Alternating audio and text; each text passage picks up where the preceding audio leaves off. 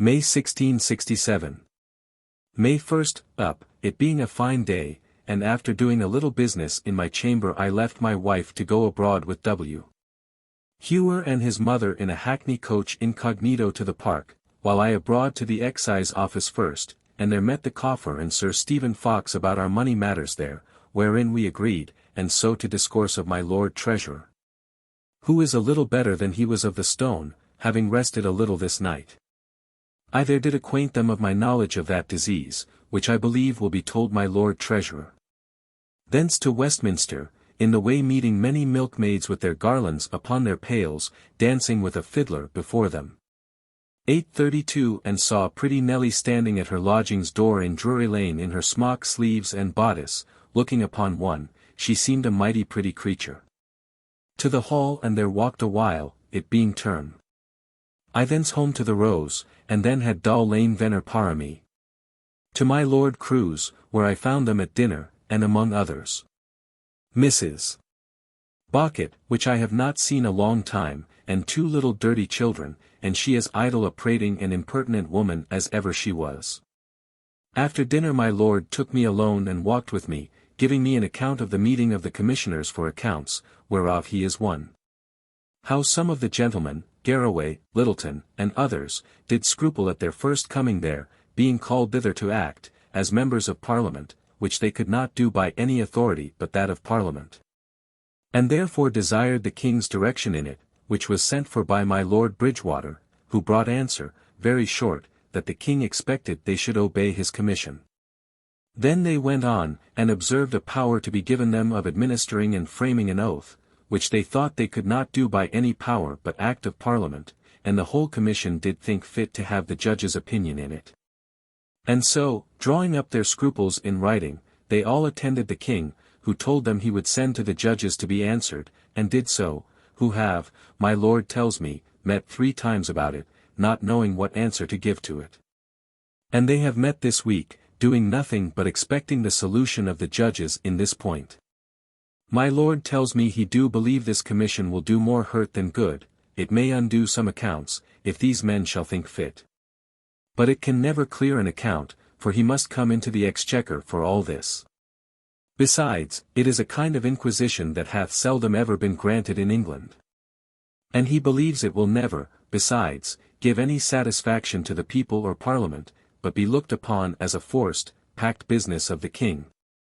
Especially if these Parliament men that are of it shall not concur with them, which he doubts they will not, and, therefore, wishes much that the King would lay hold of this fit occasion, and let the commission fall.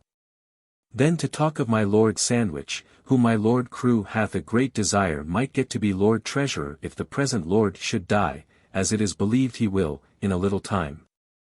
And thinks he can have no competitor but my Lord Arlington, who, it is given out, desires it, but my Lord thinks it is not so, for that the being secretary do keep him a greater interest with the King than the other would do at least, do believe. That if my Lord would surrender him his wardrobe place, it would be a temptation to Arlington to assist my Lord in getting the treasurers. I did object to my Lord, Crewe, that it would be no place of content, nor safety, nor honor for my Lord, the state being so indigent as it is, and the King, so irregular, and those about him. That my Lord must be forced to part with anything to answer his warrants. And that, therefore, I do believe the King had rather have a man that may be one of his vicious cabal, than a sober man that will mind the public, that so they may sit at cards and dispose of the revenue of the kingdom. This my Lord was moved at, and said he did not indeed know how to answer it, and bid me think of it, and so said he himself would also do. He do mightily cry out of the bad management of our moneys, the King having had so much given him. And yet, when the Parliament do find that the King should have L 900,000 in his purse by the best account of issues they have yet seen, yet we should report in the Navy a debt due from the King of L 900,000. Which, I did confess, I doubted was true in the first, and knew to be true in the last, and did believe that there was some great miscarriages in it, which he owned to believe also, saying, that at this rate it is not in the power of the kingdom to make a war, nor answer the King's wants. Thence away to the King's Playhouse, by agreement met Sir W. Penn, and saw Love in a Maze, but a sorry play, only Lacey's clown's part, which he did most admirably indeed, and I am glad to find the rogue at liberty again. Here was but little, and that ordinary, company. We sat at the upper bench next the boxes, and I find it do pretty well, and have the advantage of seeing and hearing the great people, which may be pleasant when there is good store. Now was only Prince Rupert and my Lord Lauderdale, and my lord, the naming of whom puts me in mind of my seeing, at Sir Robert Viner's, 2 or 3 great silver flagons, made with inscriptions as gifts of the king to such and such persons of quality as did stay in town the late great plague, for the keeping things in order in the town, which is a handsome thing. But here was neither Hart, Nell, nor Nip, therefore, the play was not likely to please me. Then Sir W. Penn and I in his coach, Tyburn way, into the park, where a horrid dust, and number of coaches, without pleasure or order. That which we, and almost all went for, was to see my Lady Newcastle, which we could not, she being followed and crowded upon by coaches all the way she went, that nobody could come near her.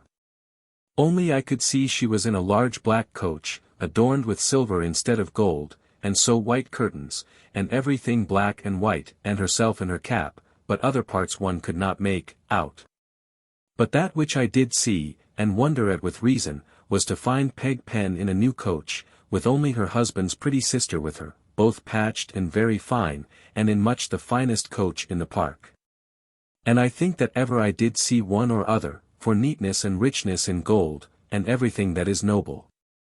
My Lady Castlemaine, the King, my Lord St. Albans, nor Mr. German, have so neat a coach, that ever I saw. And, Lord! To have them have this, and nothing else that is correspondent, is to me one of the most ridiculous sights that ever I did see, though her present dress was well enough. But to live in the condition they do at home, and be abroad in this coach, astonishes me. When we had spent half an hour in the park, we went out again, weary of the dust, and despairing of seeing my Lady Newcastle. And so back the same way, and to St. James's, thinking to have met my Lady Newcastle before she got home, but we staying by the way to drink, she got home a little before us, so we lost our labours, and then home. Where we find the 2 young ladies come home, and their patches off, I suppose Sir W. Penn do not allow of them in his sight, and going out of town tonight, though late, to Walthamstow. So to talk a little at Sir W. Batten's, and then home to supper, where I find Mrs. Hewer and her son, who have been abroad with my wife in the park, and so after supper to read and then to bed. Sir W. Penn did give me an account this afternoon of his design of buying Sir Robert Brooke's fine house at Wanstead, which I so wondered at, and did give him reasons against it, which he allowed of, and told me that he did intend to pull down the house and build a less, and that he should get L1500 by the old house, and I know not what fooleries. But I will never believe he ever intended to buy it, for my part, though he troubled Mr. Gauden to go and look upon it, and advise him in it. Second, to the office, where all the morning. At noon home to dinner, and then abroad to my Lord Treasurer's, who continues so ill as not to be troubled with business. So Mr. Gauden and I to my Lord Ashley's and spoke with him, and then straight home, and there I did much business at the office, and then to my own chamber and did the like there, to my great content, but to the pain of my eyes. And then to supper and to bed, having a song with my wife with great pleasure, she doing it well. Third, up, and with Sir J. Minns, Sir W. Batten, and Sir W. Penn in the last man's coach to St. James's, and thence up to the Duke of York's chamber, which, as it is now fretted at the top, and the chimney-piece made handsome, is one of the noblest and best proportioned rooms that ever, I think, I saw in my life, and when ready. Into his closet and did our business, where, among other things, we had a proposition of Mr. Pierce's, for being continued in pay, or something done for him, in reward of his pains as chirurgeon general. Forasmuch as Troutbeck, that was never a doctor before, hath got L200 a year settled on him for nothing but that one voyage with the Duke of Albemarle. The Duke of York and the whole company did shew most particular kindness to Mr. Pierce, every body moving for him, and the Duke himself most, that he is likely to be a very great man, I believe. Here also we had another mention of Carcass's business, and we directed to bring in a report of our opinion of his case, which vexes us that such a rogue shall make us so much trouble. Thence I presently to the excise office, and there met the cofferer and, Sir Stephen Fox by agreement, and agreed upon a method for our future payments, and then we three to my Lord Treasurer, who continues still very ill. I had taken my stone with me on purpose, and Sir Philip Warwick carried it in to him to see, but was not in a condition to talk with me about it, poor man. So I with them to Westminster by coach. The cofferer telling us odd stories how he was dealt with by the men of the church at Westminster in taking a lease of them at the king's coming in, and particularly the devilish covetousness of Dr. Busby. Sir Stephen Fox, in discourse, told him how he is selling some land he hath, which yields him not above 3%, if so much, and turning it into money, which he can put out at 10%. And, as times go, if they be like to continue, it is the best way for me to keep money going so, for aught I see. I to Westminster Hall, and there took a turn with my old acquaintance Mr. Peckhell, whose red nose makes me ashamed to be seen with him, though otherwise a good-natured man. So away, I not finding of Mr. Moore, with whom I should have met and spoke about a letter I this day received from him from my Lord Hinchingbroke, wherein he desires me to help him to L1900 to pay a bill of exchange of his father's, which troubles me much. But I will find some way, if I can do it, but not to bring myself in bonds or disbursements for it, whatever comes of it. So home to dinner, where my wife hath so law upon her and is very ill with them, and so forced to go to bed, and I sat by her a good while, then down to my chamber and made an end of Rycott's History of the Turks, which is a very good book. Then to the office, and did some business, and then my wife being pretty well, by coach to Little Michelle's, and there saw my poor Betty and her little child, which slept so soundly we could hardly wake it in an hour's time without hurting it. And they tell me what I did not know, that a child, as this do, will hunt and hunt up and down with its mouth if you touch the cheek of it with your finger's end for a nipple, and fit its mouth for sucking, but this hath not sucked yet. She having no nipples. Here sat a while, and then my wife and I, it being a most curious clear evening, after some rain today, took a most excellent tour by coach to Bow, and there drank and back again, and so a little at the office, and home to read a little. And to supper and bed mightily refreshed with this evening's tour, but troubled that it hath hindered my doing some business which I would have done at the office. This day the news is come that the fleet of the Dutch, of about 20 ships, which come upon our coasts upon design to have intercepted our colliers, but by good luck failed, is gone to the Frith 833 and there lies. Perhaps to trouble the Scotch privateers, which have galled them of late very much, it may be more than all our last year's fleet. Fourth, up and to the office, where sat all the morning, among other things a great conflict I had with Sir W. Warren, he bringing a letter to the board, flatly in words charging them with their delays in passing his accounts, which have been with them these 2 years, part of which I said was not true, and the other undecent. The whole board was concerned to take notice of it, as well as myself, but none of them had the honor to do it, but suffered me to do it alone, only Sir W. Batten, who did what he did out of common spite to him. So I writ in the margin of the letter, returned as untrue, and, by consent of the board, did give it him again, and so parted. Home to dinner, and there came a woman whose husband I sent for, one Fisher, about the business of Perkins and Carcass, and I do think by her I shall find the business as bad as ever it was, and that we shall find Commissioner Pett a rogue, using foul play on behalf of Carcass. After dinner to the office again, and there late all the afternoon, doing much business, and with great content home to supper and to bed. Fifth, Lord's Day. Up, and going down to the water side, I met Sir John Robinson, and so with him by coach to Whitehall, still a vain, prating, boasting man as any I know, as if the whole city and kingdom had all its work done by him. He tells me he hath now got a street ordered to be continued, 40 feet broad, from Paul's through Cannon Street to the Tower, which will be very fine. He and others this day, where I was in the afternoon, do tell me of at least 6 or 8 fires within these few days. And continually stirs of fires, and real fires there have been, in one place or other, almost ever since the late great fire, as if there was a fate sent people for fire. I walked over the park to Sir W. Coventry's. Among other things to tell him what I hear of people being forced to sell their bills before September for 35 and 40% loss, and what is worst, that there are some courtiers that have made a knot to buy them, in hopes of some ways to get money of the king to pay them, which Sir W. Coventry is amazed at, and says we are a people made up for destruction, and will do what he can to prevent all this by getting the king to provide wherewith to pay them. We talked of Tangier, of which he is ashamed. Also that it should put the king to this charge for no good in the world, and now a man going over that is a good soldier, but a debauched man, which the place need not to have. And so used these words, that this place was to the king as my Lord Carnarvon says of wood, that it is an excrescence of the earth provided by God for the payment of debts. Thence away to Sir G. Carteret, whom I find taking physic.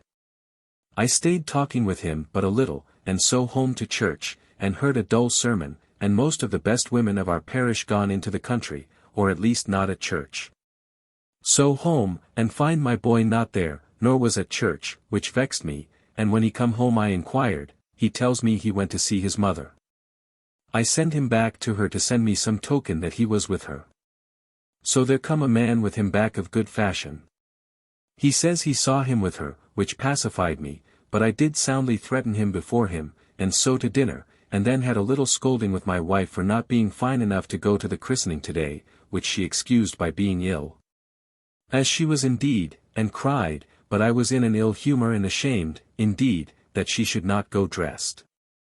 However, friends by and by, and we went by water to Michel's, and there his little house full of his father and mother's and the kindred, hardly any else, and mighty merry in this innocent company, and Betty mighty pretty in bed, but her head aching, not very merry, but the company mighty merry, and I with them, and so the child was christened. My wife, his father, and her mother, the witnesses, and the child's name Elizabeth. So we had gloves and wine and wafers, very pretty, and talked and tattled, and so we away by water and up with the tide, she and I and Barker, as high as Barn Imes, it being a fine evening. And back again to pass the bridges at standing water between 9 and 10 at night, and then home and to supper, and then to bed with much pleasure. This day Sir W. Coventry tells me the Dutch fleet shot some shot, 400 or 500, into Burnt Island in the Frith, but without any hurt, and so are gone. 6th. Up and angry with my maids for letting in watermen, and I know not who, anybody that they are acquainted with, into my kitchen to talk and prate with them, which I will not endure. Then out and by coach to my Lord Treasurer's, who continues still very ill, then to Sir P.H. Warwick's house, and there did a little business about my Tangier tallies, and so to Westminster Hall. And there to the Exchequer to consult about some way of getting our poor creditors of the Navy, who served in their goods before the late session of Parliament, paid out of the 11 months' tax.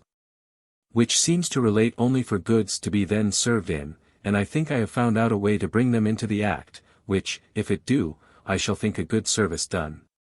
Thence by coach home with Captain Cock, in our way talking of my Lord Brunker and his lady, who are mighty angry with us all of the office, about carcass business, but especially with me, and in great confidence he bids me have a care of him. For he hath said that he would wound me with the person where my greatest interest is. I suppose he means Sir W. Coventry, and therefore I will beware of him, and am glad, though vexed to hear it. So home to dinner, where Creed come, whom I vexed devilishly with telling him a wise man, and good friend of his and mine, did say that he lately went into the country to Hinchingbroke.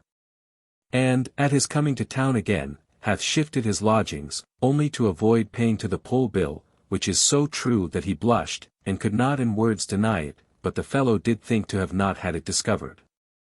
He is so devilish a subtle false rogue, that I am really weary and afeard of his company, and therefore after dinner left him in the house, and to my office, where busy all the afternoon dispatching much business, and in the evening to Sir R.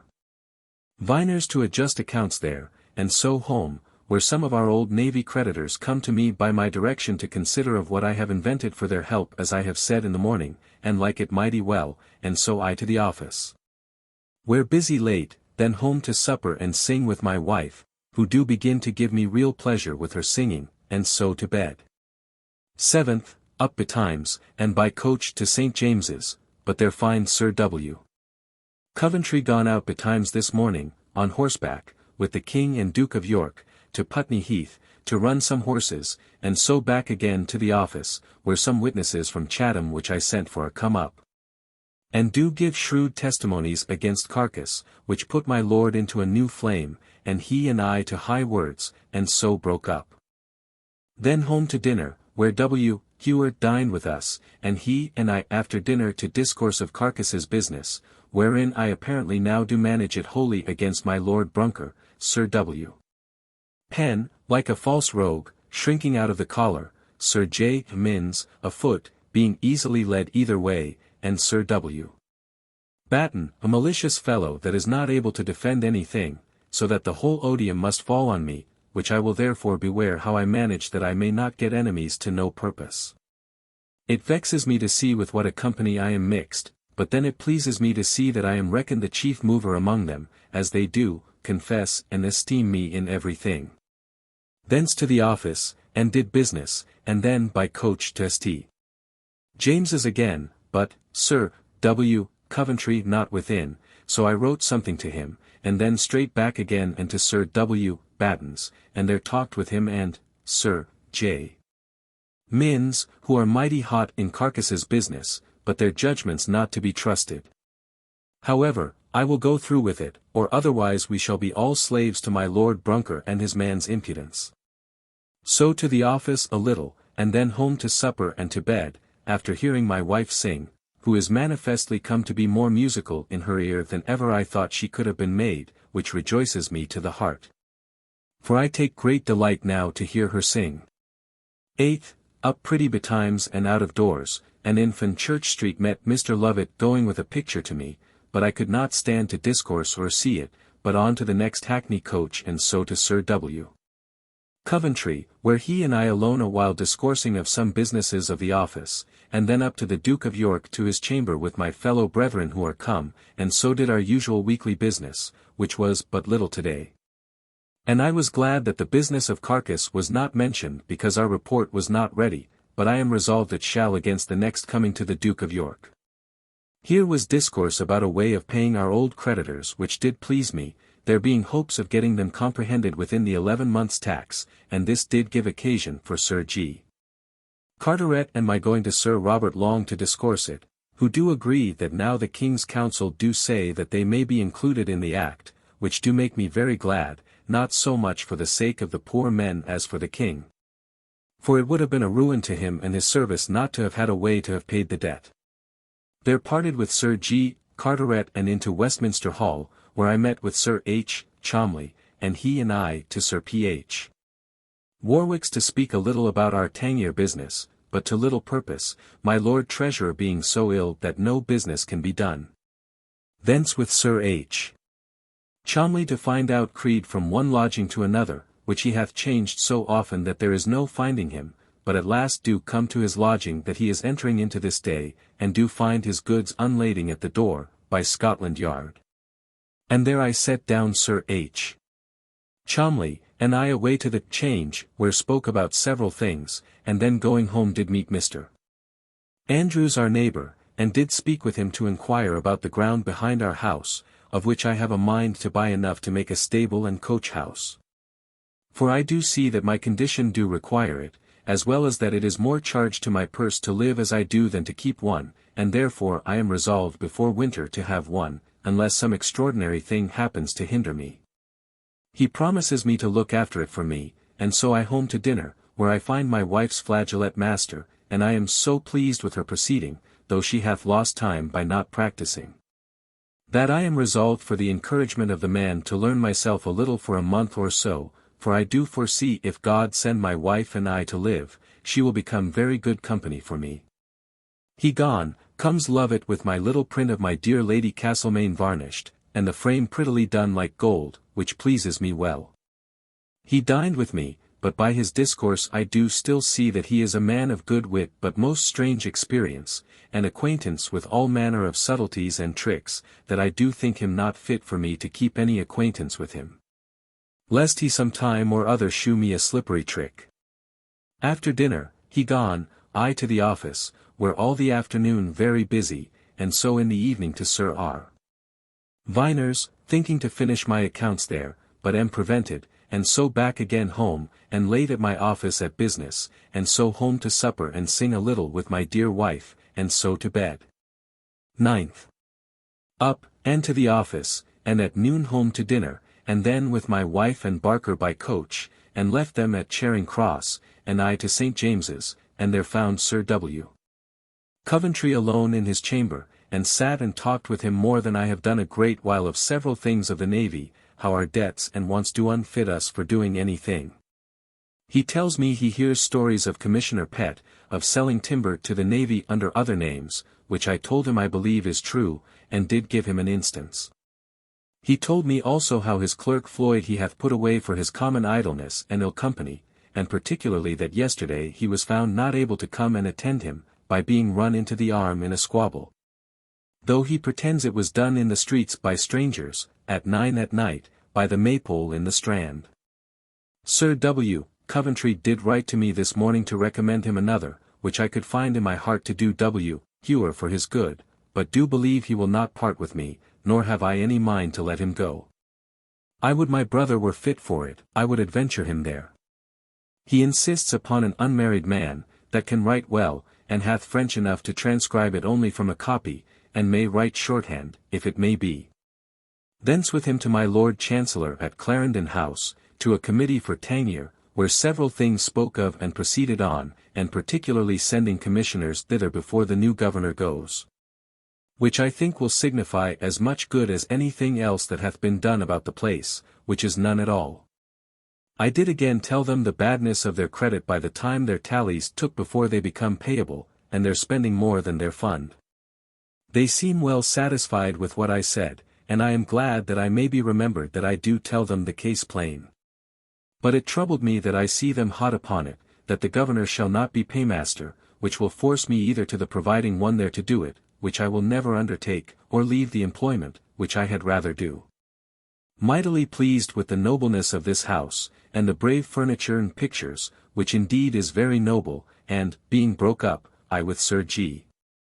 Carteret in his coach into Hyde Park, to discourse of things, and spent an hour in this manner with great pleasure, telling me all his concernments, and how he is gone through with the purchase for my Lady Jemima and her husband. How the treasury is like to come into the hands of a committee, but that not that, nor anything else, will do our business, unless the king himself will mind his business, and how his servants do execute their parts. He do fear an utter ruin in the state, and that in a little time, if the king do not mind his business soon. That the king is very kind to him, and to my Lord Sandwich, and that he doubts not but at his coming home, which he expects about Michaelmas, he will be very well received. But it is pretty strange how he began again the business of the intention of a marriage of my Lord Hinchingbroke to a daughter of my Lord Burlington's to my Lord Chancellor, which he now tells me as a great secret. When he told it me the last Sunday but one. But it may be the poor man hath forgot, and I do believe he do make it a secret, he telling me that he has not told it to any but myself, and this day to his daughter my Lady Jemima, who looks to lie down about 2 months hence. After all this discourse we turned back into Whitehall, where we parted, and I took up my wife at unthanks, and so home, and in our street, at the 3 Tons Tavern door, I find a great hubbub. And what was it but 2 brothers have fallen out, and one killed the other. And who should they be but the 2 Fieldings, one whereof, Basil, was page to my Lady Sandwich. And he hath killed the other, himself being very drunk, and so is sent to Newgate. I to the office and did as much business as my eyes would let me, and so home to supper and to bed. 10th. Up and to the office, where a meeting about the victuallers' accounts all the morning, and at noon all of us to Kent's, at the 3 Tons Tavern, and there dined well at Mr. Gauden's charge. And there the constable of the parish did show us the picklocks and dice that were found in the dead man's pocket, and but 18d. In money, and a table book, wherein were entered the names of several places where he was to go. And among others Kent's house, where he was to dine, and did dine yesterday, and after dinner went into the church, and there saw his corpse with the wound in his left breast. A sad spectacle, and a broad wound, which makes my hand now shake to write of it. His brother intending, it seems, to kill the coachman, who did not please him, this fellow stepped in, and took away his sword. Who thereupon took out his knife, which was of the fashion, with a falchion blade, and a little cross at the hilt like a dagger, and with that stabbed him. So to the office again, very busy, and in the evening to Sir Robert Viner's, and there took up all my notes and even our balance to the 7th of this month, and saw it entered in their ledger. And took a receipt for the remainder of my money as the balance of an account then adjusted. Then to my Lord Treasurer's, but missed Sir P.H. Warwick, and so back again, and drove hard towards Clerkenwell 8:34 thinking to have overtaken my Lady Newcastle, whom I saw before us in her coach, with 100 boys and girls running looking upon her, but I could not, and so she got home before I could come up to her. But I will get a time to see her. So to the office and did more business, and then home and sang with pleasure with my wife, and to supper and so to bed. 11th, up, and being called on by Mr. Commander, he and I out to the ground behind Sir W. Penn's, where I am resolved to take a lease of some of it for a stable and coach, house, and so to keep a coach, unless some change come before I can do it, for I do see it is a greater charge to me now in hackneys. And I am a little dishonored by going in them. We spoke with him that hath the letting it, and I do believe when I can tell how much it will be fit for me to have we shall go near to agree. So home, and there found my door open, which makes me very angry with Nell, and do think to put her away for it, though it do so go against me to part with a servant that it troubles me more than anything in the world. So to the office, where all the morning. At noon home to dinner, where Mr. Goodgram and Creed, and I have great hopes that my wife will come to sing to my mind. After dinner my wife and Creed and I being entered a hackney coach to go to the other end of the town, we espied the Turner coming in her coach to see us, which we were surprised at, and so light and took her and another young lady home, and there sat and talked with them, she being lately come out of the north after 2 or 3 years' absence. She is come to put out her sister and brothers to school at Putney. After a little talk, I over Tower Hill with them to a lady's they go to visit, and so away with my wife, whose being dressed this day in fair hair did make me so mad, that I spoke not one word to her in our going, though I was ready to burst with anger. So to Whitehall to the Committee of Tangier, where they were discoursing about laws for the civil government of the place, but so dull and so little to the purpose that I fell to slumber, when the fear of being seen by Sir W. Coventry did trouble me much afterwards, but I hope he did not. After that broke up. Creed and I into the park, and walked, a most pleasant evening, and so took coach, and took up my wife, and in my way home discovered my trouble to my wife for her white locks 8:35 swearing by God, several times, which I pray God forgive me for. And bending my fist, that I would not endure it. She, poor wretch 8:36 was surprised with it, and made me no answer all the way home, but there we parted, and I to the office late, and then home, and without supper to bed, vexed. 12th, Lord's Day. Up, and to my chamber, to settle some accounts there, and by down comes my wife to me in her nightgown, and we begun calmly, that upon having money to lace her gown for second morning, she would promise to wear white locks no more in my sight, which I, like a severe fool, thinking not enough, begun to accept against, and made her fly out to very high terms and cry, and in her heat told me of keeping company with Mrs.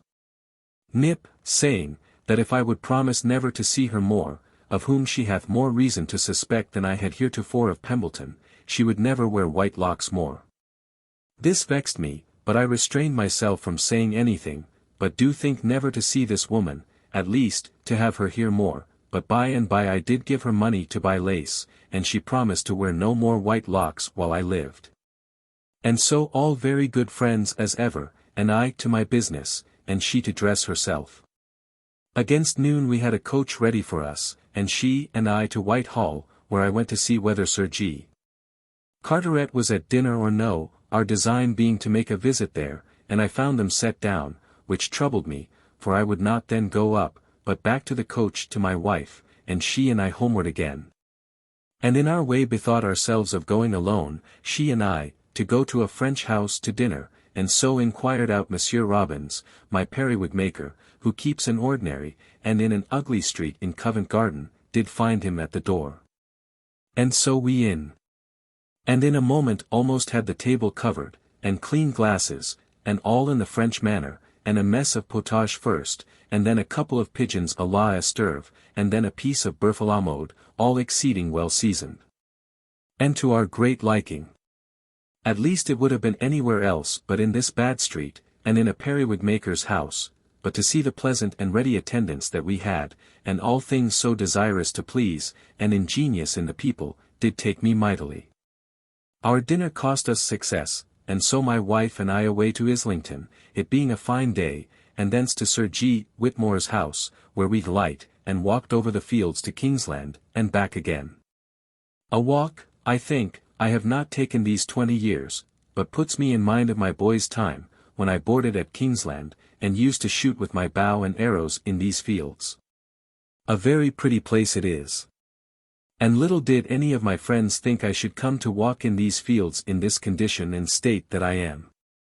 Then took coach again, and home through Shoreditch. And at home my wife finds Barker to have been abroad, and telling her so many lies about it, that she struck her, and the wench said she would not stay with her, so I examined the wench, and found her in so many lies myself, that I was glad to be rid of her, and so resolved having her go away tomorrow. So my wife and W. Hewer and I to supper, and then he and I to my chamber to begin the draft of the report from this office to the Duke of York in the case of Mr. Carcass, which I sat up till midnight to do, and then to bed, believing it necessary to have it done, and to do it plainly, for it is not to be endured the trouble that this rascal hath put us to, and the disgrace he hath brought upon this office. 13th, up, and when ready, to the office, my wife rising to send away Barker, according to our resolution last night, and she did do it with more clothes than have cost us L10 and 20s. In her purse, which I did for the respect I bear Mr. Falconbridge, otherwise she had not deserved half of it, but I am the more willing to do it to be rid of one that made work and trouble in the house, and had not qualities of any honor or pleasure to me or my family. But what is a strange thing did always declare to her mistress and others that she had rather be put to drudgery and to wash the house than to live as she did like a gentlewoman. And there I and Gibson all the morning making an end of my report against Carcass, which I think will do our business, but it is a horrid shame such a rogue should give me and all of us this trouble. This morning comes Sir H. Cholmondeley to me for a tally or two, and tells me that he hears that we are by agreement to give the King of France Nova Scotia, which he do not like, but I do not know the importance of it. 837. Then abroad with my wife to my Lord Treasurer's, and she to her tailor's. I find Sir Philip Warwick, who I perceive do give over my Lord Treasurer for a man of this world, his pain being grown great again upon him, and all the rest he hath is by narcotiques, and now Sir Philip Warwick do please himself, like a good man, to tell some of the good ejaculations of my Lord Treasurer concerning the little worth of this world, to buy it with so much pain, and other things fit for a dying man. So finding no business likely to be done here for Tangier, I having a warrant for tallies to be signed, I away to the New Exchange, and there stayed a little. And then to a looking-glass shop to consult about covering the wall in my closet over my chimney, which is darkish, with looking-glasses, and then to my wife's tailor's, but find her not ready to go home, but got to buy things. And so I away home to look after my business and finish my report of Carcass, and then did get Sir W. Batten, Sir J. Minns, and Sir W. Penn together, and read it over with all the many papers relating to the business, which they do wonder at, and the trouble I have taken about it, and like the report, so as that they do unanimously resolve to sign it, and stand by it. And after a great deal of discourse of the strange deportment of my Lord Brunker in this business to withstand the whole board in behalf of such an impudent rogue as this is, I parted, and home to my wife, and supped and talked with her. And then to bed, resolving to rise betimes tomorrow to write fair the report. 14th, up by 5 o'clock, and when ready down to my chamber, and there with Mr. Fist, Sir W. Batten's clerk, who writes mighty well, writing over our report in Mr. Carcass's business, in which we continued till 9 o'clock, that the office met, and then to the office, where all the morning, and so at noon home to dinner, where Mr. Holliard come and eat with us, who among other things do give me good hopes that we shall give my father some ease as to his rupture when he comes to town, which I expect tomorrow. After dinner comes Fist, and he and I to our report again till 9 o'clock, and then by coach to my Lord Chancellor's, where I met Mr. Povey, expecting the coming of the rest of the commissioners for Tangier. Here I understand how the two dukes, both the only sons of the Duke of York, are sick even to danger, and that on Sunday last they were both so ill, as that the poor Duchess was in doubt which would die first, the Duke of Cambridge of some general disease. The other little Duke, whose title I know not, of the convulsion fits, of which he had 4 this morning. Fear that either of them might be dead, did make us think that it was the occasion that the Duke of York and others were not come to the meeting of the commission which was designed, and my Lord Chancellor did expect. And it was pretty to observe how, when my Lord sent down to St. James's to see why the Duke of York come not, and Mr. Povey, who went, returned, my Lord Chancellor, did ask, not how the princes or the dukes do, as other people do, but how do the children, which methought was mighty great, and like a great man and grandfather. I find every body mightily concerned for these children, as a matter wherein the state is much concerned that they should live. At last it was found that the meeting did fail from no known occasion, at which my Lord Chancellor was angry, and did cry out against Creed that he should give him no notice. So Povey and I went forth, and stayed at the gate of the house by the street, and there stopped to talk about the business of the treasury of Tangier, which by the badness of our credit, and the resolution that the governor shall not be paymaster, will force me to provide one there to be my paymaster, which I will never do, but rather lose my place, for I will not venture my fortune to a fellow to be employed so far off, and in that wicked place. Thence home, and with Fist presently to the finishing the writing fair of our report. And by to Sir W. Batten's, and there he and I and Sir J. Minns and Sir W. Penn did read and sign it with great good liking, and so away to the office again to look over and correct it, and then home to supper and to bed, my mind being pretty well settled, having this report done, and so to supper and to bed. 15th. This morning my wife had some things brought home by a new woman of the New Exchange, one Mrs. Smith, which she would have me see for her fine hand, and indeed it is a fine hand, and the woman I have observed is a mighty pretty looked woman. Up, and with Sir W. Batten and Sir J. Minns to St. James's, and stopped at Temple Bar for Sir J. Minns to go into the Devil's Tavern to shit, he having drunk whey, and his belly rot. Being come, we up to the Duke of York's chamber, who, when ready, we to our usual business, and being very glad, we all that signed it, that is, Sir J. Minns, W. Batten, W. Penn, and myself, and then Sir G. Carteret and Sir W. Coventry, Brunker, and T. Harvey, and the officers of the ordnance, Sir J. Duncombe, and Mr. Cholmondeley presented our report about Carcass, and did afterwards read it with that success that the Duke of York was for punishing him, not only with turning him out of the office, but with what other punishment he could, which nobody did forward.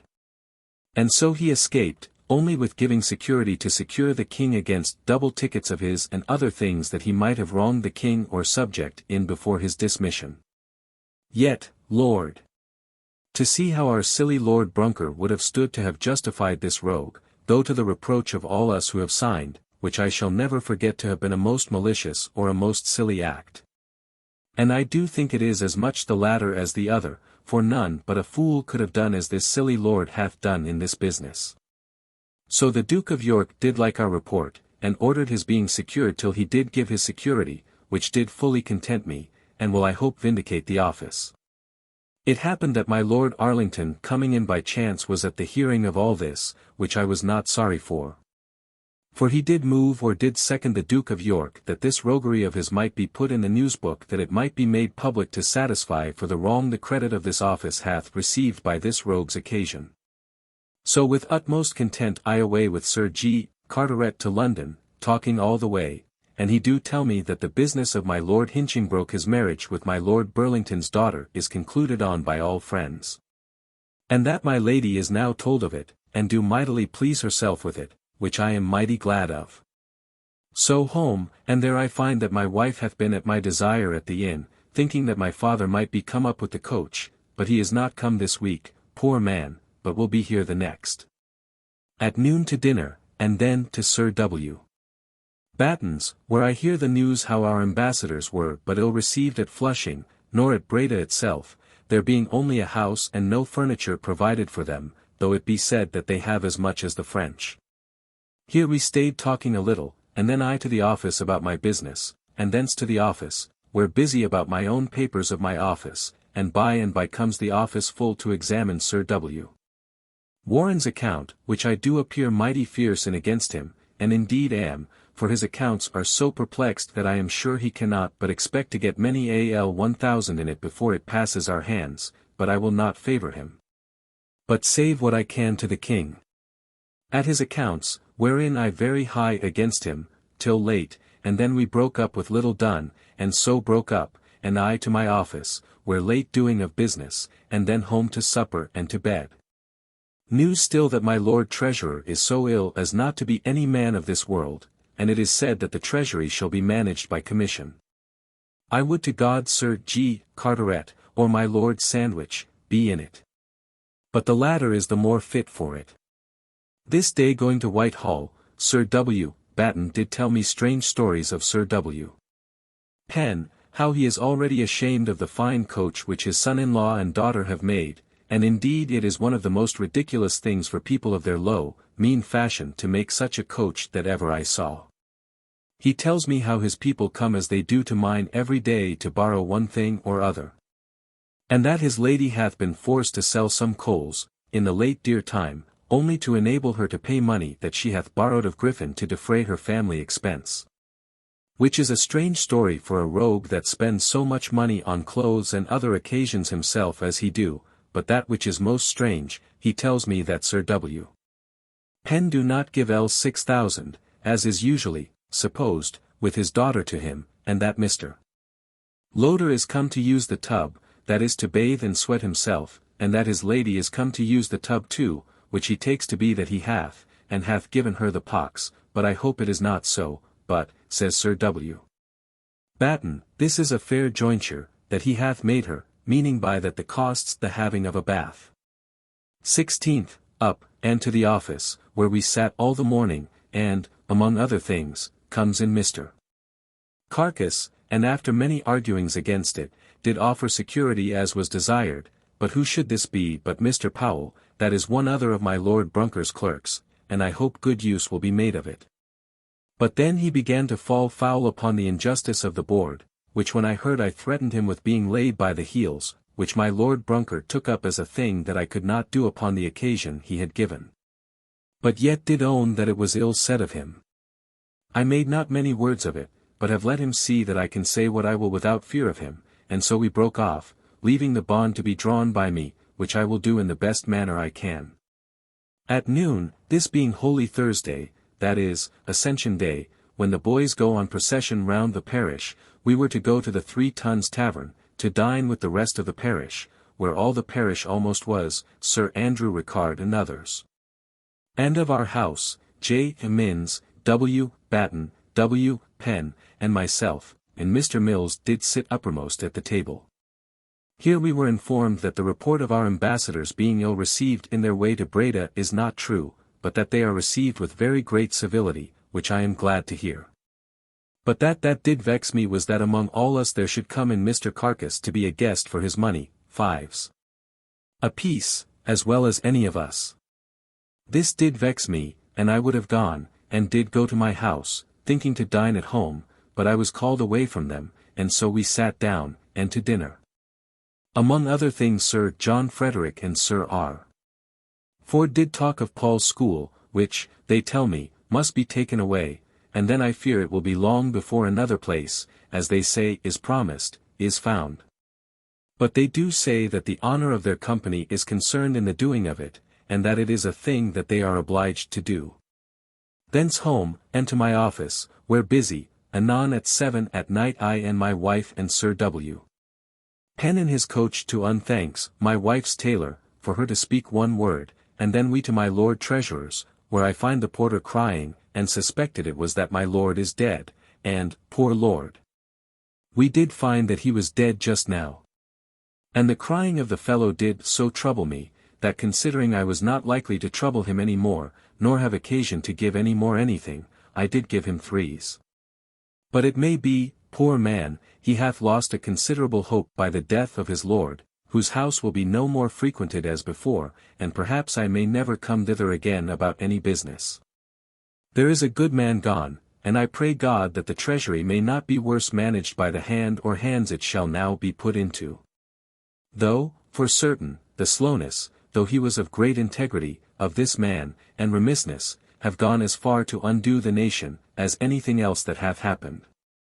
And yet, if I knew all the difficulties that he hath lain under, and his instrument Sir Philip Warwick, I might be brought to another mind.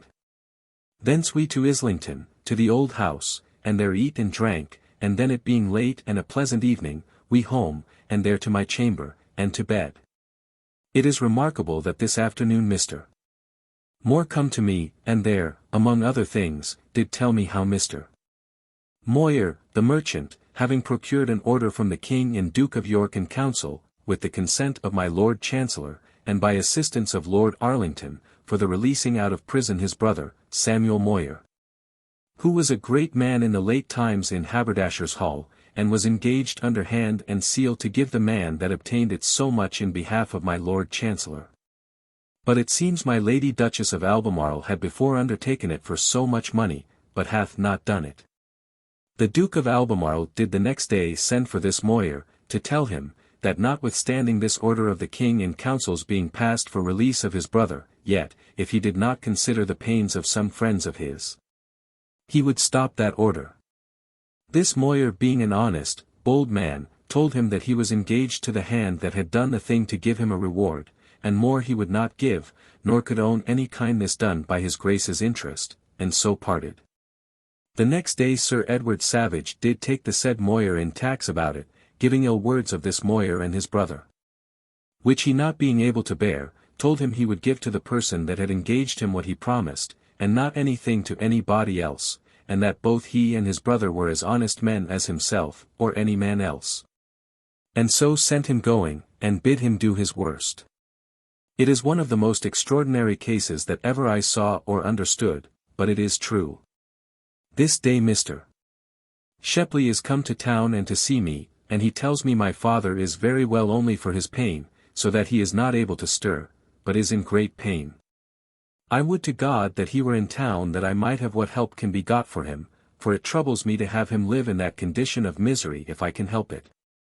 17th, up, and to the office, where all the morning upon some accounts of Mr. Gaudens, and at noon to the 3 Tons to dinner with Lord Brunker, Sir J. Minns, W. Batten, W. Penn, and T. Harvey, were very merry, and my Lord Brunker in appearance as good friends as ever, though I know he has a hatred to me in heart. After dinner to my house, where Mr. Shepley dined, and we drank and talked together. He, poor man, hath had his arm broke the late frost, slipping in going over Huntingdon Bridge. He tells me that Jasper Trice and Lewis Phillips and Mr. Ashfield are gone from Brampton, and he thinks chiefly from the height of Sir J. Bernard's carriage, who carries all things before him there, which they cannot bear with, and so leave the town, and this is a great instance of the advantage a man of the law hath over all other people, which would make a man to study it a little. Shepley being gone, there come the flageolet master, who having had a bad bargain of teaching my wife by the year, she not practising so much as she should do, I did think that the man did deserve some more consideration. And so will give him an opportunity of 20s. A month more, and he shall teach me, and this afternoon I begun, and I think it will be a few shillings well spent. Then to Sir R. Viners with 600 pieces of gold to turn into silver, for the enabling me to answer Sir G. Carteret L. 3000. Which he now draws all out of my hand towards the paying for a purchase he hath made for his son and my Lady Jemima, in Northamptonshire, of Sir Samuel Luke, in a good place, a good house, and near all her friends, which is a very happy thing. Thence to St. James's, and there spoke with Sir W. Coventry, and give him some account of some things, but had little discourse with him, there being company with him, and so directly home again and then to my office, doing some business, and so to my house. And with my wife to practice on the flageolet a little, and with great pleasure I see she can readily hit her notes, but only want of practice makes her she cannot go through a whole tune readily. So to supper and to bed. 18th, up, and all the morning at the office, and then to dinner, and after dinner to the office to dictate some letters, and then with my wife to Sir W. Turner's to visit the. But she being abroad we back again home, and then I to the office, finish my letters, and then to walk an hour in the garden talking with my wife, whose growth in musique do begin to please me mightily. And by home and there find our Luce drunk, and when her mistress told her of it would be gone, and so put up some of her things and did go away of her accord, nobody pressing her to it, and the truth is, though she be the dirtiest, homeliest servant that ever I kept, yet I was sorry to have her go, partly through my love to my servants, and partly because she was a very drudging, working wench, only she would be drunk. But that which did a little trouble me was that I did hear her tell her mistress that she would tell her master something before she was aware of her that she would be sorry to have him know. But did it in such a silly, drunken manner, that though it trouble me a little, yet not knowing what to suspect she should know, and not knowing well whether she said it to her mistress or Jane, I did not much think of it. So she gone, we to supper and to bed, my study being made finely clean. 19th, Lord's Day. Up, and to my chamber to set some papers in order, and then, to church, where my old acquaintance, that dull fellow, Meryton, made a good sermon, and hath a strange knack of a grave, serious delivery, which is very agreeable. After church to Whitehall, and there find Sir G. Carteret just set down to dinner, and I dined with them, as I intended, and good company, the best people and family in the world I think. Here was great talk of the good end that my Lord Treasurer made, closing his own eyes and setting his mouth, and bidding adieu with the greatest content and freedom in the world. And is said to die with the cleanest hands that ever any Lord Treasurer did. After dinner Sir G. Carteret and I alone, and there, among other discourse, he did declare that he would be content to part with his place of Treasurer of the Navy upon good terms. I did propose my Lord Bellasis as a man likely to buy it, which he listened to, and I did fully concur and promote his design of parting with it, for though I would have my father live, I would not have him die Treasurer of the Navy. Because of the accounts which must be uncleared at his death, besides many other circumstances making it advisable for him to let it go. He tells me that he fears all will come to naught in the nation soon if the king do not mind his business, which he do not seem likely to do. He says that the treasury will be managed for a while by a commission, whereof he thinks my Lord Chancellor for the honour of it, and my Lord Ashley, and the 2 secretaries will be, and some others he knows not. I took leave of him, and directly by water home, and there to read the life of Mr. Hooker, which pleases me as much as anything I have read a great while, and by comes Mr. Howe to see us, and after him a little Mr. Shepley, and so we all to talk, and, Mercer being there, we some of us to sing, and so to supper, a great deal of silly talk. Among other things, W. Howe told us how the barristers and students of Gray's Inn rose in rebellion against the benchers the other day, who outlawed them, and a great deal of do, but now they are at peace again. They being gone, I to my book again, and made an end of Mr. Hooker's life, and so to bed. 20th, up betimes, and comes my flageolet master to set me a new tune, which I played presently, and shall in a month do as much as I desire at it. He being gone, I to several businesses in my chamber, and then by coach to the Commissioners of Excise, and so to Westminster Hall, and there spoke with several persons I had to do with. Here among other news, I hear that the Commissioners for the Treasury were named by the King yesterday, but who they are nobody could tell, but the persons are the Lord Chancellor, the 2 secretaries, Lord Ashley, and others say Sir W. Coventry and Sir John Duncombe, but all conclude the Duke of Albemarle, but reports do differ, but will be known in a day or 2. Having done my business, I then homeward, and overtook Mr. Commander. So took him into a coach with me, and he and I into Lincoln's Inn Fields, there to look upon the coach houses to see what ground is necessary for coach house and horses, because of that I am going about to do. And having satisfied myself in this he and I to Mr. Hyde's to look upon the ground again behind our house, and concluded upon his going along with us tomorrow to see some stables, he thinking that we demand more than is necessary. So away home, and then, I, it being a broken day, and had power by my vows, did walk abroad, first through the Minories, the first time I have been over the hill to the postern gate, and seen the place. Since the houses were pulled down about that side of the tower, since the fire, to find where my young mercer with my pretty little woman to his wife lives, who lived in Lombard Street, and I did espy them, but took no notice now of them. But may do hereafter. Thence down to the Old Swan, and there saw Betty Michel, whom I have not seen since her christening. But, Lord! How pretty she is, and looks as well as ever I saw her, and her child, which I am fain to seem very fond of, is pretty also, I think, and will be. Thence by water to Westminster Hall, and there walked a while talking at random with Sir W. Doyley, and so away to Mrs. Martin's lodging, who was gone before, expecting me, and there J.E. Hazer what J.E. Vellum come her and drank, and so by coach home, but I have forgot that I did in the morning go to the Swan, and there tumbling of la little fee. Son uncle did travail her come sous neckcloth off, which I was ashamed of, but made no great matter of it, but let it pass with a laugh, and there spent the evening with my wife at our flagelets, and so to supper, and after a little reading to bed. My wife still troubled with her cold. I find it everywhere now to be a thing doubted whether we shall have peace or no, and the captain of one of our ships that went with the ambassadors do say, that the seamen of Holland to his hearing did defy us, and called us English dogs. And cried out against peace, and that the great people there do oppose peace, though he says the common people do wish it. 21st, up and to the office, where sat all the morning. At noon dined at home with my wife and find a new girl, a good big girl come to us, got by Payne to be our girl, and his daughter Nell we make our cook. This wench's name is Mary, and seems a good likely maid.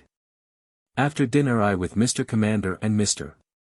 Hyde's brother to Lincoln's Inn Fields, and there viewed several coach houses, and satisfied ourselves now fully in it, and then there parted, leaving the rest to future discourse between us. Thence I home, but, Lord!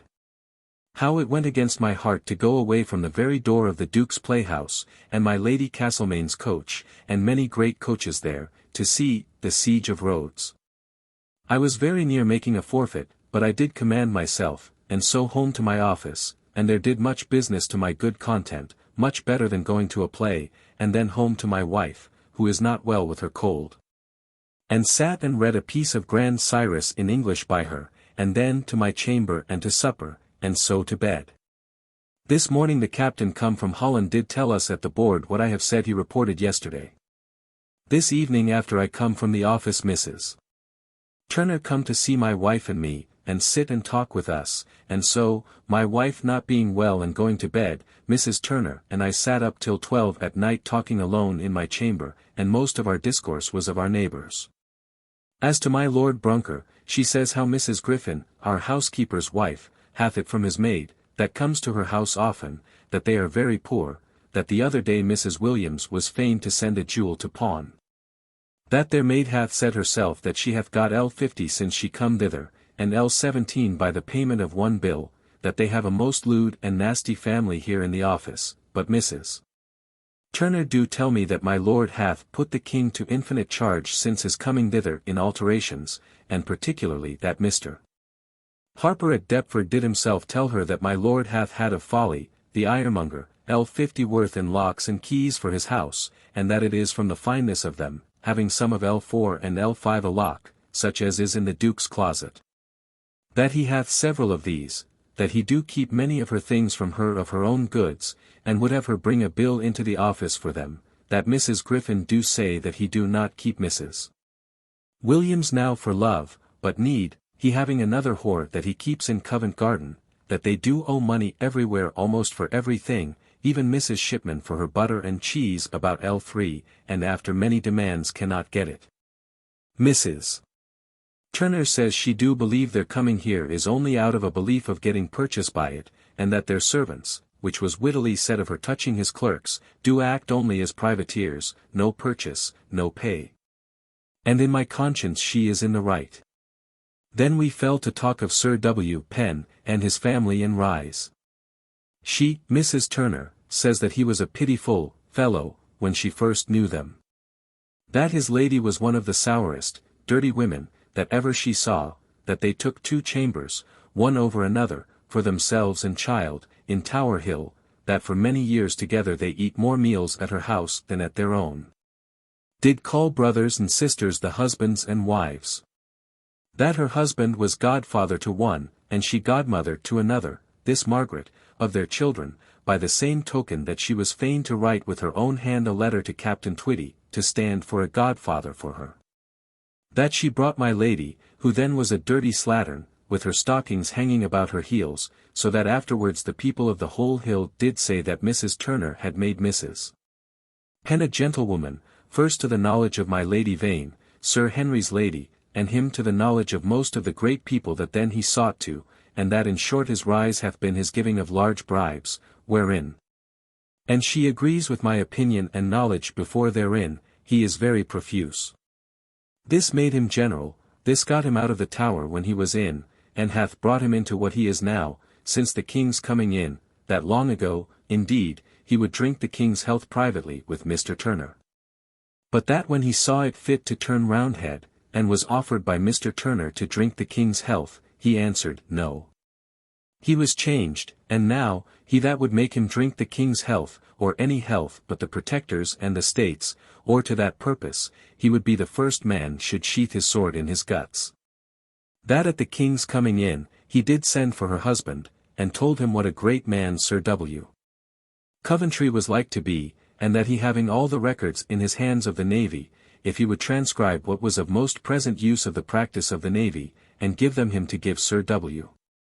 Coventry from him, it would undoubtedly do his business of getting him a principal officer's place, that her husband was at L5 charged to get these presently writ, that Sir W. Penn did give them Sir W.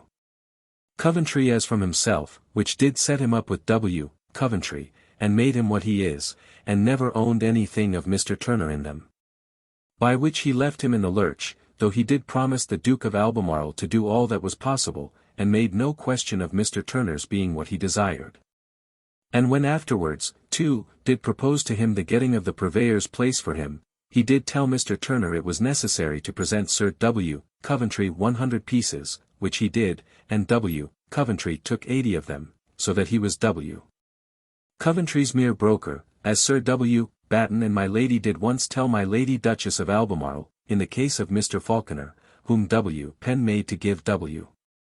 Coventry L200 for his place of clerk of the rope yard of Woolwich, and to settle L80 a year upon his daughter Peg, after the death of his wife, and a gold watch presently to his wife. Mrs. Turner do tell me that my lady and Peg have themselves owned to her that Sir W. Coventry and Sir W. Penn had private marks to write to one another by, that when they in appearance writ a fair letter in behalf of anybody, that they had a little mark to show they meant it only in shew, these silly people did confess themselves of him. She says that their son, Mr. William Penn, did tell her that his father did observe the commanders did make their addresses to me and applications, but they should know that his father should be the chief of the office, and that she hath observed that Sir W. Penn never had a kindness to her son, since W. Penn told her son that he had applied himself to me. That his rise hath been by her and her husband's means, and that it is a most inconceivable thing how this man can have the face to use her and her family with the neglect that he do them. That he was in the late war a most devilish plunderer, and that got him his estate, which he hath in Ireland, and nothing else, and that he hath always been a very liberal man in his bribes. That upon his coming into this part of the controller's business wherein he is, he did send for T. Wilson and told him how against his knowledge he was put in, and had so little wit as to say to him, "This will make the pot boil, will it not, Mr. Wilson?" Will it not make the pot boil? And do offer him to come in and do his business for him, and he would reward him. This Mr. Wilson did come and tell her presently, he having been their servant, and to this day is very faithful to them. That her husband's not being forward to make him a bill for rear admiral's pay and general's pay both at the same time after he was first made general did first give him occasion of keeping a distance from him. Since which they have never been great friends, Pen having by degrees been continually growing higher and higher, till now that he do wholly slight them and use them only as servants. Upon the whole, she told me stories enough to confirm me that he is the most false fellow that ever was born of woman, and that so she thinks and knows him to be. 22nd, up, and by water to Whitehall to Sir G.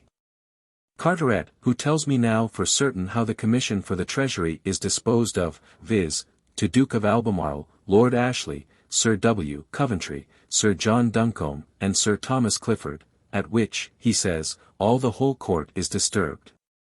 It having been once concluded otherwise into the other hands formerly mentioned in yesterday's notes, but all of a sudden the king's choice was changed, and these are to be the men, the first of which is only for a puppet to give honor to the rest.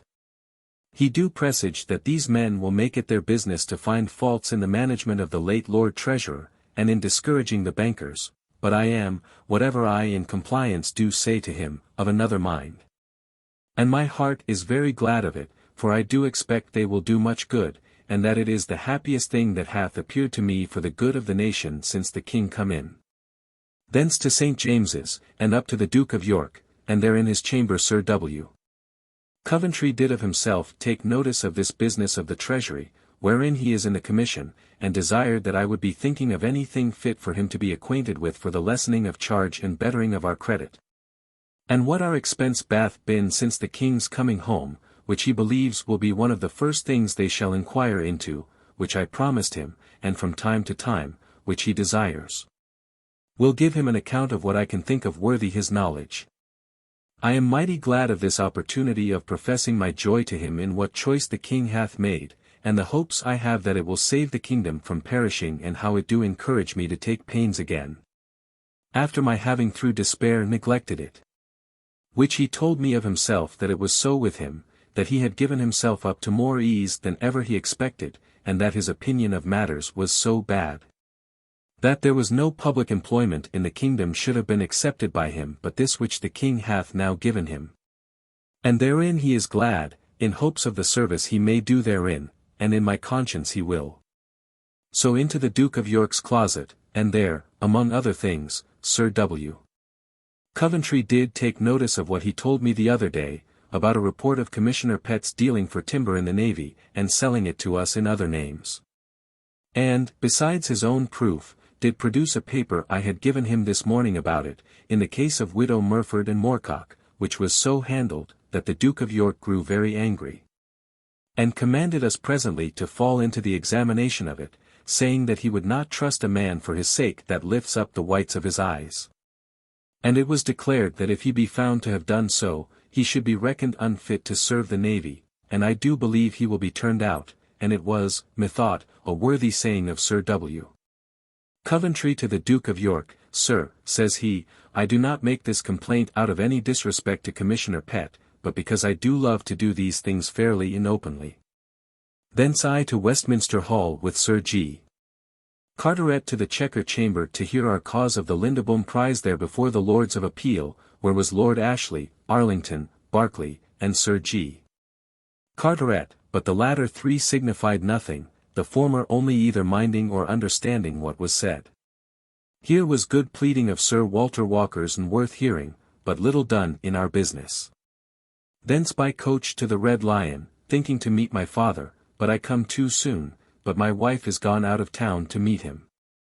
I am in great pain, poor man, for him, lest he should come up in pain to town.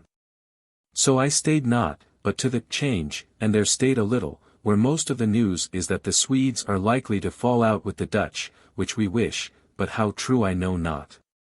Here I met my uncle White, the second day he hath been abroad, having been sick these 2 months even to death, but having never sent to me even in the greatest of his danger.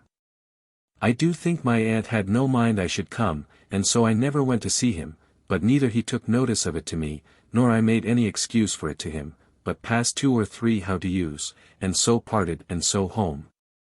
And by comes my poor father, much better than I expected, being at ease by fits, according as his trust sits, and at another time in as much pain. I am mighty glad to see him come well to town. So to dinner, where Creed comes.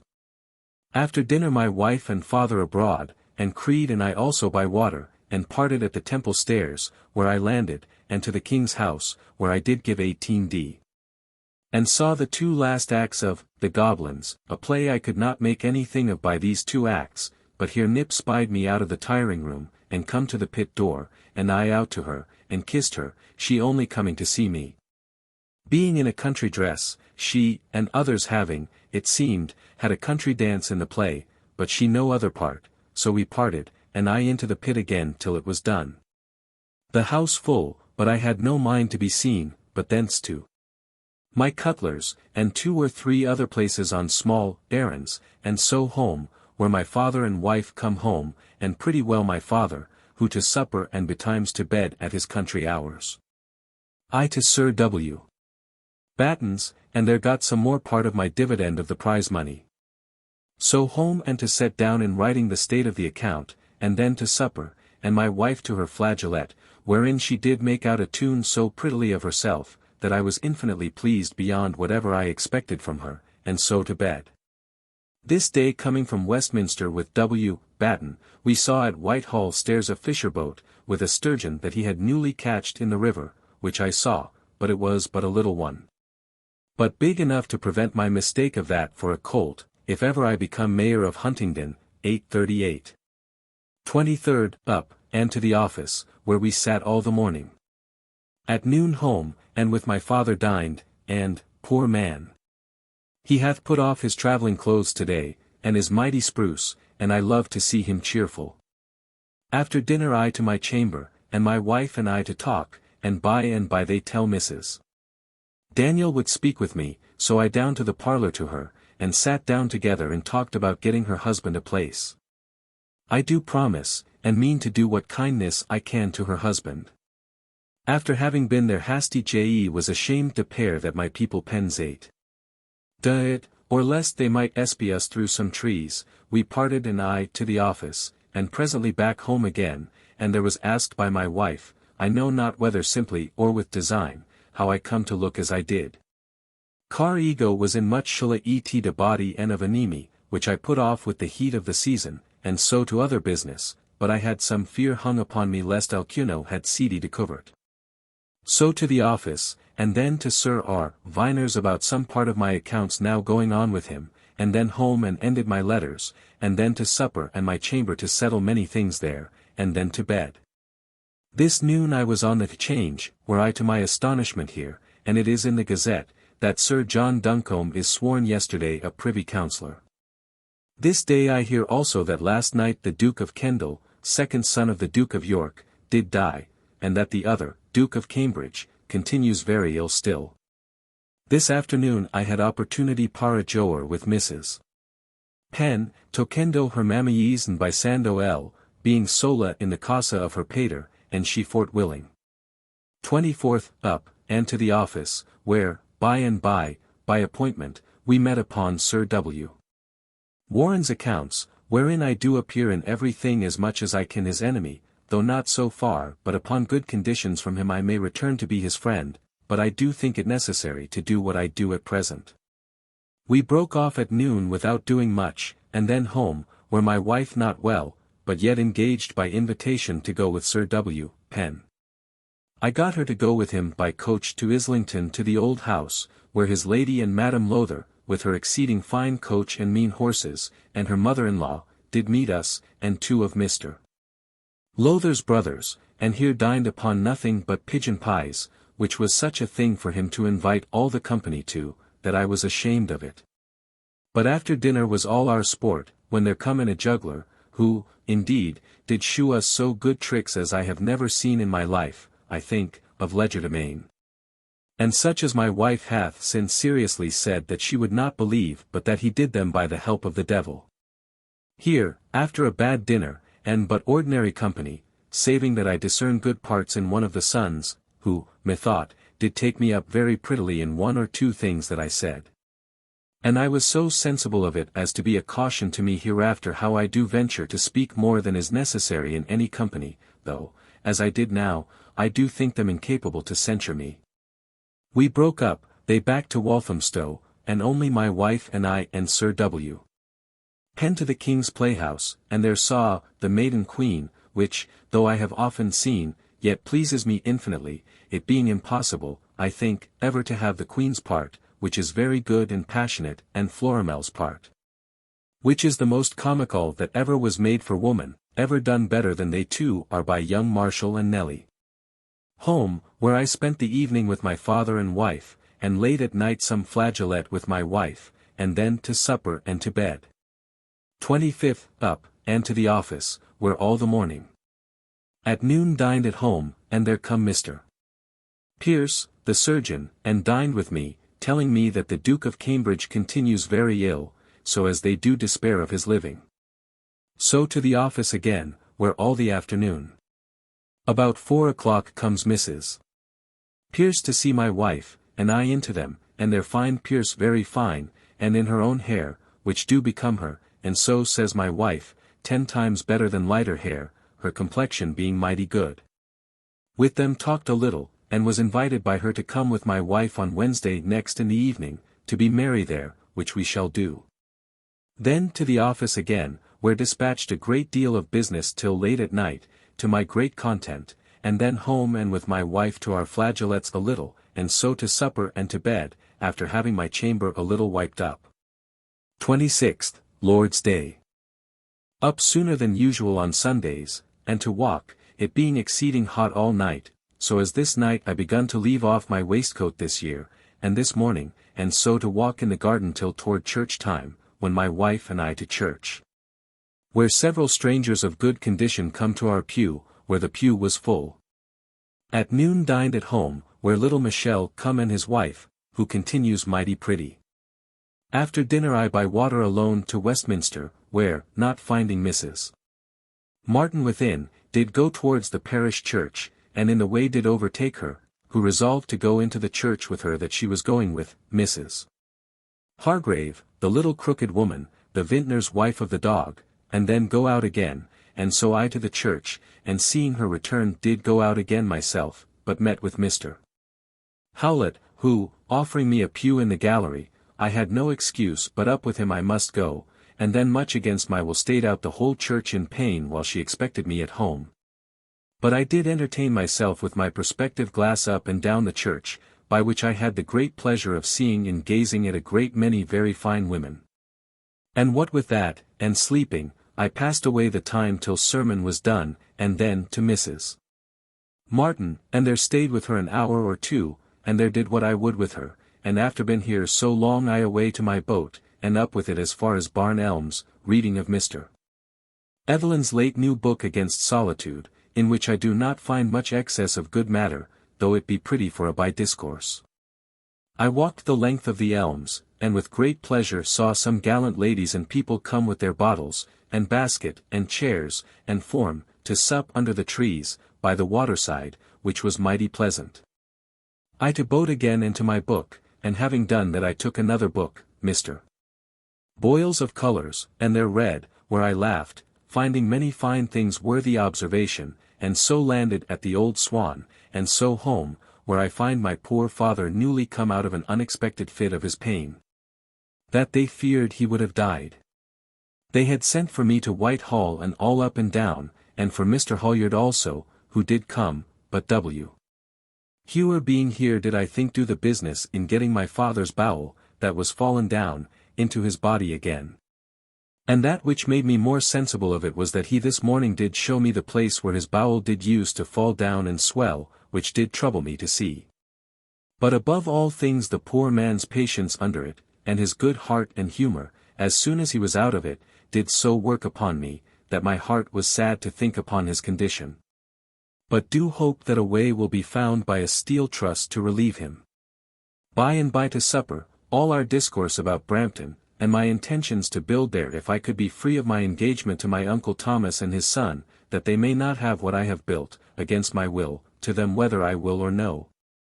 In case of me and my brothers being without heirs male. Which is the true reason why I am against laying out money upon that place, together with my fear of some inconvenience by being so near Hinchingbroke, being obliged to be a servant to that family, and subject to what expense they shall cost me. And to have all that I shall buy, or do, esteemed as got by the death of my uncle, when indeed what I have from him is not worth naming. After supper to read and then to bed. 27th. Up, and there comes greeting my flageolet master, and I practised with him. There come also Richardson, the bookbinder, with one of Ogilby's Bibles inquires for me to see and buy, it being Mr. Cade's, my stationer's. But it is like to be so big that I shall not use it, it being too great to stir up and down without much trouble, which I shall not like nor do intend it for. So by water to Whitehall, and there find Sir G. Carteret at home, and talked with him a while, and find that the new commissioners of the Treasury did meet this morning. So I to find out Sir W. Coventry, but missed, only I do hear that they have chosen Sir G. Downing for their secretary. And I think in my conscience they have done a great thing in it, for he is a business active man, and values himself upon having of things do well under his hand, so that I am mightily pleased in their choice. Here I met Mr. Pierce, who tells me that he lately met Mr. Carcass, who do mightily inveigh against me, for that all that has been done against him he lays on me, and I think he is in the right and I do own it, only I find what I suspected, that he do report that Sir W. Batten and I, who never agreed before, do now, and since this business agree even more, which I did fear would be thought, and therefore will find occasion to undeceive the world in that particular by promoting something shortly against Sir W. Batten. So home, and there to sing with my wife before dinner, and then to dinner, and after dinner comes Carcass to speak with me, but I would not give him way to enlarge on anything. But he would have begun to have made a noise how I have undone him and used all the wit I could in the drawing up of his report, wherein he told me I had taken a great deal of pains to undo him.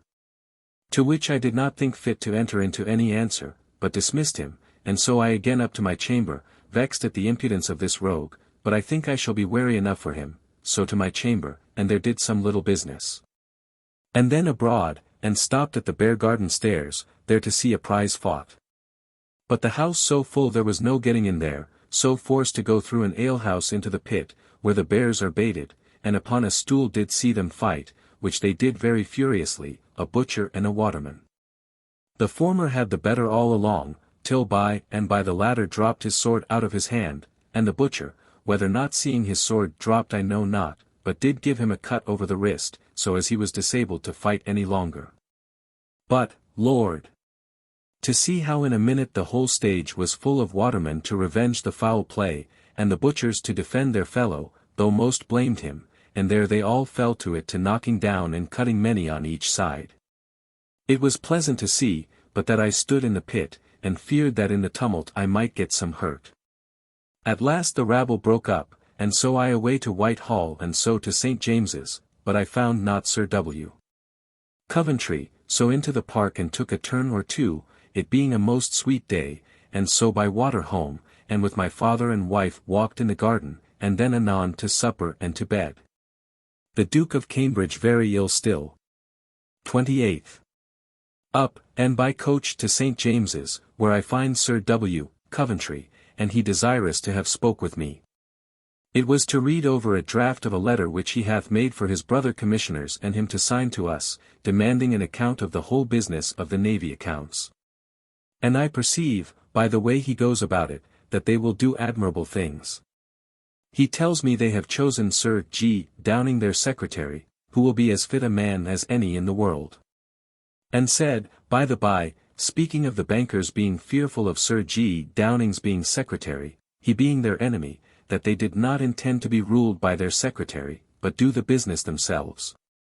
My heart is glad to see so great hopes of good to the nation as will be by these men, and it do me good to see Sir W. Coventry so cheerful as he now is on the same score. Thence home, and there fell to seeing my office and closet there made soundly clean, and the windows cleaned. At which all the morning, and so at noon to dinner. After dinner my wife away down with Jane and W. Hewer to Woolwich, in order to a little air and to lie there tonight, and so to gather maydew tomorrow morning 8:39, which Mrs. Turner hath taught her as the only thing in the world to wash her face with, and I am contented with it. Presently comes Creed, and he and I by water to Foxhall, and there walked in Spring Garden. A great deal of company, and the weather and garden pleasant, that it is very pleasant and cheap going thither, for a man may go to spend what he will, or nothing, all is one. But to hear the nightingale and other birds, and hear fiddles, and there a harp, and hear a Jew's trump, and hear laughing, and there fine people walking, is mighty divertising. Among others, there were 2 pretty women alone, that walked a great while, which being discovered by some idle gentlemen, they would needs take them up. But to see the poor ladies how they were put to it to run from them, and they after them, and sometimes the ladies put themselves along with other company, then the other drew back. At last, the last did get off out of the house, and took boat and away. I was troubled to see them abused so, and could have found in my heart, as little desire of fighting as I have, to have protected the ladies. So by water, set Creed down at Whitehall, and I to the Old Swan, and so home. My father gone to bed, and wife abroad at Woolwich, I to Sir W. Penn, where he and his lady and Peg and pretty Mrs. Lowther her sister-in-law at supper, where I sat and talked, and Sir W. Penn, half drunk, did talk like a fool and vex his wife, that I was half pleased and half vexed to see so much folly and rudeness from him, and so late home to bed. 29th. Up, and by coach to St. James's, where by and by up to the Duke of York, where, among other things, our Parson Mills having the offer of another benefice by Sir Robert Brooks, who was his pupil, he by my Lord Berkeley, of Stratton, is made one of the Duke's chaplains, which qualifies him for 2 livings. But to see how slightly such things are done, the Duke of York only taking my Lord Berkeley's word upon saying, that we the officers of the navy do say he is a good man and minister of our parish, and the Duke of York admits him to kiss his hand, but speaks not one word to him. But so a warrant will be drawn from the Duke of York to qualify him, and there's an end of it. So we into the Duke's closet, where little to do, but complaint for want of money and a motion of Sir W.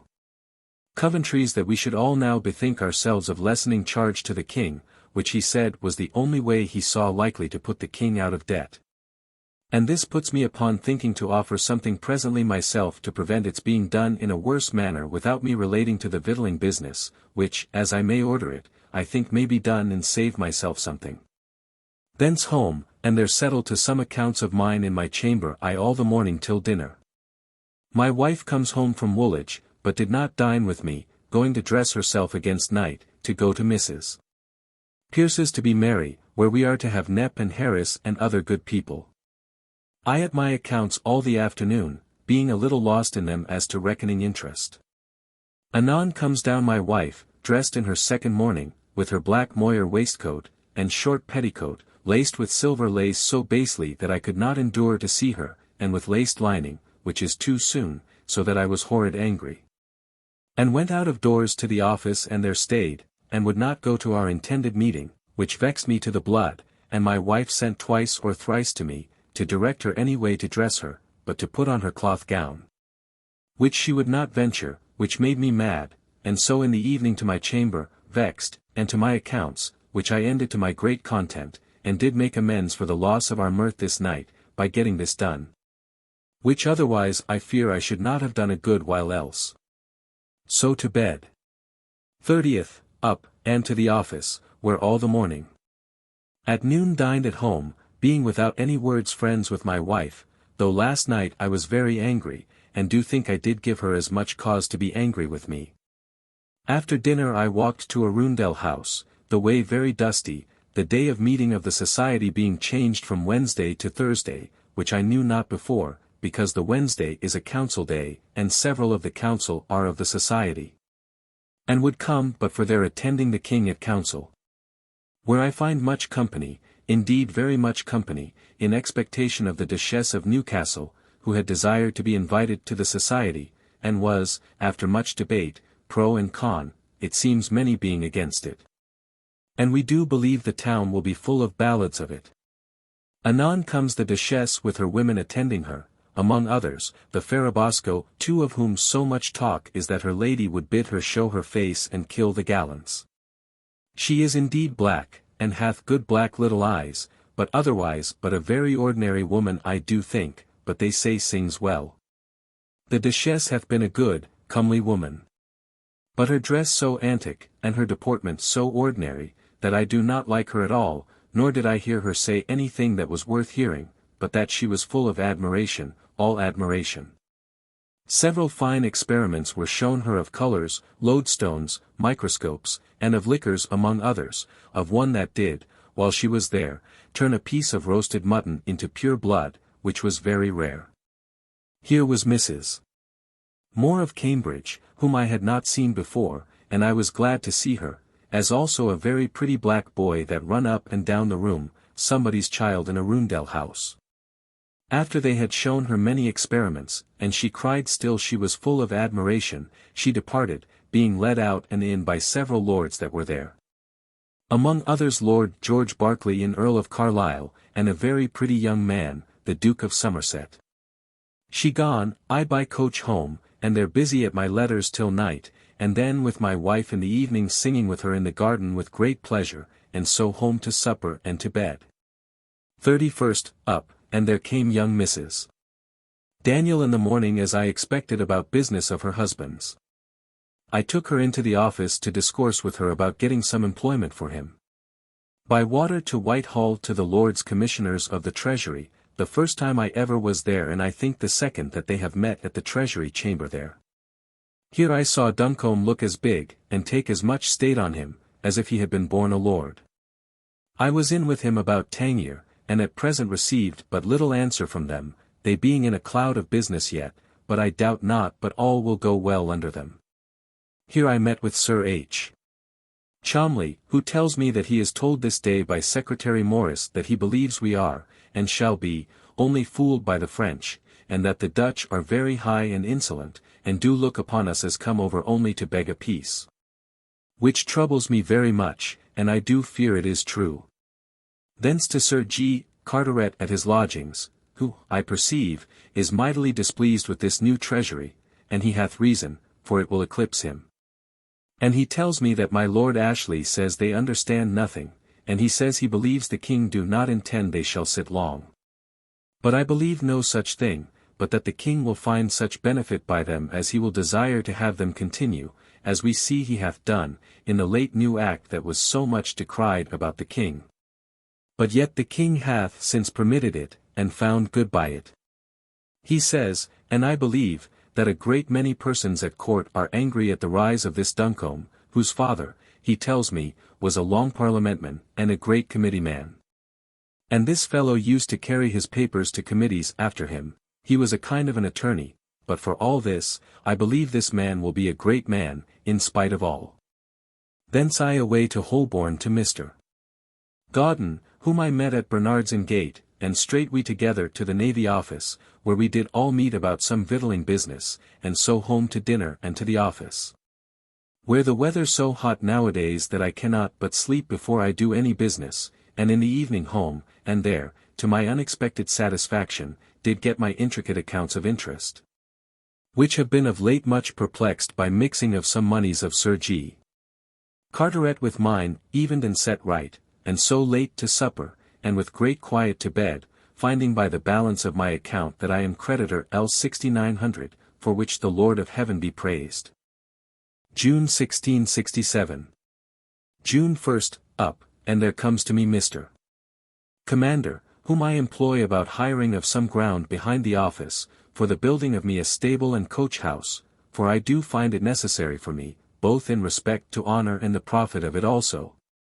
My expense in hackney coaches being now so great, to keep a coach, and therefore will do it. Having given him some instructions about it, I to the office, where we sat all the morning, where we have news that our peace with Spain, as to trade, is wholly concluded, and we are to furnish him with some men for Flanders against the French. How that will agree with the French, I know not, but they say that he also hath liberty, to get what men he pleases out of England. But for the Spaniard, I hear that my Lord Castlehaven is raising a regiment of 4,000 men, which he is to command there. And several young gentlemen are going over in commands with him, and they say the Duke of Monmouth is going over only as a traveller, not to engage on either side, but only to see the campaign. Which will be becoming him much more than to live whoring and roguing, as he now do. After dinner to the office, where, after a little nap, I fell to business, and did very much with infinite joy to myself, as it always is to me when I have dispatched much business. And therefore it troubles me to see how hard it is for me to settle to it sometimes when my mind is upon pleasure. So home late to supper and to bed. 2nd, Lord's Day. Up betimes, and down to my chamber without trimming myself, or putting on clean linen, thinking only to keep to my chamber and do business today, but when I come there I find that without being shaved I am not fully awake, nor ready to settle to business, and so was fain to go up again and dress myself, which I did, and so down to my chamber, and fell roundly to business. And did to my satisfaction by dinner go far in the drawing up a state of my accounts of tenure for the new Lords Commissioners. So to dinner, and then to my business again all the afternoon close, when Creed come to visit me, but I did put him off, and to my business, till anon I did make an end, and wrote it fair with a letter to the Lords to accompany my accounts. Which I think will be so much satisfaction and so soon done, their order for my doing it being dated but May 30th, as they will not find from any hand else.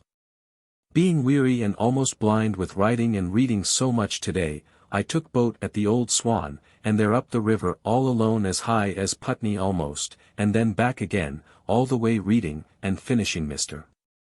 Boyle's Book of Colours, which is so chimical, that I can understand but little of it, but understand enough to see that he is a most excellent man. So back and home, and there to supper, and so to bed. 3rd, up, and by coach to St. James's, and with Sir W. Coventry a great while talking about several businesses, but especially about accounts, and how backward our treasurer is in giving them satisfaction, and the truth is I do doubt he cannot do better. But it is strange to say that being conscious of our doing little at this day, nor for some time past in our office for want of money, I do hang my head to him, and cannot be so free with him as I used to be, nor can be free with him. Though of all men, I think, I have the least cause to be so, having taken so much more pains, while I could do anything, than the rest of my fellows. Parted with him, and so going through the park met Mr. Mills, our parson, whom I went back with to bring him to Sir W. Coventry, to give him the form of a qualification for the Duke of York to sign to enable him to have 2 livings, which was a service I did, but much against my will, for a lazy, fat priest. Thence to Westminster Hall, and there walked a turn or two with Sir William Doyley, who did lay a wager with me, the treasurership would be in one hand, notwithstanding this present commission, before Christmas, on which we did lay a pole of ling, a brace of carps, and a pottle of wine. And Sir W. penned Mr. Scowen to be at the eating of them. Thence down by water to Deptford, it being Trinity Monday, when the master is chosen, and there, finding them all at church, and thinking they dined, as usual, at Stepney, I turned back, having a good book in my hand, the Life of Cardinal Wolsey, wrote by his own servant, and to Ratcliffe. And so walked to Stepney, and spent my time in the churchyard, looking over the gravestones, expecting when the company would come by. Finding no company stirring, I sent to the house to see. And, it seems, they dine not there, but at Deptford, so I back again to Deptford, and there find them just sat down. And so I down with them, and we had a good dinner of plain meat, and good company at our table, among others, my good Mr. Evelyn, with whom, after dinner, I stepped aside, and talked upon the present posture of our affairs, which is, that the Dutch are known to be abroad with 80 sail of ships of war, and 20 fireships. And the French come into the Chanel with 20 sail of men of war, and 5 fireships, while we have not a ship at sea to do them any hurt with, but are calling in all we can, while our ambassadors are treating at Breda. And the Dutch look upon them as come to beg peace, and use them accordingly. And all this through the negligence of our prince, who hath power, if he would, to master all these with the money and men that he hath had the command of, and may now have, if he would mind his business. But, for aught we see, the kingdom is likely to be lost, as well as the reputation of it is, for ever, notwithstanding so much reputation got and preserved by a rebel that went before him. This discourse of ours ended with sorrowful reflections upon our condition, and so broke up, and Creed and I got out of the room, and away by water to Whitehall, and there he and I waited in the Treasury Chamber an hour or two, where we saw the country receivers and accountants for money come to attend. And one of them, a brisk young fellow, with his hat cocked like a fool behind, as the present fashion among the blades is, committed to the sergeant. By and by, I, upon desire, was called in, and delivered in my report of my accounts. Present, Lord Ashley, Clifford, and Duncombe, who, being busy, did not read it, but committed it to Sir George Downing, and so I was dismissed, but, Lord, to see how Duncombe do take upon him is an eyesore, though I think he deserves great honour, but only the suddenness of his rise, and his pride. But I do like the way of these lords, that they admit nobody to use many words, nor do they spend many words themselves, but in great state do hear what they see necessary, and say little themselves, but bid withdraw. Thence Creed and I by water up to Foxhall, and over against it stopped, thinking to see some cockfighting. But it was just being done, and, therefore, back again to the other side, and to Spring Garden, and there eat and drank a little, and then to walk up and down the garden, reflecting upon the bad management of things now, compared with what it was in the late rebellious times, when men, some for fear, and some for religion, minded their business, which none now do, by being void of both. Much talk of this and other kinds, very pleasant, and so when it was almost night we home, setting him in at Whitehall, and I to the Old Swan, and thence home, where to supper, and then to read a little, and so to bed. 4th. Up, and to the office, and there busy all the morning putting in order the answering the great letter sent to the office by the new commissioners of the Treasury, who demand an account from the King's coming in to this day, which we shall do in the best manner we can. At noon home to dinner, and after dinner comes Mr. Commander to me and tells me, after all, that I cannot have a lease of the ground for my coach house and stable, till a suit in law be ended, about the end of the old stable now standing, which they and I would have pulled down to make a better way for a coach. I am a little sorry that I cannot presently have it, because I am pretty full in my mind of keeping a coach. But yet, when I think on it again, the Dutch and French both at sea, and we poor, and still out of order, I know not yet what turns there may be, and besides, I am in danger of parting with one of my places, which relates to the victualling. That brings me by accident in L800 a year, that is, L300 from the King in L500 from D. Gauden. I ought to be well contented to forbear a while, and therefore I am contented. To the office all the afternoon, where I dispatched much business to my great content, and then home in the evening, and there to sing and pipe with my wife, and that being done, she fell all of a sudden to discourse about her clothes and my humours in not suffering her to wear them as she pleases, and grew to high words between us, but I fell to read a book, Boyle's Hydrostatiques, 840 aloud in my chamber and let her talk, till she was tired and vexed that I would not hear her, and so become friends, and to bed together the first night after 4 or 5 that she hath lain from me by reason of a great cold she had got. 5th. Up, and with Mr. Kenesteri by coach to Whitehall to the Commissioners of the Treasury about getting money for Tangier, and did come to, after long waiting, speak with them, and there I find them all sat. And, among the rest, Duncombe lolling, with his heels upon another chair, by that he sat upon, and had an answer good enough, and then away home, and, it being a most windy day, and hath been so all night, southwest. And we have great hopes that it may have done the Dutch or French fleet some hurt, having got some papers in order, I back to St. James's, where we all met at Sir W. Coventry's chamber, and dined and talked of our business, he being a most excellent man, and indeed, with all his business, hath more of his employed upon the good of the service of the navy, than all of us, that makes me ashamed of it. This noon Captain Perriman brings us word how the Happy returns, crew, below in the Hope, ordered to carry the Portugal ambassador to Holland, and the ambassador, I think, on board, refuse to go till paid. And by their example 2 or 3 more ships are in a mutiny, which is a sad consideration, while so many of the enemy's ships are at this day triumphing in the sea. Here a very good and neat dinner, after the French manner, and good discourse, and then up after dinner to the Duke of York and did our usual business, and are put in hopes by Sir W. Coventry that we shall have money, and so away, Sir G. Carteret and I to my Lord Crewe to advise about Sir G. Carteret carrying his accounts tomorrow to the commissioners appointed to examine them and all other accounts since the war, who at last by the King's calling them to him yesterday and chiding them will sit. But Littleton and Garraway much against their wills.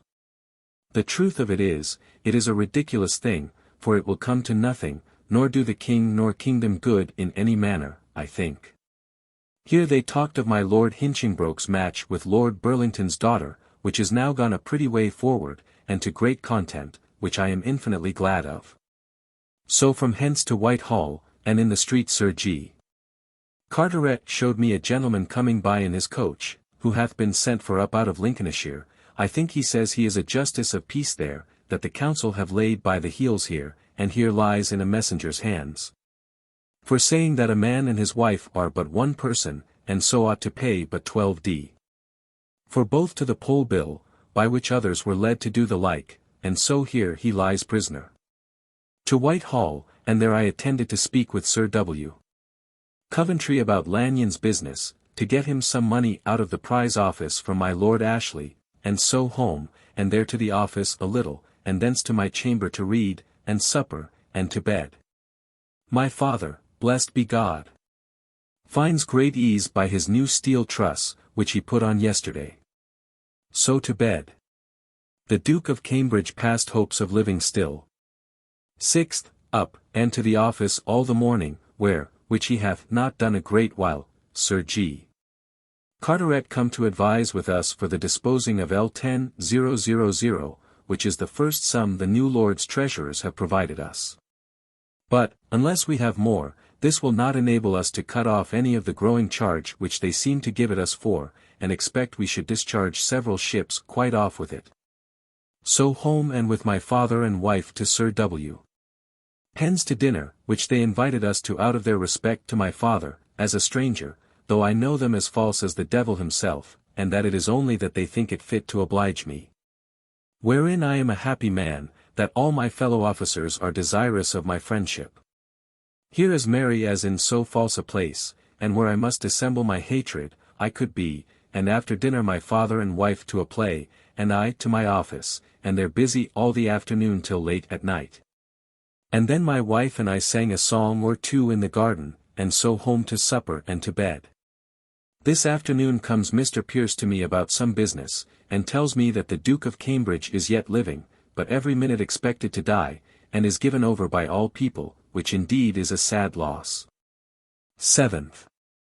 Up, and after with my flageolet and Mr. Townsend, whom I sent for to come to me to discourse about my Lord Sandwich's business.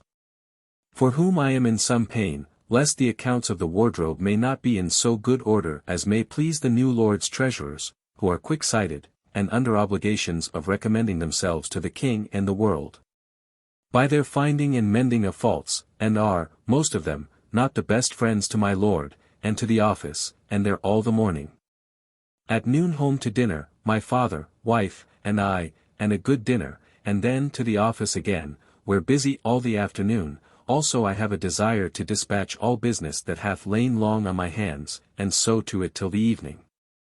And then home to sing and pipe with my wife, and then to supper and to bed, my head full of thoughts how to keep if I can some part of my wages as surveyor of the victualling, which I see must now come to be taken away among the other places that have been occasioned by this war, and the rather because I have of late an inclination to keep a coach. Ever since my drinking, 2 days ago, some very ghoul drink at Sir W. Coventry's table I have been full of wind and with some pain, and I was afraid last night that it would amount to much, but, blessed be God, I find that the worst is past, so that I do clearly see that all the indisposition I am liable today as to sickness is only the colicae. This day I read, shown me by Mr. Gibson, A discourse newly come forth of the King of France, his pretence to Flanders, which is a very fine discourse, and the truth is, hath so much of the civil law in it, that I am not a fit judge of it, but, as it appears to me, he hath a good pretence to it by right of his queen. So to bed. 8th, up, and to the office, where all the news this morning is, that the Dutch are come with a fleet of 80 sail to Harwich, and that guns were heard playing by Sir W. Ryder's people at Bednall Green, all yesterday even.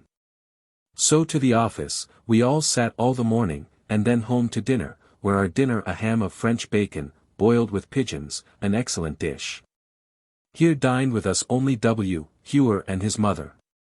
After dinner to the office again, where busy till night, and then home and to read a little and then to bed. The news is confirmed that the Dutch are off of Harwich, but had done nothing last night. The king hath sent down my Lord of Oxford to raise the countries there, and all the western barges are taken up to make a bridge over the river, about the Hope, for horse to cross the river, if there be occasion.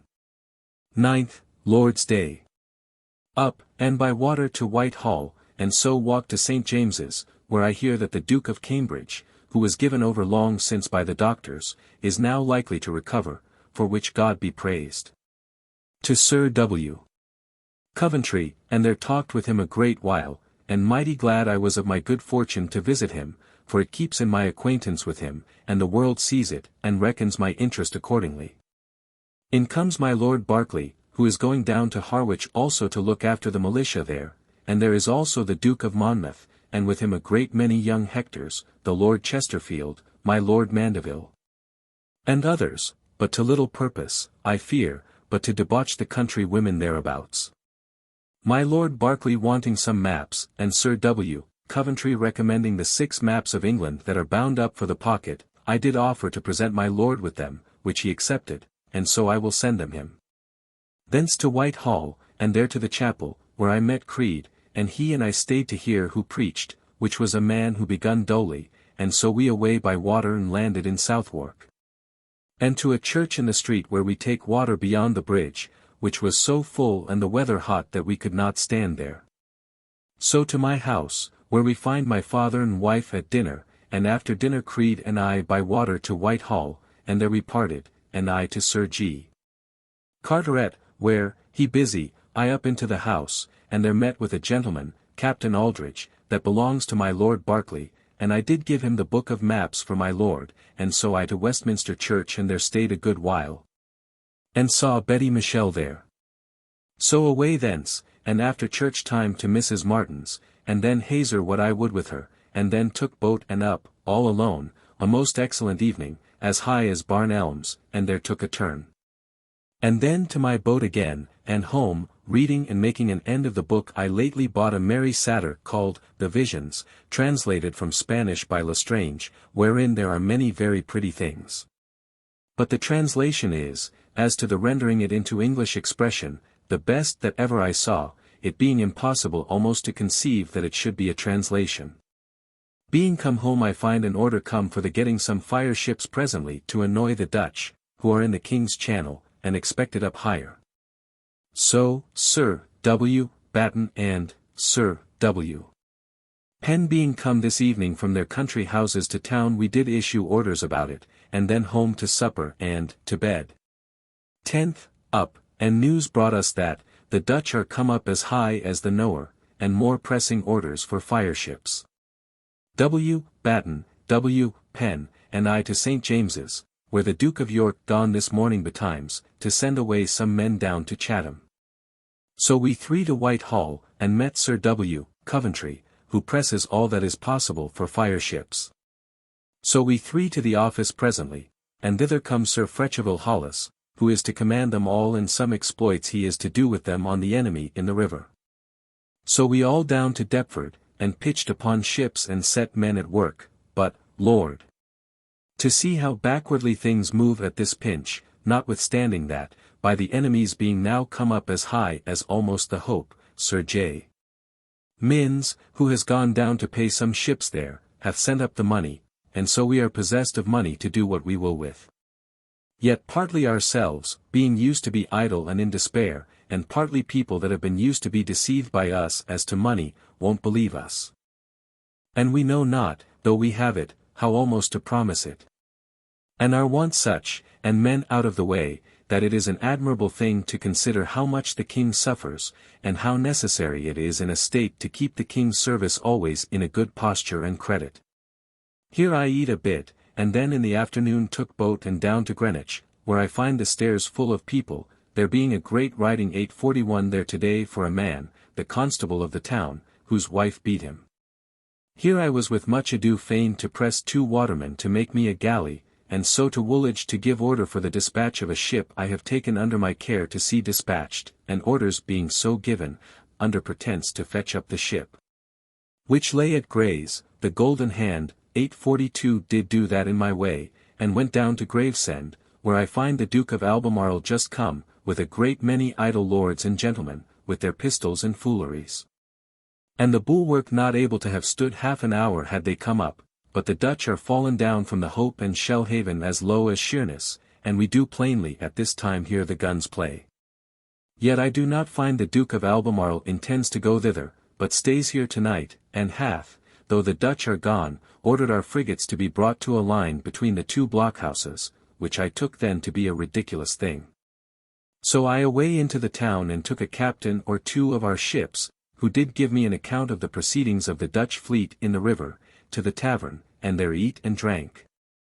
And I find the townsmen had removed most of their goods out of the town, for fear of the Dutch coming up to them.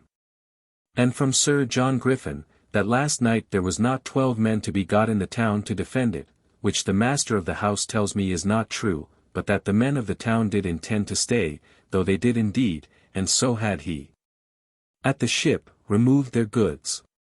Thence went off to an Ostend man of war, just now come up, who met the Dutch fleet, who took 3 ships that he come convoying hither from him says they are as low as the Nore, or thereabouts. So I homeward, as long as it was light reading Mr. Boyle's Book of Hydrostatics, which is a most excellent book as ever I read, and I will take much pains to understand him through if I can, the doctrine being very useful. When it grew too dark to read I lay down and took a nap, it being a most excellent fine evening, and about 1 o'clock got home, and after having wrote to Sir W. Coventry an account of what I had done and seen, which is entered in my letter book, I to bed. 11th, up, and more letters still from Sir W. Coventry about more fireships, and so Sir W. Batten and I to the office, where Brunker come to us, who is just now going to Chatham upon a desire of Commissioner Petts, who is in a very fearful stink for fear of the Dutch, and desires help for God and the King and Kingdom's sake. So Brunker goes down, and Sir J. Minns also, from Gravesend. This morning Pett writes us word that Sheerness is lost last night, after 2 or 3 hours dispute. The enemy hath possessed himself of that place, which is very sad, and puts us into great fears of Chatham. Sir W. Batten and I down by water to Deptford, and there Sir W. Penn and we did consider of several matters relating to the dispatch of the fireships, and so, Sir W. Batten and I home again, and there to dinner, my wife and father having dined, and after dinner, by W. Hewer's lucky advice, went to Mr. Fenn, and did get him to pay me above L400 of my wages, and W. Hewer received it for me, and brought it home this night. Thence I meeting Mr. Moore went toward the other end of the town by coach, and spying Mercer in the street, I took leave of Moore and Light and followed her, and at Paul's overtook her and walked with her through the dusty street almost to home. And there in Lombard Street met the Turner in coach, who had been at my house to see us, being to go out of town tomorrow to the northward, and so I promised to see her tomorrow, and then home, and there to our business, hiring some fireships, and receiving every hour almost letters from Sir W. Coventry, calling for more fireships, and an order from council to enable us to take any man's ships, and Sir W. Coventry, in his letter to us, says he do not doubt but at this time, under an invasion, as he owns it to be, the king may, by law, take any man's goods. At this business late, and then home. where a great deal of serious talk with my wife about the sad state we are in, and especially from the beating up of drums this night for the trainbands upon pain of death to appear in arms tomorrow morning with bullet and powder, and money to supply themselves with victuals for a fortnight. Which, considering the soldiers drawn out to Chatham and elsewhere, looks as if they had a design to ruin the city and give it up to be undone, which, I hear, makes the sober citizens to think very sadly of things. So to bed after supper, ill in my mind. This afternoon Mrs. Williams sent to me to speak with her, which I did, only about news. I had not spoke with her many a day before by reason of Carcass's business. 12th. Up very betimes to our business at the office, their hiring of more fire ships, and at it close all the morning. At noon home, and Sir W. Penn dined with us. By and by, after dinner, my wife out by coach to see her mother. And I in another, being afraid, at this busy time, to be seen with a woman in a coach, as if I were idle, towards the Turners, but met Sir W. Coventry's boy. And there in his letter find that the Dutch had made no motion since their taking Sheerness, and the Duke of Albemarle writes that all is safe as to the great ships against any assault, the Boom and Shen being so fortified. Which put my heart into great joy. 843. When I come to Sir W. Coventry's chamber, I find him abroad, but his clerk, Powell, do tell me that ill news is come to court of the Dutch breaking the Shen at Chatham, which struck me to the heart. And to Whitehall to hear the truth of it. And there, going up the back stairs, I did hear some lackeys speaking of sad news come to court, saying, that hardly anybody in the court but do look as if he cried, and would not go into the house for fear of being seen, but slunk out and got into a coach, and to the Turners to Sir W. Turner's, where I met Roger Pepys, newly come out of the country. He and I talked aside a little, he offering a match for Paul, one Barnes, of whom we shall talk more the next time. His father married a Pepys. In discourse, he told me further that his grandfather, my great-grandfather, had L800 per annum, in Queen Elizabeth's time, in the very town of Cottenham, and that we did certainly come out of Scotland with the Abbot of Crowland. More talk I had, and shall have more with him, but my mind is so sad and head full of this ill news that I cannot now set it down.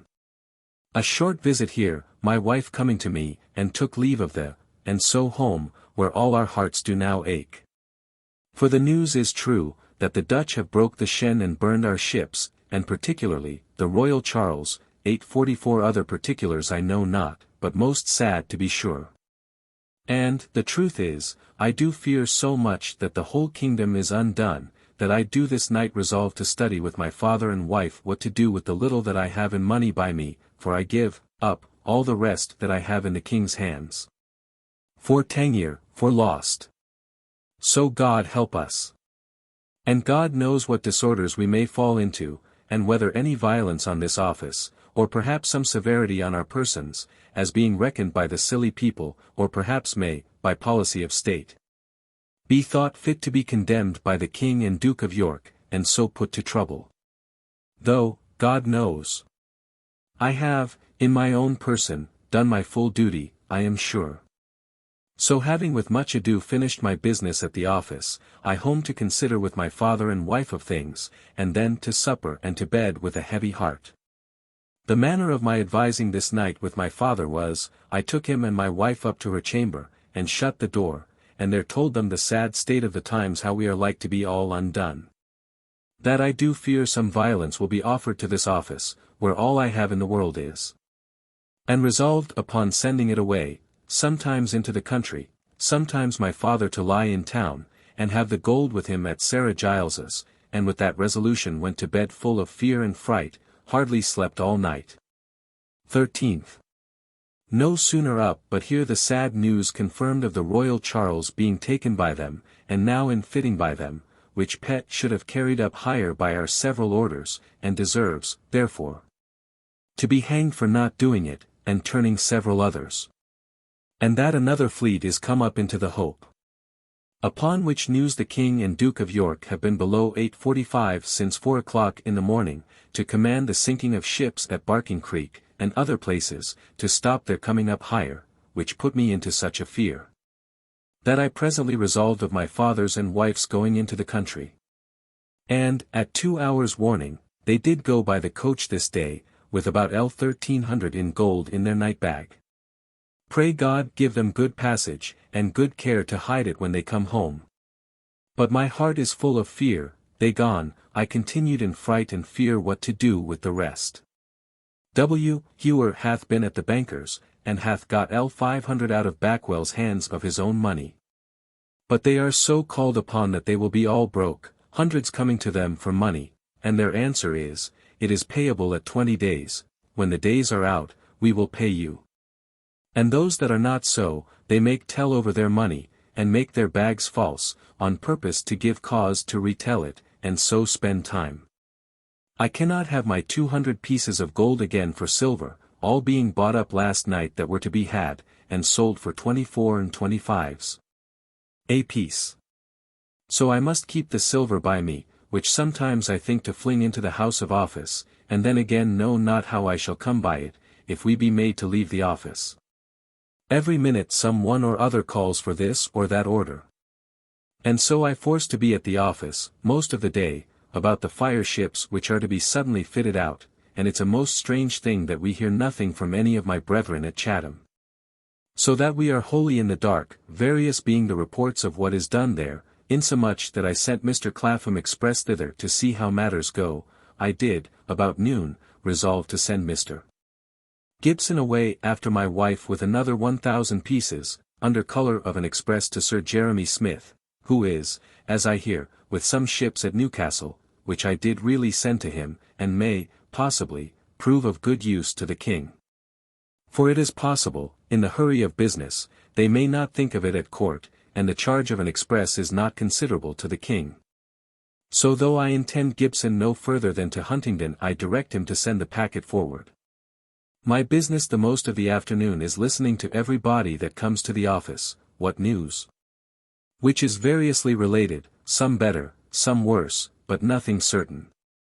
The King and Duke of York up and down all the day here and there, some time on Tower Hill, where the city militia was, where the King did make a speech to them, that they should venture themselves no further than he would himself. I also sent, my mind being in pain, Saunders after my wife and father, to overtake them at their night's lodgings, to see how matters go with them. In the evening, I sent for my cousin Sarah, Giles, and her husband, who come. And I did deliver them my chest of writings about Brampton, and my brother Tom's papers, and my journals, which I value much, and did send my 2 silver flagons to Kate Joyce's, that so, being scattered what I have, something might be saved. I have also made a girdle, by which, with some trouble, I do carry about me 300 in gold about my body, that I may not be without something in case I should be surprised, for I think, in any nation but ours, people that appear, for we are not indeed so faulty as we, would have their throats cut. In the evening comes Mr. Pelling, and several others, to the office, and tell me that never were people so dejected as they are in the city all over at this day, and do talk most loudly, even treason. As, that we are bought and sold, that we are betrayed by the Papists and others, about the king. Cry out that the office of the ordnance hath been so backward as no powder to have been at Chatham nor Upnor Castle till such a time, and the carriages all broken, that leg is a Papist. That Upnor, the old good castle built by Queen Elizabeth, should be lately slighted, that the ships at Chatham should not be carried up higher. They look upon us as lost, and remove their families and rich goods in the city. And do think verily that the French, being come down with his army to Dunkirk, it is to invade us, and that we shall be invaded. Mr. Clerk, the solicitor, comes to me about business, and tells me that he hears that the king hath chosen Mr. Pierpont and Vaughan of the West, privy councillors, that my Lord Chancellor was affronted in the hall this day, by people telling him of his Dunkirk house. And that there are regiments ordered to be got together, whereof to be commanders my Lord Fairfax, Ingoldsby, Bethel, Norton, and Birch, and other Presbyterians, and that Dr. Bates will have liberty to preach. Now, whether this be true or not, I know not, but do think that nothing but this will unite us together. Late at night comes Mr.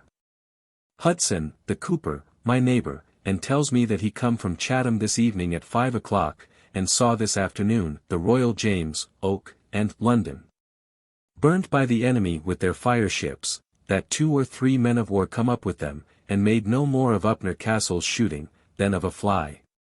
That those ships lay below Upnor Castle, but therein, I conceive, he is in an error, that the Dutch are fitting out the Royal Charles.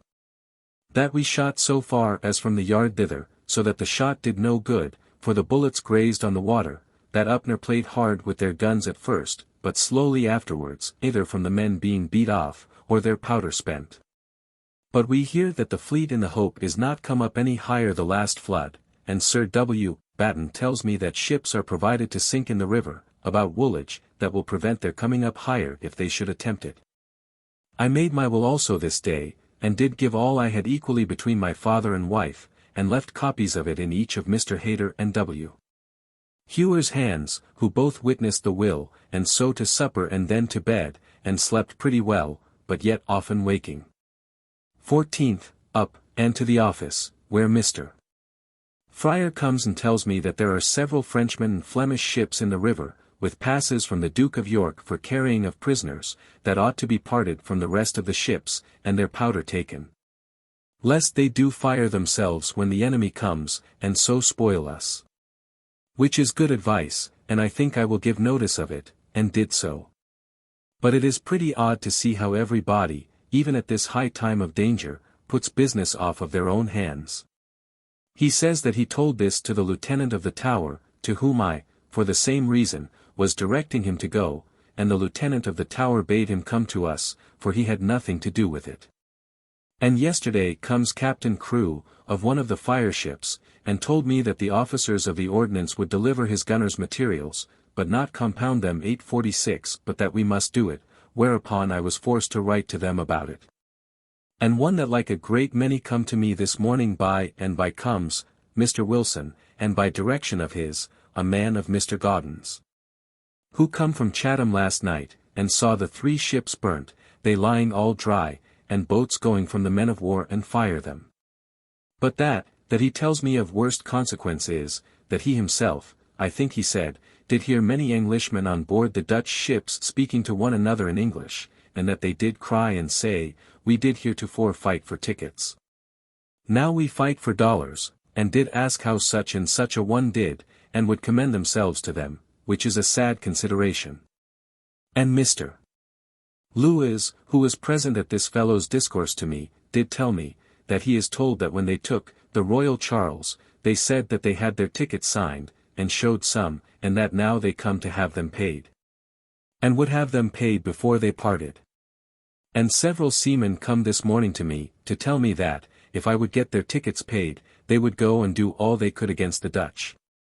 But otherwise they would not venture being killed, and lose all they have already fought for, so that I was forced to try what I could do to get them paid. This man tells me that the ships burnt last night did lie above Upnor Castle, over against the dock, and the boats come from the ships of war and burnt them all, which is very sad.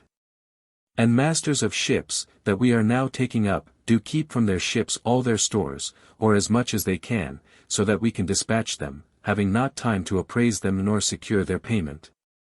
Only some little money we have, which we are fain to pay the men we have with, every night, or they will not work. And indeed the hearts as well as affections of the seamen are turned away. And in the open streets in Wapping, and up and down, the wives have cried publicly, this comes of your not paying our husbands, and now your work is undone, or done by hands that understand it not. And Sir W. Batten told me that he was himself affronted with a woman, in language of this kind, on Tower Hill publicly yesterday. And we are fain to bear it, and to keep one at the office door to let no idle people in, for fear of firing of the office and doing us mischief. The city is troubled at their being put upon duty, summoned 1 hour, and discharged 2 hours after. And then again summoned 2 hours after that, to their great charge as well as trouble. And Pelling, the apothecary, tells me the world says all over, that less charge than what the kingdom is put to, of one kind or other, by this business, would have set out all our great ships. It is said they did in open streets yesterday, at Westminster, cry, a Parliament. A Parliament, and I do believe it will cost blood to answer for these miscarriages. We do not hear that the Dutch are come to Gravesend, which is a wonder. But a wonderful thing it is that to this day we have not one word yet from Brunker, or Peter Pett, or J. Minns, of anything at Chatham.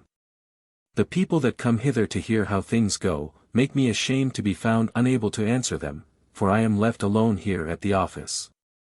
And the truth is, I am glad my station is to be here, near my own home and out of danger, yet in a place of doing the King good service. I have this morning good news from Gibson. 3 letters from 3 several stages, that he was safe last night as far as Royston, at between 9 and 10 at night. The dismay that is upon us all, in the business of the kingdom and navy at this day, is not to be expressed otherwise than by the condition the citizens were in when the city was on fire, nobody knowing which way to turn themselves. While everything concurred to greaten the fire. As here the easterly gale and spring tides for coming up both rivers, and enabling them to break the Shen. D. Gauden did tell me yesterday, that the day before at the council they were ready to fall together by the ears at the council table, arraigning one another of being guilty of the council that brought us into this misery. By laying up all the great ships. Mr. Hayter tells me at noon that some rude people have been, as he hears, at my Lord Chancellor's, where they have cut down the trees before his house and broke his windows. And a gibbet either set up before or painted upon his gate, and these 3 words writ, 3 sights to be seen, Dunkirk, Tangier, and a barren queen. 847.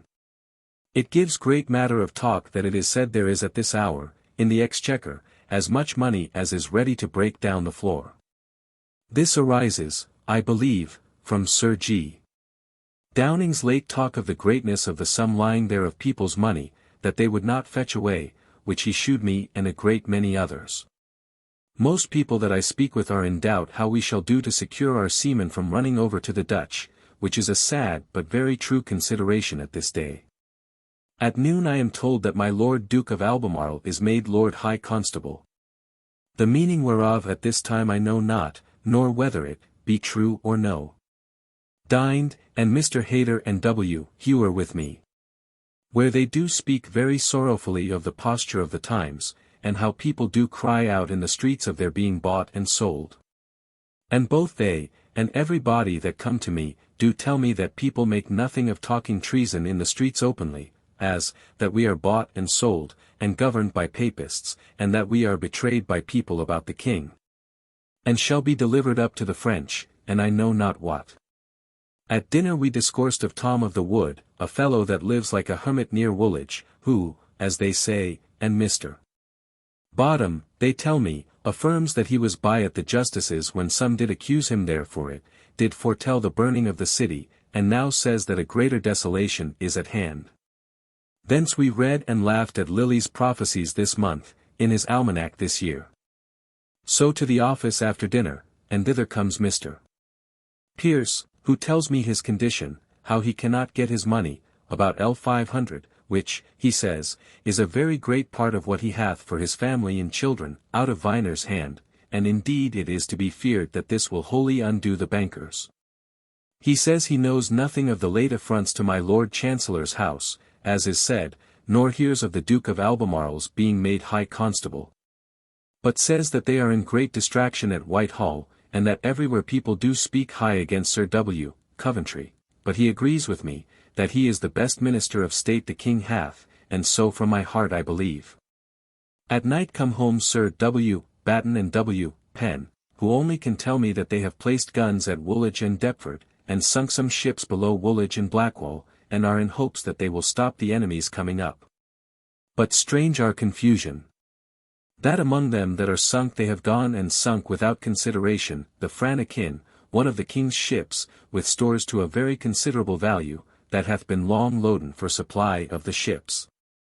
And the new ship at Bristol, and much wanted there, and nobody will own that they directed it, but do lay it on Sir W. Ryder. They speak also of another ship, loaden to the value of L80,000, sunk with the goods in her, or at least was mightily contended for by him, and a foreign ship, that had the faith of the nation for her security, this Sir R. Ford tells us, and it is too plain a truth, that both here and at Chatham the ships that we have sunk have many, and the first of them, been ships completely fitted for fire ships at great charge. But most strange the backwardness and disorder of all people, especially the king's people in pay, to do any work, Sir W. Penn tells me, all crying out for money, and it was so at Chatham, that this night comes an order from Sir W. Coventry to stop the pay of the wages of that yard, the Duke of Albemarle having related, that not above 3 of 1100 in pay there did attend to do any work there.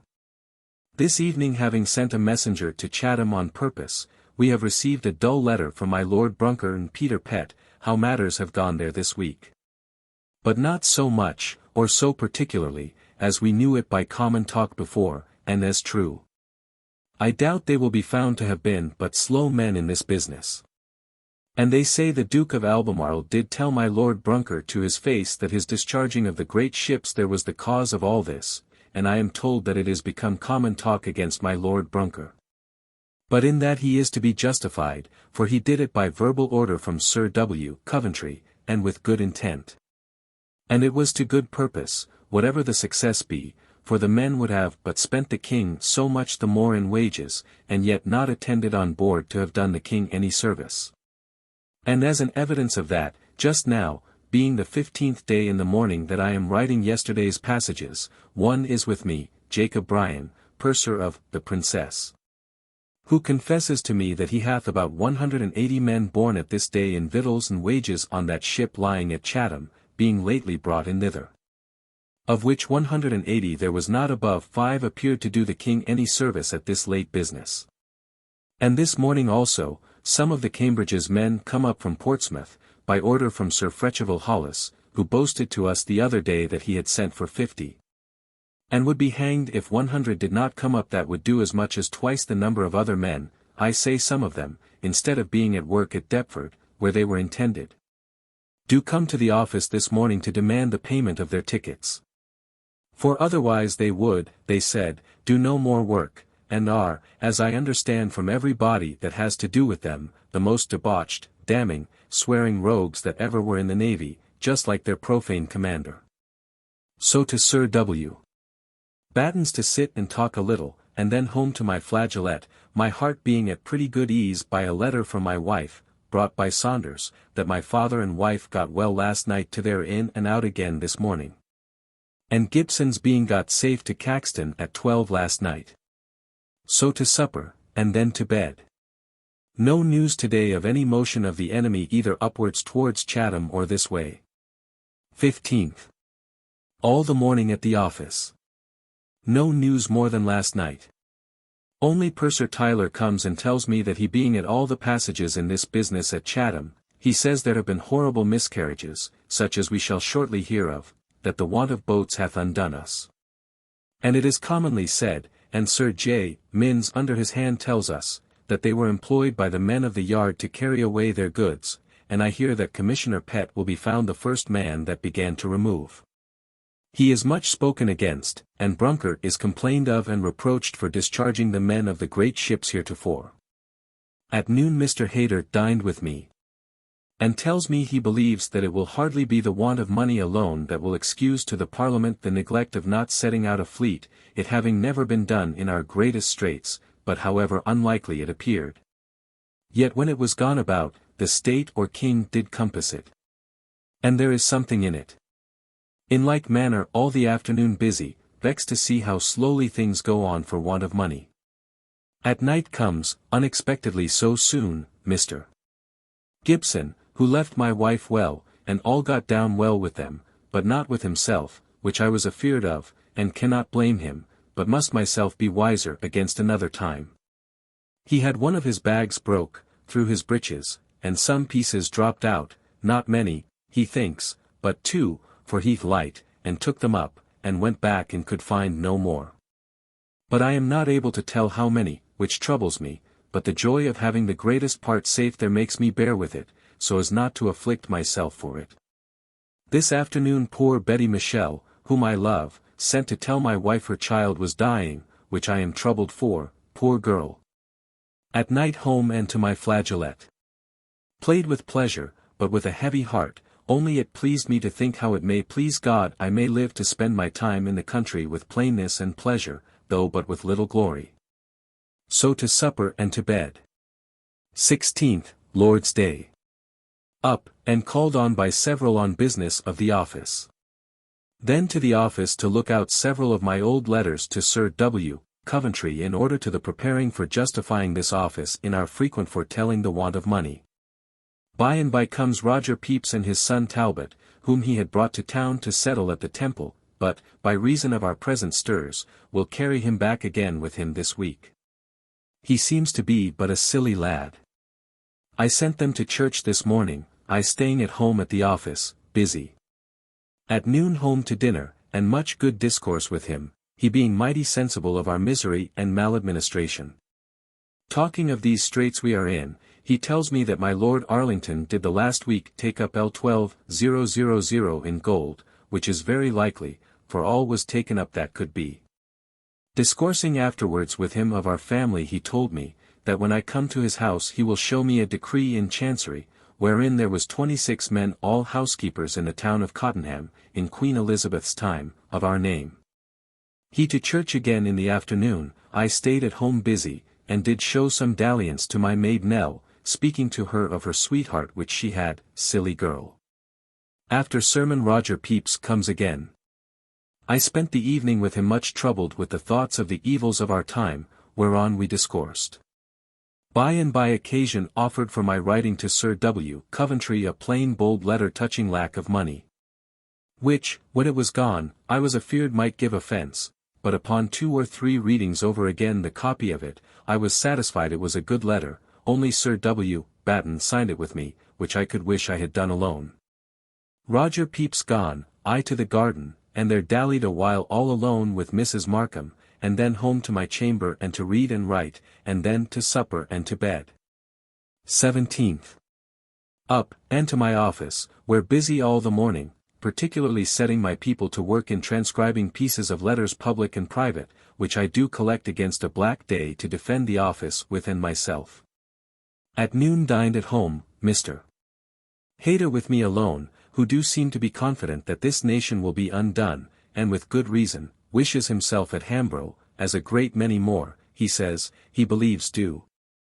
But nothing but the reconciling of the Presbyterian party will save us, and I am of his mind. At the office all the afternoon, where every moment business of one kind or other about the fire ships and other businesses, most of them vexatious for want of money, the commanders all complaining that, if they miss to pay their men a night, they run away.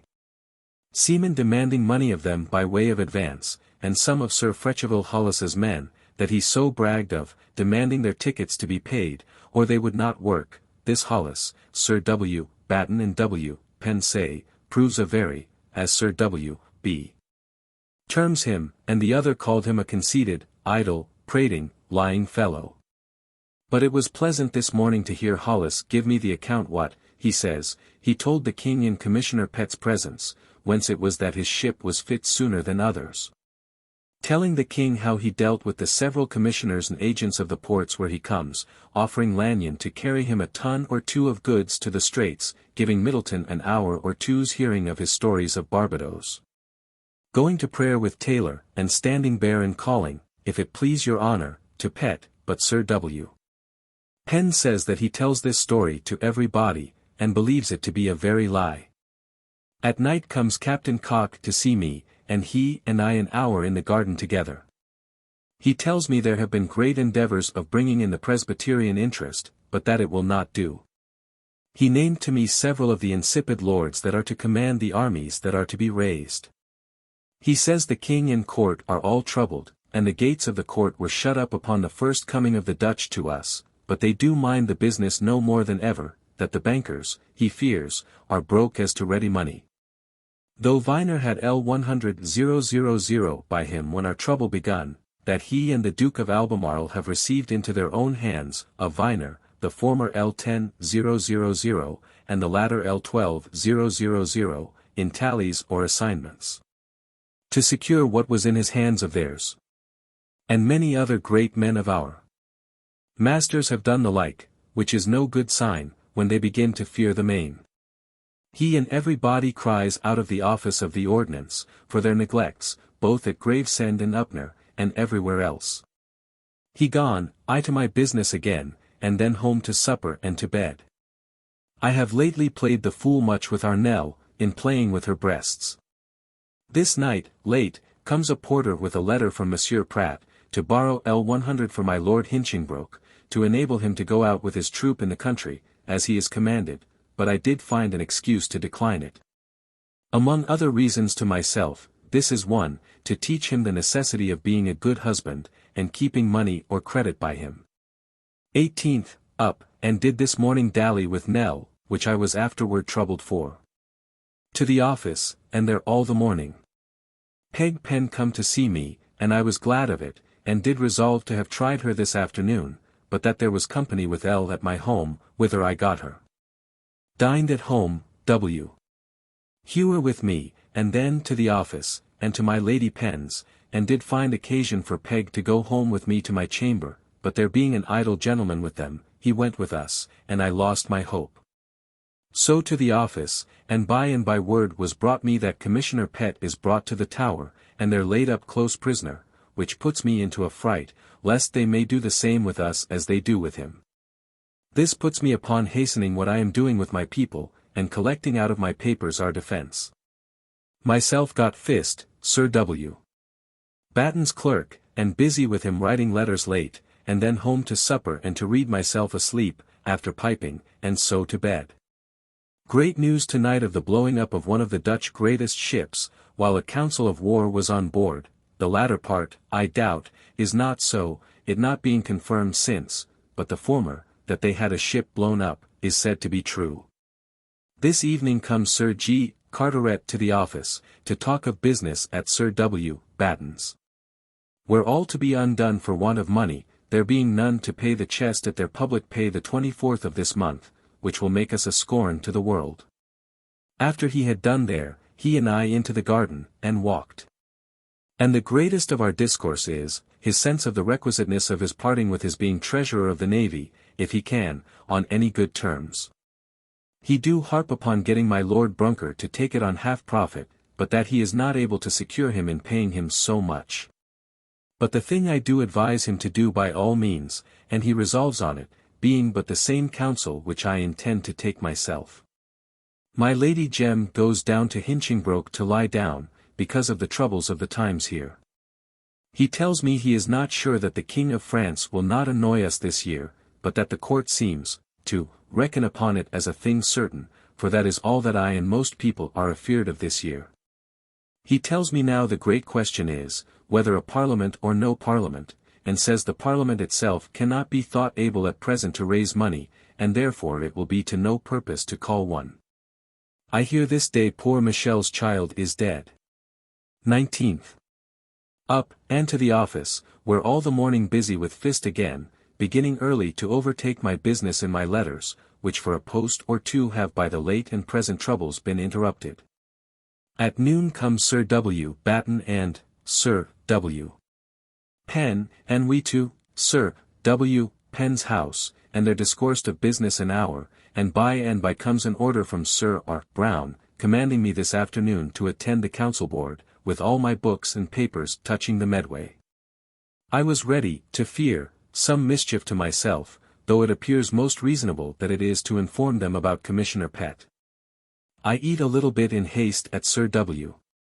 Batten's, without much comfort, being fearful, though I shew it not, and to my office and get up some papers, and found out the most material letters and orders in our books, and so took coach and to the council chamber lobby, where I met Mr.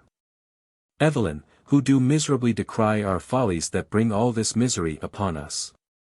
While we were discoursing over our public misfortunes, I am called into a large committee of the council, present the Duke of Albemarle, Anglesey, Arlington, Ashley, Carteret, Duncombe, Coventry, Ingram, Clifford, Lauderdale, Morris, Manchester, Craven, Carlisle, Bridgewater.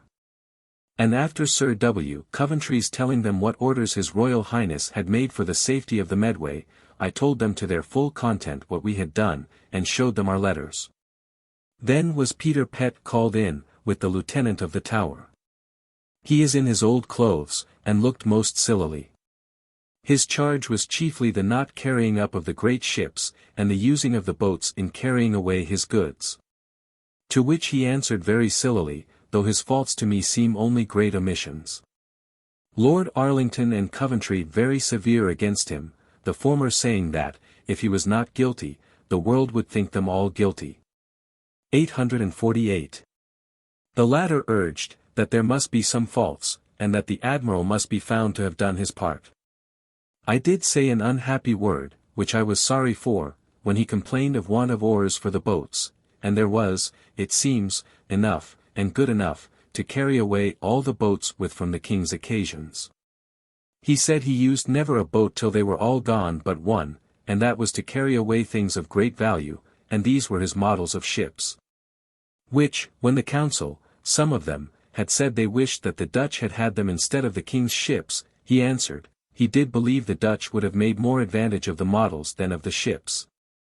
And that the King had had greater loss thereby. This they all laughed at. After having heard him for an hour or more, they bid him withdraw. I all this while showing him no respect, but rather against him, for which God forgive me. For I mean no hurt to him, but only find that these lords are upon their own purgation, and it is necessary I should be so in behalf of the office. He being gone, they caused Sir Richard Browne to read over his minutes. And then my Lord Arlington moved that they might be put into my hands to put into form, I being more acquainted with such business, and they were so. So I away back with my books and papers. And when I got into the court it was pretty to see how people gazed upon me, that I thought myself obliged to salute people and to smile, lest they should think I was a prisoner too. But afterwards I found that most did take me to be there to bear evidence against Pett, but my fear was such, at my going in, of the success of the day, that at my going in I did think fit to give T. Hayter, whom I took with me, to wait the event, my closet key and directions where to find L500 and more in silver and gold, and my tallies, to remove, in case of any misfortune to me. Thence to Sir G. Carteret to take my leave of my Lady Jem, who is going into the country tomorrow. But she being now at prayers with my lady and family, and hearing here by York, the carrier, that my wife is coming to town, I did make haste home to see her, that she might not find me abroad. It being the first minute I have been abroad since yesterday was a night. It is pretty to see how strange it is to be abroad to see people, as it used to be after a month or two's absence, and I have brought myself so to it, that I have no great mind to be abroad, which I could not have believed of myself. I got home, and after being there a little, she come, and two of her fellow travellers with her, with whom we drunk, a couple of merchant-like men, I think, but have friends in our country. They being gone, I and my wife to talk, who did give me so bad an account of her and my father's method in burying of our gold, that made me mad, and she herself is not pleased with it, she believing that my sister knows of it. My father and she did it on Sunday, when they were gone to church, in open daylight, in the midst of the garden. Where, for aught they knew, many eyes might see them, which put me into such trouble, that I was almost mad about it, and presently cast about, how to have it back again to secure it here, the times being a little better now. At least at Whitehall they seem as if they were, but one way or other I am resolved to free them from the place if I can get them. Such was my trouble at this, that I fell out with my wife, that though new come to town, I did not sup with her, nor speak to her tonight, but to bed and sleep. 20th. Up, without any respect to my wife, only answering her a question or two, without any anger though, and so to the office, where all the morning busy, and among other things Mr. Barber come to me, one of the clerks of the ticket office, to get me to sign some tickets, and told me that all the discourse yesterday, about that part of the town where he was that Mr. Pett and I were in the Tower. And I did hear the same before. At noon, home to dinner, and there my wife and I very good friends. The care of my gold being somewhat over, considering it was in their hands that have as much cause to secure it as myself almost, and so if they will be mad, let them. But yet I do intend to send for it away. Here dined Mercer with us, and after dinner she cut my hair, and then I into my closet and there slept a little, as I do now almost every day after dinner. And then, after dallying a little with Nell, which I am ashamed to think of, away to the office. Busy all the afternoon, in the evening did treat with, and in the end agree.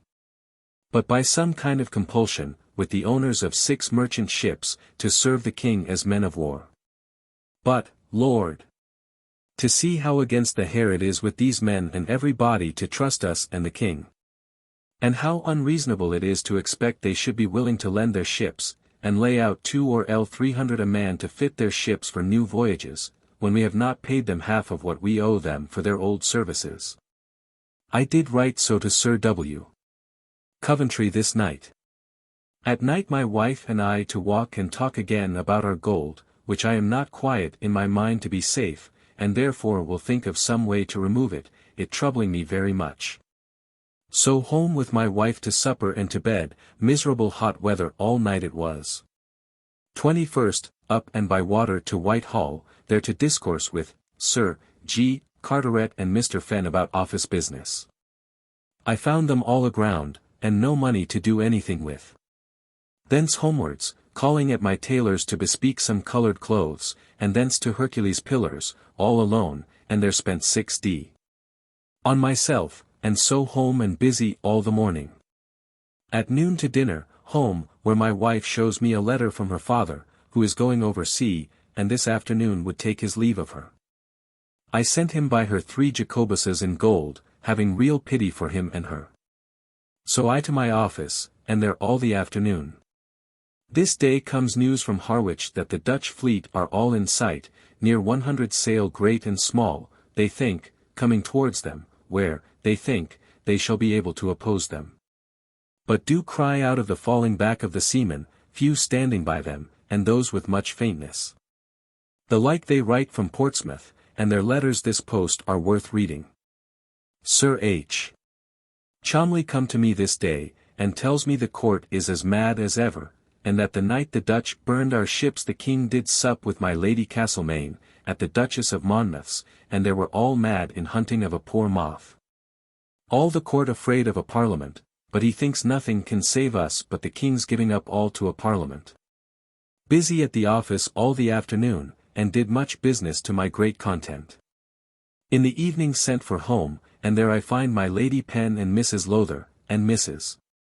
Turner and my wife eating some victuals, and there I sat and laughed with them a little, and so to the office again, and in the evening walked with my wife in the garden, and did give Sir W. Penn at his lodgings, being just come from Deptford from attending the dispatch of the fire ships there, an account of what passed the other day at council touching Commissioner Pett, and so home to supper and to bed. 22nd. Up, and to my office, where busy, and there comes Mrs. Daniel. At the office I all the morning busy. At noon home to dinner, where Mr. Louis Phillips, by invitation of my wife, comes, he coming up to town with her in the coach this week, and she expected another gentleman, a fellow traveller, and I perceive the feast was for him, though she do not say it. But by some mistake he come not, so there was a good dinner lost. Here we had the 2 mercers, and pretty merry. Much talk with Mr. Phillips about country business, among others that there is no way for me to purchase any several lands in Brampton, or making any several that is not so, without much trouble and cost, and, it may be, not do it neither. So that there is no more ground to be laid to our Brampton house. After dinner I left them, and to the office, and thence to Sir W. Penn's, there to talk with Mrs. Lowther, and by we hearing Mercer and my boys singing at my house, making exceeding good musique, to the joy of my heart, that I should be the master of it, I took her to my office and there merry a while, and then I left them. And at the office busy all the afternoon, and sleepy after a great dinner. In the evening come Captain Hart and Haywood to me about the 6 merchant ships now taken up for men of war, and in talk they told me about the taking of the Royal Charles. That nothing but carelessness lost the ship, for they might have saved her the very tide that the Dutch come up, if they would have but used means and had had but boats, and that the want of boats plainly lost all the other ships. That the Dutch did take her with a boat of 9 men, who found not a man on board her, and her laying so near them was a main temptation to them to come on. And presently a man went up and struck her flag and jack, and a trumpeter sounded upon her. Jones' placket is torn, that they did carry her down at a time, both for tides and wind, when the best pilot in Chatham would not have undertaken it. They heeling her on one side to make her draw little water, and so carried her away safe. They being gone, by and by comes Sir W. Penn home, and he and I together talking. He hath been at court, and in the first place, I hear the Duke of Cambridge is dead. A which is a great loss to the nation, having, I think, never an heir male now of the kings or dukes to succeed to the crown. He tells me that they do begin already to damn the Dutch, and call them cowards at Whitehall, and think of them and their business no better than they used to do, which is very sad. The king did tell him himself, which is so, I was told, here in the city, that the city hath lent him L10,000, to be laid out towards securing of the river of Thames. Which, methinks, is a very poor thing, that we should be induced to borrow by such mean sums. He tells me that it is most manifest that one great thing making it impossible for us to have set out a fleet this year, if we could have done it for money or stores, was the liberty given the beginning of the year for the setting out of merchantmen, which did take up, as is said, above 10, if not 15,000 seamen, and this the other day Captain Cock tells me appears in the council books. That is the number of seamen required to man the merchant ships that had passes to go abroad. By and by, my wife being here, they sat down and eat a bit of their nasty victuals, and so parted and we to bed. 23rd, Lord's Day. Up to my chamber, and there all the morning reading in my Lord Coke's Pleas of the Crown, very fine noble reading.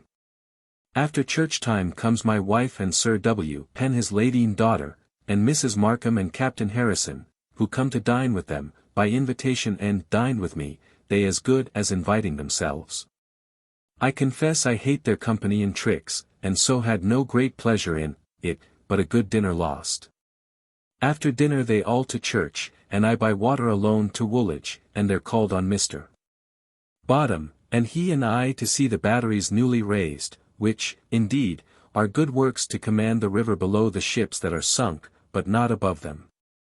Here I met with Captain Cock and Matt Wren, Fenn, and Charles Porter, and Temple and his wife.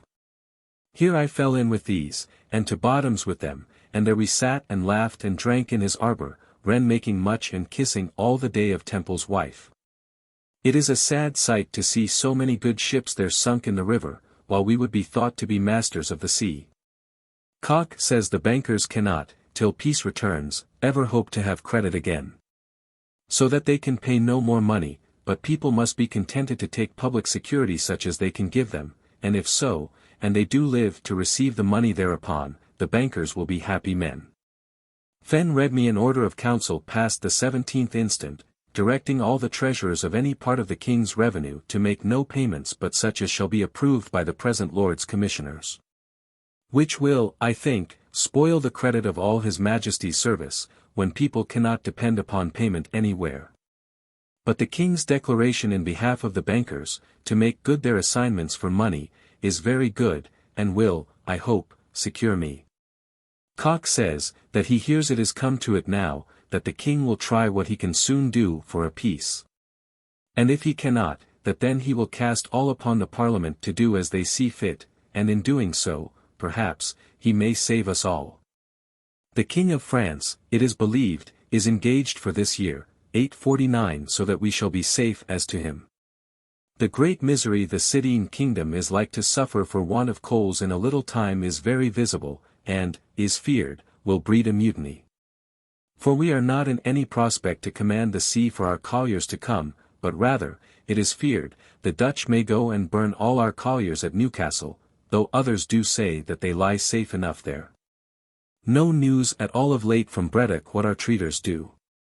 By and by, all by water in 3 boats to Greenwich, there to Cox, where we supped well, and then late, Wren, Fenn, and I home by water, set me in at the Tower, and they to Whitehall, and so I home, and after a little talk with my wife to bed.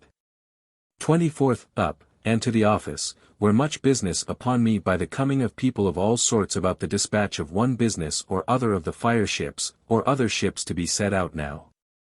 This morning greeting come, and I with him at my flageolet. At noon dined at home with my wife alone, and then in the afternoon all the day at my office.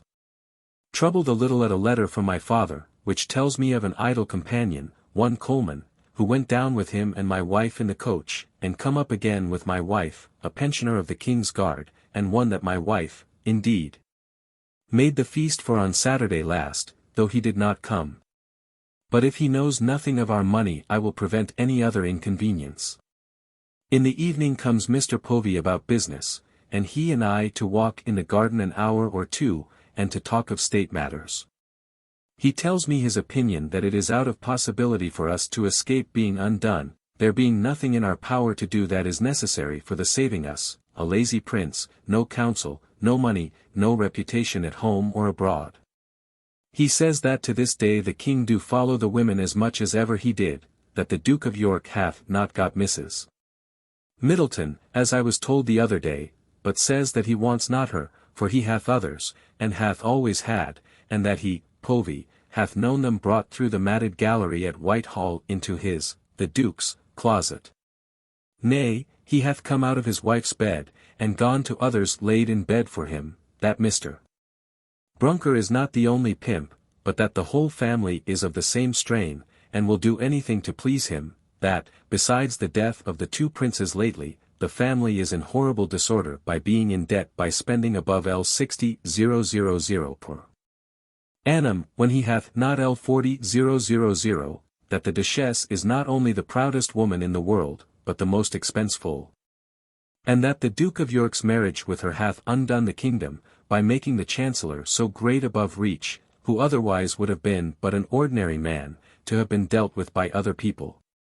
And he would have been careful of managing things well, for fear of being called to account, whereas, now he is secure, and hath let things run to rack, as they now appear. That at a certain time Mr. Povey did carry him an account of the state of the Duke of York's estate, showing in faithfulness how he spent more than his estate would bear, by above L20,000 per annum, and asked my lord's opinion of it. To which he answered that no man that loved the king or kingdom durst own the writing of that paper.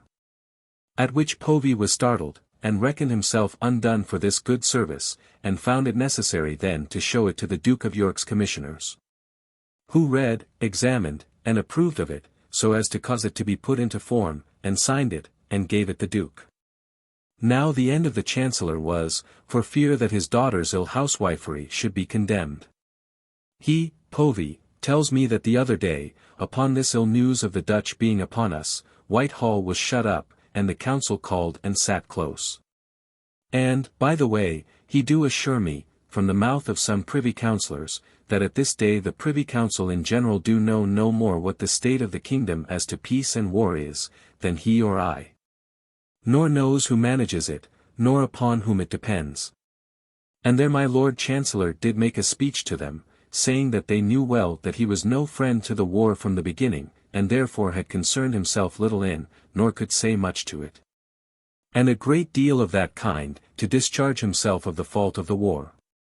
Upon which my Lord Anglesey rose up and told his Majesty that he thought their coming now together was not to inquire who was, or was not, the cause of the war, but to inquire what was, or could be, done in the business of making a peace. And in whose hands that was, and where it was stopped or forwarded. And went on very highly to have all made open to them, and, by the way, I remember that Captain Cock did the other day tell me that this Lord Anglesey hath said, within few days, that he would willingly give L10,000 of his estate, that he was well secured of the rest, such apprehensions he hath of the sequel of things, as giving all over for lost. He tells me, speaking of the horrid effeminacy of the king, that the king hath taken 10 times more care and pains in making friends between my Lady Castlemaine and Mrs. Stuart, when they have fallen out, than ever he did to save his kingdom. Nay, that upon any falling out between my Lady Castlemaine's nurse and her woman, my lady hath often said she would make the king to make them friends, and they would be friends and be quiet. Which the king hath been fain to do, that the king is, at this day, every night in Hyde Park with the Duchess of Monmouth. Or with my Lady Castlemaine, that he, Povey, is concerned of late by my Lord Arlington in the looking after some buildings that he is about in Norfolk, where my Lord is laying out a great deal of money. And that he, Mr. Povey, considering the unsafeness of laying out money at such a time as this, and, besides, the enviousness of the particular county, as well as all the kingdom, to find him building and employing workmen. While all the ordinary people of the country are carried down to the seasides for securing the land, he thought it becoming him to go to my Lord Arlington, Sir Thomas Clifford by, and give it as his advice to hold his hands a little. But my Lord would not, but would have him go on, and so Sir Thomas Clifford advised also, which one would think, if he were a statesman worth a fart, should be a sign of his foreseeing that all shall do well. But I do forbear concluding any such thing from them. He tells me that there is not so great confidence between any two men of power in the nation at this day, that he knows of, as between my Lord Arlington and Sir Thomas Clifford. And that it arises by accident only, there being no relation nor acquaintance between them, but only Sir Thomas Clifford's coming to him, and applying himself to him for favours, when he come first up to town to be a Parliament man. He tells me that he do not think there is anything in the world for us possibly to be saved by but the King of France's generousness to stand by us against the Dutch, and getting us a tolerable peace, it may be. Upon our giving him Tangier and the islands he hath taken, and other things he shall please to ask. He confirms me in the several grounds I have conceived of fearing that we shall shortly fall into mutinies and outrages among ourselves, and that therefore he, as a treasurer, and therefore much more myself, I say, as being not only a treasurer but an officer of the navy, on whom, for all the world knows, the faults of all our evils are to be laid, do fear to be seized on by some rude hands as having money to answer for. Which will make me the more desirous to get off of this treasurership as soon as I can, as I had before in my mind resolved. Having done all this discourse, and concluded the kingdom in a desperate condition, we parted, and I to my wife, with whom was Mercer and Betty Michel, poor woman, come with her husband to see us after the death of her little girl. We sat in the garden together a while, it being night, and then Mercer and I a song or two, and then in, the Michel's home, my wife, Mercer, and I to supper, and then parted and to bed. 25th, up, and with Sir W. Penn in his new chariot, which indeed is plain, but pretty and more fashionable in shape than any coach he hath, and yet do not cost him, harness and all, above L32, to Whitehall, where stayed a very little, and thence to St. James's to Sir W. Coventry, whom I have not seen since before the coming of the Dutch into the river, nor did indeed know how well to go see him, for shame either to him or me, or both of us, to find ourselves in so much misery. I find that he and his fellow treasurers are in the utmost want of money, and do find fault with Sir G. Carteret, that, having kept the mystery of borrowing money to himself so long, to the ruin of the nation, as Sir W. Coventry said in words to Sir W. Penn and me, he should now lay it aside and come to them for money for every penny he hath, declaring that he can raise no more, which, I confess, do appear to me the most like ill will of any thing that I have observed of Sir W. Coventry, when he himself did tell us, on another occasion at the same time, that the bankers who used to furnish them money are not able to lend a farthing, and he knows well enough that that was all the mystery. Sir G. Carteret did use, that is, only his credit with them. He told us the masters and owners of the two ships that I had complained of, for not readily setting forth their ships, which we had taken up to make men of war, had been yesterday with the king in council, and had made their case so well understood, that the king did owe them for what they had earned the last year, that they could not set them out again without some money or stores out of the king's yards. The latter of which, Sir W. Coventry said must be done, for that they were not able to raise money for them, though it was but L200 a ship, which do skew us our condition to be so bad, that I am in a total despair of ever having the nation do well. After talking a while, and all out of heart with stories of want of seamen, and seamen's running away, and their demanding a month's advance, and our being forced to give seamen 3s a day to go hence to work at Chatham, and other things that show nothing but destruction upon us. For it is certain that, as it now is, the seamen of England, in my conscience, would, if they could, go over and serve the King of France or Holland rather than us. Up to the Duke of York to his chamber, where he seems to be pretty easy, and now and then merry, but yet one may perceive in all their minds there is something of trouble and care, and with good reason. Thence to Whitehall, and with Sir W. Penn, by chariot, and there in the court met with my Lord Anglesey, and he to talk with Sir W. Penn, and told him of the masters of ships being with the council yesterday, and that we were not in condition, though the men were willing, to furnish them with L200 of money, already due to them as earned by them the last year, to enable them to set out their ships again this year for the king, which he is amazed at. And when I told him, my lord, this is a sad instance of the condition we are in, he answered, that it was so indeed, and sighed, and so parted, and he up to the council chamber, where I perceive they sit every morning, and I to Westminster Hall, where it is term time.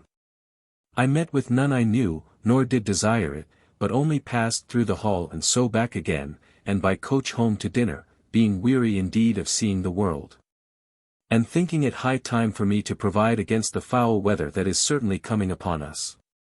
So to the office, and there, Sir W.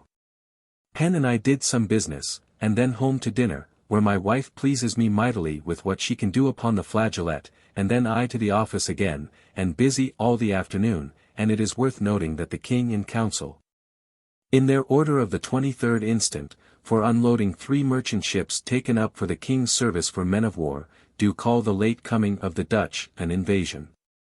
I was told, yesterday, that Mr. Oldenburg, our secretary at Gresham College, is put into the Tower, for writing news to a virtuoso in France, with whom he constantly corresponds in philosophical matters, which makes it very unsafe at this time to write, or almost do anything. Several captains come to the office yesterday and today, complaining that their men come and go when they will, and will not be commanded, though they are paid every night, or may be. Nay, this afternoon comes Harry Russell from Gravesend, telling us that the money carried down yesterday for the chest at Chatham had like to have been seized upon yesterday, in the barge there, by seamen, who did beat our watermen, and what men should these be but the boat's crew of Sir Fretcheville Hollis, who used to brag so much of the goodness and order of his men, and his command over them. Busy all the afternoon at the office. Towards night I with Mr. Kynaston to Whitehall about a Tangier order, but lost our labour, only met Sir H. Cholmondeley there, and he tells me great news. That this day in council the King hath declared that he will call his Parliament in 30 days, which is the best news I have heard a great while, and will, if anything, save the kingdom. How the King come to be advised to this, I know not. But he tells me that it was against the Duke of York's mind flatly, who did rather advise the King to raise money as he pleased, and against the Chancellors, who told the King that Queen Elizabeth did do all her business in 88 without calling a Parliament, and so might he do, for anything he saw. But, blessed be God, it is done.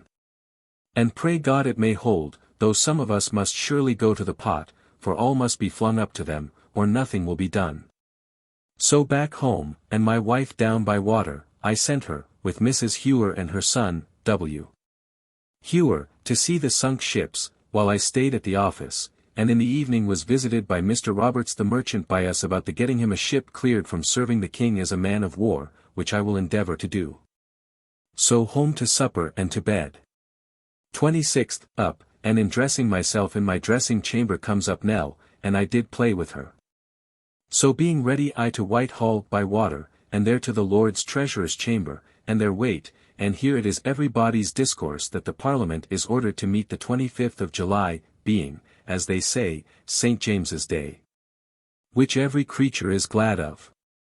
But it is pretty to consider how, walking to the Old Swan from my house, I met Sir Thomas Harvey, whom, asking the news of the Parliament's meeting, he told me it was true, and they would certainly make a great rout among us. I answered, I did not care for my part, though I was ruined, so that the Commonwealth might escape ruin by it. He answered, that is a good one, in faith, for you know yourself to be secure, in being necessary to the office. But for my part, says he, I must look to be removed, but then, says he, I doubt not but I shall have amends made me, for all the world knows upon what terms I come in. Which is a saying that a wise man would not unnecessarily have said, I think, to any body, meaning his buying his place of my Lord Berkeley, of Stratton. So we parted, and I to Whitehall, as I said before, and there met with Sir Stephen Fox and Mr. Scawen, who both confirmed the news of the Parliament's meeting. Here I stayed for an order for my tangier money, L30,000, upon the 11 months' tax, and so away to my Lord Arlington's office, and there spoke to him about Mr. Lanyon's business, and received a good answer, and thence to Westminster Hall and there walked a little, and there met with Colonel Reams, who tells me of a letter come last night, or the day before, from my Lord St. Albans, out of France, wherein he says, that the King of France did lately fall out with him, giving him ill names, saying that he had belied him to our King, by saying that he had promised to assist our King, and to forward the peace. Saying that indeed he had offered to forward the peace at such a time, but it was not accepted of, and so he thinks himself not obliged, and would do what was fit for him.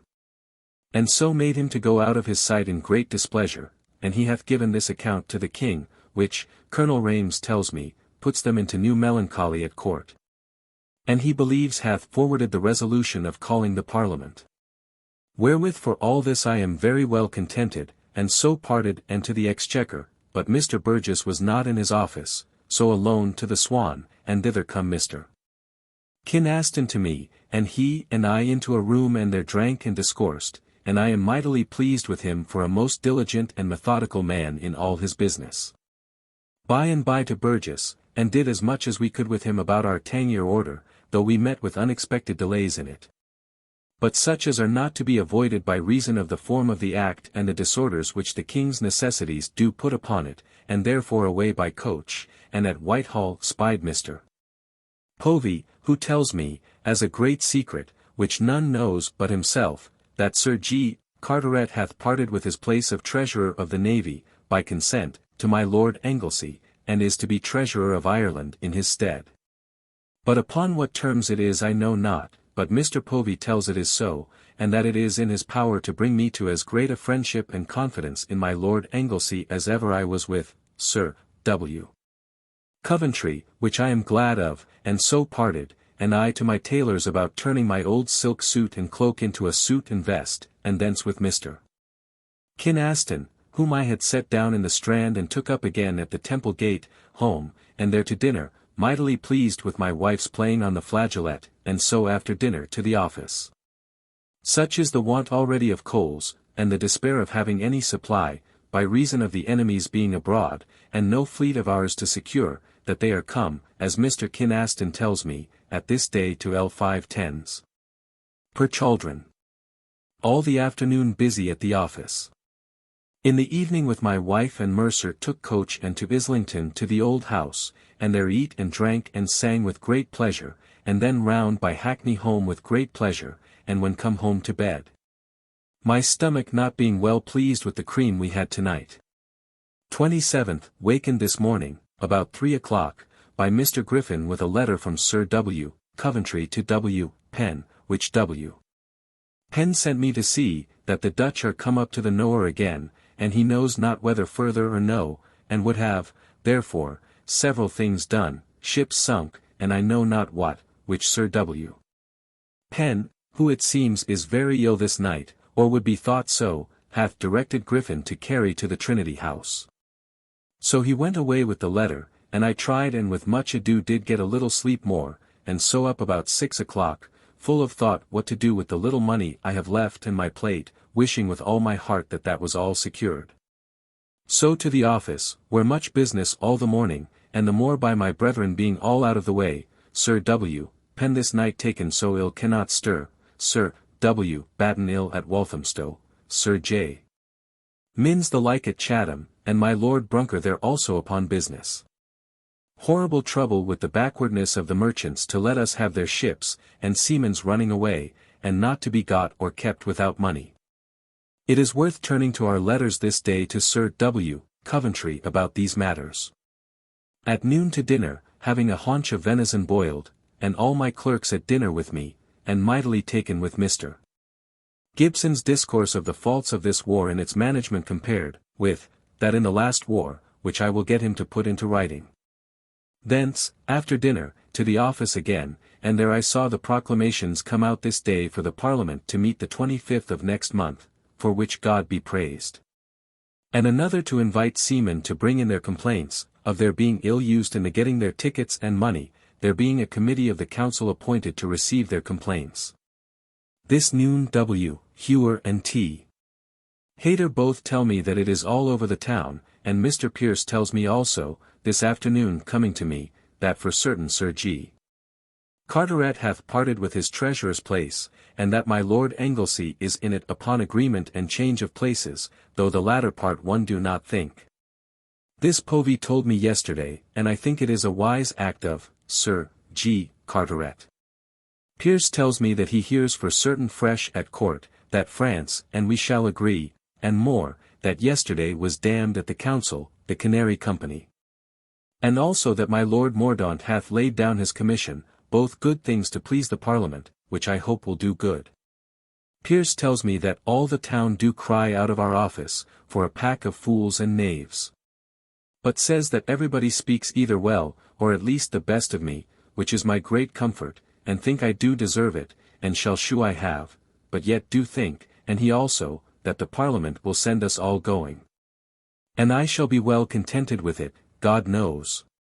But he tells me how Matt Wren should say that he was told that I should say that W. Coventry was guilty of the miscarriage at Chatham, though I myself, as he confesses, did tell him otherwise, and that it was Holy Pet's fault. This do trouble me, not only as untrue, but as a design in some, one, or other to do me hurt. For, as the thing is false, so it never entered into my mouth or thought, nor ever shall. He says that he hath rectified Wren in his belief of this, and so all is well. He gone, I to business till the evening, and then by chance home, and find the fellow that come up with my wife, Coleman, last from Brampton, a silly rogue, but one that would seem a gentleman, but I did not stay with him. So to the office, where late, busy, and then to walk a little in the garden, and so home to supper and to bed. News this tide, that about 80 sail of the Dutch, great and small were seen coming up the river this morning. And this tied some of them to the upper end of the Hope. 28th, up, and here Sir W. Batten is come to town, I to see him, he is very ill of his fever, and come to town only for advice. Sir J. Minns, I hear also, is very ill all this night, worse than before. Thence I going out met at the gate Sir H. Cholmley coming to me, and I to him in the coach, and both of us presently to St. James's, by the way discoursing of some tangier business about money, which the want of I see will certainly bring the place into a bad condition. We find the Duke of York and Sir W. Coventry gone this morning, by 2 o'clock, to Chatham, to come home tonight, and it is fine to observe how both the King and Duke of York have, in their several late journeys to and again, done them in the night for coolness. Thence with him to the Treasury Chamber, and then to the Exchequer to inform ourselves a little about our warrant for L30,000 for Tangier, which vexes us that it is so far off in time of payment. Having walked 2 or 3 turns with him in the hall we parted, and I home by coach, and did business at the office till noon, and then by water to Whitehall to dinner to Sir G. Carteret, but he not at home, but I dined with my lady in good company, and good dinner. My lady and the family in very good humour upon this business of his parting with his place of Treasurer of the Navy, which I perceive they do own, and we did talk of it with satisfaction. They do here tell me that the Duke of Buckingham hath surrendered himself to Secretary Morris, and is going to the Tower. Mr.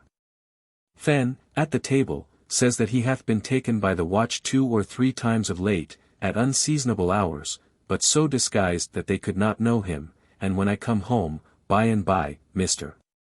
Lowther tells me that the Duke of Buckingham do dine publicly this day at Wadlow's, at the Sun Tavern, and is mighty merry, and sent word to the Lieutenant of the Tower, that he would come to him as soon as he had dined. Now, how sad a thing it is, when we come to make sport of proclaiming men traitors, and banishing them, and putting them out of their offices, and privy council, and of sending to and going to the Tower, God have mercy on us. At table, my lady and Sir Philip Carteret have great and good discourse of the greatness of the present King of France, what great things he hath done, that a man may pass, at any hour in the night, all over that wild city, Paris, with a purse in his hand and no danger, that there is not a beggar to be seen in it, nor dirt lying in it. That he hath married 2 of Colbert's daughters to 2 of the greatest princes of France, and given them portions, bought the greatest dukedom in France, and given it to Colbert. 850 and ne'er a prince in France dare whisper against it, whereas here our king cannot do any such thing, but everybody's mouth is open against him for it, and the man that hath the favour also. That to several commanders that had not money to set them out to the present campaign, he did of his own accord, send them 1,000 sterling a piece, to equip themselves. But then they did enlarge upon the slavery of the people, that they are taxed more than the real estates they have. Nay, it is an ordinary thing for people to desire to give the king all their land that they have, and themselves become only his tenants, and pay him rent to the full value of it, so they may have but their earnings, but this will not be granted. But he shall give the value of his rent, and part of his labor too. That there is not a petty governor of a province, nay, of a town, but he will take the daughter from the richest man in the town under him, that hath got anything, and give her to his footman for a wife if he pleases. And the king of France will do the like to the best man in his kingdom, take his daughter from him, and give her to his footman, or whom he pleases. It is said that he do make a sport of us now. And says, that he knows no reason why his cousin, the King of England, should not be as willing to let him have his kingdom, as that the Dutch should take it from him. Which is a most wretched thing that ever we should live to be in this most contemptible condition. After dinner Sir G. Carteret come in, and I to him and my lady, and there he did tell me that the business was done between him and my Lord Anglesey. That himself is to have the other's place of Deputy Treasurer of Ireland, which is a place of honour and great profit, being far better, I know not for what reason, but a reason there is, than the Treasurer's, my Lord of Cork's. And to give the other his, of Treasurer of the Navy. That the King, at his earnest entreaty, did, with much unwillingness, but with owning of great obligations to him, for his faithfulness and long service to him and his father, and therefore was willing to grant his desire. That the Duke of York hath given him the same kind words, so that it is done with all the good manner that could be, and he I perceive do look upon it, and so do I confess. As a great good fortune to him to meet with one of my Lord Anglesey's quality willing to receive it at this time. Sir W. Coventry he hath not yet made acquainted with it, nor do intend it, it being done purely to ease himself of the many troubles and plagues which he thinks the perverseness and unkindness of Sir W. Coventry and others by his means have and is likely every day to bring upon him, and the Parliament's envy, and lastly to put himself into a condition of making up his accounts, which he is, he says, afeard he shall never otherwise be. My Lord Chancellor, I perceive, is his friend in it. I remember I did in the morning tell Sir H. Cholmondeley of this business, and he answered me, he was sorry for it, for, whatever Sir G. Carteret was, he is confident my Lord Anglesey is one of the greatest knaves in the world, which is news to me, but I shall make my use of it. Having done this discourse with Sir G. Carteret, and signified my great satisfaction in it, which they seem to look upon as something, I went away and by coach home, and there find my wife making of tea, a drink which Mr. Pelling, the apothecary, tells her is good for her cold and defluxions. I to the office, whither come Mr. Carcass to me to sue for my favour to him, and Sir W. Penn's, where I find Mr. Lowther come to town after the journey, and after a small visit to him, I to the office to do much business, and then in the evening to Sir W. Batten's, to see how he did, and he is better than he was. He told me how Mrs. Lowther had her train held up yesterday by her page, at his house in the country, which is so ridiculous a piece of pride as I am ashamed of. He told me also how he hears by somebody that my Lord Brunker's maid hath told that her lady Mrs. Williams had sold her jewels and clothes to raise money for something or other, and indeed the last night a letter was sent from her to me, to send to my lord, with about 5 pieces of gold in it, which methought at the time was but a poor supply. I then to Sir W. Penn, who continues a little ill, or dissembles it, the latter of which I am apt to believe. Here I stayed but little, not meaning much kindness in it, and so to the office, and dispatched more business. And then home at night, and to supper with my wife, and who should come in but Mr. Pelling, and supped with us, and told us the news of the town, how the officers of the navy are cried out upon, and a great many greater men. But do think that I shall do well enough, and I think, if I have justice, I shall. He tells me of my Lord Duke of Buckingham, his dining today at the Sun, and that he was mighty merry. And, what is strange, tells me that really he is at this day a very popular man. The world reckoning him to suffer upon no other account than that he did propound in Parliament to have all the questions that had to do with the receipt of the taxes and prizes. But they must be very silly that do think he can do anything out of good intention. After a great deal of tittle-tattle with this honest man, he gone we to bed. We hear that the Dutch are gone down again, and thanks be to God. The trouble they give us this second time is not very considerable. 29th.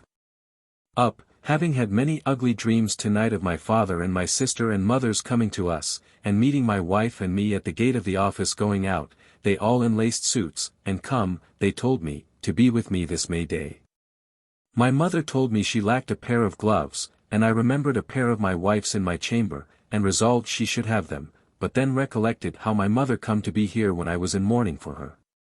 And so thinking it to be a mistake in our thinking her all this while dead, I did contrive that it should be said to any that inquired that it was my mother-in-law, my wife's mother, that was dead, and we in mourning for. This dream troubled me and I waked. These dreams did trouble me mightily all night. Up, and by coach to St. James's, and there find Sir W. Coventry and Sir W. Penn above stairs, and then we to discourse about making up our accounts against the Parliament, and Sir W. Coventry did give us the best advice he could for us to provide for our own justification, believing, as everybody do, that they will fall heavily upon us all, though he lay all upon want of money, only a little. He says, if the Parliament be in any temper, may be laid upon themselves for not providing money sooner, they being expressly and industriously warned thereof by him, he says, even to the troubling them. That some of them did afterwards tell him that he had fright them.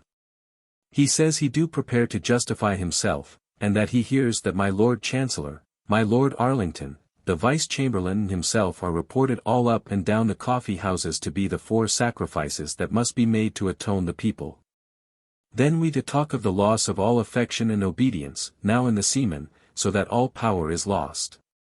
He told us that he do concur in thinking that want of money do the most of it, but that is not all, but the having of gentlemen captains, who discourage all tarpaulins.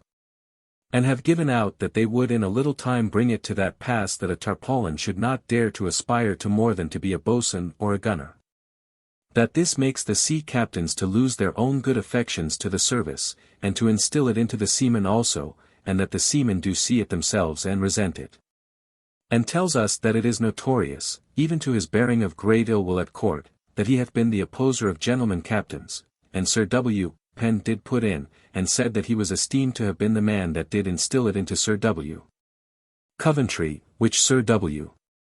Coventry did own also, and says that he hath always told the gentlemen captains his opinion of them, and that himself who had now served to the business of the sea 6 or 7 years should know a little.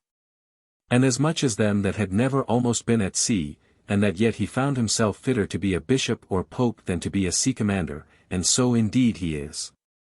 I begun to tell him of the experience I had of the great brags made by Sir F. Hollis the other day, and the little proof either of the command or interest he had in his men, which Sir W. Penn seconded by saying Sir Fr.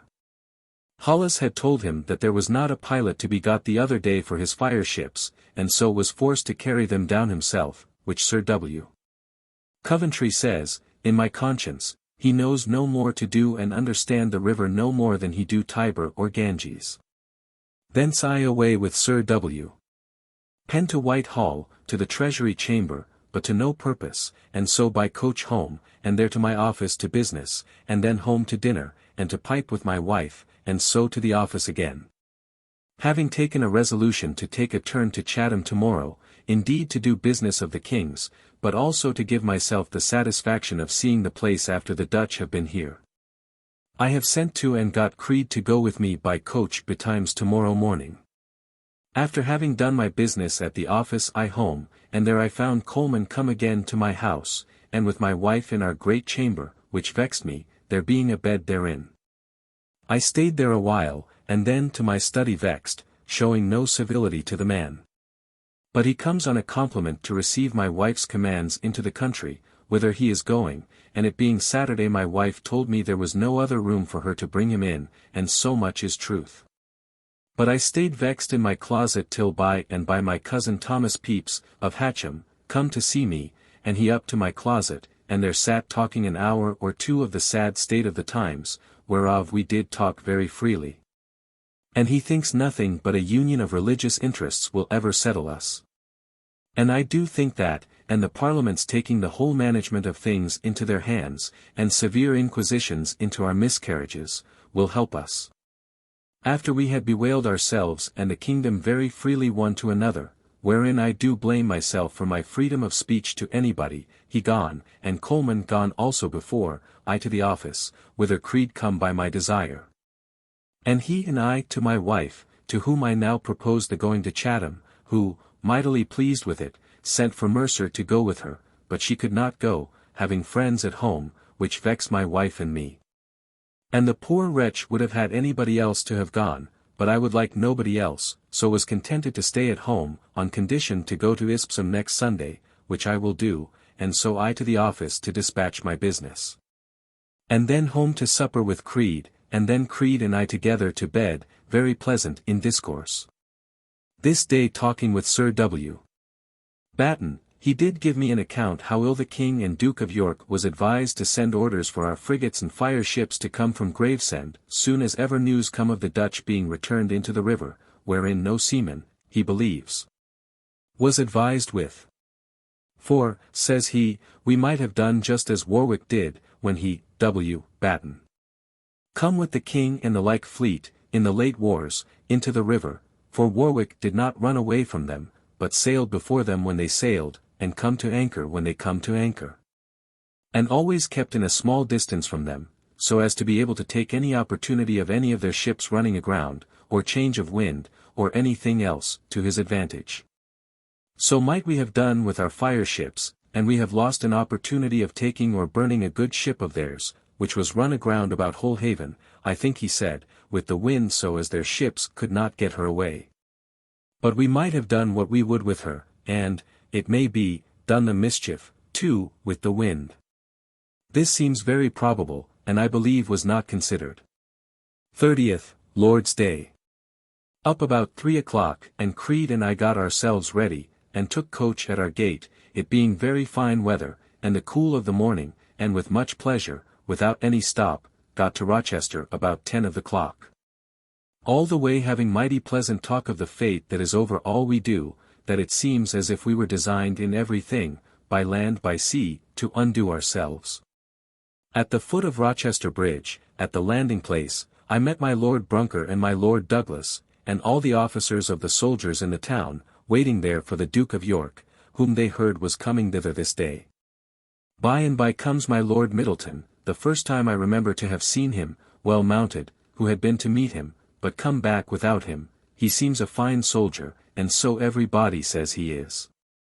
And a man, like my Lord Teviot, and indeed most of the Scotch gentry, as I observe, of few words. After staying here by the waterside and seeing the boats come up from Chatham, with them that rode with bandoliers about their shoulders, and muskets in their boats, they being the workmen of the yard, who have promised to redeem their credit, lost by their deserting the service when the Dutch were there, my Lord Brunker went with Lord Middleton to his inn, the Crown, to dinner, which I took unkindly, but he was slightly invited. So I and Creed down by boat to Chatham Yard, our watermen having their bandoliers about them all the way, and to Commissioner Pett's house, where my Lord Brunker told me that I should meet with his dinner 2 dishes of meat, but did not. But however by the help of Mr. Wiles had some beer and ale brought me, and a good piece of roast beef from somebody's table, and eat well at 2, and after dinner into the garden to shew Creed. And I must confess it must needs be thought a sorrowful thing for a man that hath taken so much pains to make a place neat to lose it as Commissioner Pett must now this. Thence to see the batteries made, which, indeed, are very fine, and guns placed so as one would think the river should be very secure. I was glad, as also it was new to me, to see so many fortifications as I have of late seen, and so up to the top of the hill, there to look, and could see towards Sheerness, to spy the Dutch fleet, but could make out none but one vessel, they being all gone. But here I was told, that, in all the late attempt, there was but one man that they knew killed on shore, and that was a man that had laid himself upon his belly upon one of the hills, on the other side of the river, to see the action. And a bullet come, took the ground away just under his belly, and ripped up his belly, and so was killed. Thence back to the dock, and in my way saw how they are fain to take the deals of the rope-house to supply other occasions, and how sillily the country troopers look, that stand upon the passes there. And, methinks, as if they were more willing to run away than to fight, and it is said that the country soldiers did first run at Sheerness, but that then my Lord Douglas's men did run also.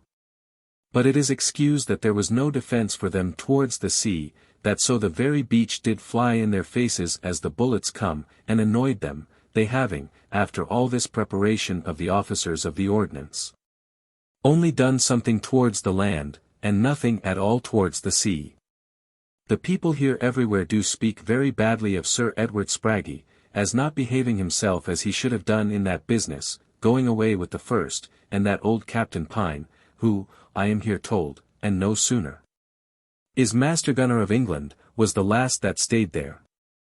Thence by barge, it raining hard, down to the Shen, and in our way did see the sad wracks of the poor, Royal Oak, James, and London 851 and several other of our ships by us sunk, and several of the enemies, whereof 3 men of war that they could not get off, and so burned.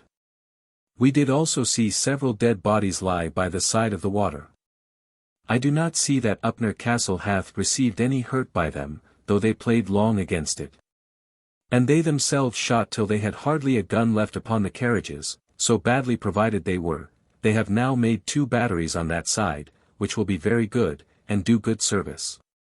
So to the Shen, and there saw it fast at the end on Upnor side of the river, very fast, and borne up upon the several stages across the river, and where it is broke nobody can tell me. I went on shore on Upnor side to look upon the end of the Shen, and caused the length to be measured, and it was 6 inches and 1/4 in circumference. They have burned the crane house that was to haul it taut. It seems very remarkable to me, and of great honour to the Dutch, that those of them that did go on shore to Gillingham, though they went in fear of their lives, and were some of them killed. And, notwithstanding their provocation at shelling, yet killed none of our people nor plundered their houses, but did take some things of easy carriage, and left the rest, and not a house burned. And, which is to our eternal disgrace, that what my Lord Douglas's men, who come after them, found there, they plundered and took all away. And the watermen that carried us did further tell us, that our own soldiers are far more terrible to those people of the country towns than the Dutch themselves. We were told at the batteries, upon my seeing of the field guns that were there, that, had they come a day sooner, they had been able to have saved all. But they had no orders, and lay lingering upon the way, and did not come forward for want of direction. Commissioner Pett's house was all unfurnished, he having carried away all his goods. I met with no satisfaction whereabouts the Shen was broke, but do confess I met with nobody that I could well expect to have satisfaction, from it being Sunday. And the officers of the yard most of them abroad, or at the Hill House, at the pay of the chest, which they did make use of today to do part in. Several complaints, I hear, of the Monmouth's coming away too soon from the Shen, where she was placed with the 2 guard ships to secure it. And Captain Robert Clerk, my friend, is blamed for so doing there, but I hear nothing of him at London about it. But Captain Brooks is running aground with the Sancta Maria, which was one of the 3 ships that were ordered to be sunk to have dammed up the river at the Shen, is mightily cried against, and with reason. He being the chief man to approve of the abilities of other men, and the other 2 slips did get safe thither and he run aground. But yet I do hear that though he be blamable, yet if she had been there, she nor two more to them three would have been able to have commanded the river all over. I find that here, as it hath been in our river, fire ships, when fitted, have been sunk afterwards, and particularly those here at the Muscle, where they did no good at all. Our great ships that were run aground and sunk are all well raised but the Vanguard, which they go about to raise tomorrow. The Henry, being let loose to drive up the river of herself, did run up as high as the bridge, and broke down some of the rails of the bridge, and so back again with the tide, and up again. And then berthed himself so well as no pilot could ever have done better. And Punnet says he would not, for his life, have undertaken to have done it, with all his skill. I find it is true that the Dutch did heel the Charles to get her down, and yet run aground twice or thrice, and yet got her safe away, and have her, with a great many good guns in her, which none of our pilots would ever have undertaken. It is very considerable the quantity of goods, which the making of these platforms and batteries do take out of the king's stores, so that we shall have little left there, and, God knows, no credit to buy any. Besides, the taking away and spending of, it is possible, several goods that would have been either rejected or abatement made for them before used. It is a strange thing to see that, while my lords Douglas and Middleton do ride up and down upon single horses, my lord Brunker do go up and down with his hackney coach and 6 horses at the king's charge, which will do, for all this time. And the time that he is likely to stay, must amount to a great deal. But I do not see that he hath any command over the seamen, he being affronted by 3 or 4 seamen before my very face, which he took sillily, methought, and is not able to do so much good as a good boatswain in this business. My Lord Brunker, I perceive, do endeavour to speak well of Commissioner Pett, saying that he did exercise great care and pains while he was there, but do not undertake to answer for his not carrying up of the great ships. Back again to Rochester, and there walked to the cathedral as they were beginning of the service, but would not be seen to stay to church there, besides had no mind, but rather to go to our inn, the White Hart. Where we drank and were fain, the town being so full of soldiers, to have a bed corded for us to lie in, I being unwilling to lie at the Hill House for one night, being desirous to be near our coach to be gone betimes tomorrow morning. Here in the streets, I did hear the Scotch march beat by the drums before the soldiers, which is very oddie. Thence to the castle, and viewed it with Creed, and had good satisfaction from him that showed it us touching the history of it. Then into the fields, a fine walk, and there saw Sir Francis Clerk's house, which is a pretty seat, and then back to our inn and bespoke supper, and so back to the fields and into the cherry garden, where we had them fresh gathered. And here met with a young, plain, silly shopkeeper, and his wife, a pretty young woman, the man's name Hawkins, and I did kiss her, and we talked, and the woman of the house is a very talking body jade, and eat cherries together. And then to walk in the fields till it was late, and did kiss her, and I believe had I had a fit time and place I might have done what I would with her. Walked back and left them at their house near our inn, and then to our inn, where, I hear, my Lord Brunker hath sent for me to speak with me before I go, so I took his coach, which stands there with 2 horses, and to him and to his bedside. Where he was in bed, and hath a watchman with a halbert at his door. And to him, and did talk a little, and find him a very weak man for this business that he is upon. And do pity the king's service, that is no better handled, and his folly to call away Pett before we could have found a better man to have stayed in his stead. So took leave of him, and with Creed back again, it being now about 10 at night, and to our inn to supper, and then to bed, being both sleepy, but could get no sheets to our bed, only linen to our mouths, and so to sleep. Merrily talking of Hawkins and his wife, and troubled that Creed did see so much of my dalliance, though very little. July 1667. July 1st, up betimes, about 9 o'clock, waked by a damned noise between a sow gelder and a cow and a dog, nobody after we were up being able to tell us what it was.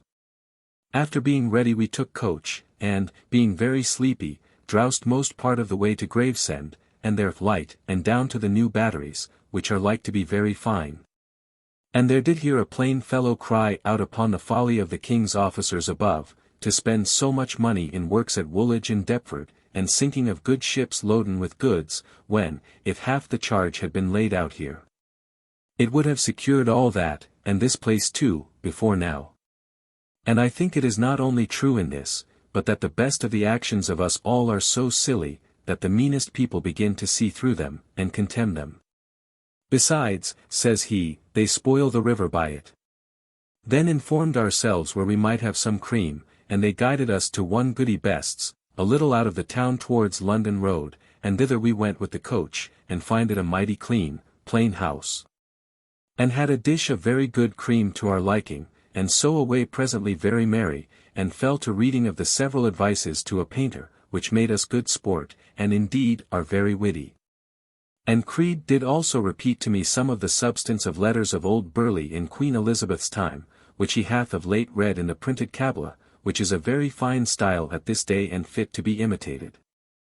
With this, and talking and laughing at the folly of our masters in the management of things at this day, we got home by noon, where all well, and then to dinner, and after dinner both of us laid down upon the couch and chairs and to sleep.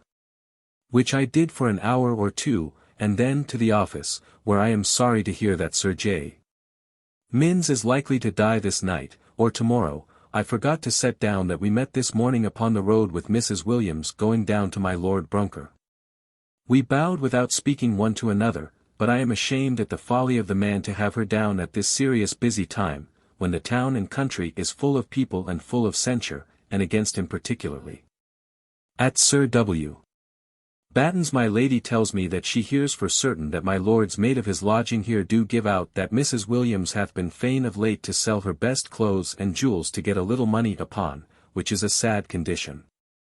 Thence to the office, and did write to my Lord Brunker to give me a little satisfaction about the certainty of the chains being broke, which I begin to doubt, and the more from Sir W. Penn's discourse.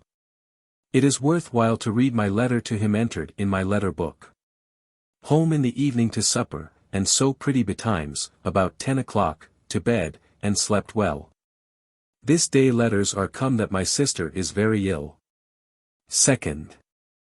Up, and put on my new silk camelot suit, made of my cloak, and suit now made into a vest. So to the office, where W. Penn myself and Sir T. Harvey met, the first time we have had a meeting since the coming of the Dutch upon this coast. Our only business, for we have little else to do, nobody being willing to trust us for anything, was to speak with the owners of 6 merchantmen which we have been taking up this fortnight, and are yet in no readiness. They not fitting their ships without money advanced to them, we owing them for what their ships have earned the last year. So everything stands still for money, while we want money to pay for some of the most necessary things that we promised ready money for in the height of our wants, as grapnels, and at noon home to dinner, and after dinner my wife and Jane, mighty fine the girl, to go to see Jane's old mistress, who was to see her, and did see my wife the other day. And it is pleasant to hear with what kindness her old mistress speaks of this girl, and how she would still have her, and how the wench cried when she told her that she must come to her old mistress my wife. They gone, I to my chamber, and there dallied a little with my maid Nell. And so to the office where busy till night, and then comes Mrs. Turner, and walks with me in the garden to talk with me about her husband's business, and to tell me how she hears at the other end of the town how bad our office is spoken of by the King and Prince and Duke of Albemarle. And that there is not a good word said of any of us but of me. And me they all do speak mightily of, which, whether true or no, I am mighty glad to hear, but from all put together that I hear from other people, I am likely to pass as well as anybody.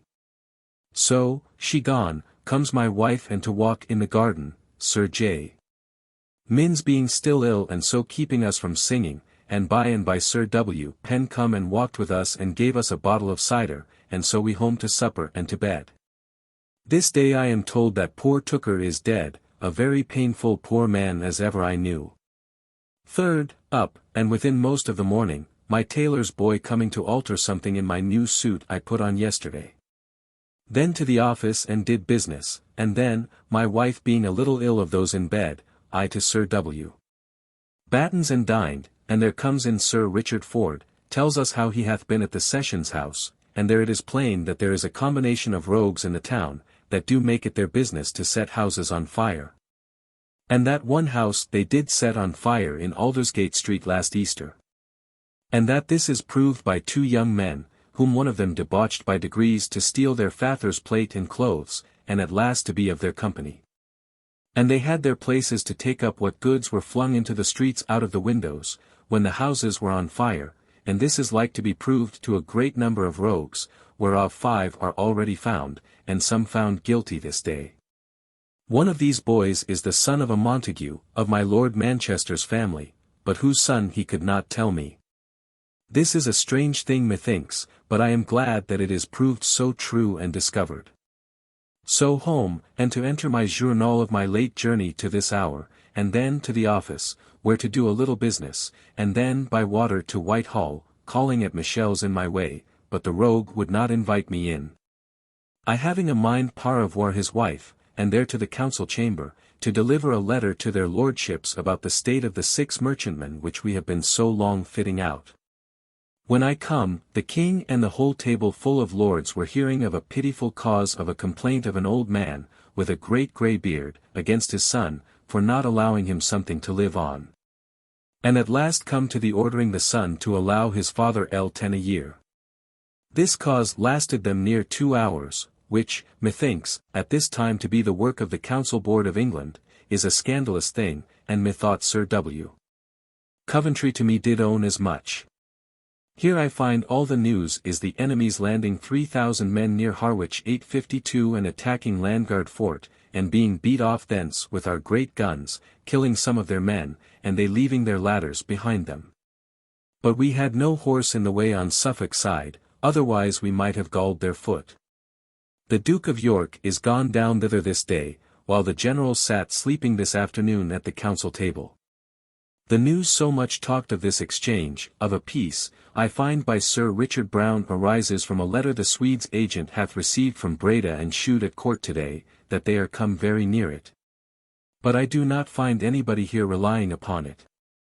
This cause being over, the Trinity House men, whom I did not expect to meet, were called in, and their Sir W. Penn made a formal speech in answer to a question of the king's, whether the lying of the sunk ships in the river would spoil the river. But, Lord! How gingerly he answered it, and with a deal of that he did not know whether it would be safe as to the enemy to have them taken up, but that doubtless it would be better for the river to have them taken up. Methought the council found them answer like fools, and it ended in bidding them think more of it, and bring their answer in writing. Thence I to Westminster Hall, and there hear how they talk against the present management of things, and against Sir W. Coventry for his bringing in of new commanders and casting out the old seamen, which I did endeavour to rectify Mrs. Michel and them in, letting them know that he hath opposed it all his life the most of any man in England. After a deal of this tittle-tattle, I to Mrs. Martin's, and there she was gone in before, but when I come, contrary to my expectation, I find her all in trouble, and what was it for but that I have got her with child? And is in exceeding grief, and swears that the child is mine, which I do not believe, but yet do comfort her that either it cannot be so, or if it be that I will take care to send for her husband, though I do hardly see how I can be sure of that. The ship being at sea, and as far as Scotland, but however I must do it, and shall find some way or other of doing it, though it do trouble me not a little. Thence, not pleased, away to Whitehall to Mr. Williamson, and by my Lord Arlington about Mr. Lanyon's business, and it is pretty to see how Mr. Williamson did altogether excuse himself that my business was not done when I come to my lord and told him my business. Why, says my lord, it hath been done, and the king signed it several days ago, and so it was and was in Mr.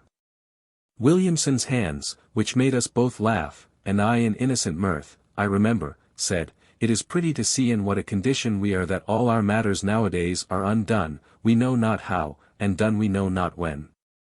He laughed at it, but I have since reflected on it, and find it a severe speech as it might be taken by a chief minister of state, as indeed Mr. Williamson is, for he is indeed the secretary. But we fell to other pleasant talk, and a fine gentleman he is, and so gave him L5 for his fee, and away home, and to Sir W. Batten's to talk a little, and then to the office to do a little business, and so home to supper and read myself asleep, and then to bed. 4th up, and, in vain expecting Sir R. Ford's calling on me, I took coach and to the Sessions House, where I have a mind to hear Basil Fielding's case 853 tried, and so got up to the bench, my Lord Chief Justice Keeling being judge. Here I stood bare, not challenging, though I might well enough, to be covered. But here were several fine trials, among others, several brought in for making it their trade to set houses on fire merely to get plunder. And all proved by the two little boys spoken of yesterday by Sir R. Ford, who did give so good account of particulars that I never heard children in my life.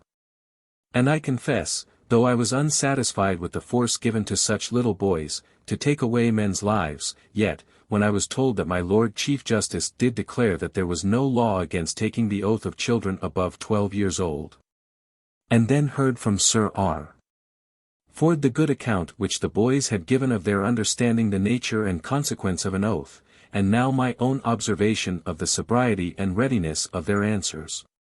Further than of any man of any rank that come to give witness this day, though some men of years and learning, I was a little amazed, and fully satisfied that they ought to have as much credit as the rest. They proved against several, their consulting several times at a bawdy house in Moorfields, called the Russia House, among many other rogueries, of setting houses on fire, that they might gather the goods that were flung into the streets. And it is worth considering how unsafe it is to have children play up and down this lewd town. For these two boys, one is my Lady Montague's, I know not what Lady Montague, son, and the other of good condition, were playing in Moorfields, and one rogue, Gabriel Holmes, did come to them and teach them to drink.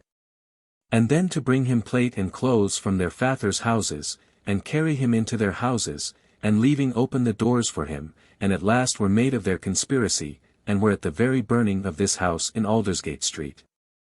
On Easter Sunday at night last, and did gather up goods, as they had resolved before, and this Gabriel Holmes did advise to have had two houses set on fire, one after another, that, while they were quenching of one, they might be burning another.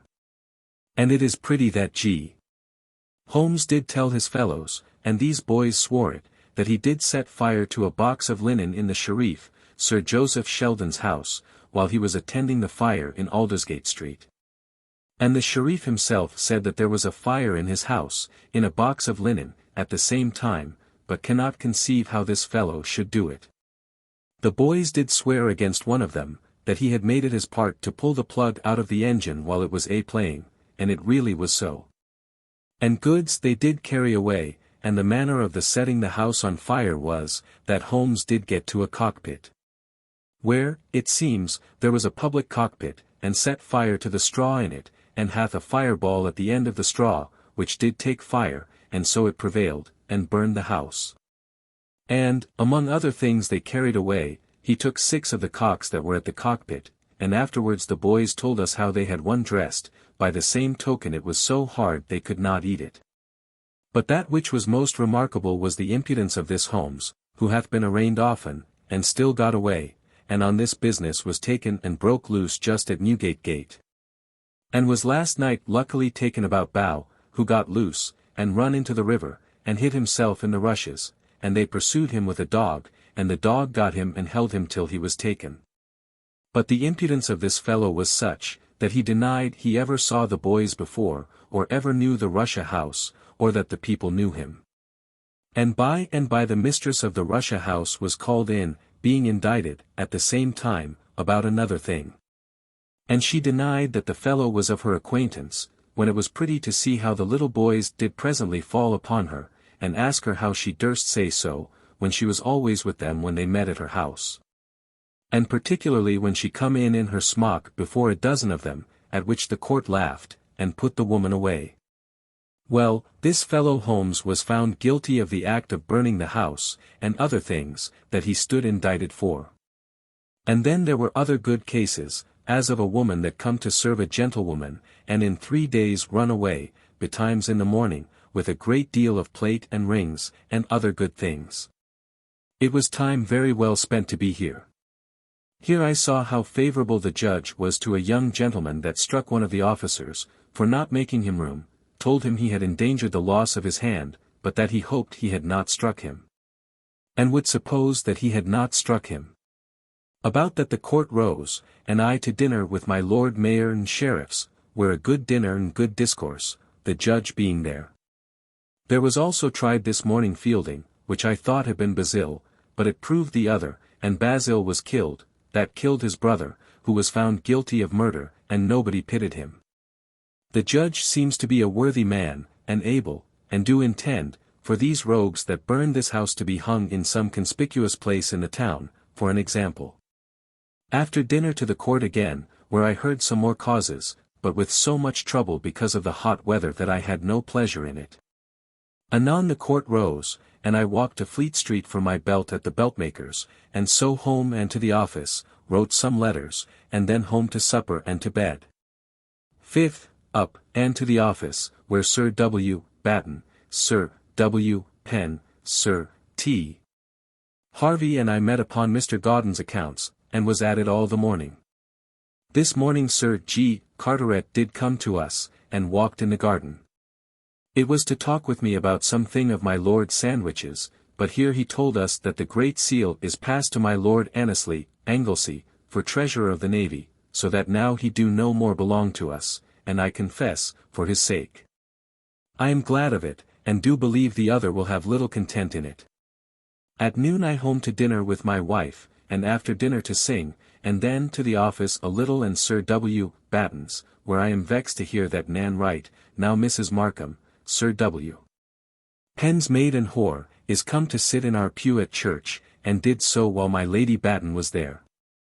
I confess I am very much vexed at it and ashamed. By and by out with Sir W. Penn to Whitehall, where I stayed not, but to the New Exchange to buy gloves and other little errands, and so home and to my office busy till night, and then walked in the garden with my wife, and then to supper and to sing, and so to bed.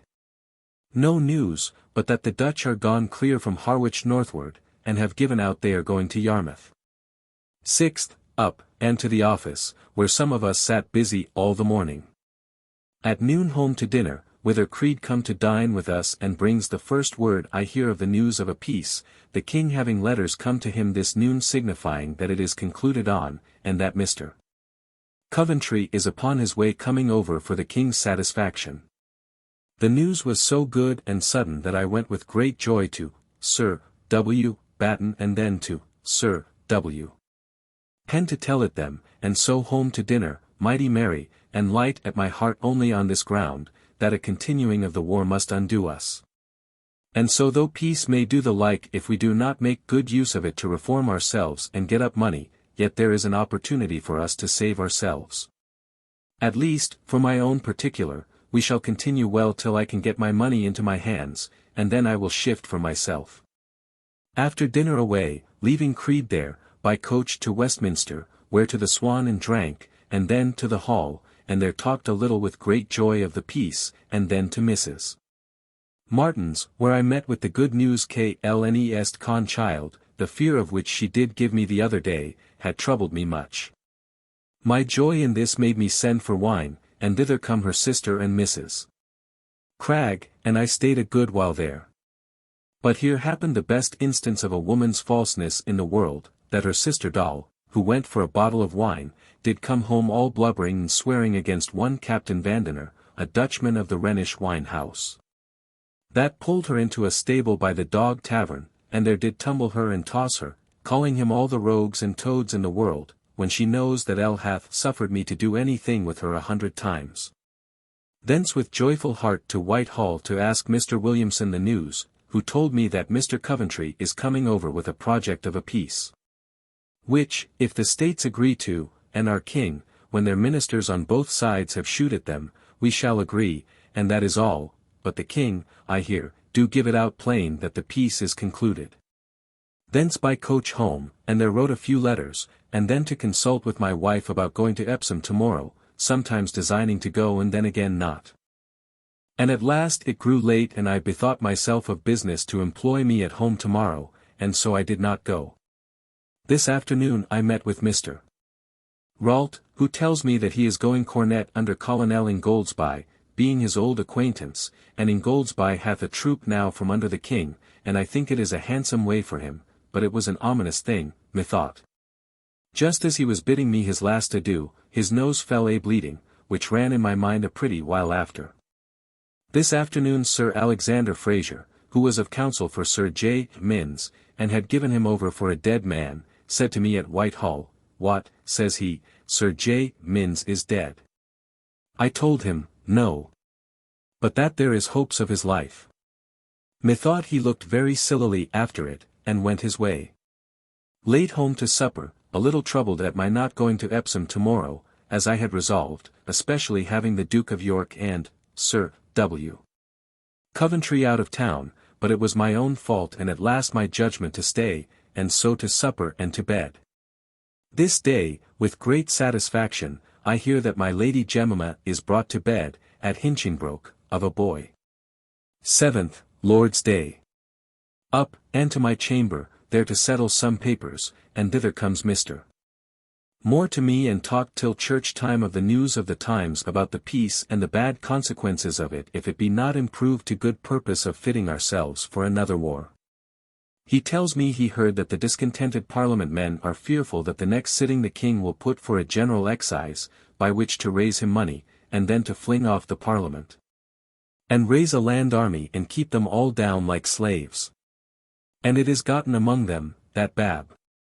May, the privy purse, hath been heard to say that L300 a year is enough for any country gentleman. Which makes them mad, and they do talk of 6 or L800,000 gone into the privy purse this war, when in King James's time it arose but to L5,000, and in King Charles's but L10,000 in a year. He tells me that a goldsmith in town told him that, being with some plate with my Lady Castlemaine lately, she directed her woman, the great beauty, Wilson, says she, make a note for this, and for that, to the privy purse for money. He tells me a little more of the baseness of the courses taken at court in the case of Mr. Moyer, who is at liberty, and is to give L500 for his liberty. But now the great ones are divided, who shall have the money, the Duke of Albemarle on one hand, and another lord on the other. And that it is fain to be decided by having the person's name put into the King's warrant for his liberty, at whose intercession the King shall own that he is set at liberty. Which is a most lamentable thing, that we do professedly own that we do these things, not for right and justice sake, but only to gratify this or that person about the King. God forgive us all. Busy till noon, and then home to dinner, and Mr. Moore come and dined with us, and much more discourse at and after dinner of the same kind, and then, he gone, I to my office busy till the evening, and then with my wife and Jane over to Halfway House, a very good walk. And there drank, and in the cool of the evening back again, and sang with pleasure upon the water, and were mightily pleased in hearing a boat full of Spaniards sing, and so home to supper and to bed. Jane of late mighty fine, by reason of a laced whisk her mistress hath given her, which makes her a very graceful servant. But, above all, my wife and I were the most surprised in the beauty of a plain girl, which we met in the little lane going from Redrift Stairs into the fields, one of the prettiest faces that we think we ever saw in our lives. 8th. Up, and to my chamber, and by comes greeting, and to my flageolet with him with a pretty deal of pleasure, and then to the office, where, Sir W. Batten, Sir W. Penn and I met about putting men to work for the weighing of the ships in the river sunk. Then home again, and there heard Mr. Caesar play some very good things on the lute together with myself on the viol and greeting on the violin. Then with my wife abroad by coach, she to her tailor's, I to Westminster to Burgess about my Tangier business, and thence to Whitehall, where I spoke with Sir John Nicholas, who tells me that Mr. Coventry is come from Breda, as was expected. But, contrary to expectation, brings with him 2 or 3 articles which do not please the King, as, to retrench the act of navigation, and then to ascertain what are contraband goods. And then that those exiled persons, who are or shall take refuge in their country, may be secure from any further prosecution. Whether these will be enough to break the peace upon, or no, he cannot tell. But I perceive the certainty of peace is blown over. So called on my wife and met Creed by the way, and they too and I to Charing Cross, there to see the great boy and girl that are lately come out of Ireland, the latter 8, the former but 4 years old, of most prodigious bigness for their age. I tried to weigh them in my arms, and find them twice as heavy as people almost twice their age, and yet I am apt to believe they are very young. Their father a little sorry fellow, and their mother an old Irish woman. They have had 4 children of this bigness, and 4 of ordinary growth, whereof 2 of each are dead. If, as my Lord Ormond certifies, it be true that they are no older, it is very monstrous. So home and to dinner with my wife and to pipe, and then I to the office, where busy all the afternoon till the evening, and then with my wife by coach abroad to Bow and Stratford, it being so dusty weather that there was little pleasure in it. And so home and to walk in the garden, and thither comes Pelling to us to talk, and so in and to supper, and then to bed. All the world being as I hear very much damped that their hopes of peace is become uncertain again. 9th, up pretty betimes and to the office, where busy till office time, and then we sat, but nothing to do but receive clamours about money. This day my Lord Anglesey, our new treasurer, come the first time to the board, and there sat with us till noon. And I do perceive he is a very notable man, and understanding, and will do things regular, and understand them himself, not trust fen, as Sir G. Carteret did, and will solicit soundly for money, which I do fear was Sir G. Carteret's fault, that he did not do that enough, considering the age we live in, that nothing will do but by solicitation, though never so good for the king or kingdom, and a bad business well solicited shall, for peace sake, speed when a good one shall not. But I do confess that I do think it a very bold act of him to take upon himself the place of Treasurer of the Navy at this time, but when I consider that a regular accountant never ought to fear anything nor have reason, I then do cease to wonder. At noon home to dinner and to play on the flageolet with my wife, and then to the office, where very busy close at my office till late at night. At night walked and sang with my wife in the garden, and so home to supper and to bed. This evening news comes for certain that the Dutch are with their fleet before Dover, and that it is expected they will attempt something there. The business of the peace is quite dashed again, so as now it is doubtful whether the king will condescend to what the Dutch demand, it being so near the Parliament, it being a thing that will, it may be, recommend him to them when they shall find that the not having of a peace lies on his side by denying some of their demands. This morning Captain Clerk, Robin Clerk, was at the table, now commands the Monmouth, and did when the enemy passed the Shen at Chatham the other day. Who said publicly at the table that he did admire at the order when it was brought him for sinking of the Monmouth, to the endangering of the ship, and spoiling of all her provisions, when her number of men were upon her that he could have carried her up the river whither he pleased, and have been a guard to the rest, and could have sunk her at any time. He did carry some 100 barrels of powder out of the ship to save it after the orders come for the sinking her. He knew no reason at all, he declares, that could lead them to order the sinking her, nor the rest of the great ships that were sunk, but above all admires they would burn them on shore and sink them there, when it had been better to have sunk them long way in the middle of the river, for then they would not have burned them so low as now they did. 10th, up, and to the office betimes, and there all the morning very busy causing papers to be entered and sorted to put the office in order against the Parliament. At noon home to dinner, and then to the office again close all the afternoon upon the same occasion with great pleasure till late, and then with my wife and Mercer in the garden and sung, and then home and sung, and to supper with great content. And so to bed. The Duke of York is come back last night from Harwich, the news he brings I know not, nor hear anything today from Dover, whether the enemy have made any attempt there as was expected. This day our girl Mary, whom Payne helped us to be under his daughter, when she come to be our cook-maid, did go away declaring that she must be where she might earn something one day, and spend it and play away the next. But a good civil wench, and one neither wife nor I did ever give angry word to, but she has this silly vanity that she must play. 11th, up betimes and to my office, and there busy till the office, which was only Sir T. Harvey and myself, met, and did little business and then broke up. He tells me that the council last night did sit close to determine of the king's answer about the peace, and that though he do not certainly know, yet by all discourse yesterday he do believe it is peace. And that the king had said it should be peace, and had bidden Alderman Bakewell to declare it, upon the change.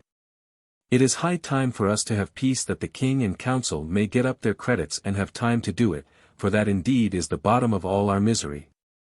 That nobody have any so good opinion of the king and his council and their advice as to lend money or venture their persons, or estates, or pains upon people that they know cannot thrive with all that we can do.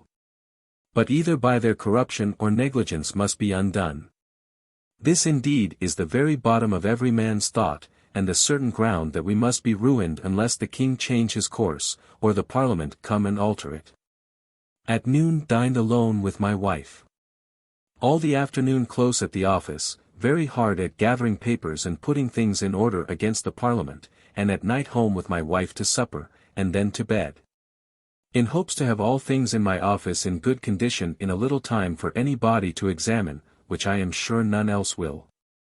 12th, up betimes into my chamber, there doing business, and by comes greeting and begun a new month with him, and now to learn to set anything from the notes upon the flageolet, but, Lord! To see how like a fool he goes about to give me direction would make a man mad.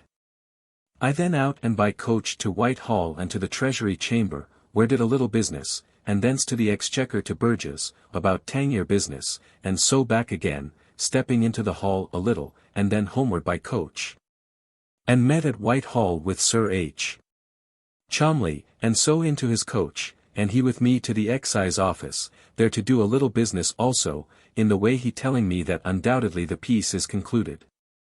For he did stand yesterday where he did hear part of the discourse at the council table, and there did hear the king argue for it. Among other things, that the spirits of the seamen were down, and the forces of our enemies are grown too great and many for us, and he would not have his subjects overpressed. For he knew an Englishman would do as much as any man upon hopeful terms, but where he sees he is overpressed, he despairs soon as any other. And, besides that, they have already such a load of dejection upon them, that they will not be in temper a good while again.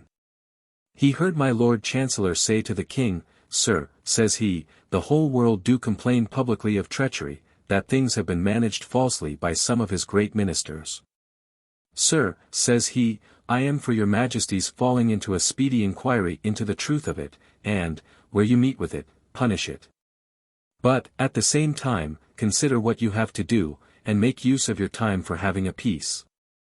For more money will not be given without much trouble, nor is it, I fear, to be had of the people, nor will a little do it to put us into condition of doing our business.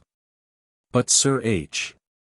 Cholmondeley tells me the chancellors did say the other day at his table, treachery, says he, I could wish we could prove there was anything of that in it, for that would imply some wit and thoughtfulness. But we are ruined merely by folly and neglect. And so Sir H. Cholmondeley tells me they did all argue for peace, and so he do believe that the king hath agreed to the 3 points Mr. Coventry brought over, which I have mentioned before, and is gone with them back. He tells me further that the Duke of Buckingham was before the council the other day, and there did carry it very submissively and pleasingly to the king. But to my Lord Arlington, who do prosecute the business, he was most bitter and sharp, and very slighting. As to the letter about his employing a man to cast the king's nativity, says he to the king, Sir, says he, this is none of my hand, and I refer it to your majesty whether you do not know this hand. The king answered, that it was indeed none of his, and that he knew whose it was, but could not recall it presently. Why, says he, it is my sister of Richmond's, some frolic or other of hers of some certain person. And there is nothing of the king's name in it, but it is only said to be his by supposition, as is said. The king, it seemed not very much displeased with what the duke had said. But, however, he is still in the Tower, and no discourse of his being out in haste, though my Lady Castlemaine hath so far solicited for him that the king and she are quite fallen out, he comes not to her, nor hath for some 3 or 4 days. And parted with very foul words, the king calling her a whore, and a jade that meddled with things she had nothing to do with at all, and she calling him fool. And told him if he was not a fool, he would not suffer his businesses to be carried on by fellows that did not understand them, and cause his best subjects, and those best able to serve him, to be imprisoned, meaning the Duke of Buckingham. And it seemed she was not only for his liberty, but to be restored to all his places, which, it is thought, he will never be. While we were at the excise office talking with Mr. Ball, it was computed that the Parliament had given the King for this war only, besides all prizes, and besides the L200,000 which he was to spend of his own revenue, to guard the sea above L5,000,000 and odd L100,000. Which is a most prodigious sum. Sir H. Cholmondeley, as a true English gentleman, do decry the King's expenses of his privy purse, which in King James's time did not rise to above L5,000 a year, and in King Charles's to L10,000, do now cost us above L100,000. Besides the great charge of the monarchy, as the Duke of York L100,000 of it, and other limbs of the royal family, and the guards, which, for his part, says he, I would have all disbanded, for the King is not the better by them, and would be as safe without them. For we have had no rebellions to make him fear anything. But, contrarily, he is now raising of a land army, which this Parliament and Kingdom will never bear.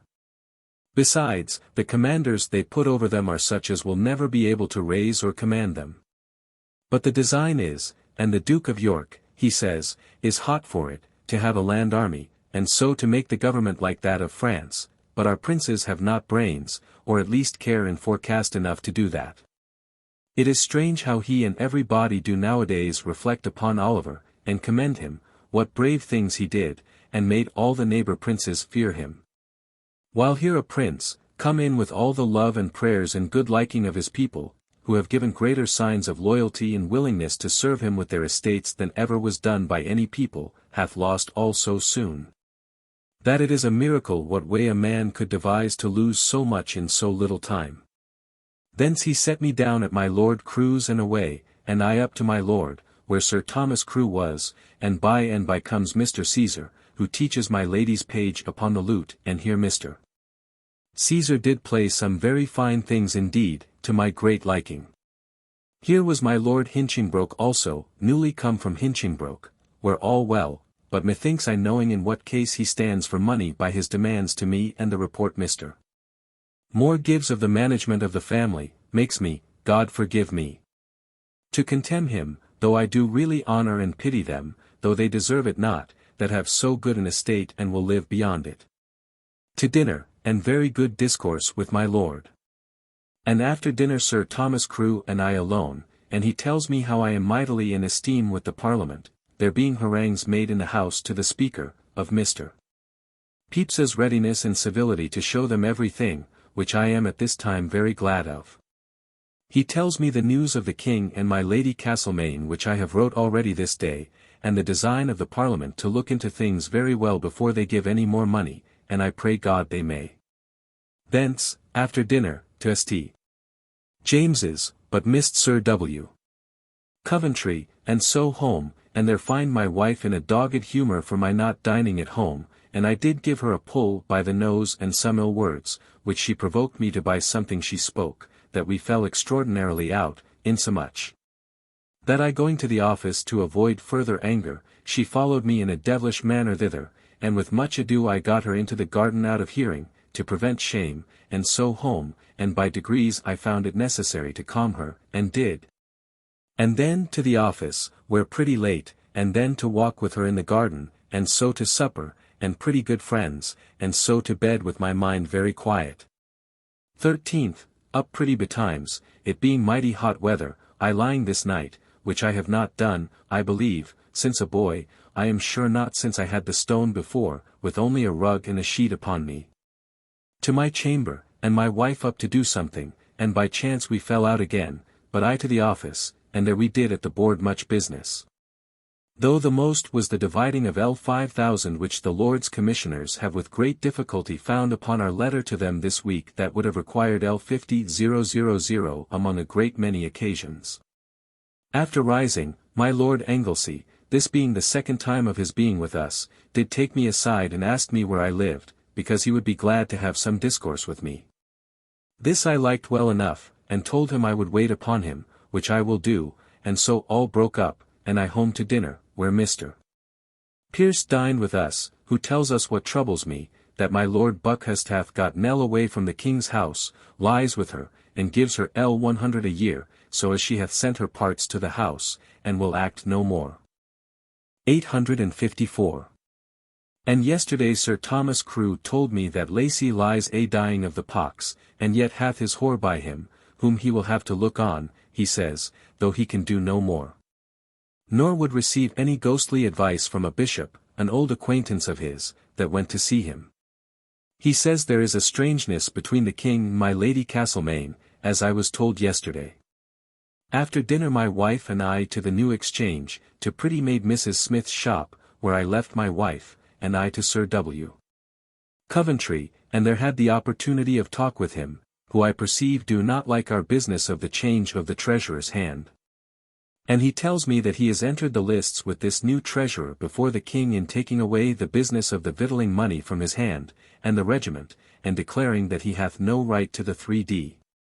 per by his patent, for that it was always heretofore given by particular privy seal, and that the king and council just upon his coming in had declared L2000 a year sufficient. This makes him angry, but Sir W. Coventry I perceive cares not, but do every day hold up his head higher and higher, and this day I have received an order from the commissioners of the treasury to pay no more pensions for tenure, which I am glad of. And he tells me they do make bold with all things of that kind. Thence I to Whitehall, and in the street I spied Mrs. Burrows, and took a means to meet and salute her and talk a little, and then parted, and I home by coach, taking up my wife at the Exchange, and there I am mightily pleased with this Mrs. Smith, being a very pleasant woman. So home, and resolved upon going to Epsom tomorrow, only for air, and got Mrs. Turner to go with us, and so home and to supper, after having been at the office, and to bed. It is an odd and sad thing to say, that though this be a piece worse than we had before, yet everybody's fear almost is, that the Dutch will not stand by their promise, now the king hath consented to all they would have. And yet no wise man that I meet with, when he comes to think of it, but wishes, with all his heart, a war, but that the king is not a man to be trusted with the management of it. It was pleasantly said by a man in this city, a stranger, to one that told him that the peace was concluded. Well, says he, and have you a peace? Yes, says the other. Why, then, says he, hold your peace. Partly reproaching us with the disgracefulness of it, that it is not fit to be mentioned, and next, that we are not able to make the Dutch keep it, when they have a mind to break it. Sir Thomas Crew yesterday, speaking of the King of France, how great a man he is, why, says he, all the world thought that when the last Pope died, there would have been such banding between the crowns of France and Spain, whereas, when he was asked what he would have his ministers at Rome do, why, says he, let them choose who they will. If the Pope will do what is fit, the Pope and I will be friends. If he will not, I will take a course with him, therefore, I will not trouble myself, and thereupon the election was dispatched in a little time, I think in a day, and all ended. 855. 14th, Lord's Day. Up, and my wife, a little before 4, and to make us ready, and by Mrs. Turner come to us, by agreement, and she and I stayed talking below, while my wife dressed herself, which vexed me that she was so long about it, keeping us till past 5 o'clock before she was ready. She ready. And, taking some bottles of wine, and beer, and some cold fowl with us into the coach, we took coach and 4 horses, which I had provided last night, and so away. A very fine day, and so towards Epsom, talking all the way pleasantly, and particularly of the pride and ignorance of Mrs. Lowther, in having of her train carried up. The country very fine, only the way very dusty. We got to Epsom by 8 o'clock, to the well, where much company, and their wheat light, and I drank the water. They did not, but do go about and walk a little among the women, but I did drink 4 pints, and had some very good stools by it. Here I met with divers of our town, among others with several of the tradesmen of our office, but did talk but little with them, it growing hot in the sun, and so we took coach again and to the town, to the King's Head, where our coachman carried us, and there had an ill room for us to go into, but the best in the house that was not taken up. Here we called for drink, and bespoke dinner, and hear that my Lord Buckhurst and Nelly are lodged at the next house, and Sir Charles Sidley with them and keep a merry house. Poor girl! I pity her, but more the loss of her at the king's house. Here I saw Gilstrop, Sir W. Batten's clerk that hath been long sick, he looks like a dying man, with a consumption got, as is believed, by the pox, but God knows that the man is in a sad condition, though he finds himself much better since his coming thither, he says. W. Hewer rode with us, and I left him and the women, and myself walked to church, where few people, contrary to what I expected, and none I knew, but all the Houblons, brothers, and them after sermon I did salute, and walk with towards my inn, which was in their way to their lodgings. They come last night to see their elder brother, who stays here at the waters, and away tomorrow. James did tell me that I was the only happy man of the navy, of whom, he says, during all this freedom the people have taken of speaking treason, he hath not heard one bad word of me, which is a great joy to me. For I hear the same of others, but do know that I have deserved as well as most. We parted to meet anon, and I to my women into a better room, which the people of the house borrowed for us, and there to dinner, a good dinner, and were merry, and Pendleton come to us, who happened to be in the house. And there talked and were merry.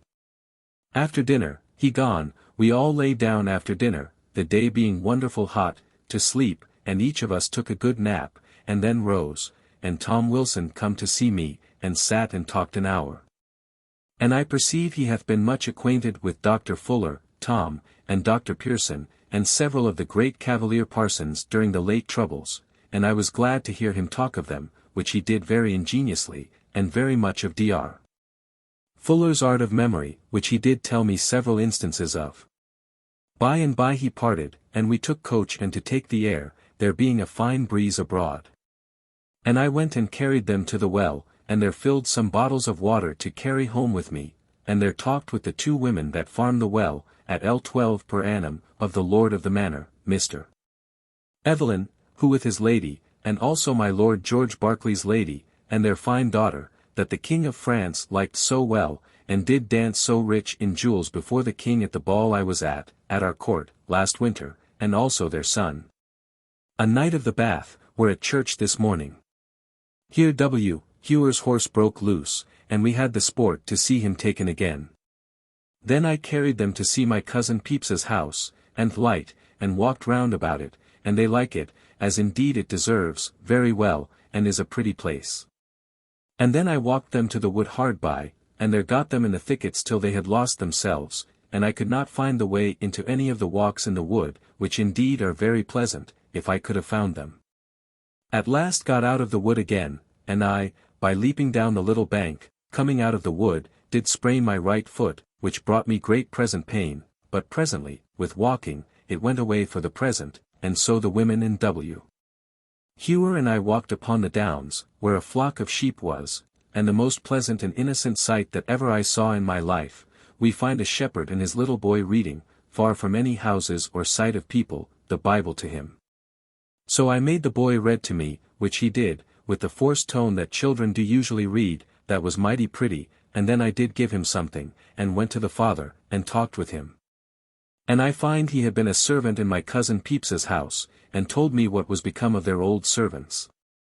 He did content himself mightily in my liking his boy's reading, and did bless God for him, the most like one of the old patriarchs that ever I saw in my life. And it brought those thoughts of the old age of the world in my mind for 2 or 3 days after.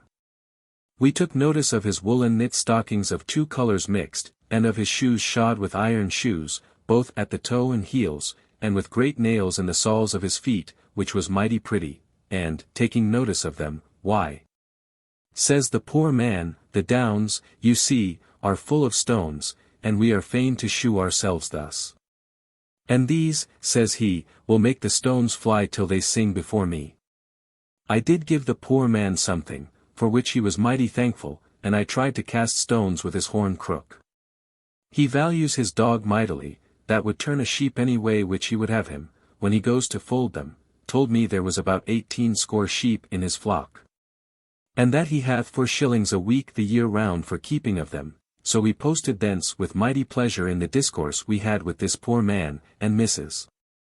Turner, in the common fields here, did gather one of the prettiest nosegays that ever I saw in my life. So to our coach, and through Mr. Mins's wood, and looked upon Mr. Evelyn's house.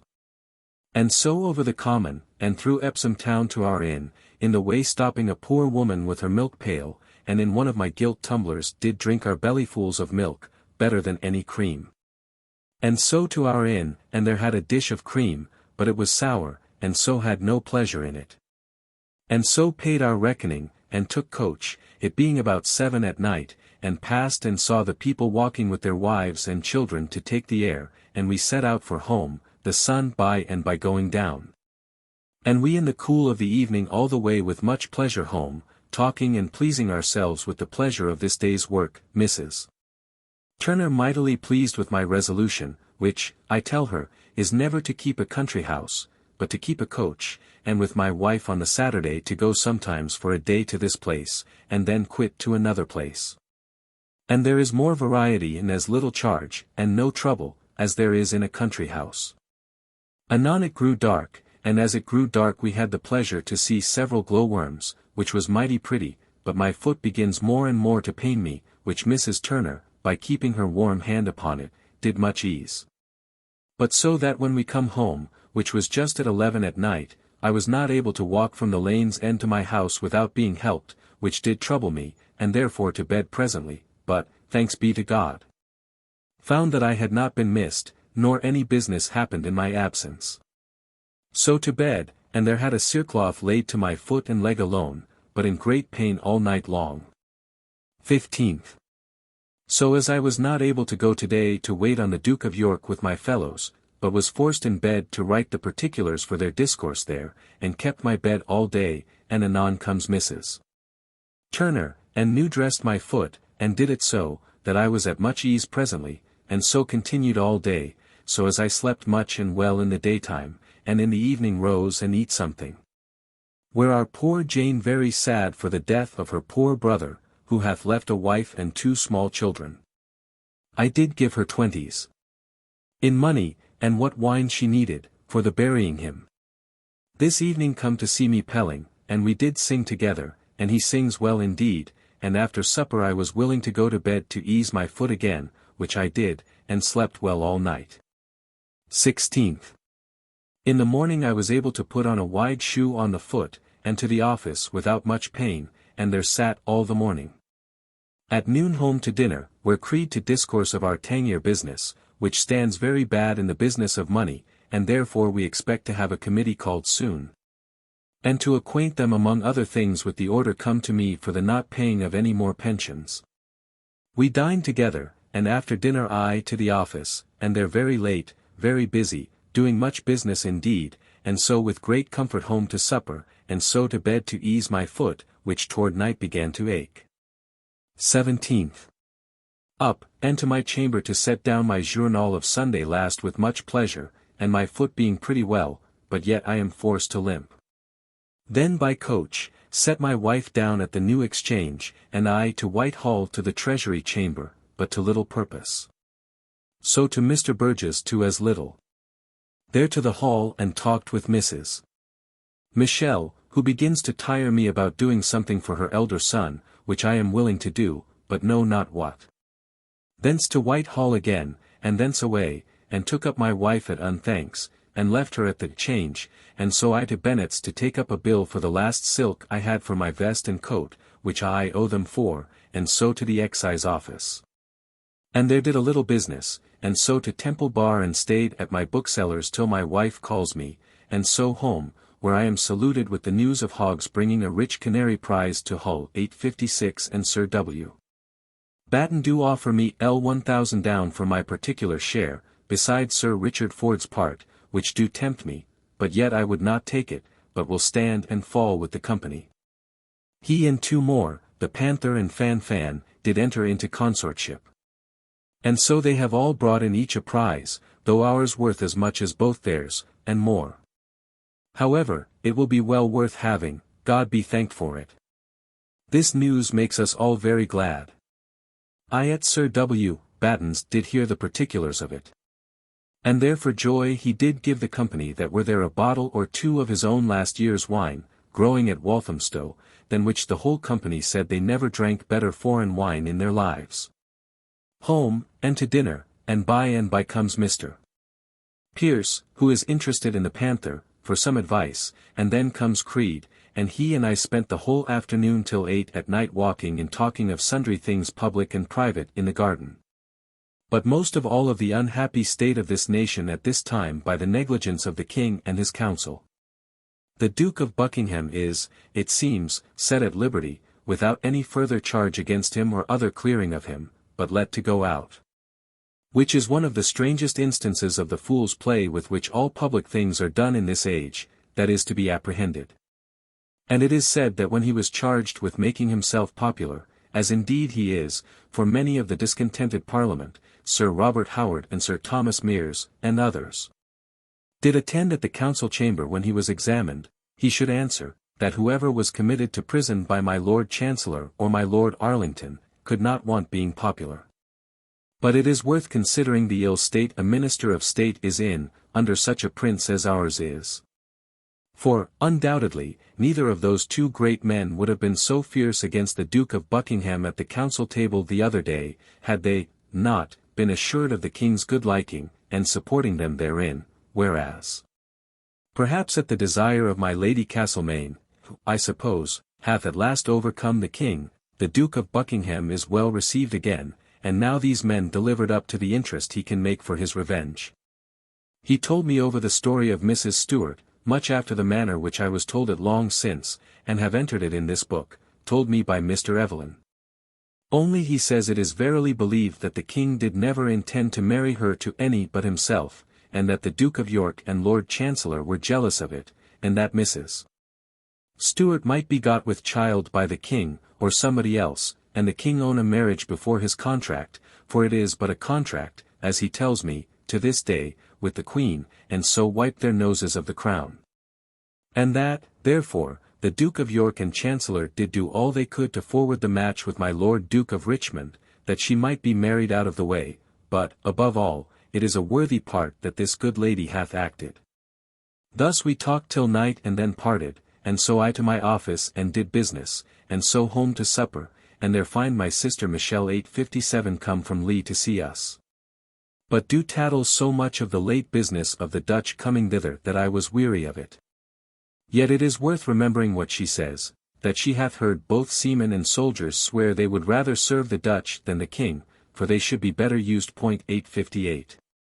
She saw the Royal Charles brought into the river by them, and how they shot off their great guns for joy, when they got her out of Chatham River.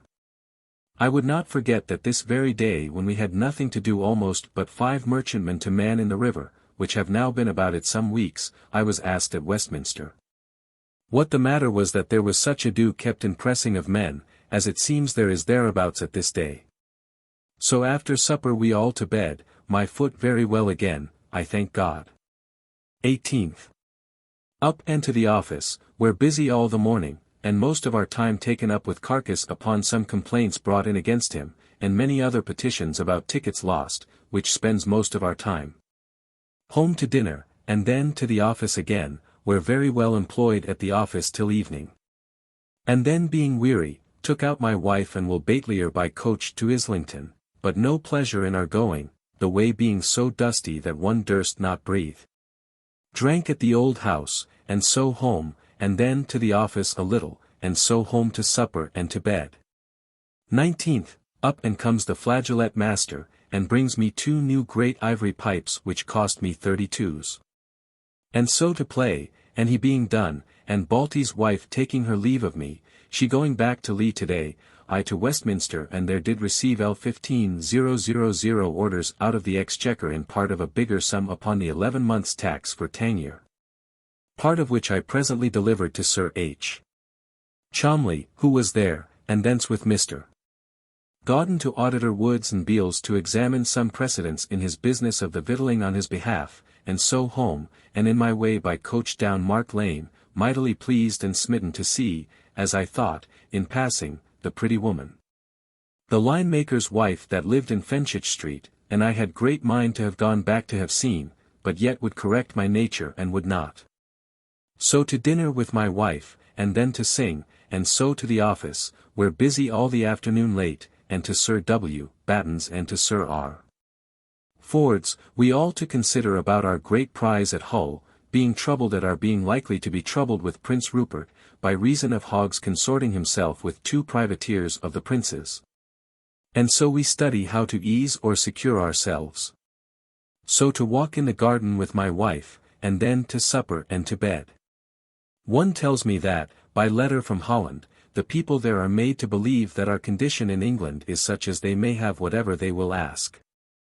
And that so they are mighty high, and despise us, or of peace with us, and there is too much reason for them to do so. The Dutch fleet are in great squadrons everywhere still about Harwich, and were lately at Portsmouth. And the last letters say at Plymouth, and now gone to Dartmouth to destroy our Straits fleet lately got in thither. But God knows whether they can do it any hurt or no, but it was pretty news come the other day so fast, of the Dutch fleets being in so many places, that Sir W. Batten at table cried, "By God," says he, "I think the devil shits Dutchmen." 20th. Up and to the office, where all the morning, and then towards the Change, at noon, in my way observing my mistake yesterday in Mark Lane, that the woman I saw was not the pretty woman I meant, the linemaker's wife, but a new married woman. Very pretty, a strong water seller, and in going by, to my content, I find that the very pretty daughter at the Ship Tavern, at the end of Billiter Lane, is there still, and in the bar, and, I believe, is married to him that is new come. And hath new trimmed the house. Home to dinner, and then to the office, we having dispatched away Mr. Oviatt to Hull, about our prizes there. And I have wrote a letter of thanks by him to Lord Bellas's, who had writ to me to offer all his service for my interest there, but I dare not trust him. In the evening late walking in the garden with my wife, and then to bed. 21st, Lord's Day. Up betimes, and all the morning, and then to dinner with my wife alone, and then all the afternoon in like manner, in my chamber, making up my Tangier accounts and drawing a letter, which I have done at last to my full content. To present to the Lords Commissioners for Tangier tomorrow. And about 7 at night, when finished my letter and weary, I and my wife and Mercer up by water to Barn Elms, where we walked by moonshine, and called at Lambeth, and drank and had cold meat in the boat, and did eat, and sang, and down home. By almost 12 at night, very fine and pleasant, only could not sing ordinary songs with the freedom that otherwise I would. Here Mercer tells me that the pretty maid of the Ship Tavern I spoke of yesterday is married there, which I am glad of. So having spent this night, with much serious pleasure to consider that I am in a condition to fling away an Angel 859 in such a refreshment to myself and family, we home and to bed, leaving Mercer, by the way, at her own door. 22nd. Up, and with Sir W. Batten and Sir J. Minns to St. James's, where the first time I have been there since the enemies being with us, where little business but lack of money, which now is so professed by Sir W. Coventry as nothing is more, and the King's whole business owned to be at a stand for want of it. So up to my Lord Chancellor's, where was a committee of Tangier in my Lord's room, where he is to hear causes, where all the judges' pictures hang up, very fine. Here I read my letter to them, which was well received, and they did fall seriously to discourse the want of money and other particulars, and to some pretty good purpose. But to see how Sir W. Coventry did oppose both my Lord Chancellor and the Duke of York himself, about the order of the Commissioners of the Treasury to me for not paying of pensions, and with so much reason, and eloquence so natural, was admirable. And another thing, about his pressing for the reduction of the charge of Tangier, which they would have put off to another time. But, says he, the King suffers so much by the putting off of the consideration of reductions of charge, that he is undone. And therefore I do pray you, sir, to his Royal Highness, that when anything offers of the kind, you will not let it escape you. Here was a great bundle of letters brought hither, sent up from sea, from a vessel of ours that hath taken them after they had been flung over by a Dutchman.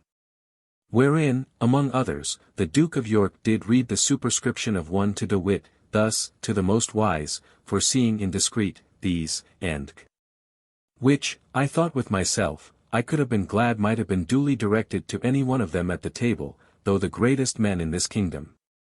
The Duke of York, the Lord Chancellor, my Lord Duke of Albemarle, Arlington, Ashley, Peterborough, and Coventry, the best of them all for parts, I perceive they do all profess their expectation of a peace, and that suddenly. And do advise of things accordingly, and do all speak of it, and expressly, I remember, the Duke of Albemarle, saying that they hoped for it. Letters were read at the table from Tangier that Guealand is wholly lost, and that he do offer Arzil to us to deliver it to us. But Sir W. Coventry did declare his opinion that we should have nothing to do with it, and said that if Tangier were offered us now, as the king's condition is, he would advise against the taking it.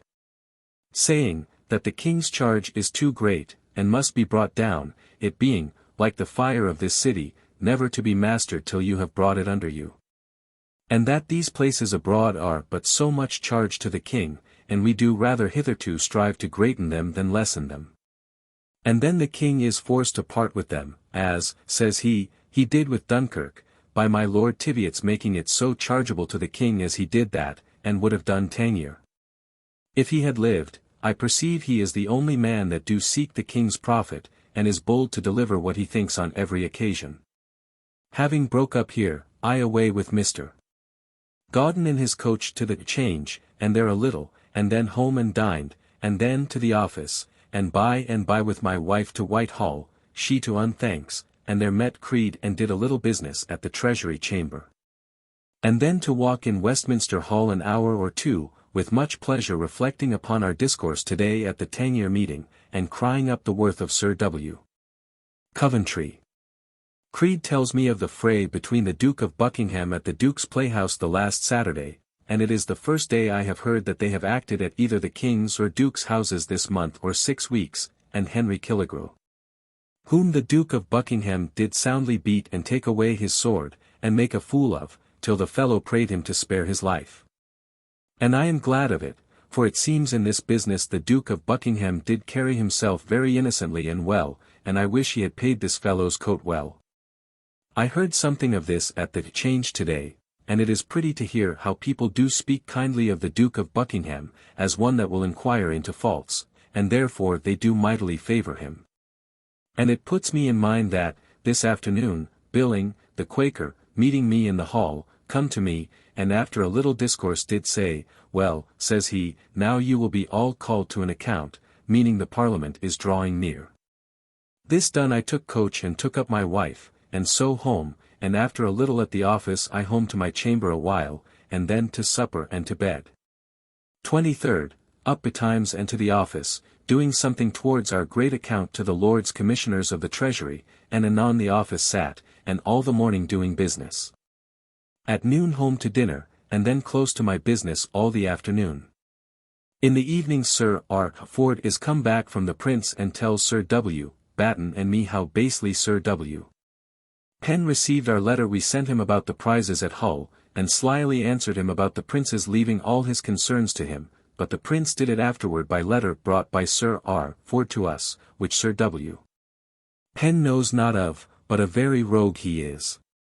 By and by comes sudden news to me by letter from the clerk of the check at Gravesend, that there were 30 sail of Dutch men of war coming up into the Hope this last tide, which I told Sir W. Penn of. But he would not believe it, but laughed, and said it was a fleet of Bill Anders 860 and that the guns that were heard was the salutation of the Swedes' ambassador that comes over with them. But within half an hour comes another letter from Captain Proud, that 8 of them were come into the Hope, and 30 more following them, at 10 this morning. By and by comes an order from Whitehall to send down one of our number to Chatham, fearing that, as they did before, they may make a show first up hither, but then go to Chatham, so my Lord Brunker do go. And we here are ordered to give notice to the merchant men of war, gone below the barricado at Woolwich, to come up again. So with much trouble to supper, home and to bed. 24th. Betimes this morning comes a letter from the clerk of the check at Gravesend to me, to tell me that the Dutch fleet did come all into the Hope yesterday noon, and held a fight with our ships from thence till 7 at night. That they had burned 12 fire ships, and we took one of theirs, and burned 5 of our fire ships. But then rising and going to Sir W. Batten, he tells me that we have burned one of their men of war, and another of theirs is blown up, but how true this is, I know not. But these fellows are mighty bold, and have had the fortune of the wind easterly this time to bring them up, and prevent our troubling them with our fire ships. And, indeed, have had the winds at their command from the beginning, and now do take the beginning of the spring, as if they had some great design to do. I to my office, and they're hard at work all the morning, to my great content, abstracting the contract book into my abstract book, which I have by reason of the war omitted for above 2 years. But now I am endeavouring to have all my books ready and perfect against the Parliament comes, that upon examination I may be in condition to value myself upon my perfect doing of my own duty. At noon home to dinner, where my wife mighty musty 861 but I took no notice of it, but after dinner to the office, and there with Mr. Harper did another good piece of work about my late collection of the accounts of the Navy presented to the Parliament at their last session, which was left unfinished, and now I have done it, which sets my mind at my ease, and so, having tired myself, I took a pair of oars about 5 o'clock, which I made a galley at Redriff, and so with very much pleasure down to Gravesend, all the way with extraordinary content reading of Boyle's Hydrostatics, which the more I read and understand, the more I admire, as a most excellent piece of philosophy. As we come nearer Gravesend, we hear the Dutch fleet and ours firing their guns most distinctly and loud. But before we got to Gravesend they ceased, and it grew darkish, and so I landed only, and the flood being come, and went up to the ship and discoursed with the landlord of the house, who undeceives me in what I heard this morning about the Dutch having lost 2 men of war, for it is not so, but several of their fire ships. He do say, that this afternoon they did force our ships to retreat, but that now they are gone down as far as Shield Haven, but what the event hath been of this evening's guns they know not, but suppose not much. For they have all this while shot at good distance one from another. They seem confident of the security of this town and the river above it, if the enemy should come up so high, their fortifications being so good, and guns many. But he do say that people do complain of Sir Edward Spragg, that he hath not done extraordinary, and more of Sir W. Jennings, that he come up with his Tamkins 862 in his guns. Having discoursed this a little with him, and eat a bit of cold venison and drank, I away, took boat, and homeward again, with great pleasure, the moon shining, and it being a fine pleasant cool evening, and got home by 12:30 at night. And so to bed. 25th, up, and to the office, where we sat all the morning. At noon home to dinner, and there sang with much pleasure with my wife, and so to the office again, and busy all the afternoon. At night Sir W. Batten, Sir W. Penn, and myself, and Sir R. Ford, did meet in the garden to discourse about our prizes at Hull. It appears that Hogg is the eeriest rogue, the most observable embezzler, that ever was known. This vexes us, and made us very free and plain with Sir W. Penn, who hath been his great patron, and as very a rogue as he. But he do now seem to own that his opinion is changed of him, and that he will join with us in our strictest inquiries, and did sign to the letters we had drawn, which he had refused before, and so seemingly parted good friends. And then I demanded of Sir R. Ford and the rest, what passed today at the meeting of the Parliament, who told me that, contrary to all expectation by the King that there would be but a thin meeting, there met above 300 this first day, and all the discontented party. And, indeed, the whole house seems to be no other almost. The Speaker told them, as soon as they were sat, that he was ordered by the King to let them know he was hindered by some important business to come to them and speak to them, as he intended. And, therefore, ordered him to move that they would adjourn themselves till Monday next, it being very plain to all the House that he expects to hear by that time of the sealing of the peace, which by letters, it seems, from my Lord Holy's, was to be sealed the last Sunday. 863. But before they would come to the question whether they would adjourn, Sir Thomas Tomkins steps up and tells them, that all the country is grieved at this new raised standing army. And that they thought themselves safe enough in their train bands, and that, therefore, he desired the King might be moved to disband them. Then rises Garraway and seconds him, only with this explanation, which he said he believed the other meant. That, as soon as peace should be concluded, they might be disbanded. Then rose Sir W. Coventry, and told them that he did approve of what the last gentleman said. But also, that at the same time he did no more than what, he durst be bold to say, he knew to be the king's mind, that as soon as peace was concluded he would do it of himself.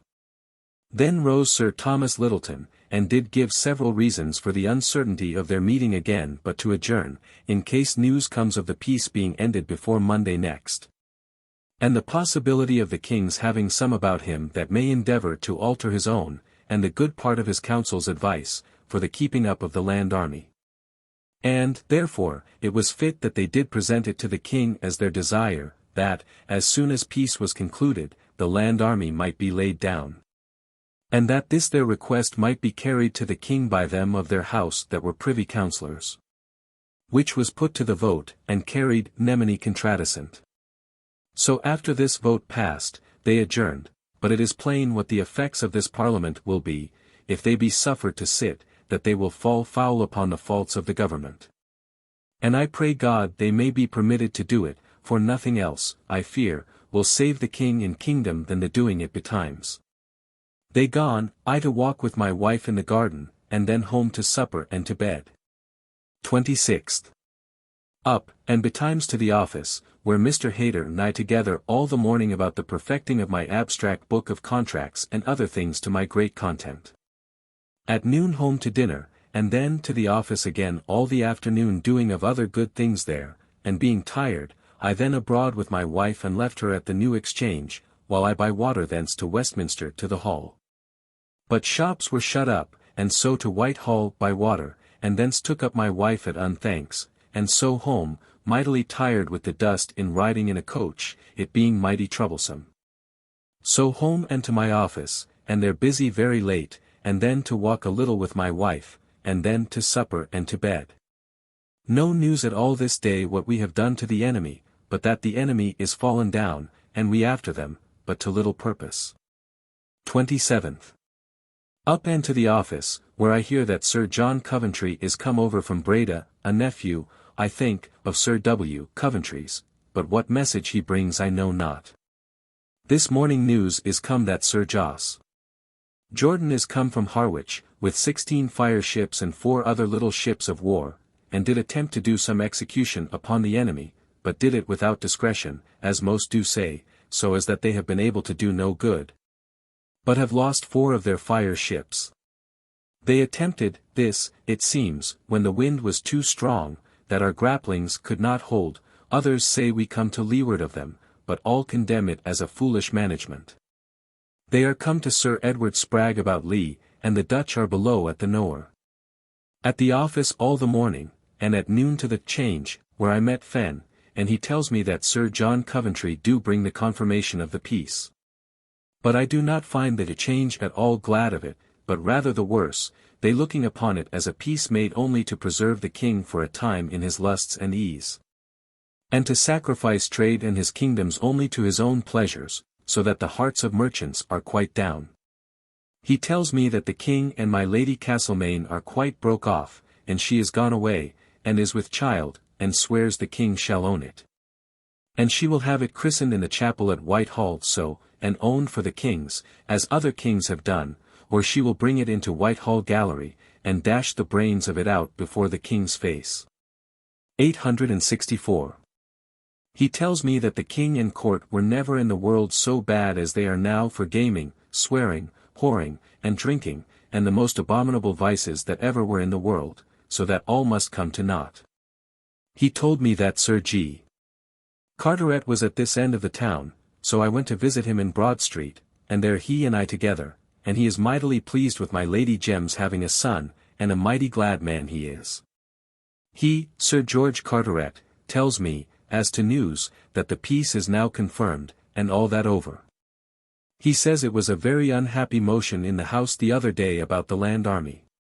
For, whether the king hath a mind of his own to do the thing desired or no, his doing it will be looked upon as a thing done only in fear of the Parliament. He says that the Duke of York is suspected to be the great man that is for raising of this army, and bringing things to be commanded by an army, but he believes that he is wronged, and says that he do know that he is wronged therein. He do say that the court is in a way to ruin all for their pleasures, and says that he himself hath once taken the liberty to tell the king the necessity of having, at least, a show of religion in the government, and sobriety.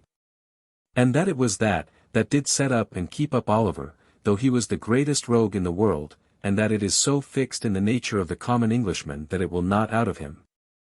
He tells me that while all should be laboring to settle the kingdom, they are at court all in factions, some for and others against my Lord Chancellor, and another for and against another man, and the king adheres to no man. But this day delivers himself up to this, and the next to that, to the ruin of himself and business. That he is at the command of any woman like a slave, though he be the best man to the queen in the world, with so much respect, and never lies a night from her, but yet cannot command himself in the presence of a woman he likes. Having had this discourse, I parted, and home to dinner, and thence to the office all the afternoon to my great content very busy. It raining this day all day to our great joy, it having not rained, I think, this month before, so as the ground was everywhere so burned and dry as could be, and no travelling in the road or streets in London, for dust. At night late home to supper and to bed. 28th, Lord's Day. Up and to my chamber, where all the morning close, to draw up a letter to Sir W. Coventry upon the tidings of peace, taking occasion, before I am forced to it, to resign up to His Royal Highness my place of the victualling. And to recommend myself to him by promise of doing my utmost to improve this peace in the best manner we may, to save the kingdom from ruin. By noon I had done this to my good content, and then with my wife all alone to dinner, and so to my chamber all the afternoon to write my letter fair, and send it away, and then to talk with my wife, and read. And so by daylight, the only time I think I have done it this year, to supper, and then to my chamber to read and so to bed, my mind very much eased after what I have done today.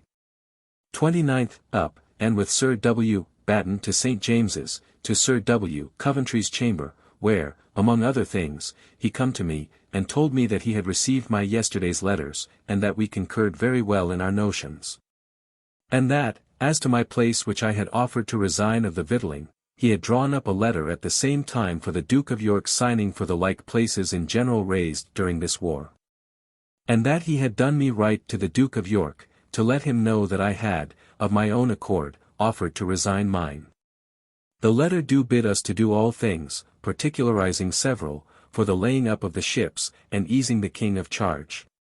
So that the war is now professedly over. By and by up to the Duke of York's chamber, and there all the talk was about Jordan's coming with so much indiscretion, with his 4 little frigates and 16 fire ships from Harwich, to annoy the enemy.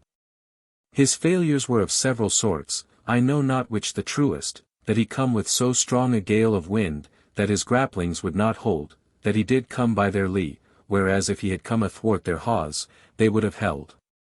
That they did not stop a tide, and come up with a windward tide, and then they would not have come so fast. Now, there happened to be Captain Jennifer by, who commanded the Lily in this business, and thus says that, finding the Dutch not so many as they expected, they did not know but that there were more of them above. And so were not so earnest to the setting upon these. That they did do what they could to make the fire ships fall in among the enemy, and, for their lives, neither Sir J. Jordan nor others could, by shooting several times at them, make them go in. And it seems they were commanded by some idle fellows, such as they could of a sudden gather up at Harwich. Which is a sad consideration that, at such a time as this, where the saving the reputation of the whole nation lay at stake, and after so long a war, the king had not credit to gather a few able men to command these vessels. He says, that if they had come up slower, the enemy would, with their boats and their great sloops, which they have to row with a great many men, they would, and did, come and cut up several of our fire ships. And would certainly have taken most of them, for they do come with a great provision of these boats on purpose, and to save their men, which is bravely done of them, though they did, on this very occasion, shew great fear, as they say, by some men leaping overboard out of a great ship, as these were all of them of 60 and 70 guns apiece, which one of our fireships laid on board, though the fire did not take. But yet it is brave to see what care they do take to encourage their men to provide great stores of boats to save them, while we have not credit to find one boat for a ship. And, further, he told us that this new way used by Dean, and this Sir W. Coventry observed several times, of preparing of fireships, do not do the work. For the fire, not being strong and quick enough to flame up, so as to take the rigging and sails, lies smothering a great while, half an hour before it flames, in which time they can get her off safely, though, which is uncertain. And did fail in one or two this bout, it do serve to burn our own ships. But what a shame it is to consider how 2 of our ships' companies did desert their ships for fear of being taken by their boats, our little frigates being forced to leave them, being chased by their greater. And 1 more company did set their ship on fire, and leave her. Which afterwards a Feversham fisherman come up to, and put out the fire, and carried safe into Feversham, where she now is, which was observed by the Duke of York, and all the company with him, that it was only want of courage, and a general dismay and abjectness of spirit upon all our men. And others did observe our ill management, and God Almighty's curse upon all that we have in hand, for never such an opportunity was of destroying so many good ships of theirs as we now had. But to see how negligent we were in this business, that our fleet of Jordans should not have any notice where Spragg was, nor Spragg of Jordans, so as to be able to meet and join in the business, and help one another. But Jordan, when he saw Spragg's fleet above, did think them to be another part of the enemy's fleet. While, on the other side, notwithstanding our people at court made such a secret of Jordan's design that nobody must know it, and even this office itself must not know it, nor for my part one did not, though Sir W. Batten says by others' discourse to him he had heard something of it. Yet De Ruyter, or he that commanded this fleet, had notice of it, and told it to a fisherman of ours that he took and released on Thursday last, which was the day before our fleet came to him. But then, that seems most to our disgrace, and which the Duke of York did take special and vehement notice of, is, that when the Dutch saw so many fire ships provided for them, themselves lying, I think, about the Nore, they did with all their great ships, with a northeast wind, as I take it they said, but whatever it was a wind that we should not have done it with, turned down to the middle ground. Which the Duke of York observed, never was nor would have been undertaken by ourselves. And whereas some of the company answered, it was their great fear, not their choice that made them do it, the Duke of York answered, that it was, it may be, their fear and wisdom that made them do it. But yet their fear did not make them mistake, as we should have done, when we have had no fear upon us, and have run our ships on ground. And this brought it into my mind, that they managed their retreat down this difficult passage, with all their fear, better than we could do ourselves in the main sea, when the Duke of Albemarle run away from the Dutch, when the Prince was lost. And the Royal Charles and the other great ships come on ground upon the Galloper. Thus, in all things, in wisdom, courage, force, knowledge of our own streams, and success, the Dutch have the best of us, and do end the war with victory on their side. The Duke of York being ready, we into his closet, but, being in haste to go to the Parliament House, he could not stay. So we parted, and to Westminster Hall, where the hall full of people to see the issue of the day, the King being come to speak to the House today. One thing extraordinary was, this day a man, a Quaker, came naked through the hall, only very civilly tied about the privities to avoid scandal, and with a chafing dish of fire and brimstone burning upon his head, did pass through the hall, crying, "Repent! Repent!" I up to the painted chamber, thinking to have got in to have heard the King's speech, but upon second thoughts did not think it would be worth the crowd, and so went down again into the hall and there walked with several. Among others my Lord Rutherford, who is come out of Scotland, and I hope I may get some advantage by it in reference to the business of the interest of the great sum of money I paid him long since without interest. But I did not now move him in it. But presently comes down the House of Commons, the King having made then a very short and no pleasing speech to them at all, not at all giving them thanks for their readiness to come up to town at this busy time. But told them that he did think he should have had occasion for them, but had none, and therefore did dismiss them to look after their own occasions till October. And that he did wonder any should offer to bring in a suspicion that he intended to rule by an army, or otherwise than by the laws of the land, which he promised them he would do. And so bade them go home and settle the minds of the country in that particular, and only added, that he had made a peace which he did believe they would find reasonable, and a good peace, but did give them none of the particulars thereof. Thus they are dismissed again to their general great distaste, I believe the greatest that ever Parliament was, to see themselves so fooled, and the nation in certain condition of ruin, while the king, they see, is only governed by his lust. And women, and rogues about him. The Speaker, they found, was kept from coming in the morning to the House on purpose, till after the king was come to the House of Lords. For fear they should be doing anything in the House of Commons to the further dissatisfaction of the king and his courtiers. They do all give up the kingdom for lost that I speak to. And do hear what the king says, how he and the Duke of York do what they can to get up an army, that they may need no more parliaments, and how my Lady Castlemaine hath, before the late breach between her and the king, said to the king that he must rule by an army, or all would be lost, and that Bab May hath given the like advice to the king, to crush the English gentlemen, saying that 300 a year was enough for any man but them that lived at court.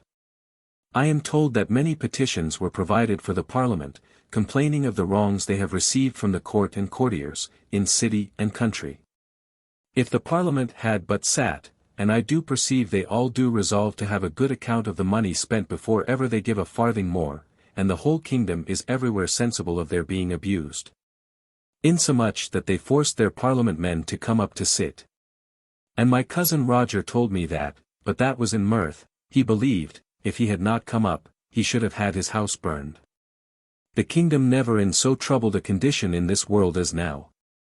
Nobody pleased with the peace, and yet nobody daring to wish for the continuance of the war, it being plain that nothing do nor can thrive under us. Here I saw old good Mr. Vaughan, and several of the great men of the Commons, and some of them old men, that are come 200 miles, and more, to attend this session of Parliament, and have been at great charge and disappointments in their other private business.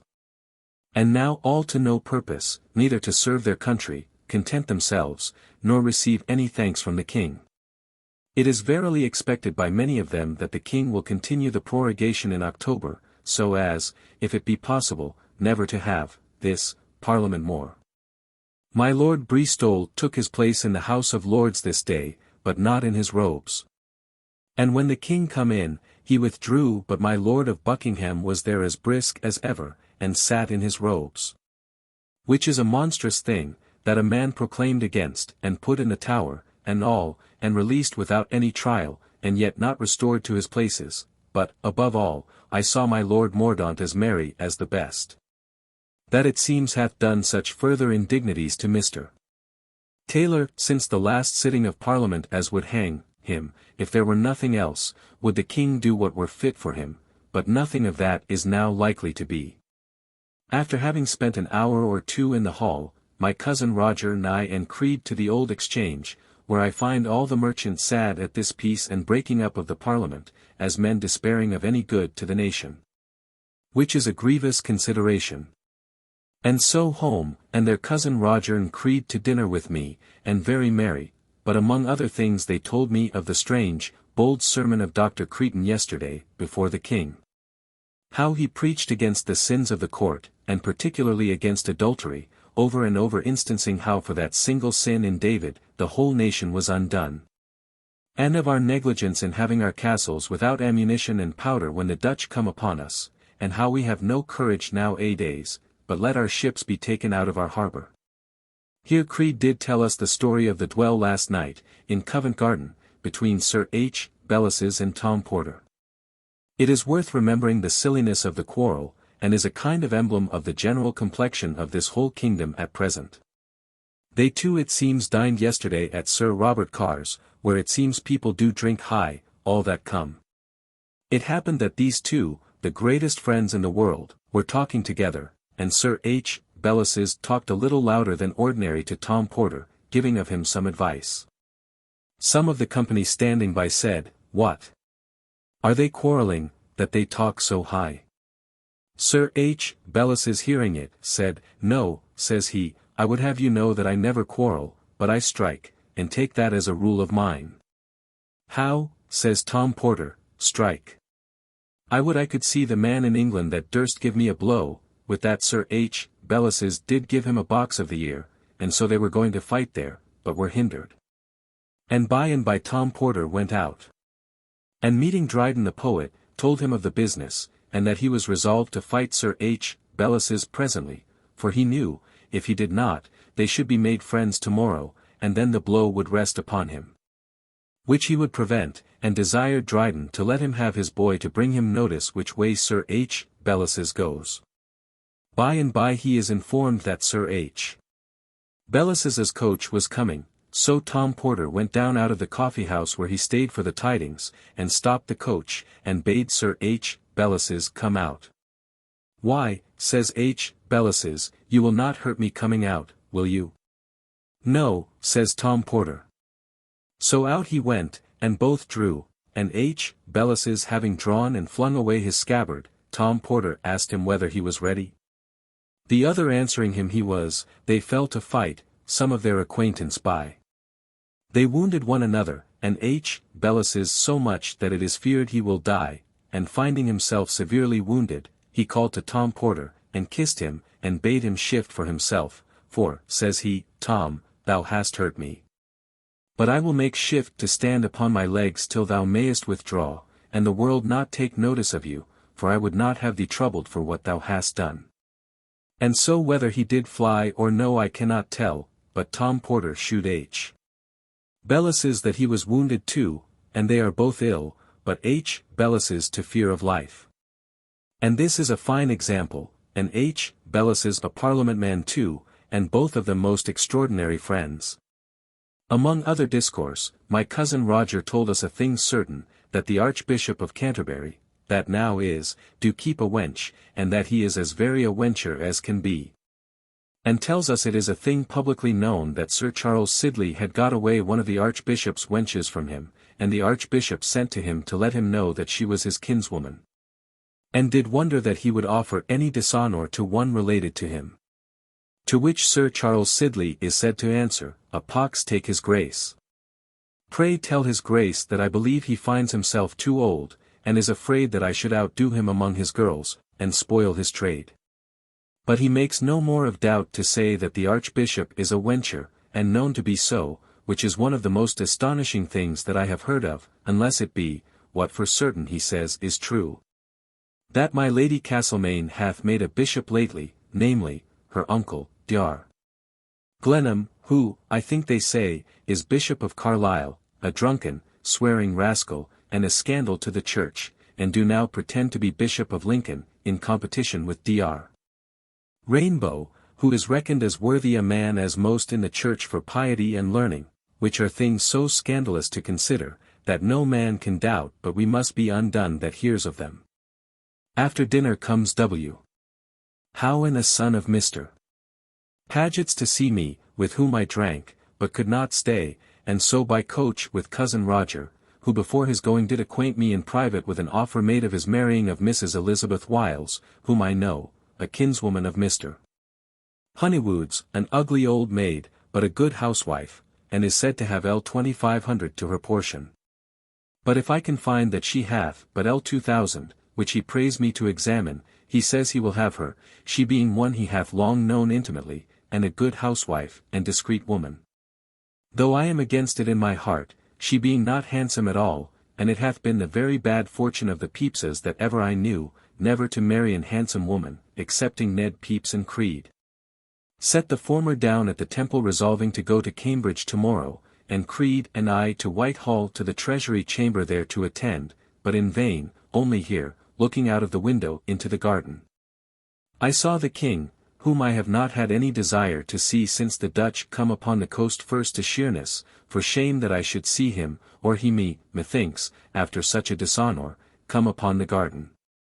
With him 2 or 3 idle lords, and instantly after him, in another walk, my Lady Castlemaine, led by Bab. May, at which I was surprised, having but newly heard the stories of the King and her being parted for ever. So I took Mr. Povey, who was there, aside, and he told me all, how imperious this woman is, and hectors the king to whatever she will.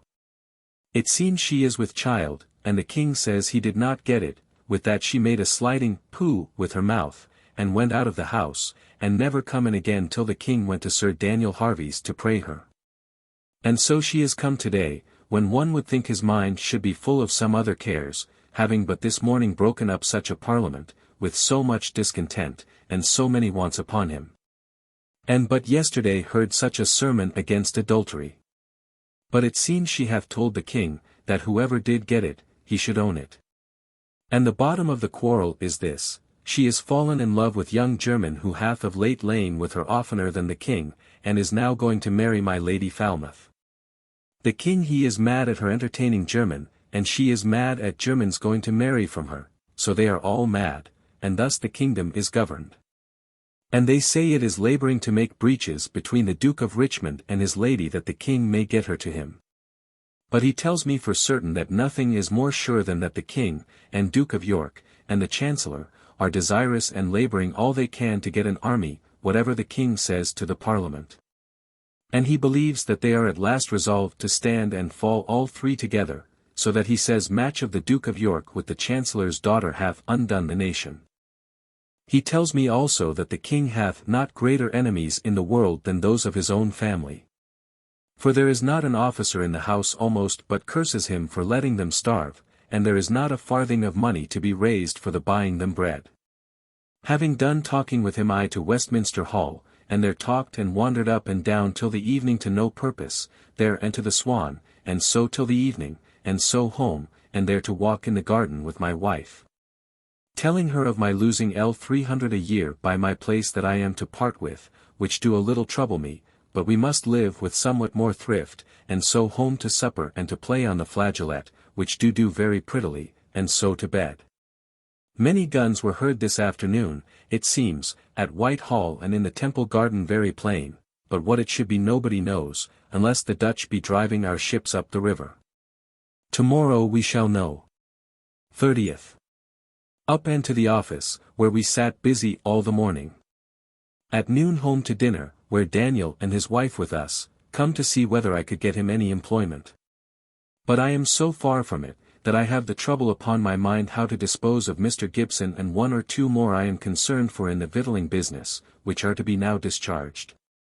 After dinner by coach to Whitehall, calling on 2 or 3 tradesmen and paying their bills, and so to Whitehall, to the Treasury Chamber, where I did speak with the Lords, and did my business about getting them to assent to 10% interest on the 11 months' tax, but find them mightily put to it for money. Here I do hear that there are 3 lords more to be added to them, my Lord Bridgewater, my Lord Anglesey, and my Lord Chamberlain. Having done my business, I to Creed's chamber, and thence out with Creed to Whitehall with him, in our way, meeting with Mr. Cooling, my Lord Chamberlain's secretary, on horseback, who stopped to speak with us, and he proved very drunk, and did talk, and would have talked all night with us, I not being able to break loose from him, he holding me so by the hand. But, Lord! To see his present humour, how he swears at every word, and talks of the king and my Lady Castlemaine in the plainest words in the world. And from him I gather that the story I learned yesterday is true, that the king hath declared that he did not get the child of which she is conceived at this time, he having not as he says lain with her this half year. But she told him, God damn me, but you shall own it. It seems, he is jealous of German, and she loves him so, that the thoughts of his marrying of my Lady Falmouth puts her into fits of the mother. And he, it seems, hath lain with her from time to time, continually, for a good while, and once, as this Cooling says, the king had like to have taken him a bed with her, but that he was fain to creep under the bed into her closet. But it is a pretty thing he told us how the king, once speaking of the Duke of York's being mastered by his wife, said to some of the company by, that he would go no more abroad with this Tom Otter, meaning the Duke of York, and his wife.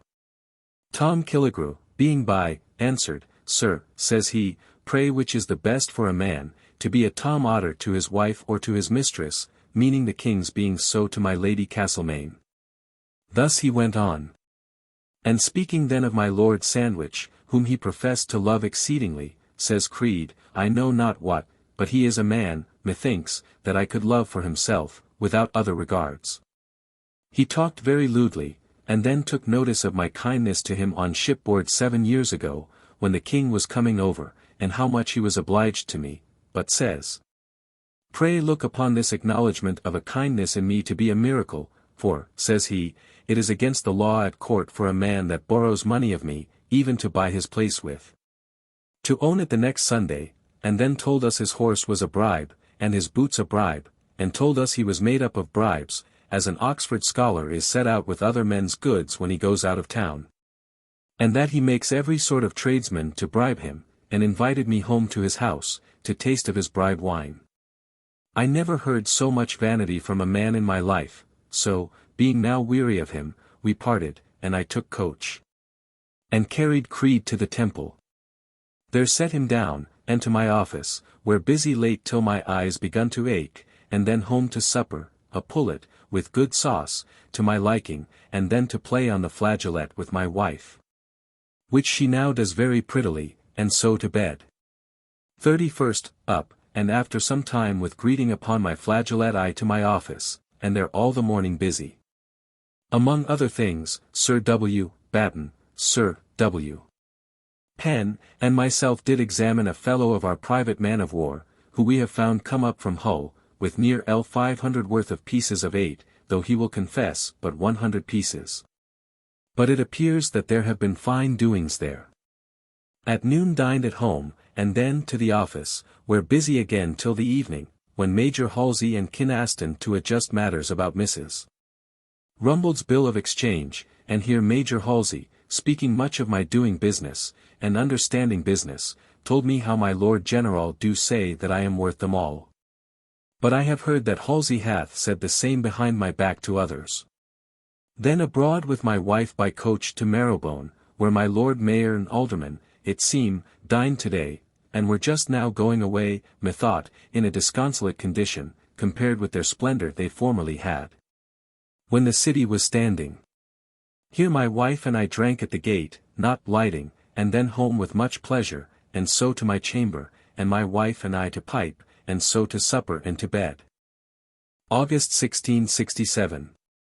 August 1st, up, and all the morning at the office. At noon my wife and I dined at Sir W. Penn's, only with Mrs. Turner and her husband, on a damned venison pasty, that stunk like a devil. However, I did not know it till dinner was done. We had nothing but only this, and a leg of mutton, and a pullet or two. Mrs. Markham was here, with her great belly. I was very merry, and after dinner, upon a motion of the women, I was got to go to the play with them, the first I have seen since before the Dutch coming upon our coast, and so to the King's house, to see the custom of the country. The house mighty empty, more than ever I saw it, and an ill play. After the play, we into the house, and spoke with Nip, who went abroad with us by coach to the neat houses in the way to Chelsea. And there, in a box in a tree, we sat and sang, and talked and eat, my wife out of humour, as she always is, when this woman is by. So, after it was dark, we home. Set Nep down at home, who told us the story how Nell is gone from the King's house, and is kept by my Lord Buckhurst. Then we home, the gates of the city shut, it being so late, and at Newgate we find them in trouble, some thieves having this night broke open prison. So we through, and home. And our coachman was fain to drive hard from 2 or 3 fellows, which he said were rogues, that he met at the end of Blowbladder Street, next Cheapside. So set Mrs. Turner home, and then we home, and I to the office a little. And so home and to bed, my wife in an ill humour still. 2nd, up, but before I rose my wife fell into angry discourse of my kindness yesterday to Mrs. Nip, and leading her, and sitting in the coach hand in hand, and my arm about her middle, and in some bad words reproached me with it. I was troubled, but having much business in my head and desirous of peace rose and did not provoke her. So she up and come to me and added more, and spoke basely of my father, who I perceived did do something in the country, at her last being there, that did not like her, but I would not inquire into anything, but let her talk. And when ready away to the office I went, where all the morning I was, only Mr. Gauden come to me, and he and I home to my chamber, and there reckoned, and there I received my profits for 10 year of him, and L250 on my victualling score. He is a most noble-minded man as ever I met with, and seems to own himself much obliged to me, which I will labor to make him. For he is a good man also. We talked on many good things relating to the king's service, and, in fine, I had much matter of joy by this morning's work, receiving above L400 of him, on one account or other. And a promise that, though I lay down my victualling place, yet, as long as he continues victualler, I shall be the better by him. To the office again, and there evened all our business with Mr. Kinaston about Colonel Norwood's bill of exchange from Tangier, and I am glad of it, for though he be a good man, yet his importunity tries me. So home to dinner, where Mr. Hayter with me in W. Hewer, because of their being in the way after dinner, and so to the office after dinner, wherein with my Lord Bruniker at his lodgings all the afternoon and evening making up our great account for the Lords Commissioners of the Treasury. But not so as pleased me yet. So at 12 at night home to supper and to bed, my wife being gone in an ill humor to bed before me. This noon my wife comes to me alone, and tells me she had those upon her and bid me remember it. I asked her why, and she said she had a reason. I do think by something too she said today, that she took notice that I had not lain with her this half year, that she thinks that I have some doubt that she might be with child by somebody else. Which God knows never entered into my head, or whether my father observed anything at Brampton with Coleman I know not. But I do not do well to let these beginnings of discontents take so much root between us. 3rd. Up, and to the office, where busy all the morning. Then at noon to dinner, and to the office again, there to enable myself, by finishing our great account, to give it to the Lords Commissioners of the Treasury. Which I did, and there was called in to them, to tell them only the total of our debt of the Navy on the 25th of May last, which is above L950,000. Here I find them mighty hot in their answer to the Council Board about our Treasurer's threepences of the victualling, and also against the present farm of the Customes, which they do most highly inveigh against. So home again by coach, and they're hard to work till very late and my eyes began to fail me, which now upon very little overworking them they do, which grieves me much. Late home, to supper, and to bed. 4th, Lord's Day. Busy at my office from morning till night, in writing with my own hand fair our large general account of the expense and debt of the Navy, which lasted me till night to do, that I was almost blind, and Mr. Gibson with me all day long, and dined with me, an excellent discourse I had with him, he understanding all the business of the Navy most admirably. To walk a little with my wife at night in the garden, it being very hot weather again, and so to supper and to bed. 5th, up, and with Sir W. Batten in the morning to St. James's, where we did our ordinary business with the Duke of York, where I perceive they have taken the highest resolution in the world to become good husbands, and to retrench all charge. And to that end we are commanded to give him an account of the establishment in the 7th year of the late King's reign, and how offices and salaries have been increased since. And I hope it will end in the taking away some of our commissioners, though it may be to the lessening of some of our salaries also.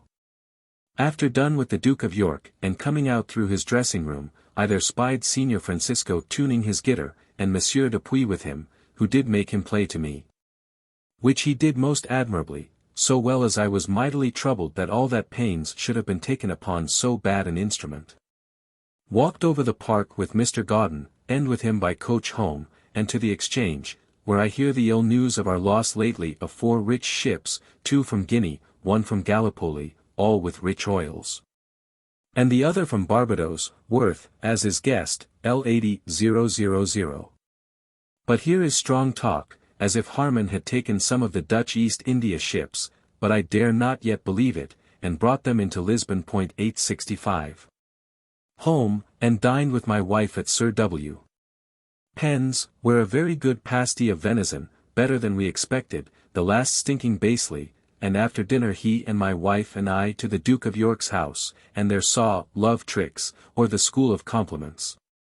A silly play, only Miss Davis's, dancing in a shepherd's clothes did please us mightily. Thence without much pleasure home and to my office, so home, to supper, and to bed. My wife mighty angry with Nell, who is turned a very gossip, and gads abroad as soon as our backs are turned, and will put her away tomorrow, which I am not sorry for. 6th, up, and to the office, where all the morning very full of business. A full board. Here, talking of news, my Lord Anglesey did tell us that the Dutch do make a further bogle with us about 2 or 3 things, which they will be satisfied in, he says, by us easily. But only in one, it seems, they do demand that we shall not interrupt their East Indiamen coming home, and of which they are in some fear, and we are full of hopes that we have light upon some of them, and carried them into Lisbon, by Harman. Which God send.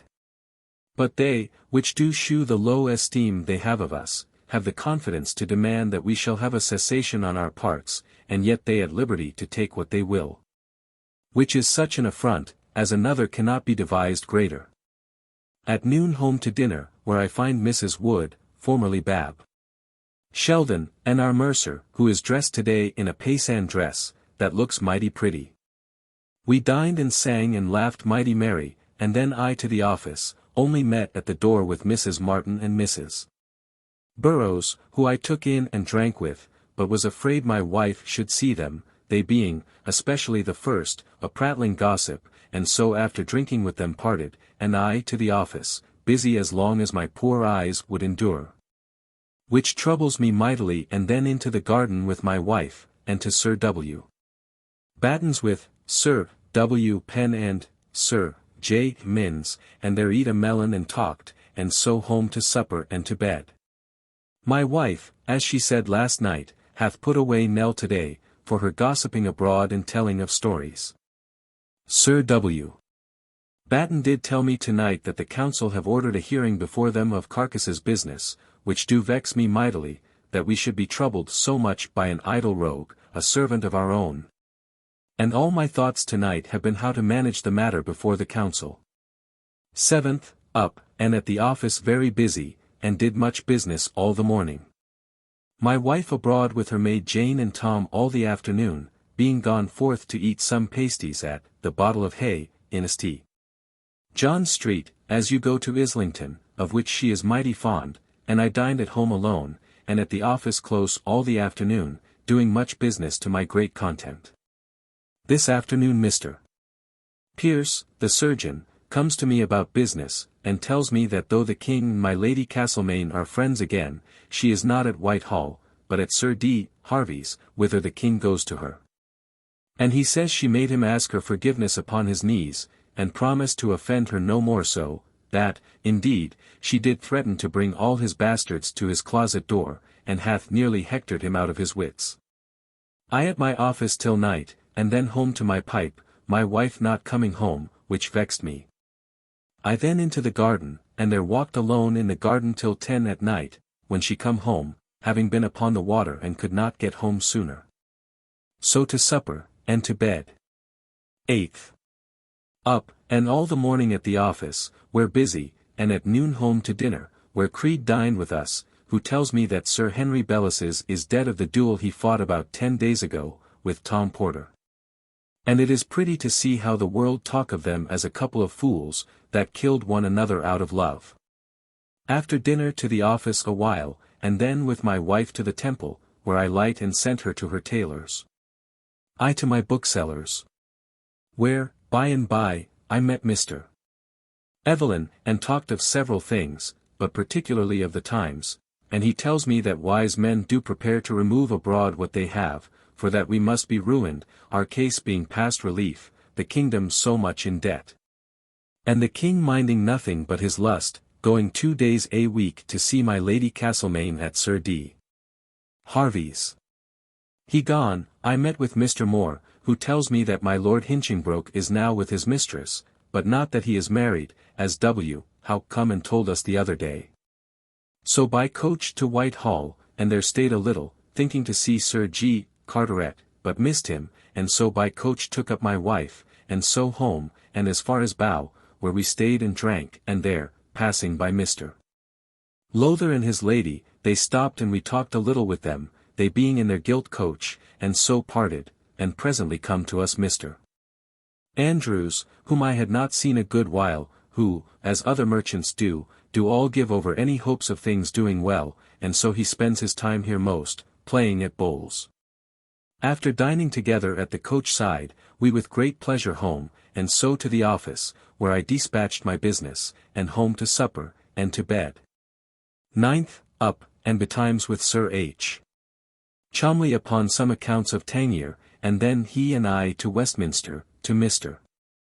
Burge's, and then walked in the hall, and he and I talked, and he do really declare that he expects that of necessity this kingdom will fall back again to a commonwealth. And other wise men are of the same mind, this family doing all that silly men can do, to make themselves unable to support their kingdom, minding their lust and their pleasure, and making their government so chargeable. That people do well remember better things were done, and better managed, and with much less charge under a commonwealth than they have been by this king. And do seem to resolve to wind up his businesses and get money in his hand against the turn do come.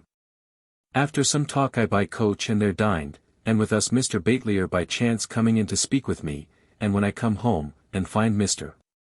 Gudgrum, my wife's singing master, there I did soundly rattle him for neglecting her so much as he hath done, she not having learned 3 songs these 3 months and more.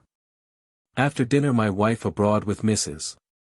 Turner, and I to the office, where busy all the afternoon, and in the evening by coach to St. James's, and there met Sir W. Coventry, and he and I walked in the park an hour.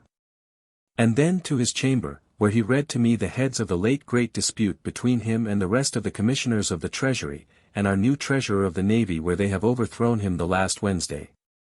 In the great dispute touching his having the payment of the victualler, which is now settled by council that he is not to have it and, indeed, they have been most just, as well as most severe and bold, in the doing this against a man of his quality. But I perceive he do really make no difference between any man. He tells me this day it is supposed the peace is ratified at Breda, and all that matter over. We did talk of many retrenchments of charge of the navy which he will put in practice, and everywhere else.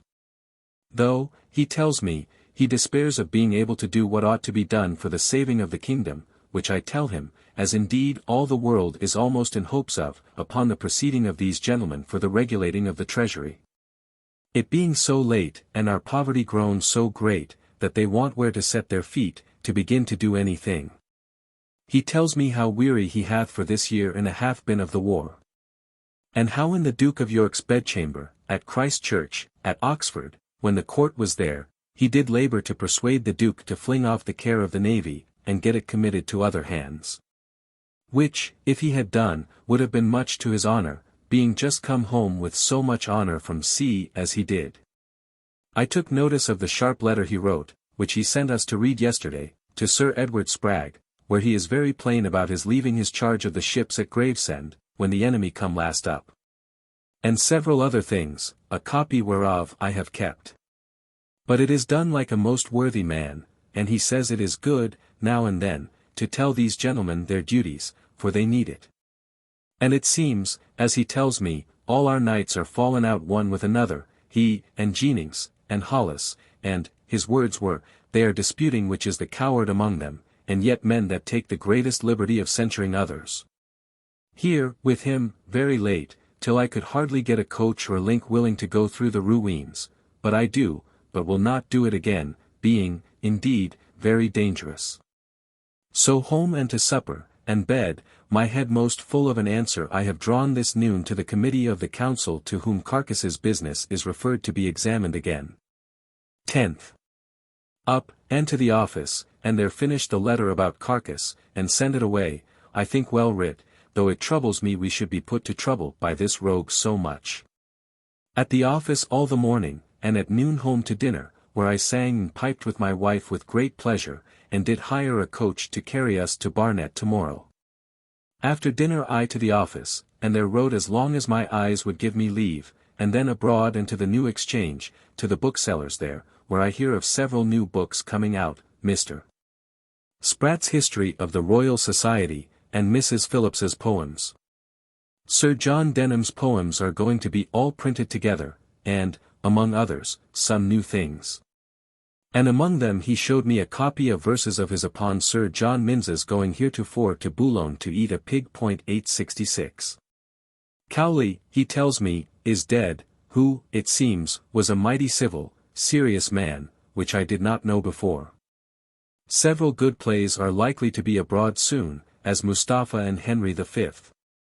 Here having stayed and divertised myself a good while, I home again and to finish my letters by the post, and so home, and betimes to bed with my wife because of rising betimes tomorrow. 11th, Lord's Day. Up by 4 o'clock, and ready with Mrs. Turner to take coach before 5, which we did, and set on our journey, and got to the Wells at Barnet by 7 o'clock, and there found many people a-drinking. But the morning is a very cold morning, so as we were very cold all the way in the coach. Here we met Joseph Batelier, and I talked with him, and here was W. Hewer also, and his uncle Steventon, so, after drinking 3 glasses and the women nothing, we back by coach to Barnet, where to the Red Lion, where we light, and went up into the great room, and there drank. And eat some of the best cheesecakes that ever I eat in my life, and so took coach again, and W. Hewer on horseback with us, and so to Hatfield, to the inn, next my Lord Salisbury's house, and there rested ourselves, and drank, and bespoke dinner. And so to church, it being just church time, and there we find my Lord and my Lady Sands and several fine ladies of the family, and a great many handsome faces and genteel persons more in the church, and did hear a most excellent good sermon, which pleased me mightily, and very devout. It being upon the signs of saving grace, where it is in a man, and one sign, which held him all this day, was, that where that grace was, there is also the grace of prayer, which he did handle very finely. In this church lies the former Lord of Salisbury, Cecil, buried in a noble tomb. So the church being done, we to our inn, and there dined very well, and mighty merry. And as soon as we had dined we walked out into the park through the fine walk of trees, and to the vineyard, and there shewed them that, which is in good order, and indeed a place of great delight. Which, together with our fine walk through the park, was of as much pleasure as could be desired in the world for country pleasure and good air. Being come back, and weary with the walk, for as I made it, it was pretty long, being come back to our inn, there the women had pleasure in putting on some straw hats, which are much worn in this country, and did become them mightily. But especially my wife. So, after resting a while, we took coach again, and back to Barnet, where W. Hewer took us into his lodging, which is very handsome, and there did treat us very highly with cheesecakes, cream, tarts, and other good things. And then walked into the garden, which was pretty, and there filled my pockets full of filberts, and so with much pleasure. Among other things, I met in this house with a printed book of the life of O. Cromwell, to his honour as a soldier and politician, though as a rebel, the first of that kind that ever I saw, and it is well done. Took coach again, and got home with great content, just at day shutting in, and so as soon as home eat a little and then to bed, with exceeding great content at our day's work. 12th. My wife waked betimes to call up her maids to washing, and so to bed again, whom I then hugged, it being cold now in the mornings. Up by and by, and with Mr. Gauden by coach to St. James's, where we find the Duke gone a-hunting with the King, but found Sir W. Coventry within, with whom we discoursed, and he did largely discourse with us about our speedy falling upon considering of retrenchments in the expense of the navy, which I will put forward as much as I can. So having done there I to Westminster Hall to Burgess, and then walked to the New Exchange, and there to my bookseller's, and did by Scott's Discourse of Witches, and do hear Mr. Cowley mightily lamented his death, by Dr. Ward, the Bishop of Winchester, and Dr. Bates, who were standing there, as the best poet of our nation, and as good a man. Thence I to the Printsellers, over against the Exchange towards Covent Garden, and there bought a few more prints of cities, and so home with them, and my wife and maids being gone over the water to the Whitster S867 with their clothes. This being the first time of her trying this way of washing her linen, I dined at Sir W. Batten's, and after dinner, all alone to the King's Playhouse, and there did happen to sit just before Mrs. Pierce, and Mrs. Knepp, who pulled me by the hair.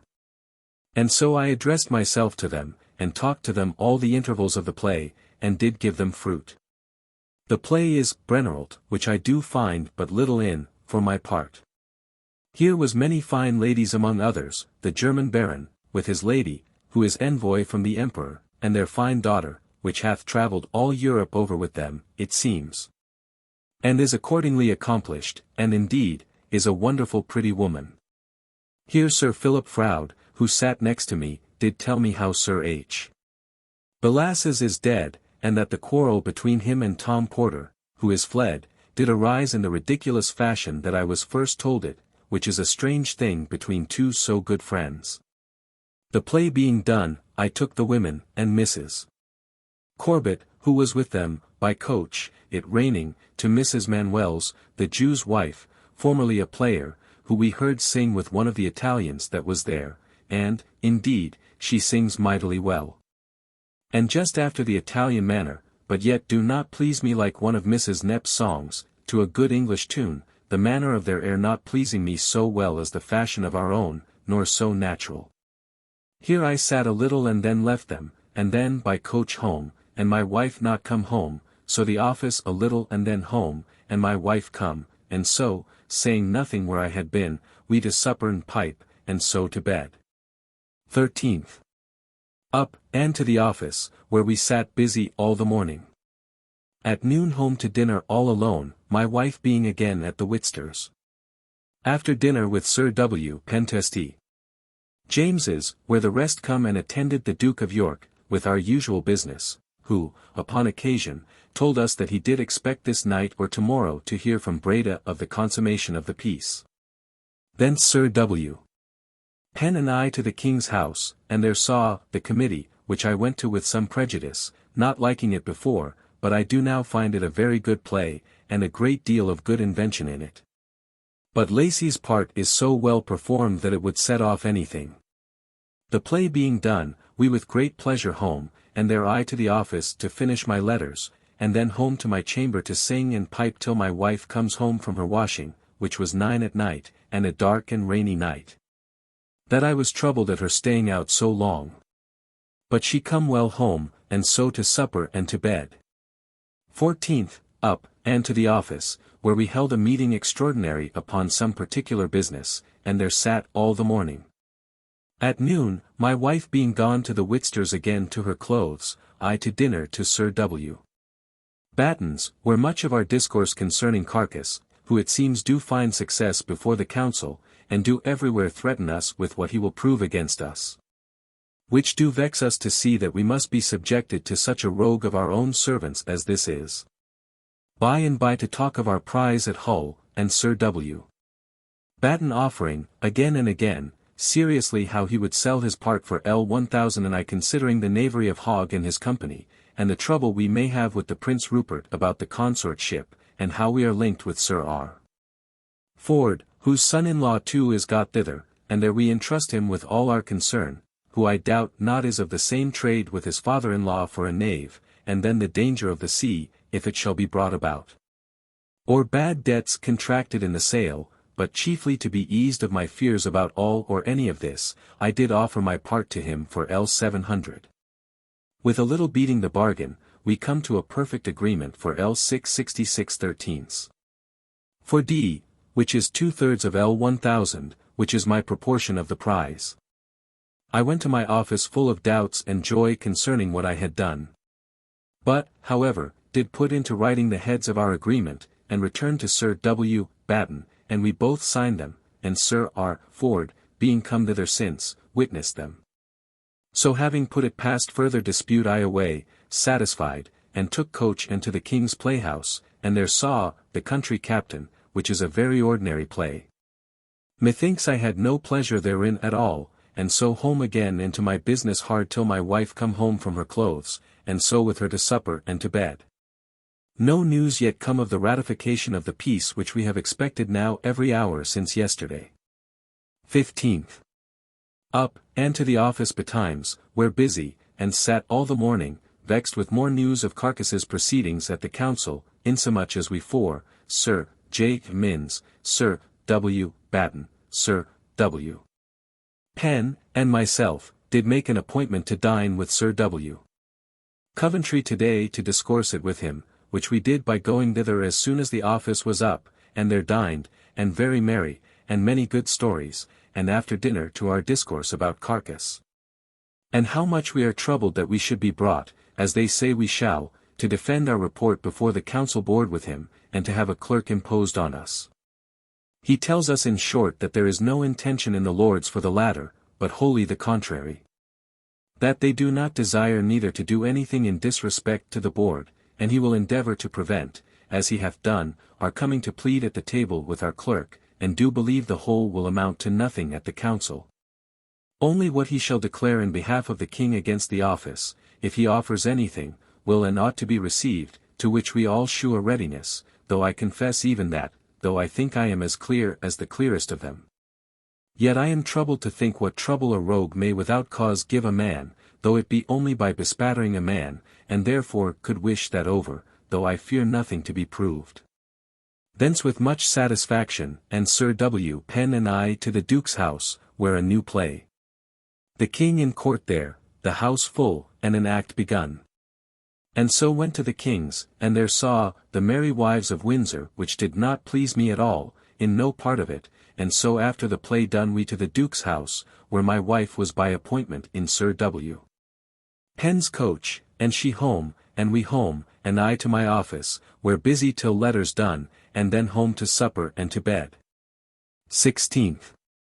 Up, and at the office all the morning, and so at noon to dinner, and after dinner my wife and I to the Duke's Playhouse, where we saw the new play acted yesterday, The Feigned Innocence, or Sir Martin Marall. A play made by my Lord Duke of Newcastle, but, as every body says, corrected by Dryden. It is the most entire piece of mirth, a complete farce from one end to the other, that certainly was ever writ. I never laughed so in all my life. I laughed till my head ached, all the evening and night with the laughing, and that very good wit therein, not fooling. The house full, and in all things of mighty content to me. Thence to the New Exchange with my wife, where, at my bookseller's, I saw, The History of the Royal Society, which, I believe, is a fine book, and have bespoke one in quires. So home, and I to the office a little, and so to my chamber, and read the history of 88,868 in speed, in order to my seeing the play thereof acted tomorrow at the king's house. So to supper in some pain by the sudden change of the weather cold and my drinking of cold drink, which I must I fear begin to leave off, though I shall try it as long as I can without much pain. But I find myself to be full of wind, and my anus to be knit together as it is always with cold. Everybody wonders that we have no news from Breda of the ratification of the peace, and do suspect that there is some stop in it. So to bed. 17th. Up, and all the morning at the office, where we sat, and my head was full of the business of Carcass, who hath a hearing this morning before the council and hath summoned at least 30 persons, and which is wondrous, a great many of them. I hear, do declare more against him than for him, and yet he summons his people without distinction. Sure he is distracted. At noon home to dinner, and presently my wife and I and Sir W. Penn to the King's Playhouse, where the house extraordinary full. And there was the King and Duke of York to see the new play, Queen Elizabeth's Troubles and the History of 88. I confess I have sucked in so much of the sad story of Queen Elizabeth, from my cradle, that I was ready to weep for her sometimes, but the play is the most ridiculous that sure ever come upon the stage. And, indeed, is merely a shoe, only shews the true garby of the Queen in those days, just as we see Queen Mary and Queen Elizabeth painted, but the play is merely a puppet play, acted by living puppets. Neither the design nor language better. And one stands by and tells us the meaning of things, only I was pleased to see Nip dance among the milkmaids, and to hear her sing a song to Queen Elizabeth. And to see her come out in her nightgown with no locks on, but her bare face and hair only tied up in a knot behind, which is the comeliest dress that ever I saw her in to her advantage.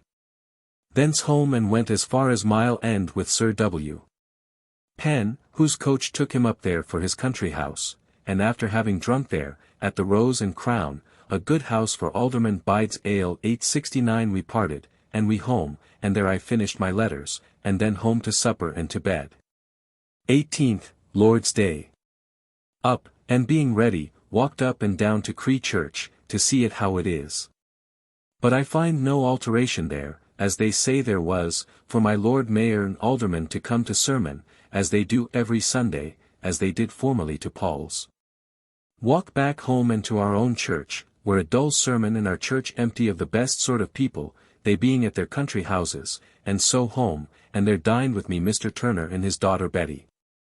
870. Her mother should, but they were invited to Sir J. Minns, where she dined and the others here with me. Betty is grown a fine lady as to carriage and discourse. I and my wife are mightily pleased with her. We had a good haunch of venison, powdered and boiled, and a good dinner and merry. After dinner comes Mr. Pelling the Potticary, whom I had sent for to dine with me, but he was engaged. After sitting an hour to talk we broke up, all leaving Pelling to talk with my wife, and I walked towards Whitehall, but, being wearied, turned into St. Dunstan's Church, where I heard an able sermon of the minister of the place. And stood by a pretty, modest maid, whom I did labour to take by the hand and the body, but she would not, but got further and further from me. And, at last, I could perceive her to take pins out of her pocket to prick me if I should touch her again, which seeing I did forbear, and was glad I did spy her design. And then I fell to gaze upon another pretty maid in a pew close to me, and she on me, and I did go about to take her by the hand, which she suffered a little and then withdrew. So the sermon ended, and the church broke up, and my amours ended also, and so took coach and home, and there took up my wife, and to Islington with her, our old road, but before we got to Islington, between that and Kingsland, there happened an odd adventure. One of our coach horses fell sick of the staggers, so as he was ready to fall down. The coachman was fain to light, and hold him up, and cut his tongue to make him bleed, and his tail. The horse continued shaking every part of him, as if he had been in an ague, a good while, and his blood settled in his tongue, and the coachman thought and believed he would presently drop down dead. Then he blew some tobacco in his nose, upon which the horse sneezed, and, by and by, grows well, and draws us the rest of our way, as well as ever he did, which was one of the strangest things of a horse I ever observed, but he says it is usual. It is the staggers. Stayed and eat and drank at Islington, at the old house, and so home, and to my chamber to read, and then to supper and to bed. 19th, up, and at the office all the morning very busy. Towards noon I to Westminster about some tallies at the Exchequer, and then straight home again and dined, and then to sing with my wife with great content, and then I to the office again, where busy. And then out and took coach and to the Duke of York's house, all alone, and there saw Sir Martin Marall again, though I saw him but 2 days since, and do find it the most comical play that ever I saw in my life. Soon as the play done I home, and there busy till night, and then comes Mr. More to me only to discourse with me about some general things touching the badness of the times, how ill they look, and he do agree with most people that I meet with, that we shall fall into a commonwealth in a few years, whether we will or no. For the charge of a monarchy is such as the kingdom cannot be brought to bear willingly, nor are things managed so well nowadays under it, as heretofore. He says every body do think that there is something extraordinary that keeps us so long from the news of the peace being ratified, which the King and the Duke of York have expected these 6 days. He gone, my wife and I and Mrs. Turner walked in the garden a good while till 9 at night, and then parted, and I home to supper and to read a little, which I cannot refrain, though I have all the reason in the world to favour my eyes, which every day grow worse and worse by overusing them, and then to bed. 20th, up, and to my chamber to set down my journal for the last 3 days, and then to the office, where busy all the morning. At noon home to dinner, and then with my wife abroad, set her down at the Exchange, and I to St. James's, where find Sir W. Coventry alone, and fell to discourse of retrenchments. And thereon he tells how he hath already propounded to the Lords Committee of the Councils how he would have the Treasurer of the Navy a less man, that might not sit at the board, but be subject to the board. He would have 2 controllers to do his work and 2 surveyors, whereof one of each to take it by turns to reside at Portsmouth and Chatham by a kind of rotation. He would have but only 1 clerk of the acts. He do tell me he hath propounded how the charge of the navy in peace shall come within L 200,000, by keeping out 24 ships in summer, and 10 in the winter. And several other particulars we went over of retrenchment, and I find I must provide some things to offer that I may be found studious to lessen the king's charge. By and by comes my Lord Brunker, and then we up to the Duke of York, and there had a hearing of our usual business, but no money to be heard of, no. Not L 100 upon the most pressing service that can be imagined of bringing in the king's timber from Whittlewood, while we have the utmost want of it, and no credit to provide it elsewhere, and as soon as we had done with the Duke of York, Sir W. Coventry did single out Sir W. Penn and me, and desired us to lend the king some money, out of the prizes we have taken by hog. He did not much press it, and we made but a merry answer thereto. But I perceive he did ask it seriously, and did tell us that there never was so much need of it in the world as now, we being brought to the lowest straits that can be in the world. This troubled me much. By and by Sir W. Batten told me that he heard how Carcass do now give out that he will hang me, among the rest of his threats of him and Penn, which is the first word I ever heard of the kind from him concerning me. It do trouble me a little, though I know nothing he can possibly find to fasten on me. Thence, with my Lord Brunker to the Duke's playhouse, telling my wife so at the Change, where I left her, and there saw Sir Martin Marall again, which I have now seen 3 times, and it hath been acted but 4 times. And still find it a very ingenious play, and full of variety. So home, and to the office, where my eyes would not suffer me to do anything by candlelight, and so called my wife and walked in the garden. She mighty pressing for a new pair of cuffs, which I am against the laying out of money upon yet, which makes her angry. So home to supper and to bed. 21st. Up, and my wife and I fell out about the pair of cuffs, which she hath a mind to have to go to see the ladies dancing tomorrow at Betty Turner's school, and do vex me so that I am resolved to deny them her. However, by and by a way was found that she had them, and I well satisfied, being unwilling to let our difference grow higher upon so small an occasion and frowardness of mine. Then to the office, my Lord Brunker and I all the morning answering petitions, which now by a new council's order we are commanded to set a day in a week apart for, and we resolved to do it by turn, my Lord and I 1 week and 2 others another. At noon home to dinner, and then my wife and I mighty pleasant abroad, she to the New Exchange and I to the Commissioners of the Treasury, who do sit very close, and are bringing the king's charges as low as they can, but Sir W. Coventry did here again tell me that he is very serious in what he said to Sir W. Penn and me yesterday about our lending of money to the king. And says that people do talk that we had the king's ships at his cost to take prizes, and that we ought to lend the king money more than other people. I did tell him I will consider it, and so parted, and do find I cannot avoid it. So to Westminster Hall and there stayed a while, and thence to Mrs. Martin's, and there did take a little pleasure both with her and her sister. Here sat and talked, and it is a strange thing to see the impudence of the woman, that desires by all means to have her Mary come home, only that she might beat liberty to have me paratoker her, which is a thing I do not so much desire. Thence by coach, took up my wife, and home and out to Mile End, and there drank, and so home, and after some little reading in my chamber, to supper and to bed. This day I sent my cousin Roger a tierce of claret, which I give him. This morning come 2 of Captain Cook's boys, whose voices are broke, and are gone from the chapel, but have extraordinary skill, and they and my boy, with his broken voice, did sing 3 parts, their names were Blail and Loggings.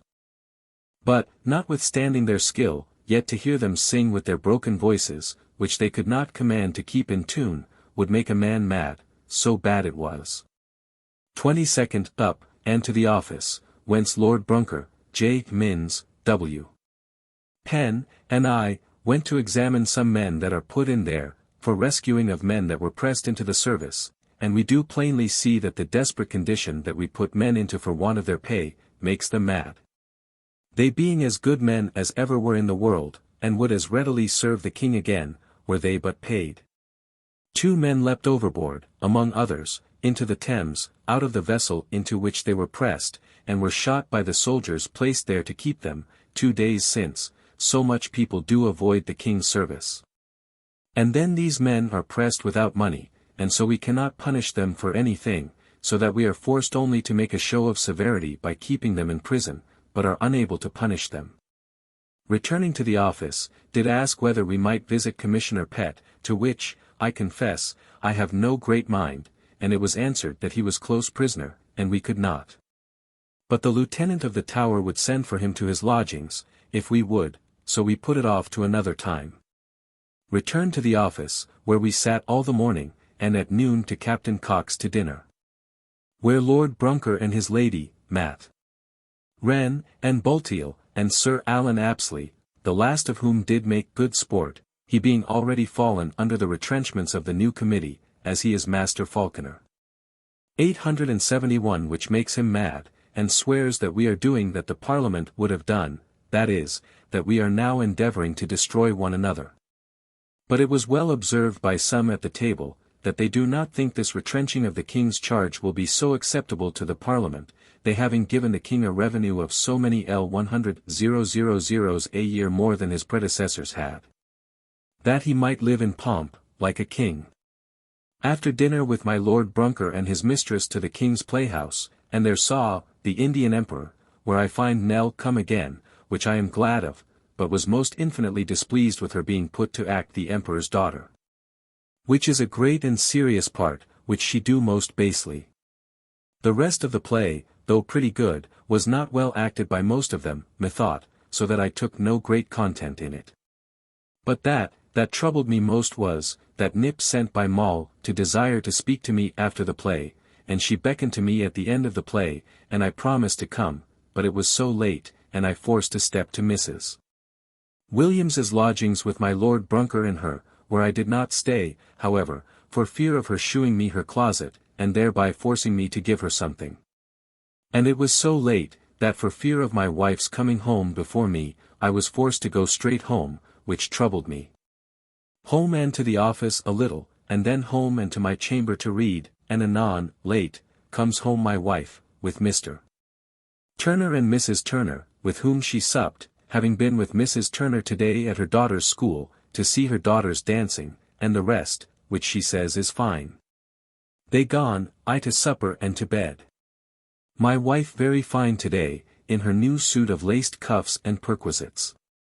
This evening Pelling comes to me, and tells me that this night the Dutch letters are come, and that the peace was proclaimed there the 19th inst, and that all is finished.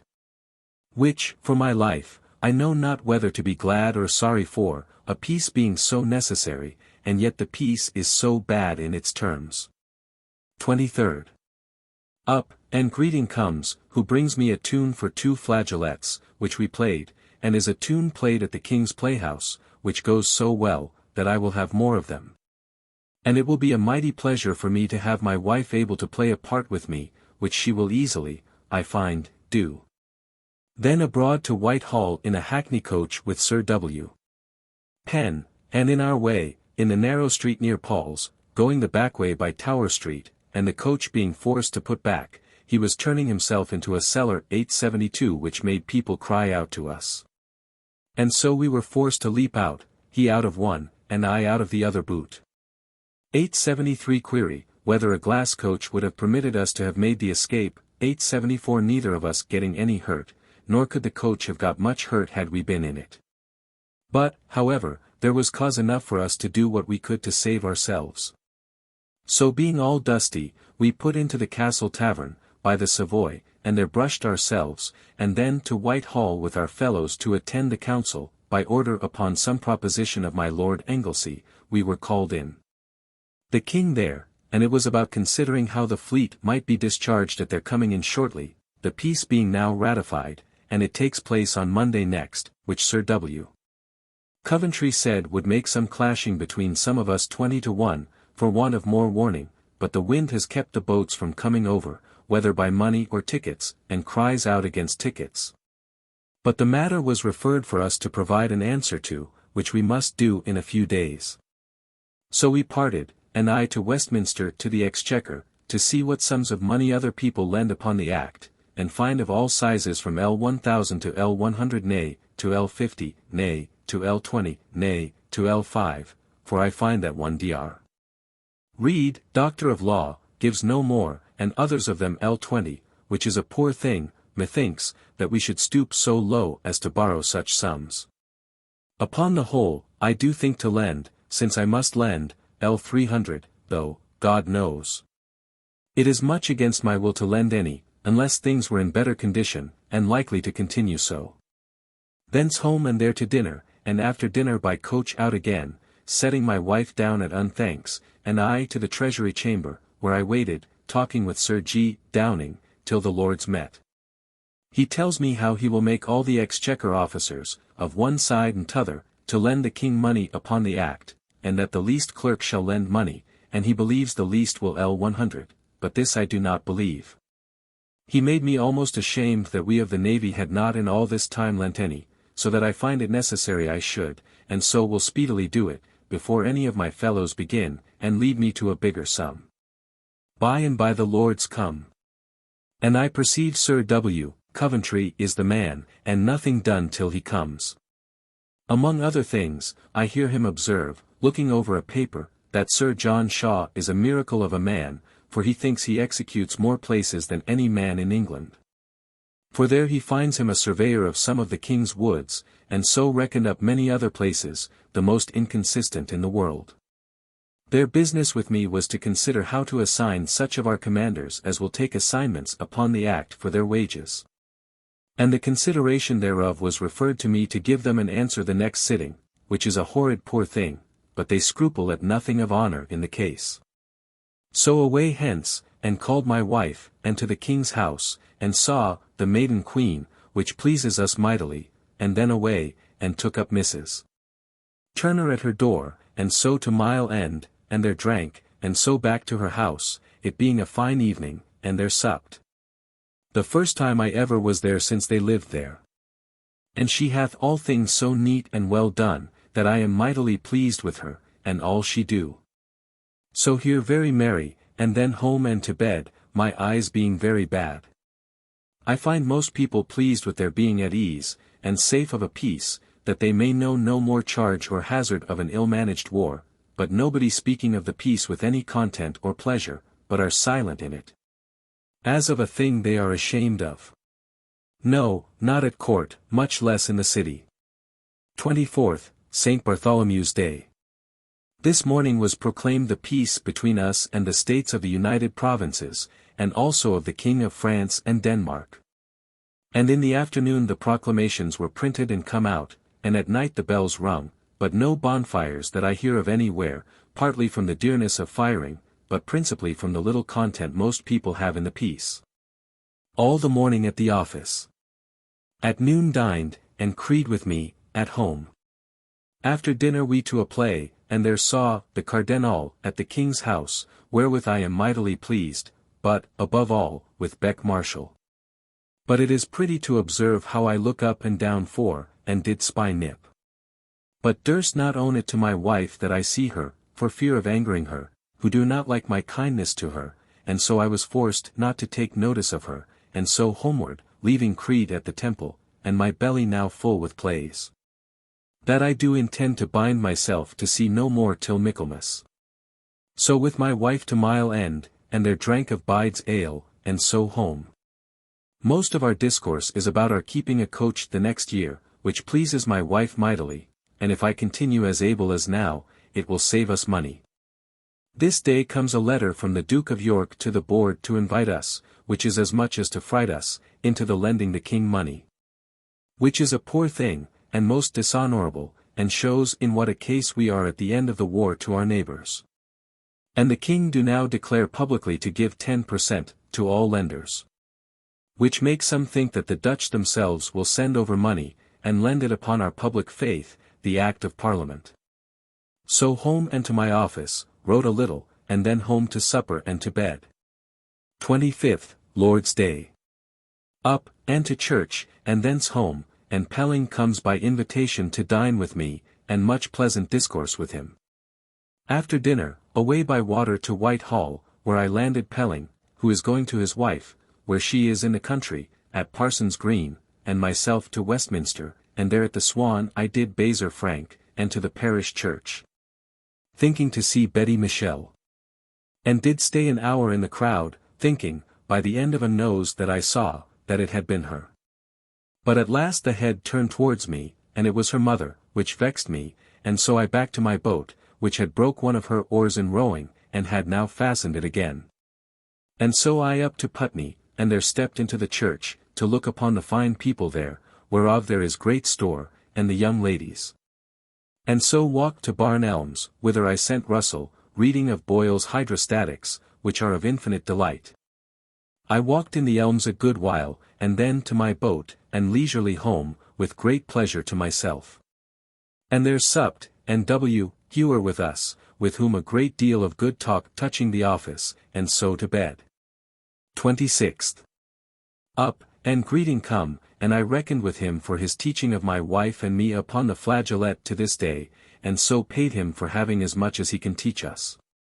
Then to the office, where we sat upon a particular business all the morning, and my Lord Anglesey with us, who, and my Lord Brunker, do bring us news how my Lord Chancellor's seal is to be taken away from him today. The thing is so great and sudden to me, that it put me into a very great admiration what should be the meaning of it. And they do not own that they know what it should be, but this is certain, that the king did resolve it on Saturday, and did yesterday send the Duke of Albemarle, the only man fit for those works, to him for his purse, to which the Chancellor answered, that he received it from the king, and would deliver it to the king's own hand, and so civilly returned the Duke of Albemarle without it. And this morning my Lord Chancellor is to be with the king, to come to an end in the business. After sitting, we rose, and my wife being gone abroad with Mrs. Turner to her washing at the Whitsters, I dined at Sir W. Batten's, where Mr. Borman was, who come from Whitehall, who tells us that he saw my Lord Chancellor come in his coach with some of his men, without his seal, to Whitehall to his chamber. And thither the King and Duke of York come and stayed together alone, an hour or more, and it is said that the King do say that he will have the Parliament meet, and that it will prevent much trouble by having of him out of their enmity, by his place being taken away, for that all their enmity will be at him. It is said also that my Lord Chancellor answers, that he desires he may be brought to his trial, if he have done anything to lose his office. And that he will be willing, and is most desirous, to lose that, and his head both together. Upon what terms they parted nobody knows, but the Chancellor looked sad, he says. Then in comes Sir Richard Ford, and says he hears that there is nobody more presses to reconcile the King and Chancellor than the Duke of Albemarle and Duke of Buckingham, the latter of which is very strange. Not only that he who was so lately his enemy should do it, but that this man, that but the other day was in danger of losing his own head, should so soon come to be a mediator for others, it shows a wise government. They all say that he, Clarendon, is but a poor man, not worth above £3,000 a year in land, but this I cannot believe, and all do blame him for having built so great a house, till he had got a better estate. Having dined, Sir J. Minns and I to Whitehall, where we could be informed in no more than we were told before, nobody knowing the result of the meeting, but that the matter is suspended. So I walked to the King's Playhouse, there to meet Sir W. Penn, and saw The Surprisal, a very mean play, I thought, or else it was because I was out of humour, and but very little company in the house. But there Sir W. Penn and I had a great deal of discourse with Moll, who tells us that Nell is already left by my Lord Buckhurst, and that he makes sport of her, and swears she hath had all she could get of him, and Hart 875 her great admirer, now hates her. And that she is very poor, and hath lost my Lady Castlemaine, who was her great friend also, but she is come to the house, but is neglected by them all. 876. Thence with Sir W. Penn home, and I to the office, where late about business, and then home to supper, and so to bed. 27th. Up, and am invited betimes to be godfather tomorrow to Captain Poole's child with my Lady Penn and Lady Batten, which I accepted out of complaisance to them, and so to the office, where we sat all the morning. At noon dined at home, and then my wife and I, with Sir W. Penn, to the New Exchange, set her down, and he and I to St. James's, where Sir J. Minns, Sir W. Batten, and we waited upon the Duke of York, but did little business, and he, I perceive, his head full of other business, and of late hath not been very ready to be troubled with any of our business. Having done with him, Sir J. Minns, Sir W.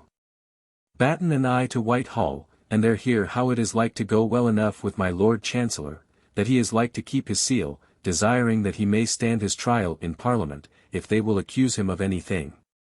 Here Sir J. Minns and I looking upon the pictures, and Mr. Chevens, being by, did take us, of his own accord, into the king's closet, to shew us some pictures, which, indeed, is a very noble place, and exceeding great variety of brave pictures, and the best hands. I could have spent 3 or 4 hours there well, and we had great liberty to look, and Chevens seemed to take pleasure to shew us, and commend the pictures. Having done here, I to the Exchange, and there find my wife gone with Sir W. Penn.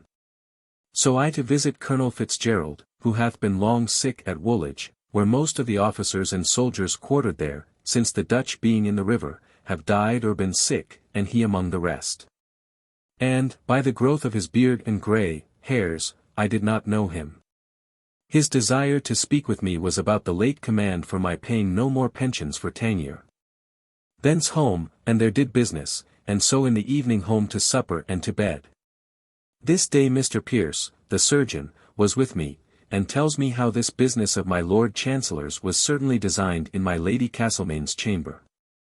And that, when he went from the king on Monday morning, she was in bed, though about 12 o'clock, and ran out in her smock into her aviary looking into Whitehall garden, and thither her woman brought her nightgown.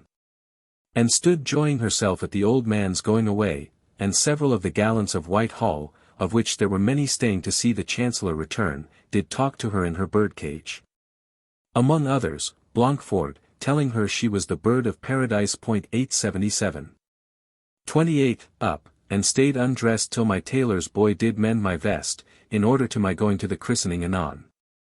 Then out and to Whitehall, to attend the council, by their order, with an answer to their demands touching our advice for the paying off of the seamen, when the ships shall come in, which answer is worth seeing. Shewing the badness of our condition. There, when I come, I was forced to stay till past 12 o'clock, in a crowd of people in the lobby, expecting the hearing of the great cause of Alderman Barker against my Lord Deputy of Ireland, for his ill usage in his business of land there. But the king and council sat so long, as they neither heard them nor me. So when they rose, I into the house, and saw the king and queen at dinner, and heard a little of their violins' music, and so home, and there to dinner, and in the afternoon with my Lady Batten, Penn, and her daughter, and my wife, to Mrs. Poole's, where I mighty merry among the women, and christened the child, a girl, Elizabeth, which, though a girl, yet my Lady Batten would have me to give the name. After christening comes Sir W. Batten, Sir W. Penn, and Mr. Lowther, and mighty merry there, and I forfeited for not kissing the 2 godmothers presently after the christening, before I kissed the mother, which made good mirth. And so anon away, and my wife and I took coach and went twice round Bartholomew Fair, which I was glad to see again, after 2 years missing it by the plague, and so home and to my chamber a little, and so to supper and to bed. 29th. Up, and Mr. Moore comes to me, and among other things tells me that my Lord Crewe and his friends take it very ill of me that my Lord Sandwich's sea fee should be retrenched, and so reported from this office, and I give them no notice of it.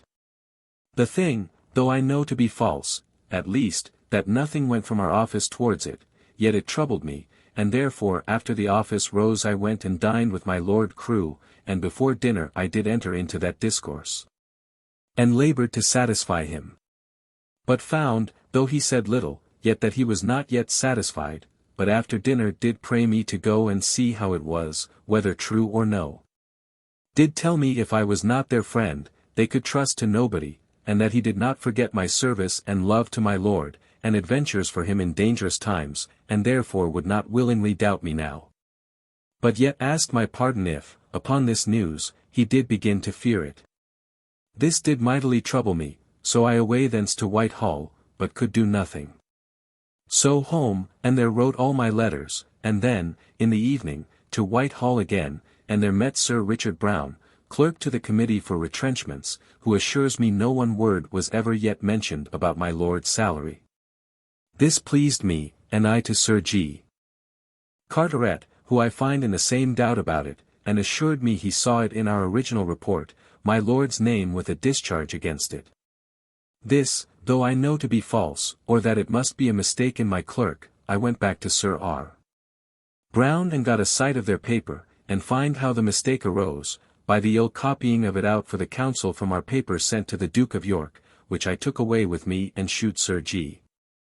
Carteret, and thence to my Lord Crewe, and the mistake ended very merrily, and to all our contents, particularly my own, and so home, and to the office, and then to my chamber late, and so to supper and to bed. I find at Sir G.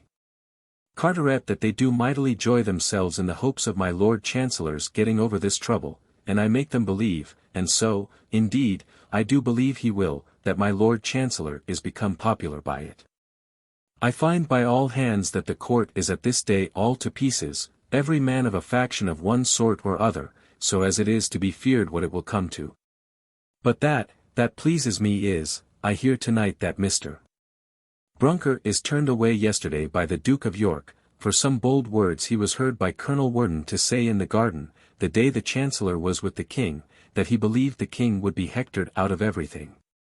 For this the Duke of York, who all say hath been very strong for his father-in-law at this trial, hath turned him away, and every body, I think, is glad of it. For he was a pestilent rogue, an atheist, that would have sold his king in country for 6d. Almost, so covetous and wicked a rogue he is, by all men's report.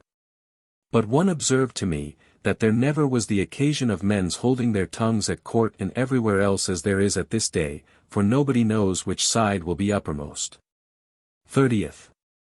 Up, and to Whitehall, where at the council chamber I hear Barker's business is like to come to a hearing today, having failed the last day. I therefore to Westminster to see what I could do in my checker business about Tangier, and finding nothing to be done, returned, and in the lobby stayed till almost noon expecting to hear Barker's business, but it was not called, so I come away. Here I met with Sir G. Downing, who tells me of Sir W. Penn's offering to lend L500, and I tell him of my L300, which he would have me to lend upon the credit of the latter part of the act, saying, that by that means my 10% will continue to me the longer. But I understand better, and will do it upon the L380,000, which will come to be paid the sooner, there being no delight in lending money now, to be paid by the King 2 years hence. But here he and Sir William Doyley were attending the council as commissioners for sick and wounded, and prisoners, and they told me their business, which was to know how we shall do to release our prisoners. For it seems the Dutch have got us to agree in the treaty, as they fool us in anything, that the diet of the prisoners on both sides shall be paid for, before they be released. Which they have done, knowing ours to run high, they having more prisoners of ours than we have of theirs. So that they are able and most ready to discharge the debt of theirs, but we are neither able nor willing to do that for ours, the debt of those in Zealand only, amounting to above L5,000 for men taken in the King's own ships. Besides others taken in merchantmen, which expect, as is usual, that the King should redeem them.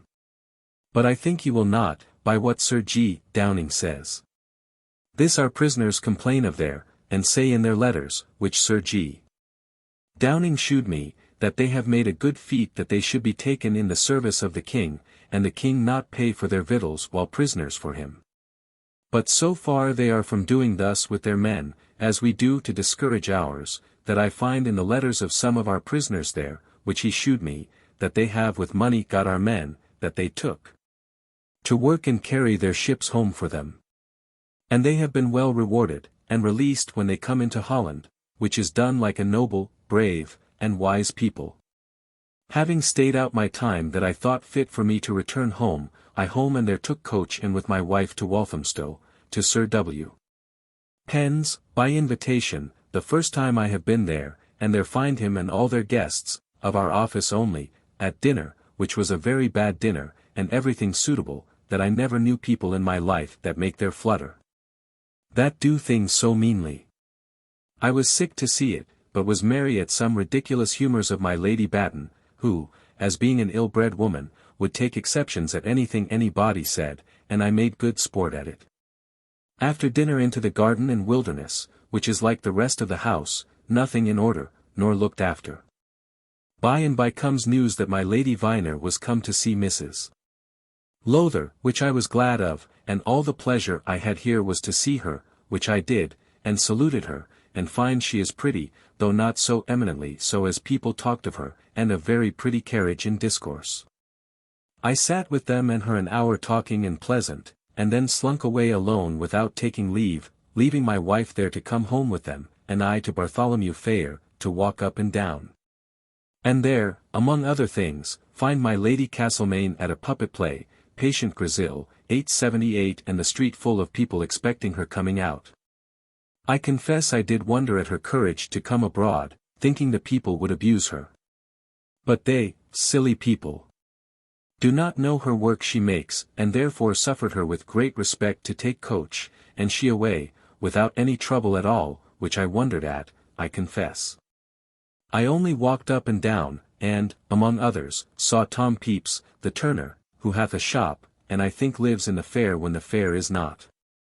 I only asked how he did as he stood in the street, and so up and down sauntering till late and then home, and there discoursed with my wife of our bad entertainment today, and so to bed. I met Captain Cock today at the council chamber and took him with me to Westminster, who tells me that there is yet expectation that the Chancellor will lose the seal, and that he is sure that the King hath said it to him who told it him.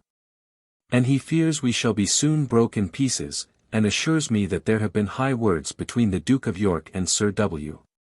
Coventry, for his being so high against the Chancellor, so as the Duke of York would not sign some papers that he brought, saying that he could not endure the sight of him, and that Sir W.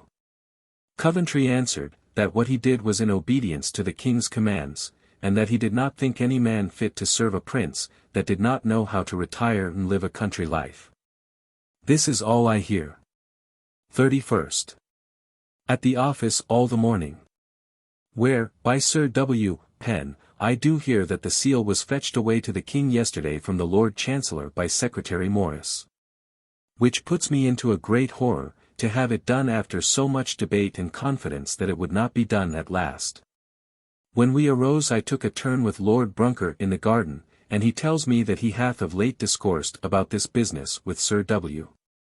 Coventry, who he finds is the great man in the doing this business of the Chancellor's, and that he do persevere in it, though against the Duke of York's opinion, to which he says that the Duke of York was once of the same mind. And if he hath thought fit since, for any reason, to alter his mind, he hath not found any to alter his own, and so desires to be excused, for it is for the King's and Kingdom's good. And it seems that the Duke of York himself was the first man that did speak to the King of this, though he hath since altered his mind, and that W. Coventry did tell the Duke of York that he was not fit to serve a prince that did not know how to retire, and live a private life, and that he was ready for that, if it be his and the King's pleasure. After having wrote my letters at the office in the afternoon, I in the evening to Whitehall to see how matters go, and there I met with Mr. Ball, of the Excise Office, and he tells me that the seal is delivered to Sir Orlando Bridgeman, the man of the whole nation that is the best spoken of, and will please most people, and therefore I am mighty glad of it. He was then at my Lord Arlington's, whither I went, expecting to see him come out, but stayed so long, and Sir W. Coventry coming thither, whom I had not a mind should see me there idle upon a post night, I went home without seeing him, but he is there with his seal in his hand. So I home, took up my wife, whom I left at unthanks, and so home, and after signing my letters to bed. This day, being dissatisfied with my wife's learning so few songs of Gudgrum, I did come to a new bargain with him to teach her songs at so much, viz., 10s. A song, which he accepts of, and will teach her. September 1667. September 1st, Lord's Day. Up, and betimes by water from the Tower, and called at the Old Swan for a glass of strong water, and sent word to have little Michel and his wife come and dine with us today. And so, taking in a gentleman and his lady that wanted a boat, I to Westminster. Setting them on shore at Charing Cross, I to Mrs. Martin's, where I had 2 pair of cuffs which I bespoke, and there did sit and talk with her. And here I did see her little girl my goddaughter, which will be pretty, and there having stayed a little I away to Creed's chamber, and when he was ready away to Whitehall, where I met with several people and had my fill of talk. Our new Lord Keeper, Bridgeman, did this day, the first time, attend the King to chapel with his seal. Sir H. Cholmondeley tells me there are hopes that the women will also have a rout, and particularly that my Lady Castlemaine is coming to a composition with the King to be gone, but how true this is, I know not. Blanquefort is made Privy Purse to the Duke of York, the Attorney General is made Chief Justice, in the room of my Lord Bridgeman, the Solicitor General is made Attorney General, and Sir Edward Turner made Solicitor General. It is pretty to see how strange every body looks, nobody knowing whence this arises, whether from my Lady Castlemaine, Bab. May, and their faction, or from the Duke of York, notwithstanding his great appearance of defence of the Chancellor. Or from Sir William Coventry, and some few with him. But greater changes are yet expected. So home and by water to dinner, where comes Pelting and young Michel and his wife, whom I have not seen a great while, poor girl, and then comes Mr. Howe, and all dined with me very merry, and spent all the afternoon, Pelting, Howe, and I, and my boy, singing of Locke's response to the 10 Commandments, which he hath set very finely, and was a good while since sung before the King. And spoiled in the performance, which occasioned his printing them for his vindication, and are excellent good. They parted, in the evening my wife and I to walk in the garden and there scolded a little, I being doubtful that she had received a couple of fine pinners, one of Point de Jesson, which I feared she hath from some, one, or other of a present. But, on the contrary, I find she hath bought them for me to pay for them, without my knowledge. This do displease me much. But yet do so much please me better than if she had received them the other way, that I was not much angry, but fell to other discourse, and so to my chamber, and got her to read to me for saving of my eyes, and then, having got a great cold, I know not how, I to bed and lay ill at ease all the night. Second, this day is kept in the city as a public fast for the fire this day 12 months, but I was not at church, being commanded, with the rest, to attend the Duke of York, and, therefore, with Sir J. Minns to St. James's, where we had much business before the Duke of York, and observed all things to be very kind between the Duke of York and W. Coventry, which did mightily joy me. When we had done, Sir W. Coventry called me down with him to his chamber, and there told me that he is leaving the Duke of York's service, which I was amazed at. But he tells me that it is not with the least unkindness on the Duke of York's side, though he expects, and I told him he was in the right, it will be interpreted otherwise, because done just at this time. But, says he, I did desire it a good while since, and the Duke of York did, with much entreaty, grant it, desiring that I would say nothing of it, that he might have time and liberty to choose his successor, without being importuned for others whom he should not like, and that he hath chosen Mr. Wren, which I am glad of, he being a very ingenious man, and so Sir W. Coventry says of him, though he knows him little, but particularly commends him for the book he writ in answer to Harrington's Oceana, which, for that reason, I intend to buy. He tells me the true reason is, that he, being a man not willing to undertake more business than he can go through, and being desirous to have his whole time to spend upon the business of the Treasury, and a little for his own ease, he did desire this of the Duke of York. He assures me that the kindness with which he goes away from the Duke of York is one of the greatest joys that ever he had in the world. I used some freedom with him, telling him how the world hath discoursed of his having offended the Duke of York, about the late business of the Chancellor. He do not deny it, but says that perhaps the Duke of York might have some reason for it, he opposing him in a thing wherein he was so earnest, but tells me, that, notwithstanding all that, the Duke of York does not now, nor can blame him. For he tells me that he was the man that did propose the removal of the Chancellor, and that he did still persist in it, and at this day publicly owns it, and is glad of it. But that the Duke of York knows that he did first speak of it to the Duke of York, before he spoke to any mortal creature besides, which was fair dealing, and the Duke of York was then of the same mind with him, and did speak of it to the king. Though since, for reasons best known to himself, he was afterwards altered. I did then desire to know what was the great matter that grounded his desire of the Chancellor's removal. He told me many things not fit to be spoken, and yet not anything of his being unfaithful to the king. But, in star omnium, he told me, that while he was so great at the council board, and in the administration of matters, there was no room for any body to propose any remedy to what was amiss, or to compass any thing. Though never so good for the kingdom, unless approved of by the Chancellor, he managing all things with that greatness which now will be removed, that the king may have the benefit of others' advice. I then told him that the world hath an opinion that he hath joined himself with my Lady Castlemaine's faction in this business. He told me, he cannot help it, but says they are in an error, but for first he will never, while he lives, truckle under any body or any faction, but do just as his own reason and judgment directs.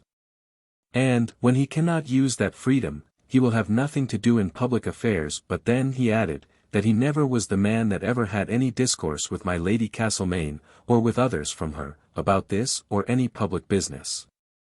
Or ever made her a visit, or at least not this 12-month, or been in her lodgings but when called on any business to attend the king there, nor hath had anything to do in knowing her mind in this business. He ended all with telling me that he knows that he that serves a prince must expect, and be contented to stand, all fortunes, and be provided to retreat, and that he is most willing to do whenever the king shall please. And so we parted, he setting me down out of his coach at Charing Cross, and desired me to tell Sir W. Penn what he had told me of his leaving the Duke of York's service, that his friends might not be the last that know it. I took a coach and went homewards, but then turned again, and to Whitehall, where I met with many people, and, among other things, do learn that there is some fear that Mr. Brunker is got into the king's favour, and will be cherished there.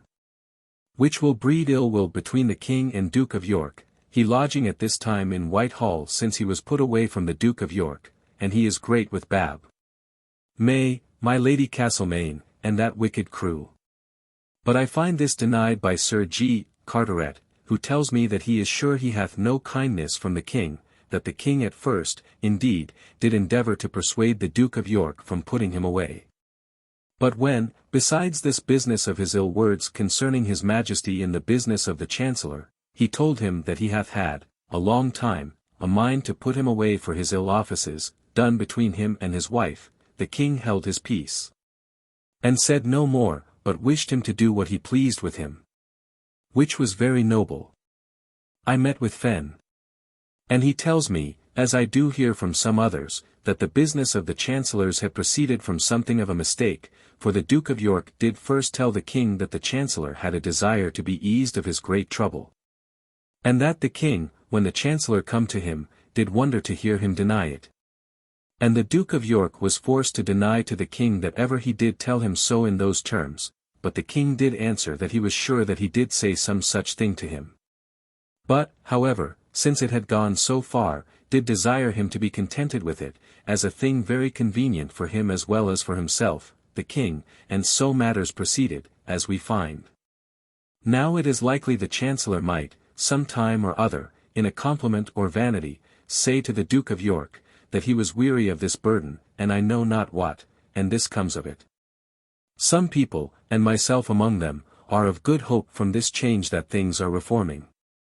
But there are others that do think but that it is a hit of chance, as all other our greatest matters are, and that there is no general plot or contrivance in any number of people what to do next, though, I believe, Sir W. Coventry may in himself have further designs, and so that, though other changes may come, yet they shall be accidental and laid upon, not, good principles of doing good. Mr.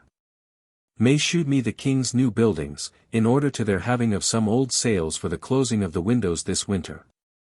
I dined with Sir G. Carteret, with whom dined Mr. Jack Ashburnham and Dr.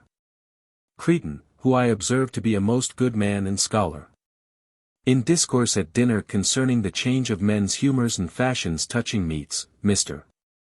Ashburnham told us, that he remembers since the only fruit and request, and eaten by the king and queen at table as the best fruit, was the Catherine pear, though they knew at the time other fruits of France and our own country.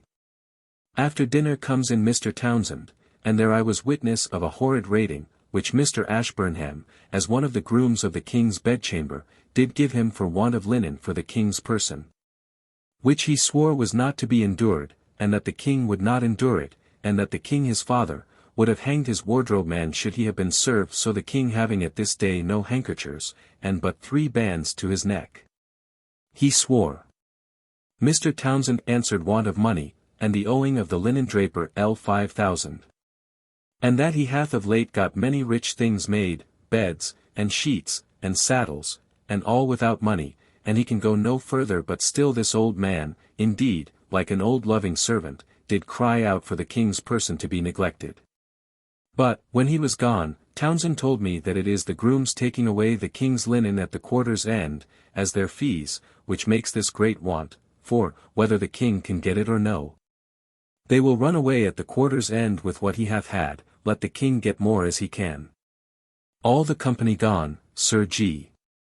Carteret and I to talk, and it is pretty to observe how already he says that he did always look upon the Chancellor indeed as his friend, though he never did do him any service at all, nor ever got anything by him, nor was he a man apt, and that, I think, is true, to do any man any kindness of his own nature. Though I do know that he was believed by all the world to be the greatest support of Sir G. Carteret with the king of any man in England, but so little is now made of it. He observes that my Lord Sandwich will lose a great friend in him. And I think so too, my Lord Hinchingbroke being about a match calculated purely out of respect to my Lord Chancellor's family. By and by Sir G. Carteret, and Townsend, and I, to consider of an answer to the Commissioners of the Treasury about my Lord Sandwich's profits in the wardrobe, which seem, as we make them, to be very small, not 1,000 a year. But only the difference in measure at which he buys and delivers out to the king, and then 6d. in the pound from the tradesman for what money he receives for him, but this, it is believed, these commissioners will endeavour to take away. From him I went to see a great match at tennis, between Prince Rupert and one Captain Cook, against Bab. May and the elder Chichley, where the king was, and court, and it seems are the best players at tennis in the nation. But this puts me in mind of what I observed in the morning, that the king, playing at tennis, had a steelyard carried to him, and I was told it was to weigh him after he had done playing, and at noon Mr. Ashburnham told me that it is only the king's curiosity, which he usually hath of weighing himself before and after his play, to see how much he loses in weight by playing, and this day he lost 4 pounds. Thence home and took my wife out to Mile End Green, and there I drank, and so home, having a very fine evening. Then home, and I to Sir W. Batten and Sir W. Penn, and there discoursed of Sir W. Coventry's leaving the Duke of York, and Mr. Wren succeeding him. They told me both seriously, that they had long cut me out for secretary to the Duke of York, if ever, Sir W. Coventry left him. Which, agreeing with what I have heard from other hands heretofore, do make me not only think that something of that kind hath been thought on, but do comfort me to see that the world hath such an esteem of my qualities as to think me fit for any such thing. Though I am glad, with all my heart, that I am not so, for it would never please me to be forced to the attendance that would require, and leave my wife and family to themselves, as I must do in such a case. Thinking myself now in the best place that ever man was in to please his own mind in, and, therefore, I will take care to preserve it. So to bed, my cold remaining though not so much upon me. This day Nell, an old tall maid, come to live with us, a cook maid recommended by Mr. Baitlier. 3rd. All the morning, business at the office, dined at home, then in the afternoon set my wife down at the Exchange, and I to St. James's, and there attended the Duke of York about the list of ships that we proposed to sell, and here there attended Mr. Wren the first time, who hath not yet, I think, received the Duke of York's seal and papers. At our coming hither, we found the Duke and Duchess all alone at dinner, methought melancholy, or else I thought so, from the late occasion of the Chancellor's fall, who, they say, however, takes it very contentedly. Thence I to Whitehall a little, and so took up my wife at the Change, and so home, and at the office late, and so home to supper and to bed, our boy ill. 4th. By coach to Whitehall to the Council Chamber, and there met with Sir W. Coventry going in, who took me aside, and told me that he was just come from delivering up his seal and papers to Mr. Wren. And told me he must now take his leave of me as a naval man, but that he shall always bear respect to his friends there, and particularly to myself, with great kindness. Which I returned to him with thanks, and so, with much kindness parted, and he into the Council. I met with Sir Samuel Morland, who chewed me 2 orders upon the Exchequer, one of L 600, and another of L 400, for money assigned to him, which he would have me lend him money upon, and he would allow 12%. I would not meddle with them, though they are very good, and would, had I not so much money out already on public credit. But I see by this his condition all trade will be bad. I stayed and heard Alderman Barker's case of his being abused by the Council of Ireland, touching his lands there. All I observed there is the silliness of the king, playing with his dog all the while, and not minding the business. 879 And what he said was mighty weak. But my Lord Keeper I observed to be a mighty able man. The business broke off without any end to it, and so I home, and thence with my wife and W. Hewer to Bartholomew Fair, and there Policanelli, where we saw Mrs. Clerk and all her crew. And so to a private house, and sent for a side of pig, and eat it at an acquaintance of W. Hewer's, where there was some learned physic and chymical books, and among others, a natural, herbal, very fine.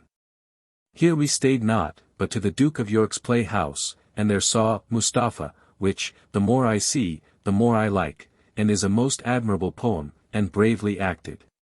Only both Betterton and Harris could not contain from laughing in the midst of a most serious part from the ridiculous mistake of one of the men upon the stage, which I did not like. Thence home, where Batelier and his sister Mary come to us and sat and talked, and so, they gone, we to supper and to bed. 5th. Up, and all the morning at the office, where we sat till noon, and then I home to dinner, where Mary Batelier and her brother dined with us, who grows troublesome in his talking so much of his going to Marseilles. And what commissions he hath to execute as a factor, and a deal of do of which I am weary. After dinner, with Sir W. Penn, my wife, and Mary Batelier to the Duke of York's house, and there saw Heraclius, which is a good play. But they did so spoil it with their laughing, and being all of them out, and with the noise they made within the theatre, that I was ashamed of it, and resolved not to come thither again a good while, believing that this negligence, which I never observed before, proceeds only from their want of company in the pit, that they have no care how they act. My wife was ill, and so I was forced to go out of the house with her to Lincoln's Inn Walks, and there in a corner she did her business, and was by and by well, and so into the house again, but sick of their ill acting. So home and to the office, where busy late, then home to supper and to bed. This morning was told by Sir W. Batten, that he do hear from Mr. Gray, who hath good intelligence, that our Queen is to go into a nunnery, there to spend her days. And that my Lady Castlemaine is going into France, and is to have a pension of L 4,000 a year.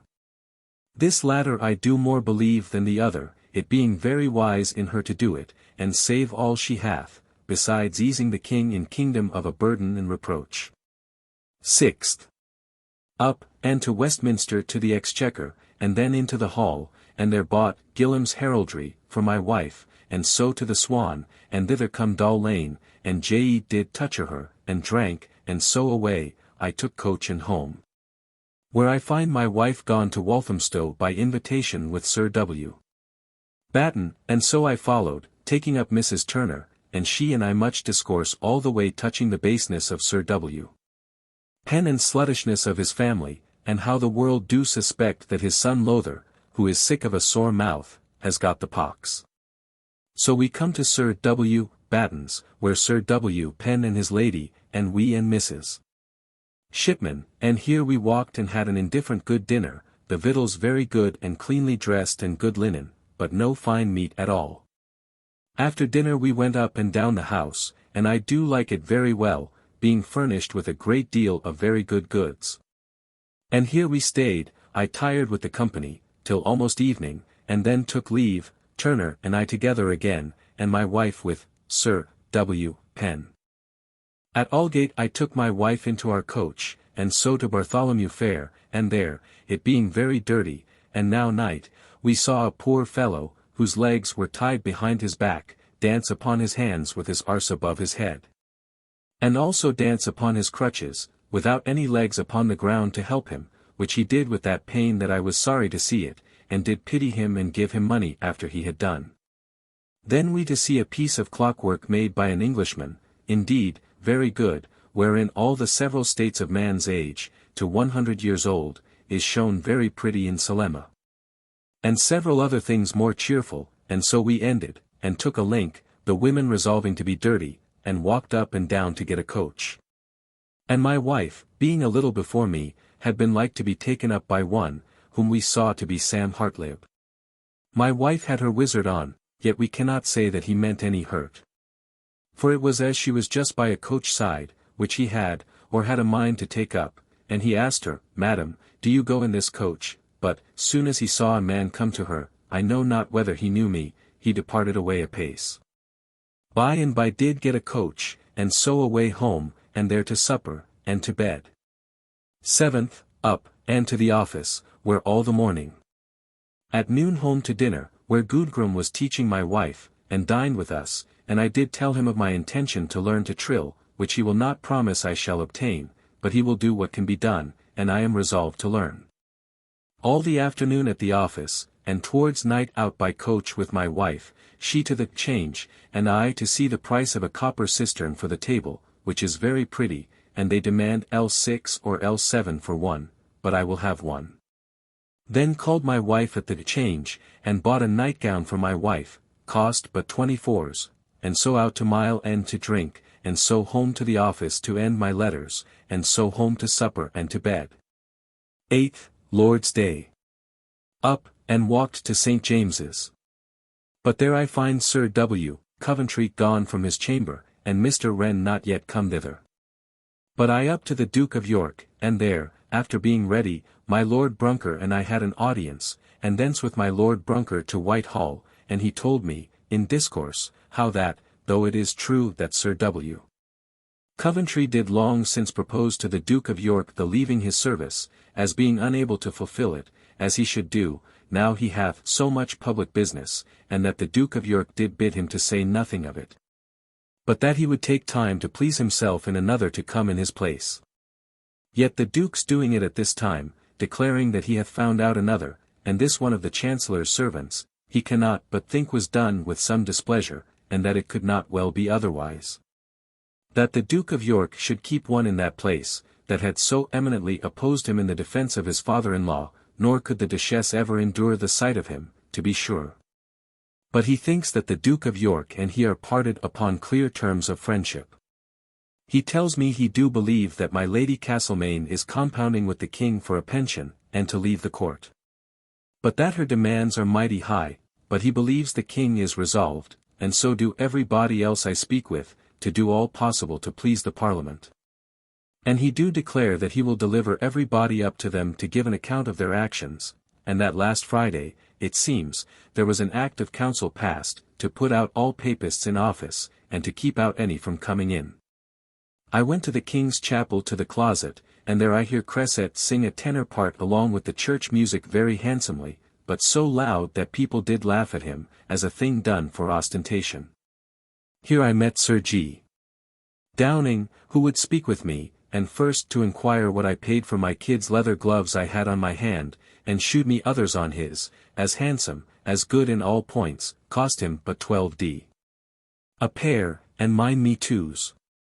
He told me he had been 7 years finding out a man that could dress English sheepskin as it should be, and, indeed, it is now as good, in all respects, as kid, and he says will save L100,000 a year, that goes out to France for kid skins. Thus he labors very worthily to advance our own trade, but do it with mighty vanity and talking.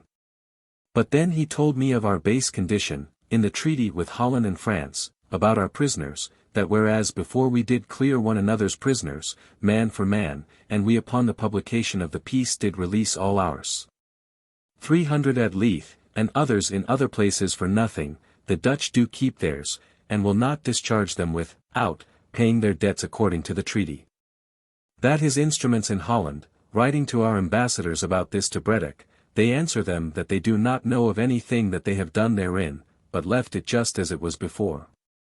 To which, when they answer, that by the treaty their lordships had, not, bound our countrymen to pay their debts in prison, they answer they cannot help it, and we must get them off as cheap as we can. On this score, they demand L 1100 for Sir G. Askew, and L 5000 for the one province of Zealand, for the prisoners that we have therein. He says that this is a piece of shame that never any nation committed, and that our very lords here of the council, when he related this matter to them, did not remember that they had agreed to this article. And swears that all their articles are alike, as the giving away Polerun, and Suriname, and Nova Scotia, which hath a river 300 miles up the country, with copper mines more than Swedeland, and Newcastle coals. The only place in America that hath coals that we know of. And that Cromwell did value those places, and would forever have made much of them, but we have given them away for nothing, besides a debt to the King of Denmark. But, which is most of all, they have discharged those very particular demands of merchants of the Guinea Company and others, which he, when he was there, had adjusted with the Dutch, and come to an agreement in writing. And they undertaken to satisfy, and that this was done in black and white under their hands. And yet we have forgiven all these, and not so much as sent to Sir G.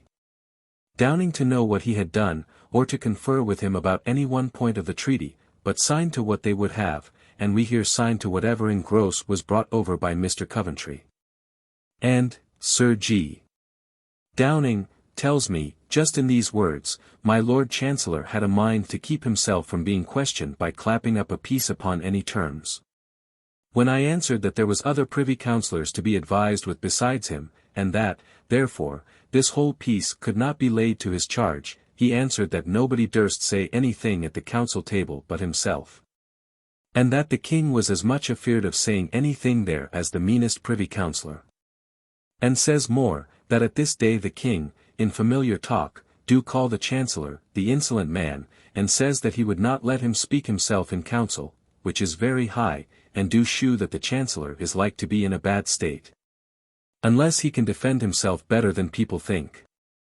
And yet Creed tells me that he do hear that my Lord Cornbury do say that his father do long for the coming of the Parliament, in order to his own vindication, more than any one of his enemies. And here it comes into my head to set down what Mr. Rawlinson, whom I met in Fenchurch Street on Friday last, looking over his ruines there, told me, that he was told by one of my Lord Chancellor's gentlemen lately, by name, that a grant coming to him to be sealed, wherein the king hath given her, Lady Castlemaine, or somebody by her means, a place which he did not like well of, he did stop the grant. Saying, that he thought this woman would sell everything shortly, which she hearing of, she sent to let him know that she had disposed of this place, and did not doubt, in a little time, to dispose of his. This Rawlinson do tell me my Lord Chancellor's own gentleman did tell him himself. Thence, meeting Creed, I with him to the park, there to walk a little, and to the Queen's Chapel and there hear their musique, which I liked in itself pretty well as to the composition. But their voices are very harsh and rough that I thought it was some instruments they had that made them sound so. So to Whitehall, and saw the King and Queen at dinner, and observed, which I never did before, the formality, but it is but a formality, of putting a bit of bread wiped upon each dish into the mouth of every man that brings a dish. But it should be in the sauce. Here were some Russes come to see the king at dinner, among others, the interpreter, a comely Englishman, in the envoy's own clothes.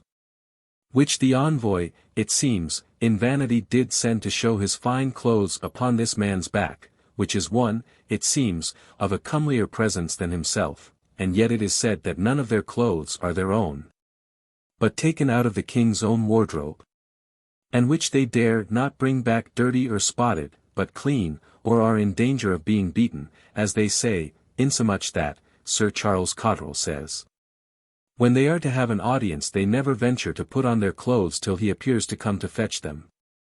And, as soon as ever they come home, put them off again. I to Sir G. Carteret to dinner, where Mr. Coffer Ashburnham, who told a good story of a prisoner's being condemned at Salisbury for a small matter. While he was on the bench with his father-in-law, Judge Richardson, and while they were considering to transport him to save his life, the fellow flung a great stone at the judge, that missed him, but broke through the wainscot. Upon this, he had his hand cut off, and was hanged presently. Here was a gentleman, one Shears, one come lately from my Lord Sandwich, with an express, but, Lord, I was almost ashamed to see him, lest he should know that I have not yet wrote one letter to my Lord since his going. I had no discourse with him, but after dinner Sir G. Carteret and I to talk about some business of his, and so I to Mrs. Martin, where was Mrs. Burrows, and also fine Mrs. Noble, my partner in the christening of Martin's child, did come to see it, and there we sat and talked an hour, and then all broke up and I by coach home, and there find Mr. Helling and Howe, and we to sing and good musique till late, and then to supper, and Howe lay at my house, and so after supper to bed with much content, only my mind a little troubled at my late breach of vows, which however I will pay my forfeits. Though the badness of my eyes, making me unfit to read or write long, is my excuse, and do put me upon other pleasures and employment which I should refrain from in observation of my vows. 9th, up, and to the office, where all the morning, and at noon comes Creed to dine with me. After dinner, he and I and my wife to the Bear Garden, to see a prize fought there.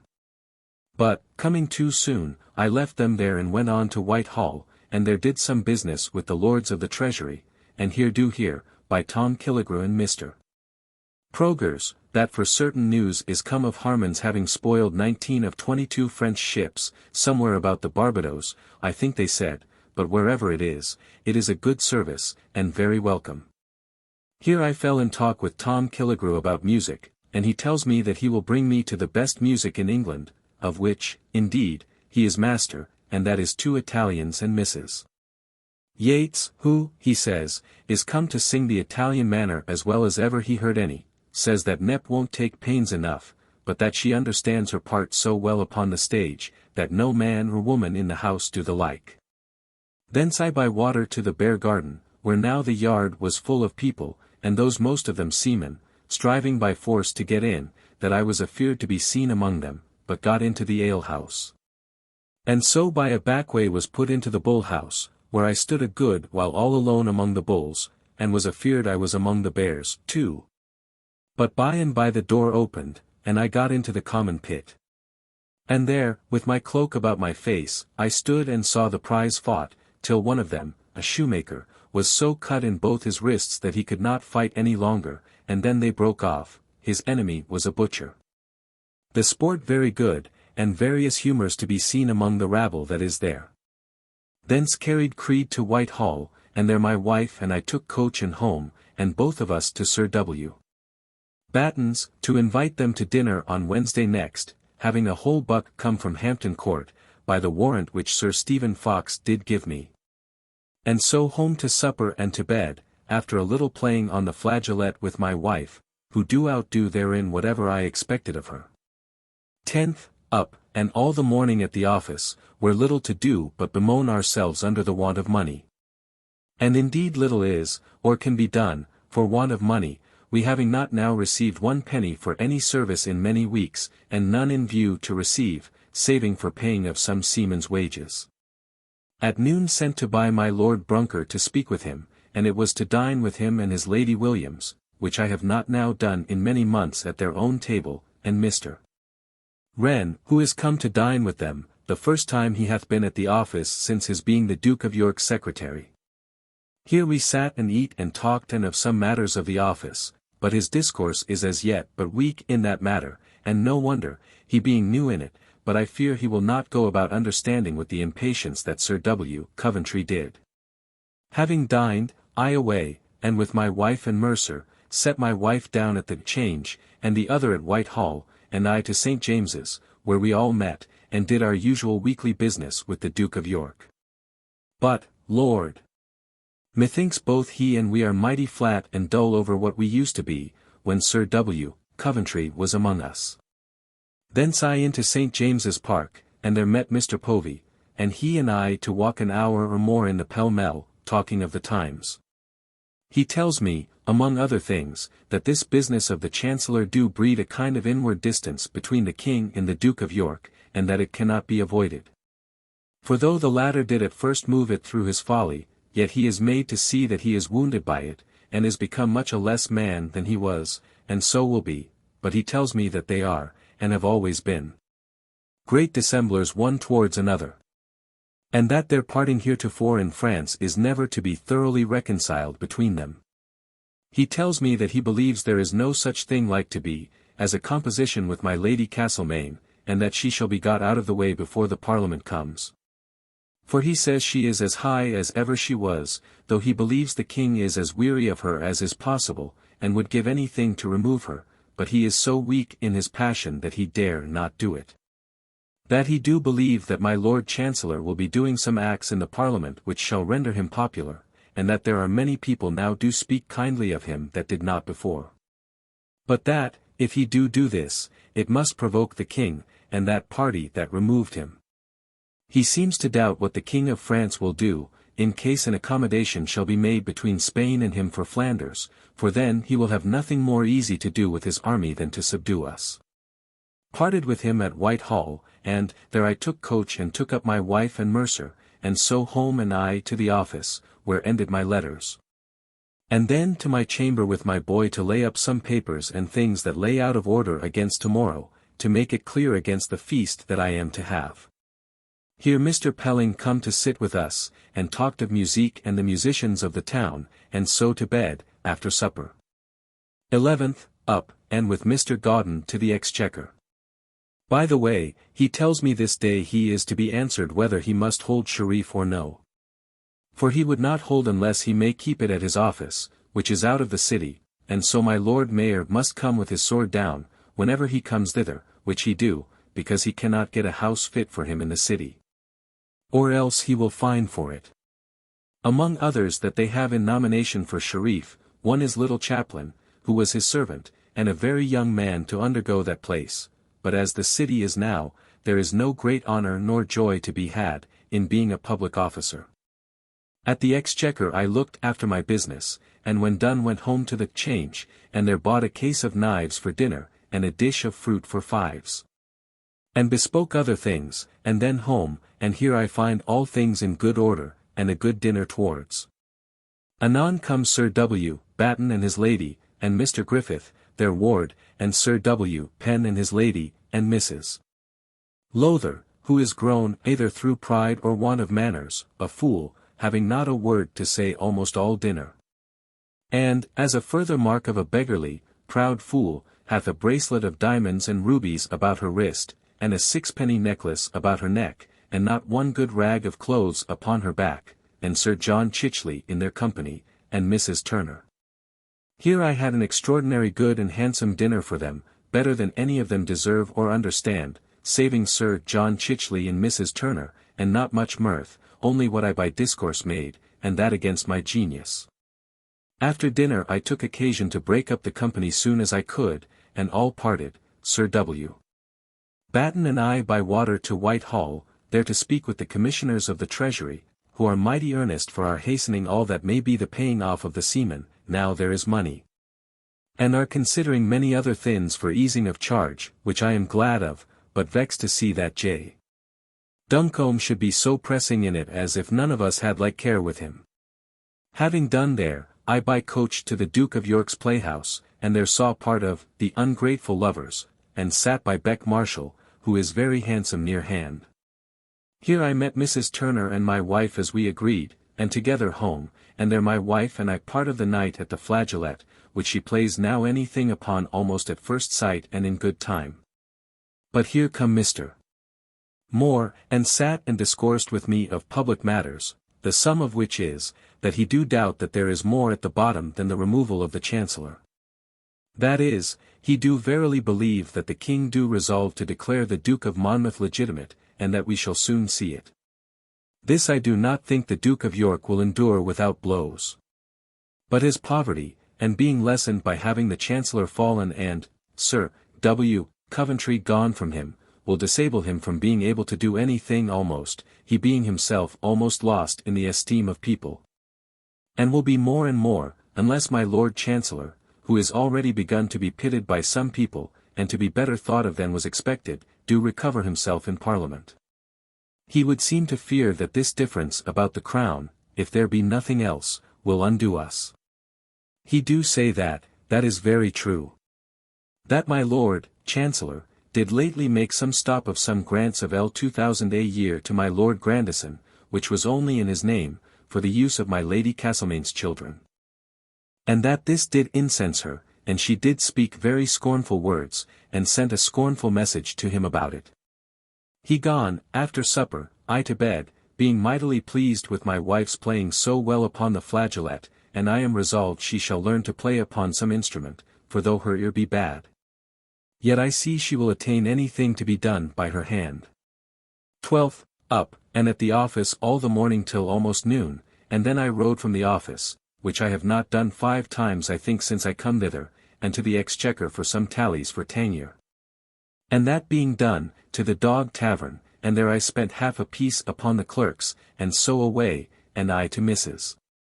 Martin's, but she not at home, but stayed and drunk with her sister and landlady, and by that time it was time to go to a play, which I did at the Duke's house, where Tu Quoque was the first time acted, with some alterations of Sir W. Davenant's. But the play is a very silly play, methinks, for I, and others that sat by me, Mr. Povey and Mr. Progers, were weary of it, but it will please the citizens.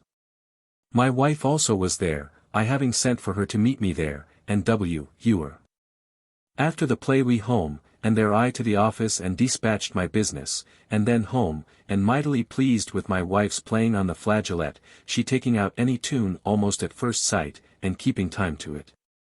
Which pleases me mightily. So to supper and to bed. 13th, called up by people come to deliver in 10 chaldron of coals, brought in one of our prizes from Newcastle.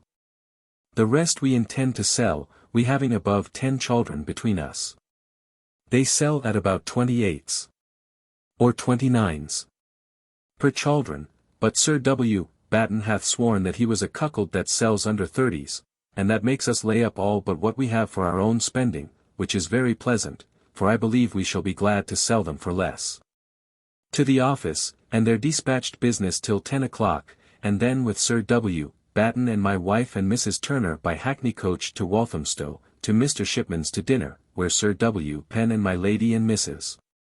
Lowther, the latter of which hath got a sore nose, given her, I believe, from her husband, which made me I could not look upon her with any pleasure, and hear a very good and plentiful wholesome dinner, and, above all thing, such plenty of milk meats, she keeping a great dairy, and so good as I never met with. The afternoon proved very foul weather, the morning fair. We stayed talking till evening, and then home, and there to my flageolet with my wife, and so to bed without any supper, my belly being full and dinner not digested. It vexed me to hear how Sir W. Penn, who come alone from London, being to send his coachman for his wife and daughter, and bidding his coachman in much anger to go for them, he being vexed, like a rogue, to do anything to please his wife, his coachman Tom was heard to say a pox. Or God rot her, can she walk hither? These words do so mad me that I could find in my heart to give him or my lady notice of them. 14th, up, and to the office, where all the morning busy. At noon comes Mr. Pearson dined with me to advise about several matters of his relating to the office and his purse, and here he told me that the King and Duke of York and the whole court is mighty joyful at the Duchess of York's being brought to bed this day, or yesterday, of a son, which will settle men's minds mightily. And he tells me that he do think that what the King do, of giving the Duke of Monmouth the command of his guards, and giving my Lord Gerard L12,000 for it, is merely to find an employment for him upon which he may live, and not out of any design to bring him into any title to the crown. Which Mr. Moore did the other day put me into great fear of.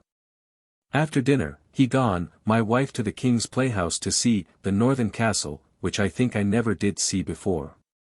Nip acted in it, and did her part very extraordinary well. But the play is but a mean, sorry play, but the house very full of gallants. It seems, it hath not been acted a good while.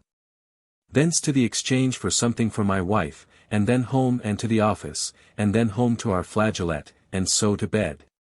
Being mightily troubled in mind at the liberty I give myself of going to plays upon pretence of the weakness of my eyes, that cannot continue so long together at work at my office, but I must remedy it. 15th, Lord's Day. Up to my chamber, there to set some papers to rights. By and by to church, where I stood, in continual fear of Mrs. Markham's coming to church, and offering to come into our pew, to prevent which, soon as ever I heard the great door open, I did step back, and clap my breech to our pew door, that she might be forced to shove me to come in. But as God would have it, she did not come. Mr. Mills preached, and after sermon, by invitation, he and his wife come to dine with me, which is the first time they have been in my house. I think, these 5 years, I thinking it not amiss, because of their acquaintance in our country, to shew them some respect. Mr. Turner and his wife, and their son the captain, dined with me, and I had a very good dinner for them, and very merry, and after dinner, he, Mr. Mills, was forced to go, though it rained, to Stepney, to preach. We also to church, and then home, and there comes Mr. Pelling, with 2 men, by promise, one Wallington and Piggott, the former whereof, being a very little fellow, did sing a most excellent bass, and yet a poor fellow, a working goldsmith, that goes without gloves to his hands. Here we sung several good things, but I am more and more confirmed that singing with many voices is not singing, but a sort of instrumental music, the sense of the words being lost by not being heard. And especially as they set them with fugues of words, one after another, whereas singing properly, I think, should be but with 1 or 2 voices at most in the counterpoint. They supped with me, and so broke up, and then my wife and I to my chamber, where, through the badness of my eyes, she was forced to read to me, which she do very well, and was Mr. Boyle's discourse upon the style of the Scripture, which is a very fine piece, and so to bed. 16th, up, and several come to me, among others Mr. Yeapsley of Plymouth, to discourse about their matters touching Tangier, and by Sir H. Cholmley, who was with me a good while, who tells me that the Duke of York's child is christened, the Duke of Albemarle and the Marquis of Worcester godfathers, and my Lady Suffolk godmother, and they have named it Edgar, which is a brave name. But it seems they are more joyful in the Chancellor's family, at the birth of this prince, than in wisdom they should, for fear it should give the king cause of jealousy. Sir H. Cholmley do not seem to think there is any such thing can be in the king's intention as that of raising the Duke of Monmouth to the crown, though he thinks there may possibly be some persons that would. And others that would be glad to have the queen removed to some monastery, or somewhere or other, to make room for a new wife. For they will all be unsafe under the Duke of York. He says the king and parliament will agree, that is, that the king will do any thing that they will have him. We together to the Exchequer about our Tangier orders, and so parted at the New Exchange, where I stayed reading Mrs. Phillips's poems till my wife and Mercer called me to Mrs. Pierce's, by invitation to dinner, where I find her painted, which makes me loathe her, and the nastiest poor dinner that made me sick. Only here I met with a 4th advice to the painter upon the coming in of the Dutch to the river and end of the war, that made my heart ache to read, it being too sharp, and so true. Here I also saw a printed account of the examinations taken, touching the burning of the city of London, shewing the plot of the Papists therein. Which, it seems, hath been ordered and to have been burnt by the hands of the hangman, in Westminster Palace. I will try to get one of them. After dinner she showed us her closet, which is pretty, with her James's picture done by Hales, but with a mighty bad hand, which is his great fault that he do negligently, and the drapery also not very good. Being tired of being here, and sick of their damned sluttish dinner, my wife and Mercer nigh away to the King's Playhouse, to see the scornful lady, but it being now 3 o'clock there was not one soul in the pit. Whereupon, for shame, we would not go in, but, against our wills, went all to see Tu Quoque again, where there is a pretty store of company, and going with a prejudice the play appeared better to us. Here we saw Madame Morland, who is grown mighty fat, but is very comely. But one of the best arts of our sport was a mighty pretty lady that sat behind, that did laugh so heartily and constantly, that it did me good to hear her. Thence to the king's house, upon a wager of mine with my wife, that there would be no acting there today, there being no company, so I went in and found a pretty good company there, and saw their dance at the end of he play. And so to the coach again, and to the Cock Ale House, and there drank in our coach, and so home, and my wife read to me as last night, and so to bed vexed with our dinner today, and myself more with being convinced that Mrs. Pierce paints, so that henceforth to be sure I shall loathe her. 17th, up, and at the office all the morning, where Mr. Wren come to us and sat with us, only to learn, and do intend to come once or twice a week and sit with us. In the afternoon walked to the Old Swan, the way mighty dirty, and there called at Michel's, and there had opportunity para kiss Sue Maher, but L did receive it with a great deal of seeming regret, which did vex me. But however I do not doubt overcoming her as I did the Maher of the Monsieur at Deptford. So thence by water to Westminster, to Burgess, and there did receive my orders for L 1500 more for Tangier. Thence to the Hall, and there talked a little with Mrs. Michel, and so to Mrs. Martin's to pay for my cuffs and drink with her. And by away by coach and met with Sir H.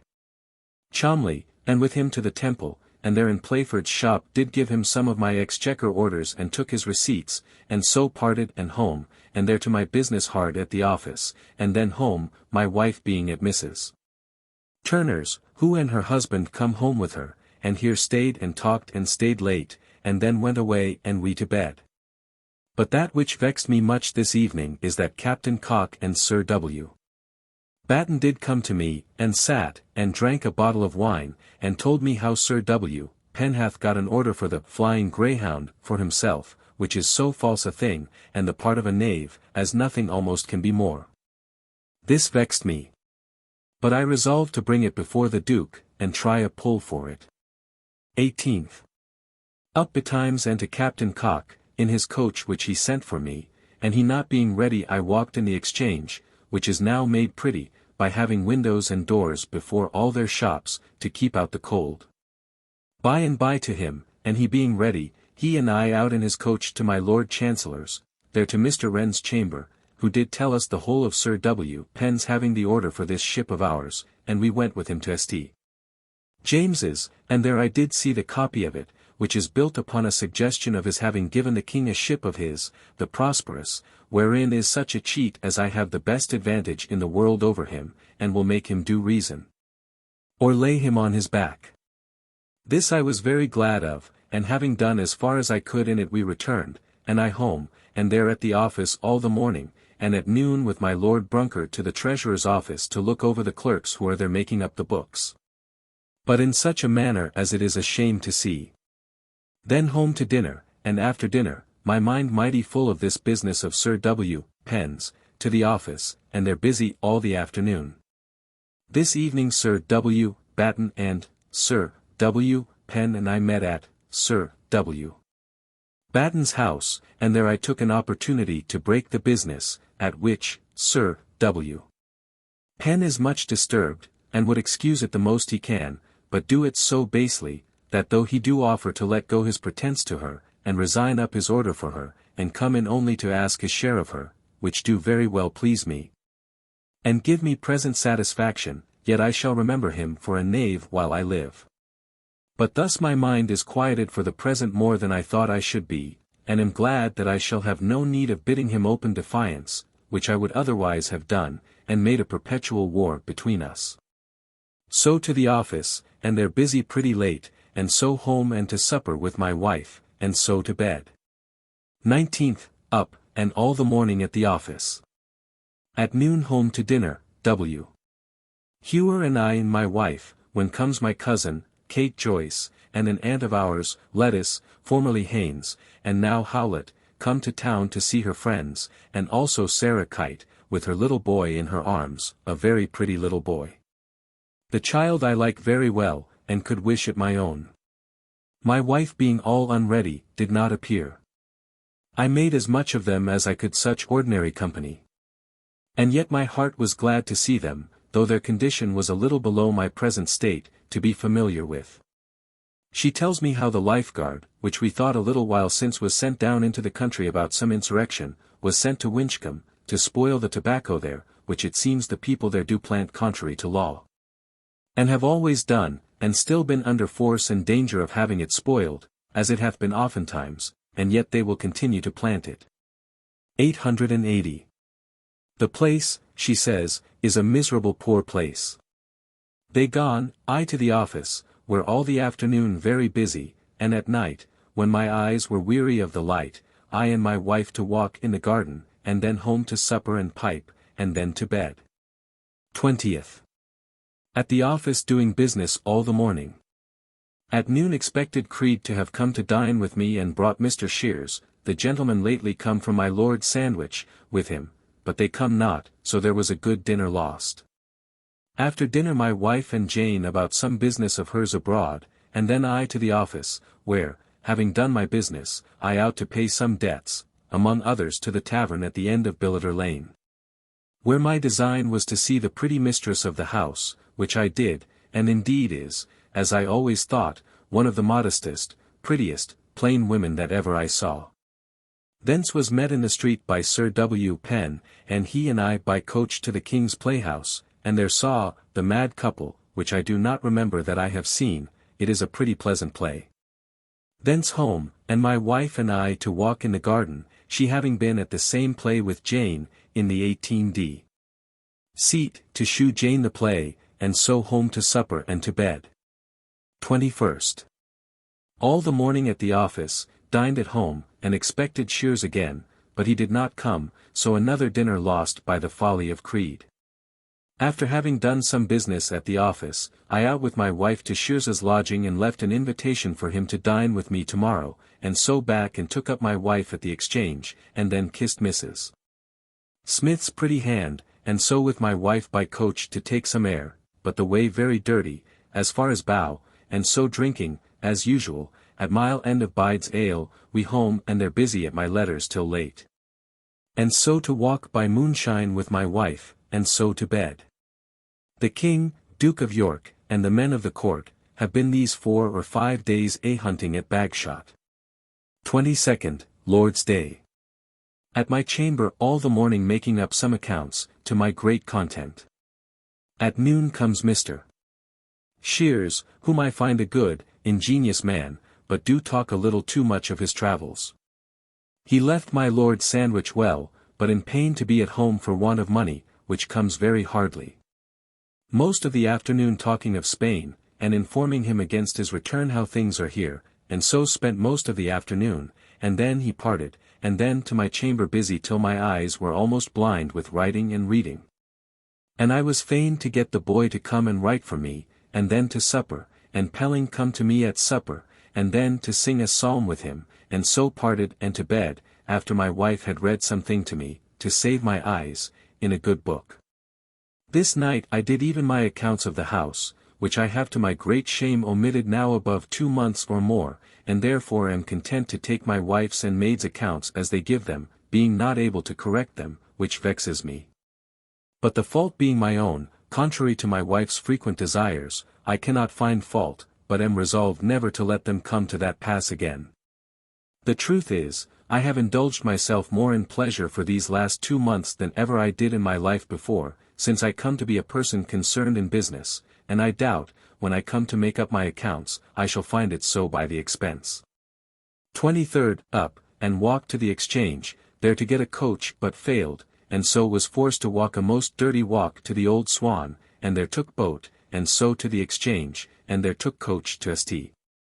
James's and did our usual business with the Duke of York. Thence I walked over the park to Whitehall and took water to Westminster, and there, among other things, bought the examinations of the business about the fire of London, which is a book that Mrs. Pierce tells me hath been commanded to be burnt. The examinations indeed are very plain.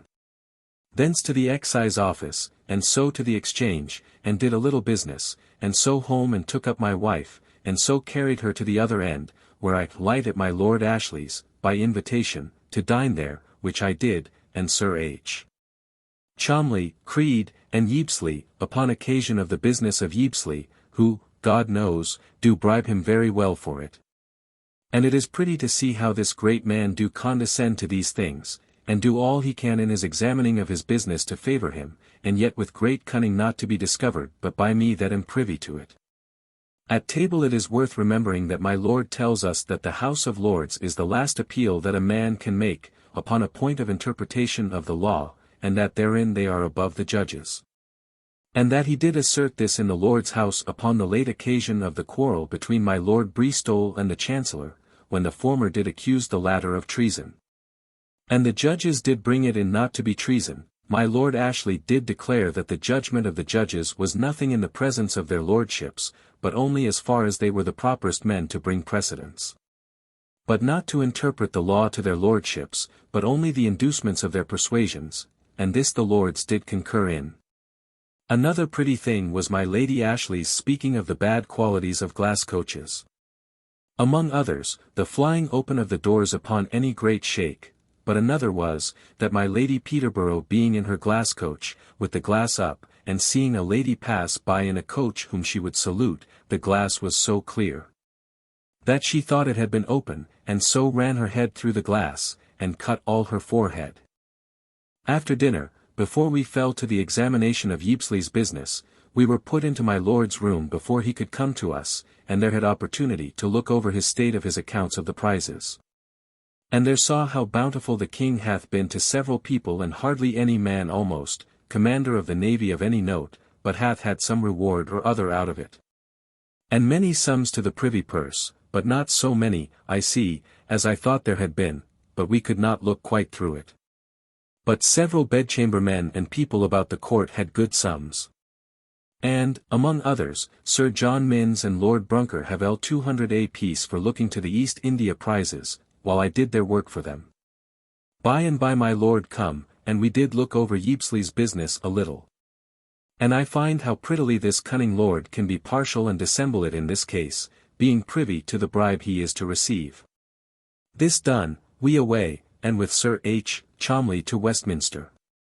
Who by the way told me how merry the King and Duke of York and court were the other day, when they were abroad hunting.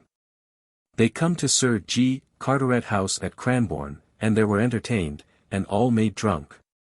And that all being drunk, Armourer did come to the king, and swore to him, by God, sir, says he, you are not so kind to the Duke of York of late as you used to be. Not I, says the king. Why so?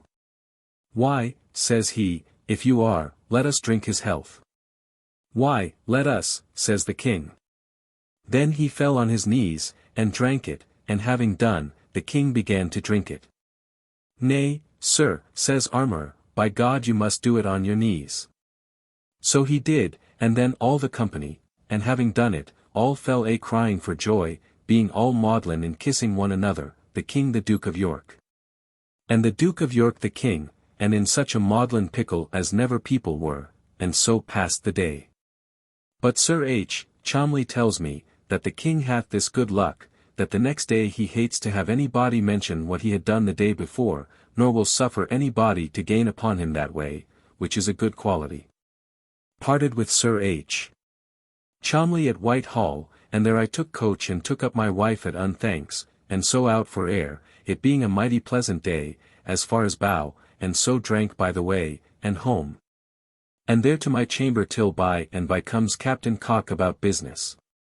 Who tells me that Mr. Brunker is lost for ever, notwithstanding my Lord Brunker hath advised with him, Cock, how he might make a peace with the Duke of York and Chancellor, upon promise of serving him in the Parliament, but Cock says that is base to offer. And will have no success neither. He says that Mr. Wren hath refused a present of Tom Wilson's for his place of storekeeper of Chatham, and is resolved never to take anything, which is both wise in him, and good to the king's service. He stayed with me very late, here being Mrs. Turner and W. Batelier drinking and laughing, and then to bed. 24th, up, and to the office, where all the morning very busy. At noon home, where there dined with me Anthony Joyce and his wife, and Will and his wife, and my Aunt Lucette, that was here the other day, and Sarah Kite, and I had a good dinner for them, and were as merry as I could be in that company where W. Joyce is, who is still the same impertinent fellow that ever he was. After dinner I away to St. James's, where we had an audience of the Duke of York of many things of weight, as the confirming and establishment of the numbers of men on ships in peace and other things of weight, about which we stayed till past candlelight, and so Sir W. Batten and W. Penn and I feigned to go all in a hackney coach round by London Wall, for fear of cellars, this being the first time I have been forced to go that way this year, though now I shall begin to use it. We tired one coach upon Holborn Conduit Hill, and got another, and made it a long journey home. Where to the office and then home, and at my business till 12 at night, writing in short hand the draft of a report to make to the King in Council tomorrow, about the reason of not having the book of the Treasurer made up. This I did finish tonight to the spoiling of my eyes, I fear. This done, then to bed. This evening my wife tells me that W. Baitlier hath been here today, and brought with him the pretty girl he speaks of, to come to serve my wife as a woman, out of the school at Bow. My wife says she is extraordinary handsome, and inclines to have her, and I am glad of it, at least, that if we must have one, she should be handsome. But I shall leave it wholly to my wife, to do what she will therein. 25th. Up as soon as I could see and to the office to write over fair with Mr. Hayter my last night's work, which I did by 9 o'clock, and got it signed, and so with Sir H. Cholmley, who come to me about his business, to Whitehall, and thither come also my Lord Brunker, and we by and by called in, and our paper read, and much discourse thereon by Sir G. Carteret, my Lord Anglesey, Sir W. Coventry, and my Lord Ashley, and myself, but I could easily discern that they none of them understood the business, and the King at last ended it with saying lazily, "Why," says he, "after all this discourse, I now come to understand it. And that is, that there can nothing be done in this more than is possible, which was so silly as I never heard, and therefore, says he, I would have these gentlemen to do as much as possible to hasten the Treasurer's accounts, and that is all." And so we broke up, and I confess I went away ashamed, to see how slightly things are advised upon there. Here I saw the Duke of Buckingham sit in council again, where he was readmitted, it seems, the last council day, and it is wonderful to see how this man is come again to his places, all of them. After the reproach and disgrace done him, so that things are done in a most foolish manner quite through. The Duke of Buckingham did second Sir W. Coventry in the advising the King that he would not concern himself in the owning or not owning any man's accounts, or anything else, wherein he had not the same satisfaction that would satisfy the Parliament. Saying, that nothing would displease the Parliament more than to find him defending any thing that is not right, nor justifiable to the utmost degree, but methought he spoke it but very poorly. After this, I walked up and down the gallery till noon. And here I met with Bishop Fuller, who, to my great joy, is made, which I did not hear before, Bishop of Lincoln. At noon I took coach, and to Sir G. Carteret, in Lincoln's Inn Fields, to the house that is my lord's, which my lord lets him have, and this is the first day of dining there. And there dined with him and his lady my Lord Privy Seal, who is indeed a very sober man. Who, among other talk, did mightily wonder at the reason of the growth of the credit of bankiers, since it is so ordinary a thing for citizens to break, out of knavery. Upon this we had much discourse. And I observed therein, to the honor of this city, that I have not heard of one citizen of London broke in all this war, this plague, this fire, and this coming up of the enemy among us, which he owned to be very considerable. 881. After dinner I to the King's Playhouse, my eyes being so bad since last night's straining of them, that I am hardly able to see, besides the pain which I have in them. The play was a new play. And infinitely full, the King and all the court almost there. It is, The Storm, a play of Fletcher's, which is but a so-so, methinks. Only there is a most admirable dance at the end, of the ladies, in a military manner, which indeed did please me mightily. So, it being a mighty wet day and night, I with much ado got a coach, and, with 20 stops which he made, I got him to carry me quite through, and paid dear for it, and so home, and there comes my wife home from the Duke of York's playhouse, where she hath been with my aunt and Kate Joyce, and so to supper, and betimes to bed, to make amends for my last night's work and want of sleep. 26th. Up, and to my chamber, whither Jonas Moore comes, and, among other things, after our business done, discoursing of matters of the office, I shoot him my varnished things, which he says he can outdo much, and tells me the mighty use of Napier's bones. 882 so that I will have a pair presently.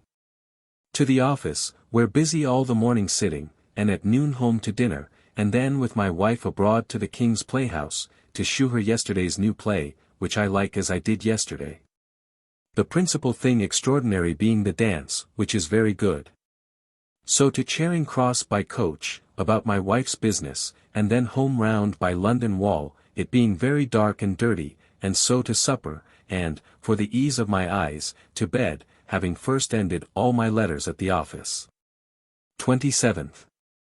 Up, and to the office, where very busy all the morning. While I was busy at the office, my wife sends for me to come home, and what was it but to see the pretty girl which she is taking to wait upon her, and though she seems not altogether so great a beauty as she had before told me, yet indeed she is mighty pretty. And so pretty, that I find I shall be too much pleased with it, and therefore could be contented as to my judgment, though not to my passion, that she might not come, lest I may be found too much minding her, to the discontent of my wife. She is to come next week. She seems, by her discourse, to be grave beyond her bigness and age, and exceeding well bred as to her deportment, having been a scholar in a school at Bow these 7 or 8 years. To the office again, my head running on this pretty girl, and there till noon, when Creed and Shears come and dined with me.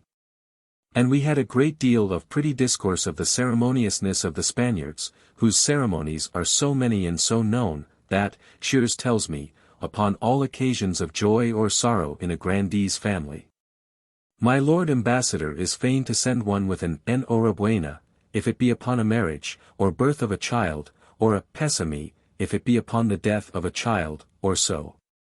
And these ceremonies are so set, and the words of the compliment, that he hath been sent from my Lord, when he hath done no more than send in word to the grandee that one was there from the ambassador. And he knowing what was his errand, that hath been enough, and he never spoken with him, nay, several grandees having been to marry a daughter, have wrote letters to my Lord to give him notice. And out of the greatness of his wisdom to desire his advice, though people he never saw. And then my Lord he answers by commending the greatness of his discretion in making so good an alliance, and so ends. He says that it is so far from dishonor to a man to give private revenge for an affront, that the contrary is a disgrace. They holding that he that receives an affront is not fit to appear in the sight of the world till he hath revenged himself. And therefore, that a gentleman there that receives an affront oftentimes never appears again in the world till he hath, by some private way or other, revenged himself, and that, on this account, several have followed their enemies privately to the Indies, thence to Italy, thence to France and back again, watching for an opportunity to be revenged. He says my Lord was fain to keep a letter from the Duke of York to the Queen of Spain a great while in his hands, before he could think fit to deliver it, till he had learnt whether the Queen would receive it, it being directed to his cousin. He says that many ladies in Spain, after they are found to be with child, do never stir out of their beds or chambers till they are brought to bed, so ceremonious they are in that point also. He tells me of their wooing by serenades at the window, and that their friends do always make the match. But yet that they have opportunities to meet at mass at church, and there they make love, that the court there hath no dancing, nor visits at night to see the king or queen, but is always just like a cloister. Nobody stirring in it, that my Lord Sandwich wears a beard now, turned up in the Spanish manner. But that which pleases me most indeed is, that the peace which he hath made with Spain is now printed here, and is acknowledged by all the merchants to be the best peace that ever England had with them, and it appears that the king thinks it so. For this is printed before the ratification is gone over. Whereas that with France and Holland was not in a good while after, till copies come over of it in English out of Holland and France, that it was a reproach not to have it printed here. This I am mighty glad of. And is the first and only piece of good news, or thing fit to be owned, that this nation hath done several years. After dinner I to the office, and they gone, anon comes Pelling, and he and I to graze in fields, thinking to have heard Mrs. Knight sing at her lodgings, by a friend's means of his, 883, but we come too late, so must try another time. So lost our labour, and I by coach home, and there to my chamber, and did a great deal of good business about my tenure accounts, and so with pleasure discoursing with my wife of our journey shortly to Brampton, and of this little girl. Which indeed runs in my head, and pleases me mightily, though I dare not own it, and so to supper and to bed. 28th, up, having slept not so much tonight as I used to do, for my thoughts being so full of this pretty little girl that is coming to live with us, which pleases me mightily. All the morning at the office, busy upon an order of council, wherein they are mightily at a loss what to advise about our discharging of seamen by ticket, there being no money to pay their wages before January. Only there is money to pay them since January, provided by the Parliament, which will be a horrid disgrace to the King and Crown of England that no man shall reckon himself safe, but where the Parliament takes care. And this did move Mr. Wren at the table today to say, that he did believe if ever there be occasion more to raise money, it will become here, as it is in Poland, that there are two treasurers, one for the king, and the other for the kingdom. At noon dined at home, and Mr. Hayter with me, and Mr. Pierce, the surgeon, dropped in, who I feared did come to bespeak me to be godfather to his son, which I am unwilling now to be, having ended my liking to his wife, since I find she pains. After dinner comes Sir Father Hollis to me about business, and I with him by coach to the Temple, and there I light. All the way he telling me romantic lies of himself and his family, how they have been Parliament men for Grimsby, he and his forefathers, this 140 years. And his father is now, and himself, at this day, stands for to be, with his father, by the death of his fellow Burgess, and that he believes it will cost him as much as it did his predecessor, which was L300 in ale, and L52 in buttered ale. Which I believe is one of his devilish lies. Here I light and to the Duke of York's playhouse, and there saw a piece of Sir Martin Marall, with great delight, though I have seen it so often, and so home, and there busy late, and so home to my supper and bed. 29th, Lord's Day. Up, and put off first my summer's silk suit, and put on a cloth one. Then to church, and so home to dinner, my wife and I alone to a good dinner. All the afternoon talking in my chamber with my wife, about my keeping a coach the next year, and doing some things to my house, which will cost money, that is, furnish our best chamber with tapestry, and other rooms with pictures. In the evening read good books, my wife to me, and I did even my kitchen accounts. Then to supper, and so to bed. 30th. By water to Whitehall, there to a committee of Tangier, but they not met yet, I went to St. James's, there thinking to have opportunity to speak to the Duke of York about the petition I have to make to him for something in reward for my service this war, but I did waive it. Thence to Whitehall, and there a committee met, where little was done, and thence to the Duke of York to council, where we the officers of the navy did attend about the business of discharging the seamen by tickets. Where several of the lords spoke and of our number none but myself, which I did in such manner as pleased the king in council. Speaking concerning the difficulty of pleasing of seamen and giving them assurance to their satisfaction that they should be paid their arrears of wages. My Lord Ashley did move that an assignment for money on the Act might be put into the hands of the East India Company, or City of London, which he thought the seamen would believe. But this my Lord Anglesey did very handsomely oppose, and I think did carry it that it will not be, and it is indeed a mean thing that the king should so far own his own want of credit as to borrow theirs in this manner.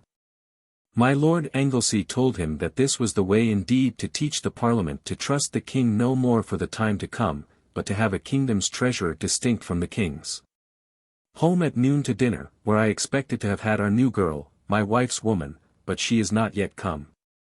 I abroad after dinner to Whitehall, and there among other things do hear that there will be musique tomorrow night before the king. So to Westminster, where to the Swan.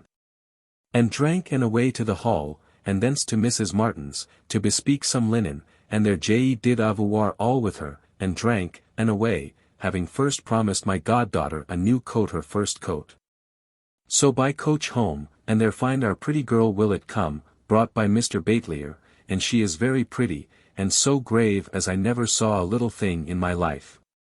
Indeed I think her a little too good for my family, and so well carriaged as I hardly ever saw. I wish my wife may use her well.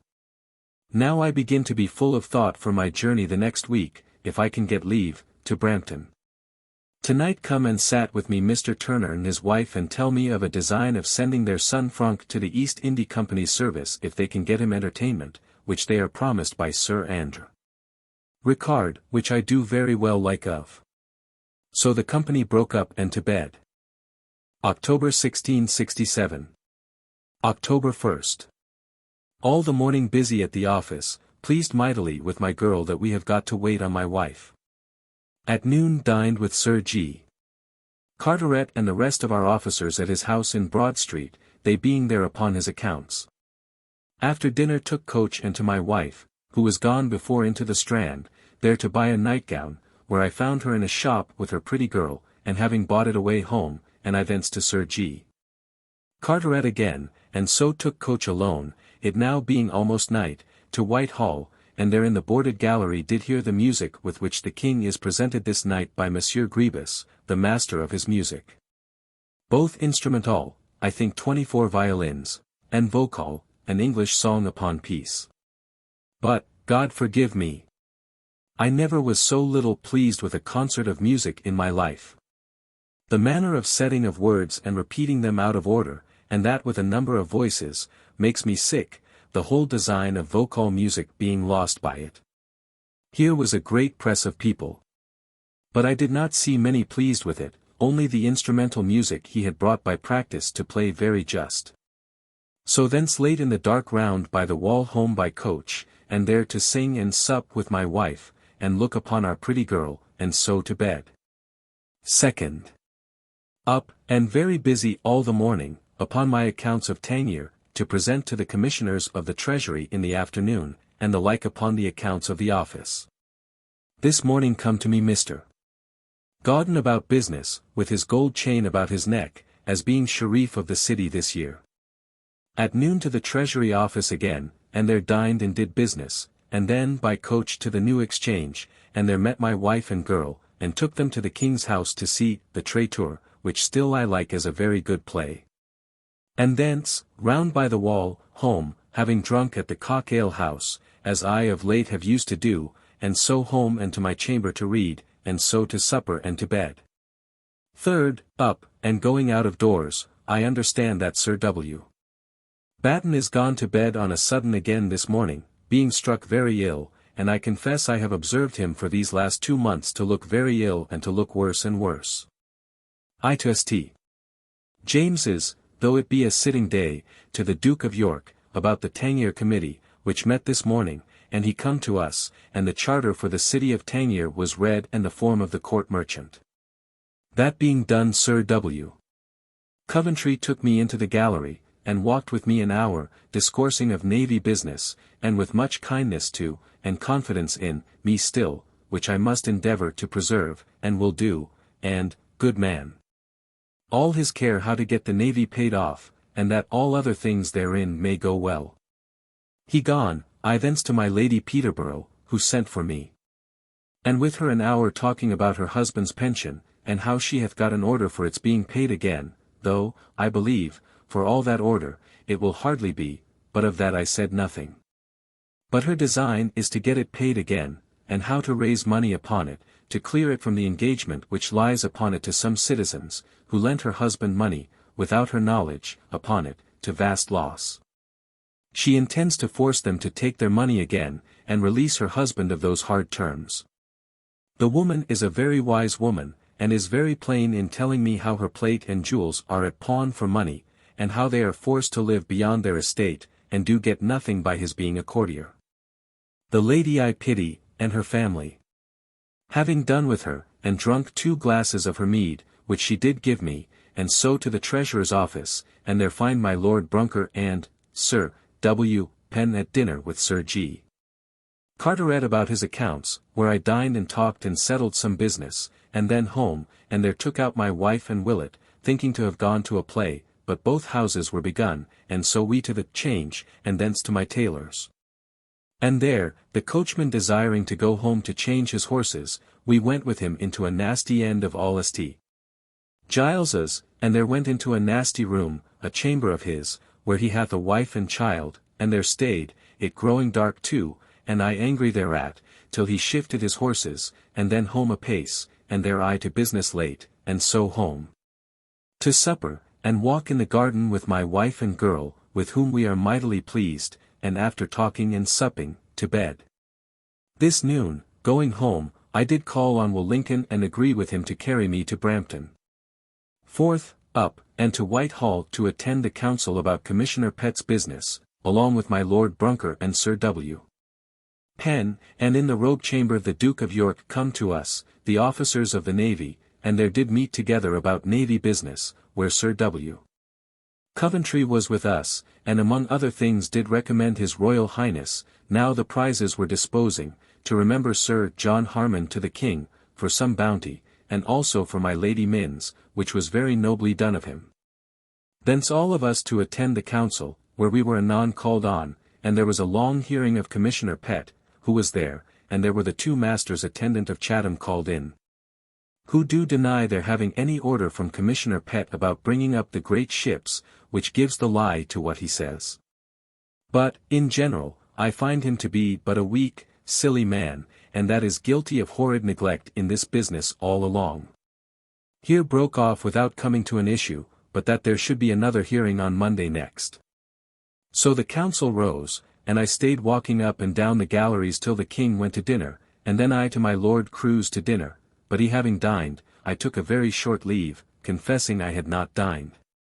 And so to an ordinary hard by the Temple Gate, where I have heretofore been, and there dined, cost me 10d.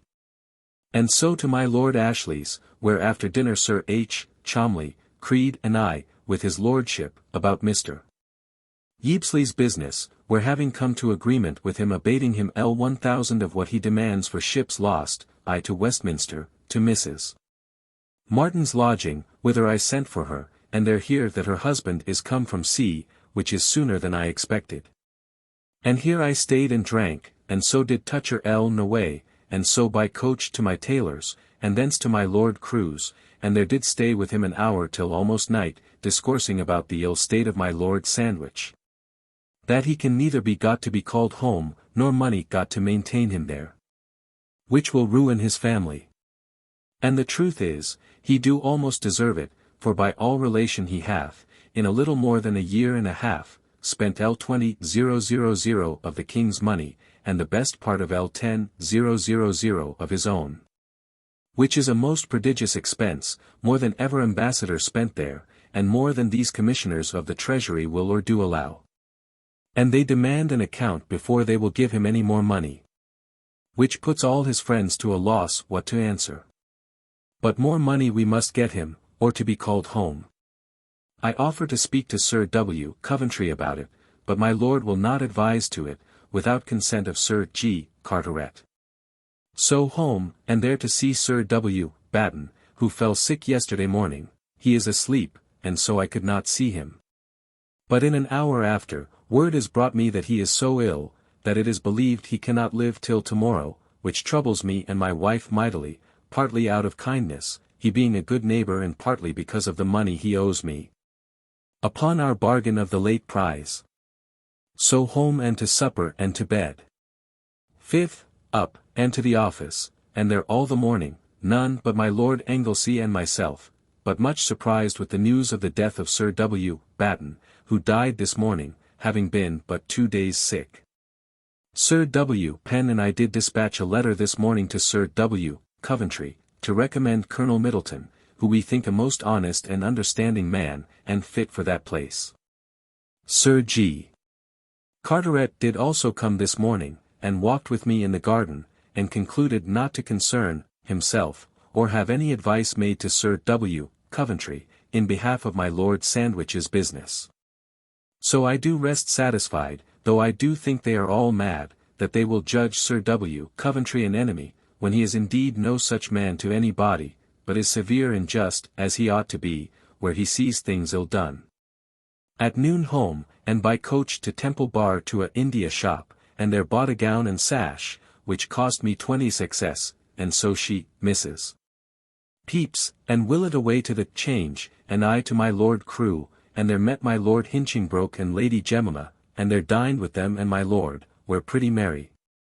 And after dinner my Lord Crewe and Hinchingbroke and myself went aside to discourse about my Lord Sandwich's business, which is in a very ill state for want of money, and so parted, and I to my tailor's, and there took up my wife and Willett, who stayed there for me, and to the Duke of York's playhouse, but the house so full, it being a new play, the coffee house, that we could not get in, and so to the King's house, and there, going in, met with Nep.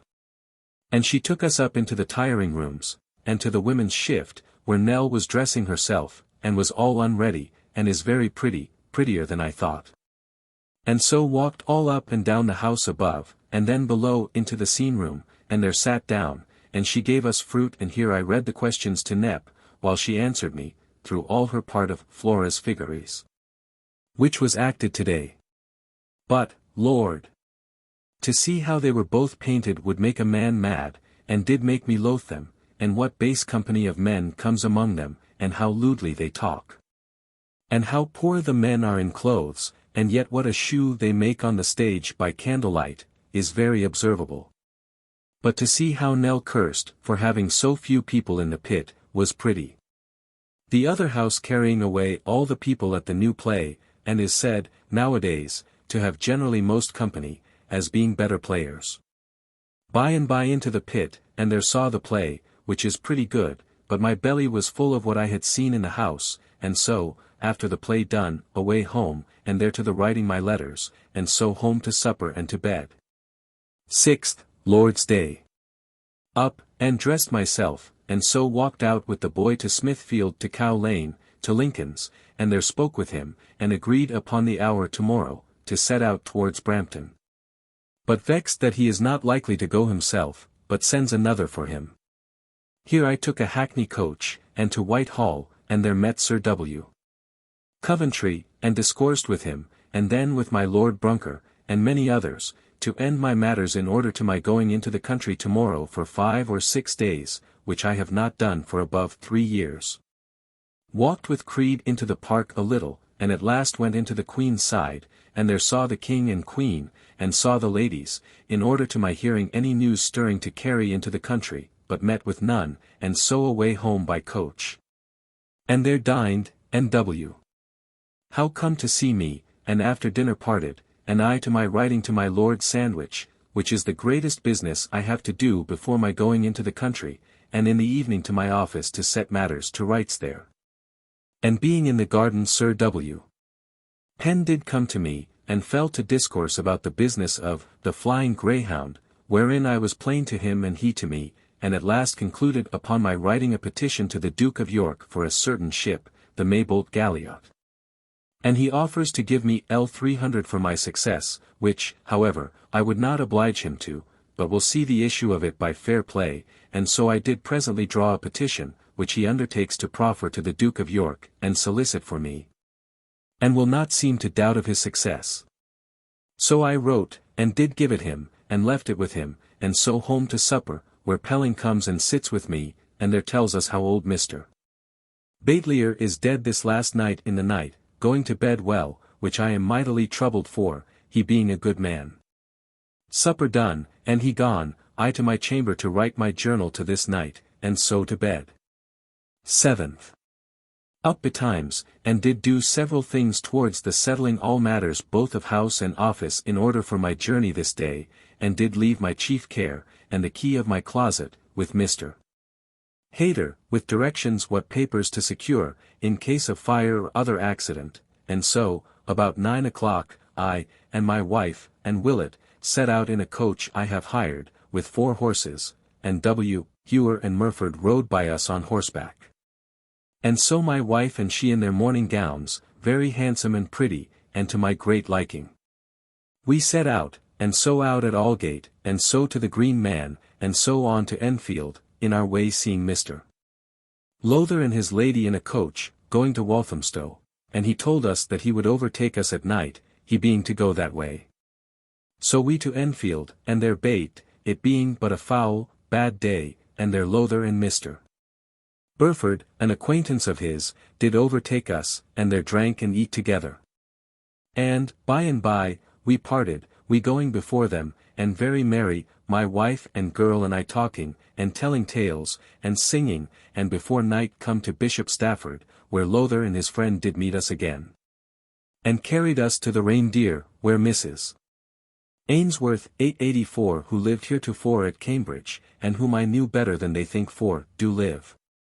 It was the woman that, among other things, was great with my cousin Barnston, of Cottenham, and did use to sing to him, and did teach me, full 40 times over, a very lewd song, a woman they are very well acquainted with. And is here what she was at Cambridge, and all the good fellows of the country come hither. Lowther and his friend stayed and drank, and then went further this night, but here we stayed, and supped, and lodged. But, as soon as they were gone, and my supper getting ready, I fell to write my letter to my Lord Sandwich, which I could not finish before my coming from London. So did finish it to my good content, and a good letter, telling him the present state of all matters, and did get a man to promise to carry it tomorrow morning, to be there, at my house, by noon, and I paid him well for it. So, that being done, and my mind at ease, we to supper, and so to bed, my wife and I in one bed, and the girl in another, in the same room, and lay very well, but there was so much tearing company in the house, that we could not see my landlady. So I had no opportunity of renewing my old acquaintance with her, but here we slept very well. 8th. Up pretty betimes, though not so soon as we intended, by reason of Murford's not rising, and then not knowing how to open our door, which, and some other pleasant simplicities of the fellow, did give occasion to us to call him Sir Martin Marall, and W. Hewer being his helper and counsellor, we did call him, all this journey, Mr. Warner, which did give us good occasion of mirth now and then. At last, rose, and up, and broke our fast, and then took coach, and away, and at Newport did call on Mr. Lowther, and he and his friend, and the master of the house, their friend, where they were, a gentleman, did presently get a horseback and overtook us, and went with us to Audley End. And did go along with us all over the house and garden, and mighty merry we were. The house indeed do appear very fine, but not so fine as it hath heretofore to me, particularly the ceilings are not so good as I always took them to be, being nothing so well wrought as my Lord Chancellor's are. And though the figure of the house without be very extraordinary good, yet the staircase is exceeding poor, and a great many pictures, and not one good one in the house but one of Harry the Eighth, done by Holbein. And not one good suit of hangings in all the house, but all most ancient things, such as I would not give the hanging up of in my house, and the other furniture, beds and other things, accordingly. 885. Only the gallery is good, and, above all things, the cellars, where we went down and drank of much good liquor, and indeed the cellars are fine, and here my wife and I did sing to my great content. And then to the garden, and there eat many grapes, and took some with us and so away thence, exceeding well satisfied, though not to that degree that, by my old esteem of the house, I ought and did expect to have done. The situation of it not pleasing me. Here we parted with Lowther and his friends, and away to Cambridge, it being foul, rainy weather, and there did take up at the Rose, for the sake of Mrs. Dorothy Drawwater, the vintner's daughter, which is mentioned in the play of Sir Martin Marall. Here we had a good chamber, and bespoke a good supper, and then I took my wife, and W. Hewer, and Willett, it holding up a little, and shewed them Trinity College and St. John's Library, and went to King's College Chapel, to see the outside of it only. And so to our inn, and with much pleasure did this, they walking in their pretty morning gowns, very handsome, and I proud to find myself in condition to do this. And so home to our lodging, and there by and by, to supper, with much good sport, talking with the drawers concerning matters of the town, and persons whom I remember, and so, after supper, to cards. And then to bed, lying, I in one bed, and my wife and girl in another, in the same room, and very merry talking together, and mightily pleased both of us with the girl. Saunders, the only violin in my time, is, I hear, dead of the plague in the late plague there. 9th, up, and got ready, and eat our breakfast. And then took coach, and the poor, as they did yesterday, did stand at the coach to have something given them, as they do to all great persons, and I did give them something, and the town musique did also come and play, but, Lord! What sad music they made!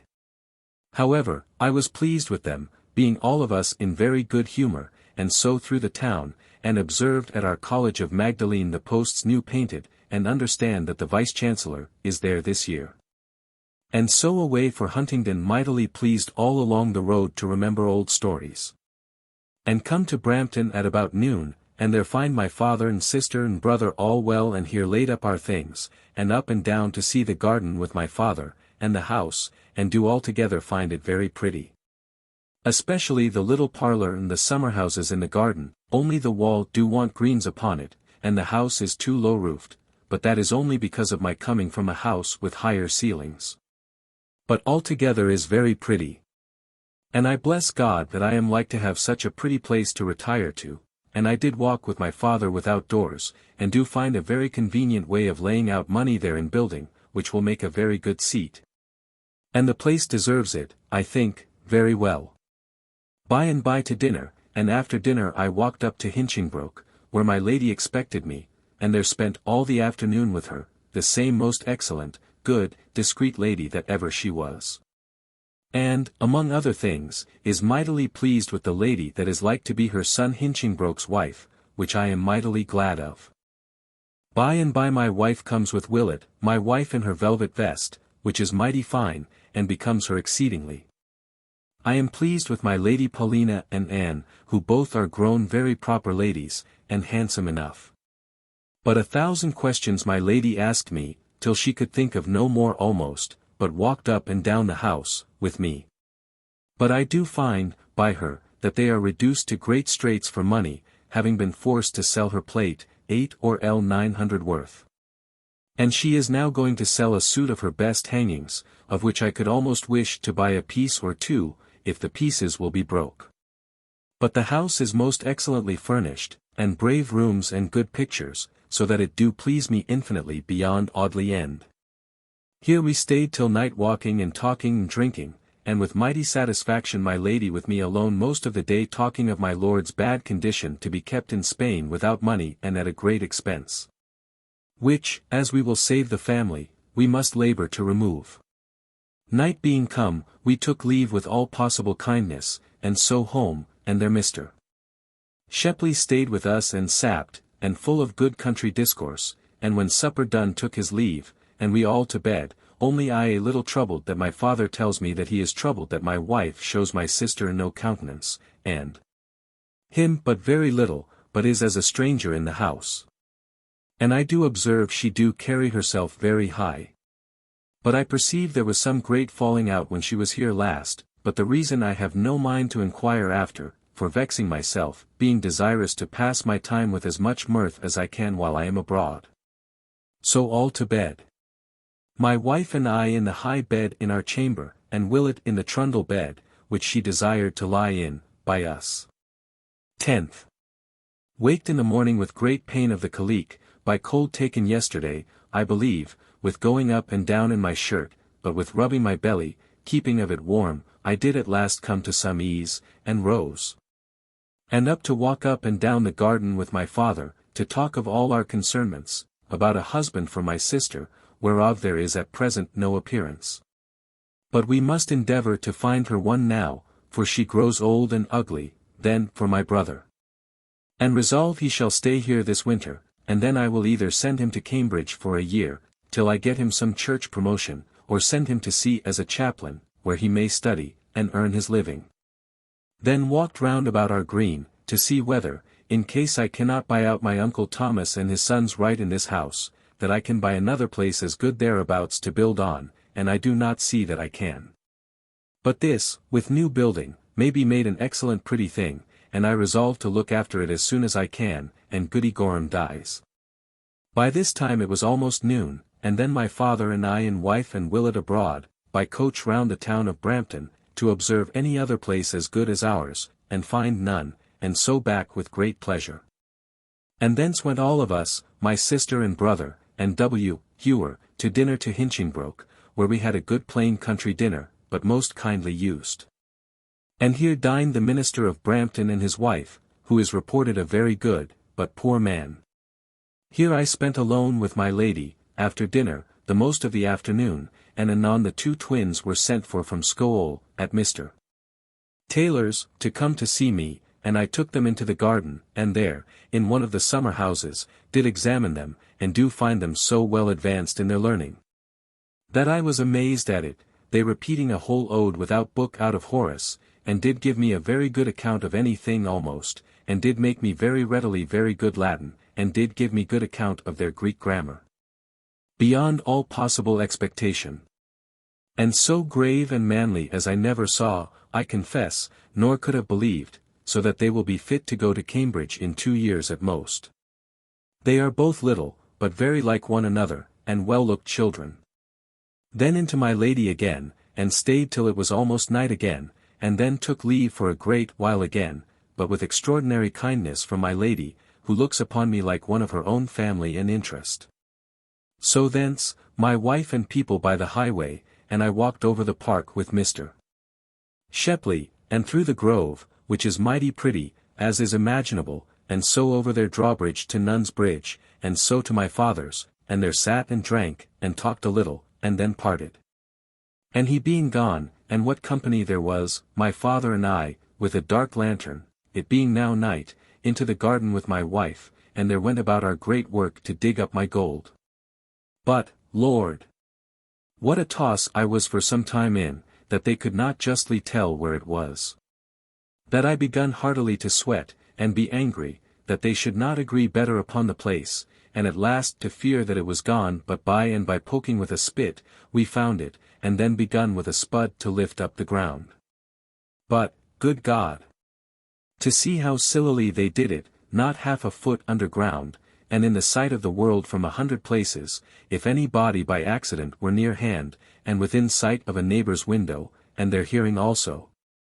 Being close by, only my father says that he saw them all gone to church before he begun the work, when he laid the money, but that do not excuse it to me.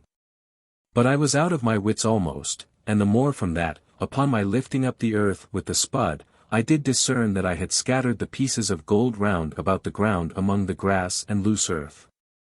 And taking up the iron head pieces wherein they were put, I perceived the earth was got among the gold, and wet, so that the bags were all rotten, and all the notes, that I could not tell what in the world to say to it. Not knowing how to judge what was wanting, or what had been lost by Gibson in his coming down, which, all put together, did make me mad. And at last was forced to take up the head pieces, dirt and all, and as many of the scattered pieces as I could with the dirt discern by the candlelight, and carry them up into my brother's chamber.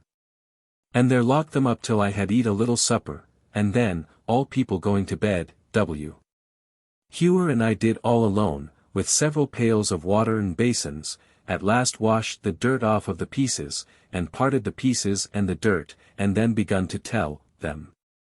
And by a note which I had of the value of the whole in my pocket, do find that there was short above 100 pieces, which did make me mad.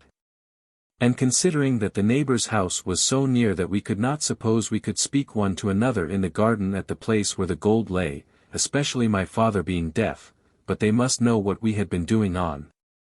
I feared that they might in the night come and gather some pieces and prevent us the next morning.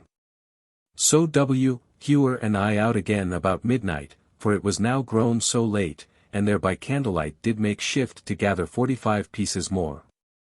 And so in, and to cleanse them, and by this time it was past 2 in the morning. And so to bed, with my mind pretty quiet to think that I have recovered so many. And then to bed, and I lay in the trundle bed, the girl being gone to bed to my wife, and there lay in some disquiet all night, telling of the clock till it was daylight. 11th. And then rose and called W. Hewer, and he and I, with pails and a sieve, did lock ourselves into the garden, and there gather all the earth about the place into pails, and then sift those pails in one of the summer houses. just as they do for diamonds in other parts of the world. And there, to our great content, did with much trouble by 9 o'clock, and by the time we emptied several pails and could not find one. We did make the last night's 45 up 79, so that we are come to about 20 or 30 of what I think the true number should be. And perhaps within less, and of them I may reasonably think that Mr. Gibson might lose some, so that I am pretty well satisfied that my loss is not great, and do bless God that it is so well. 886 And do leave my father to make a second examination of the dirt, which he promises he will do, and, poor man, is mightily troubled for this accident, but I declared myself very well satisfied, and so indeed I am. And my mind at rest in it, being but an accident, which is unusual. And so gives me some kind of content to remember how painful it is sometimes to keep money, as well as to get it, and how doubtful I was how to keep it all night, and how to secure it to London, and so got all my gold put up in bags. And so having the last night wrote to my Lady Sandwich to lend me John Bowles to go along with me my journey, not telling her the reason, that it was only to secure my gold, we to breakfast, and then about 10 o'clock took coach, my wife and I. And Willett, and W. Hewer, and Murford, and Bowles, whom my lady lent me, and my brother John on horseback, and with these four I thought myself pretty safe. But, before we went out, the Huntingdon music come to me and played, and it was better than that of Cambridge. Here I took leave of my father, and did give my sister 20s. She cried at my going, but whether it was at her unwillingness for my going, or any unkindness of my wife's, or no, I know not, but, God forgive me. I take her to be so cunning and ill-natured, that I have no great love for her, but only, she, is my sister, and must be provided for. My gold I put into a basket, and set under one of the seats. And so my work every quarter of an hour was to look to see whether all was well, and I did ride in great fear all the day, but it was a pleasant day, and good company, and I mightily contented. Mr. Shepley saw me beyond St. Neots, and there parted, and we straight to Stevenage, through bald lanes, which are already very bad. And at Stevenage we come well before night, and all sat, and there with great care I got the gold up to the chamber, my wife carrying one bag, and the girl another, and W. Hewer the rest in the basket, and set it all under a bed in our chamber. And then sat down to talk, and were very pleasant, satisfying myself, among other things, from John Bowles, in some terms of hunting, and about deer, bucks, and does. And so anon to supper, and very merry we were, and a good supper, and after supper to bed. Brecock alive still, and the best host I know almost. 12th. Up, and eat our breakfast, and set out about 9 o'clock, and so to Barnet, where we stayed and baited, the weather very good all day and yesterday, and by 5 o'clock got home, where I find all well. And did bring my gold, to my heart's content, very safe home, having not this day carried it in a basket, but in our hands. The girl took care of one, and my wife another bag, and I the rest, I being afraid of the bottom of the coach, lest it should break, and therefore was at more ease in my mind than I was yesterday. At home we find that Sir W. Batten's burial was today carried from hence, with 100 or 2 of coaches, to Walthamstow, and there buried. Here I hear by Mr. Pierce the surgeon, and then by Mr. Lewis, and also by Mr. Hayter, that the Parliament hath met on Thursday last, and adjourned to Monday next. The King did make them a very kind speech, promising them to leave all to them to do, and call to account what and whom they pleased. And declared by my Lord Keeper how many, 36, acts he had done since he saw them. Among others, disbanding the army, and putting all Papists out of employment, and displacing persons that had managed their business ill, that the Parliament is mightily pleased with the King's speech. And voted giving him thanks for what he said and hath done. And, among things, would by name thank him for displacing my Lord Chancellor, for which a great many did speak in the House, but it was opposed by some, and particularly Harry Coventry, who got that it should be put to a committee to consider what particulars to mention in their thanks to the King, saying that it was too soon to give thanks for the displacing of a man, before they knew or had examined what was the cause of his displacing. And so it rested, but this do shew that they are and will be very high, and Mr. Pierce do tell me that he fears, and do hear, that it hath been said among them, that they will move for the calling my Lord Sandwich home, to bring him to account. Which do trouble me mightily, but I trust it will not be so. Anon comes home Sir W. Pen from the burial, and he and I to walk in the garden, where he did confirm the most of this news, and so to talk of our particular concernments, and among the rest he says that Lady Batten and her children-in-law are all broke in pieces. And that there is but £800 found in the world, of money. And is in great doubt what we shall do towards the doing ourselves right with them, about the prize money. This troubles me, but we will fall to work upon that next week close. Then he tells me he did deliver my petition into the hands of Sir W. Coventry, who did take it with great kindness and promised to present it to the Duke of York, and that himself has since seen the Duke of York, but it was in haste, and thinks the Duke of York did tell him that the thing was done. But he is confident that it either is or will be done. This do please me mightily. So after a little talk more I away home to supper with John Bowles and brother and wife, who, I perceive, is already a little jealous of my being fond of Willett, but I will avoid giving her any cause to continue in that mind, as much as possible. And before that did go with Sir W.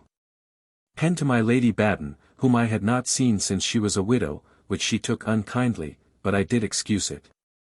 And the house being full of company, and of several factions, she against the children, and they against one another and her, I away, and home to supper, and after supper to bed. 13th, Lord's Day. Up, and by water to Whitehall, and thence walked to Sir W. Coventry's lodgings, but he was gone out, so I to St. James's, and there to the Duke of York's chamber, and there he was dressing.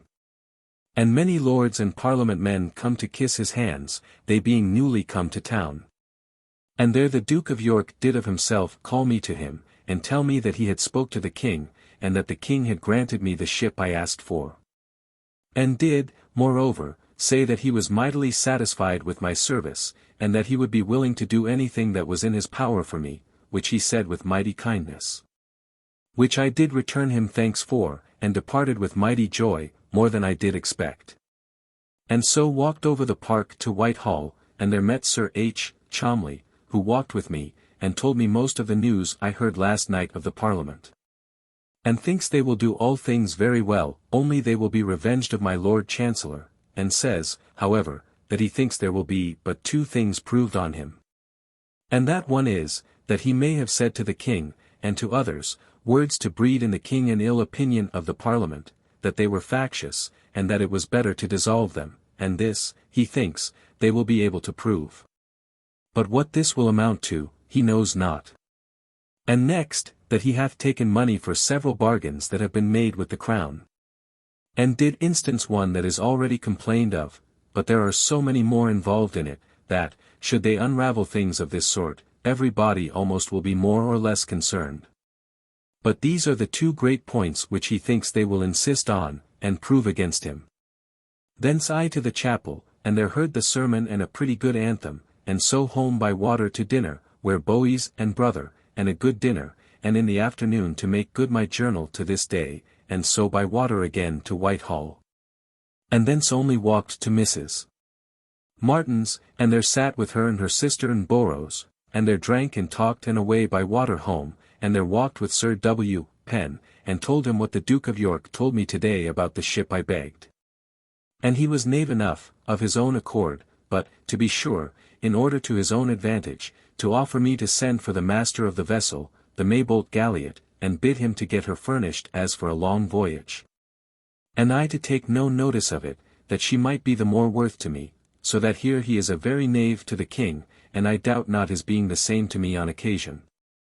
So in doors and supped with my wife and brother, W. Hewer, and Willett, and so even with W. Hewer for my expenses upon the road this last journey, and do think that the whole journey will cost me little less than L18 or L20, one way or other.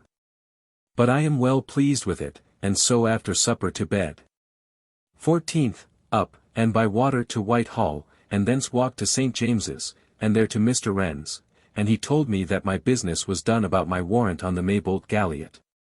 Which I did see, and though it was not so full in the reciting of my services as the other was in that of Sir W. Penn's, yet I was well pleased with it, and do intend to fetch it away anon. Thence with Sir Thomas Allen, in a little sorry coach which he hath set up of late, and Sir Jeremy Smith, to Whitehall, and there I took water and went to Westminster Hall. And there hear that the House is this day again upon the business of giving the King the thanks of the House for his speech, and, among other things, for laying aside of my Lord Chancellor. Thence I to Mrs. Martin's, where by appointment comes to me Mrs. Howlet, which I was afraid was to have told me something of my freedom with her daughter, but it was not so, but only to complain to me of her son-in-law, how he abuses and makes a slave of her, and his mother is one that encourages him in it. So that they are at this time upon very bad terms one with another, and desires that I would take a time to advise him and tell him what it becomes him to do, which office I am very glad of, for some ends of my own also con sa fee. And there drank and parted, I mightily satisfied with this business, and so home by water with Sir W. Warren, who happened to be at Westminster, and there I pretty strange to him, and little discourse, and there at the office Lord Brunker, W. Penn, T. Hayter and I did some business, and so home to dinner, and thence I out to visit Sir G.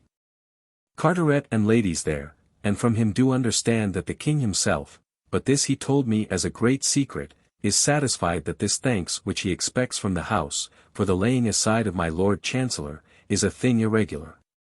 But, since it is come into the House, he do think it necessary to carry it on, and will have it, and hath made his mind known to be so, to some of the House. But Sir G. Carteret do say he knows nothing of what my Lord Brunker told us today, that the King was angry with the Duke of York yesterday, and advised him not to hinder what he had a mind to have done, touching this business. Which is news very bad, if true. Here I visited my Lady Carteret, who hath been sick some time, but now pretty well, but laid on her bed. Thence to my Lord Crewe, to see him after my coming out of the country, and he seems satisfied with some steps they have made in my absence towards my Lord Sandwich's relief for money, and so I have no more to do. Nor will trouble myself more about it till they send for me. He tells me also that the King will have the thanks of the House go on, and commends my Lord Keeper's speech for all but what he was forced to say, about the reason of the King's sending away the House so soon the last time, when they were met. But this he was forced to do. Thence to Westminster Hall, and there walked with Mr. Scowen, who tells me that it is at last carried in the House that the thanks shall be given to the King, among other things, particularly for the removal of my Lord Chancellor. But he tells me it is a strange act, and that which he thinks would never have been, but that the King did insist upon it, that, since it come into the House, it might not be let fall. After walking there a while I took coach and to the Duke of York's house, and there went in for nothing into the pit, at the last act, to see Sir Martin Marall, and met my wife, who was there, and my brother, and W.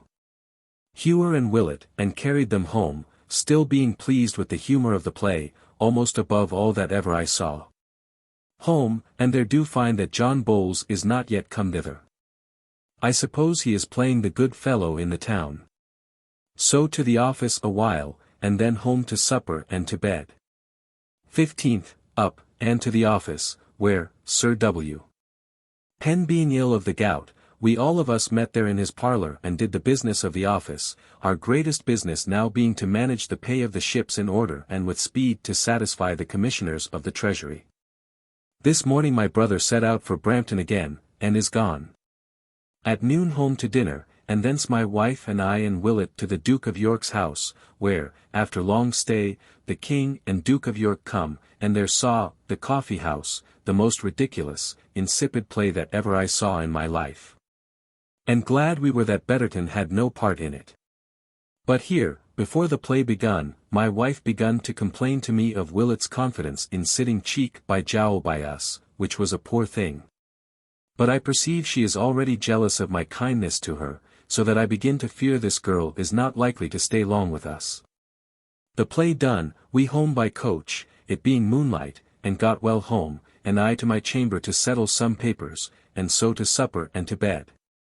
16th, up, and at home most of the morning with Sir H. Cholmondeley, about some accounts of his.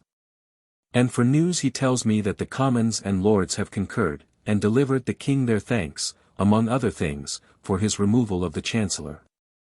Who took their thanks very well, and, among other things, promised them, in these words, never, in any degree, to entertain the chancellor any employment again.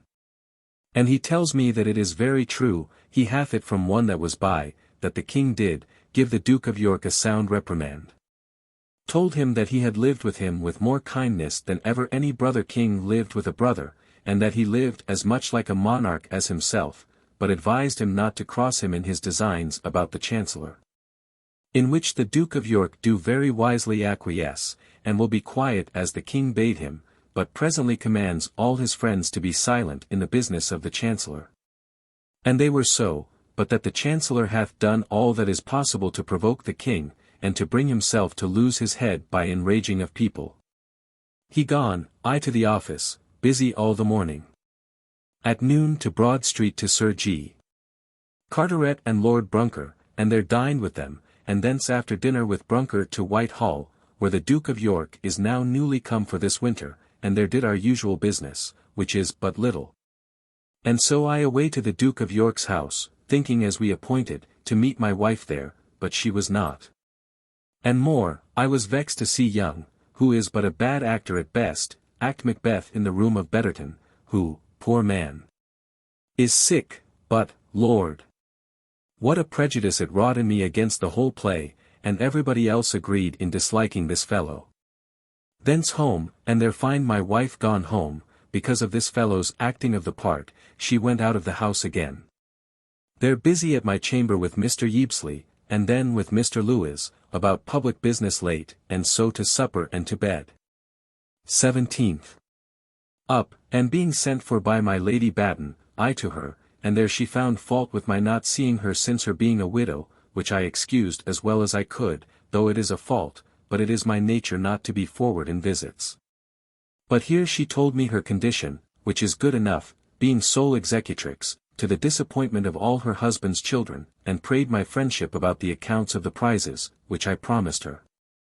And here do see what creatures widows are in weeping for their husbands, and then presently leaving off, but I cannot wonder at it, the cares of the world taking place of all other passions.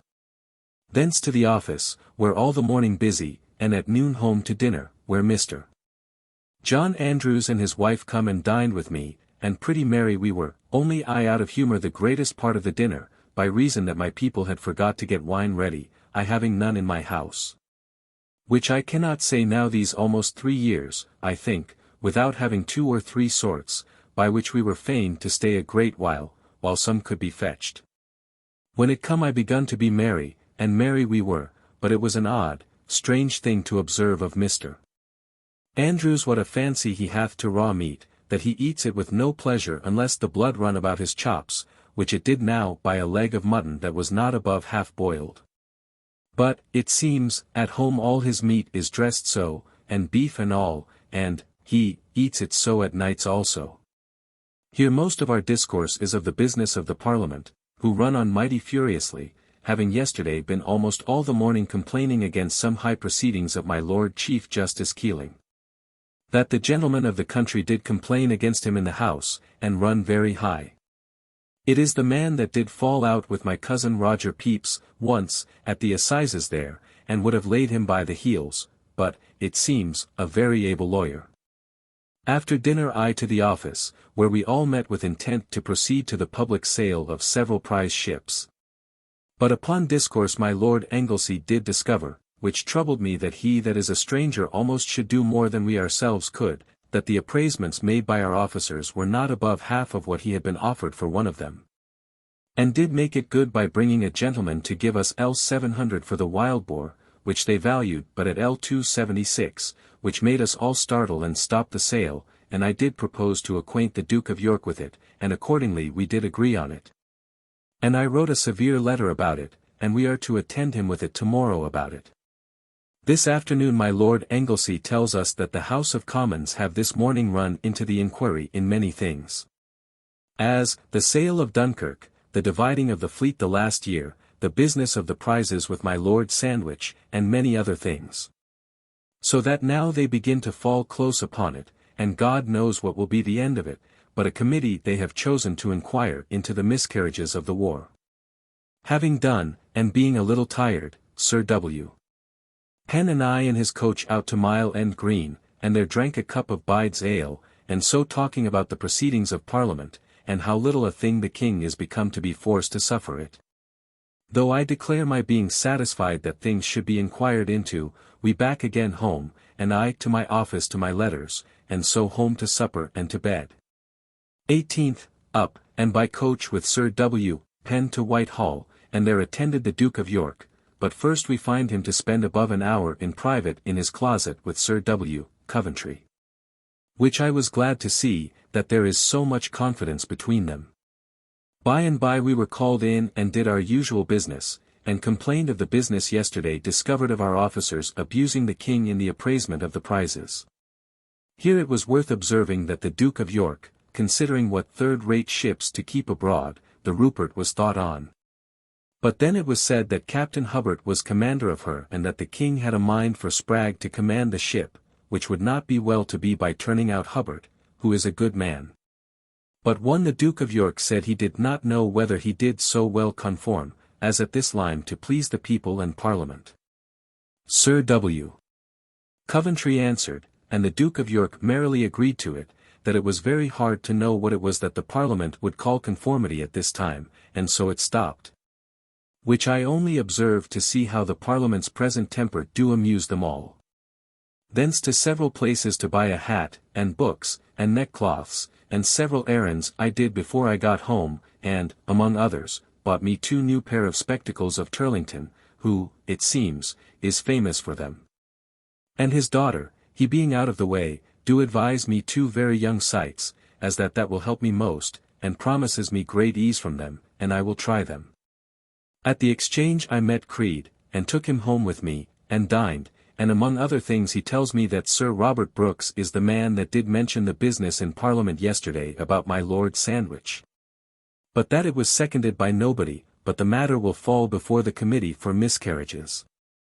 Thence, after dinner, my wife and he, and I, and Willett to the King's house, and saw Brennerlt, which is a good tragedy, that I like well, and parted after the play, and so home, and there a little at my office, and so to my chamber.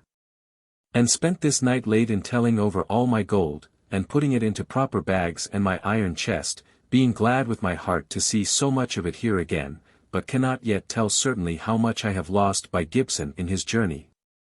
And my father's burying of it in the dirt. At this late, but did it to my mind, and so to supper and to bed. 19th.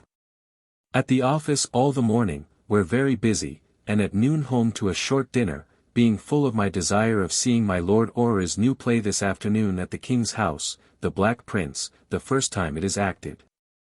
Where, though we come by 2 o'clock, yet there was no room in the pit, but we were forced to go into one of the upper boxes, at 4s. A piece, which is the first time I ever sat in a box in my life. And in the same box come, by and by, behind me, my Lord Berkeley, of Stratton, and his lady, but I did not turn my face to them to be known, so that I was excused from giving them my seat.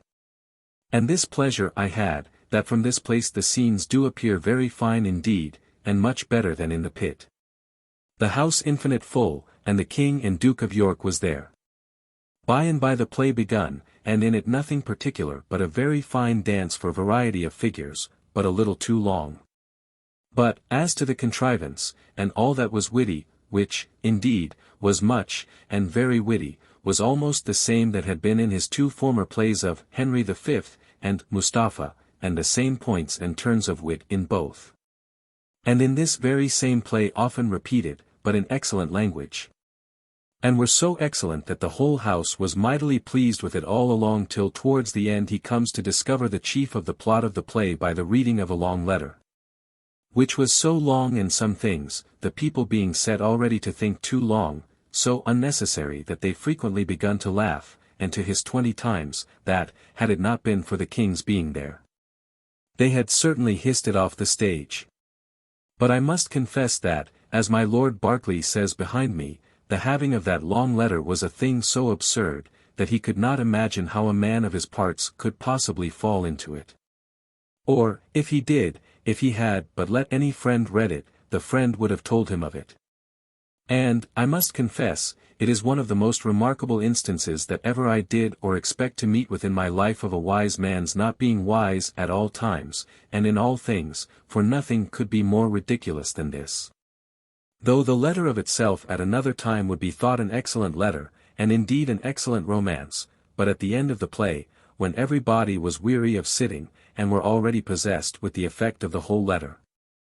To trouble them with a letter a quarter of an hour long, was a most absurd thing. After the play done, and nothing pleasing them from the time of the letter to the end of the play, people being put into a bad humor of disliking, which is another thing worth the noting, I home by coach.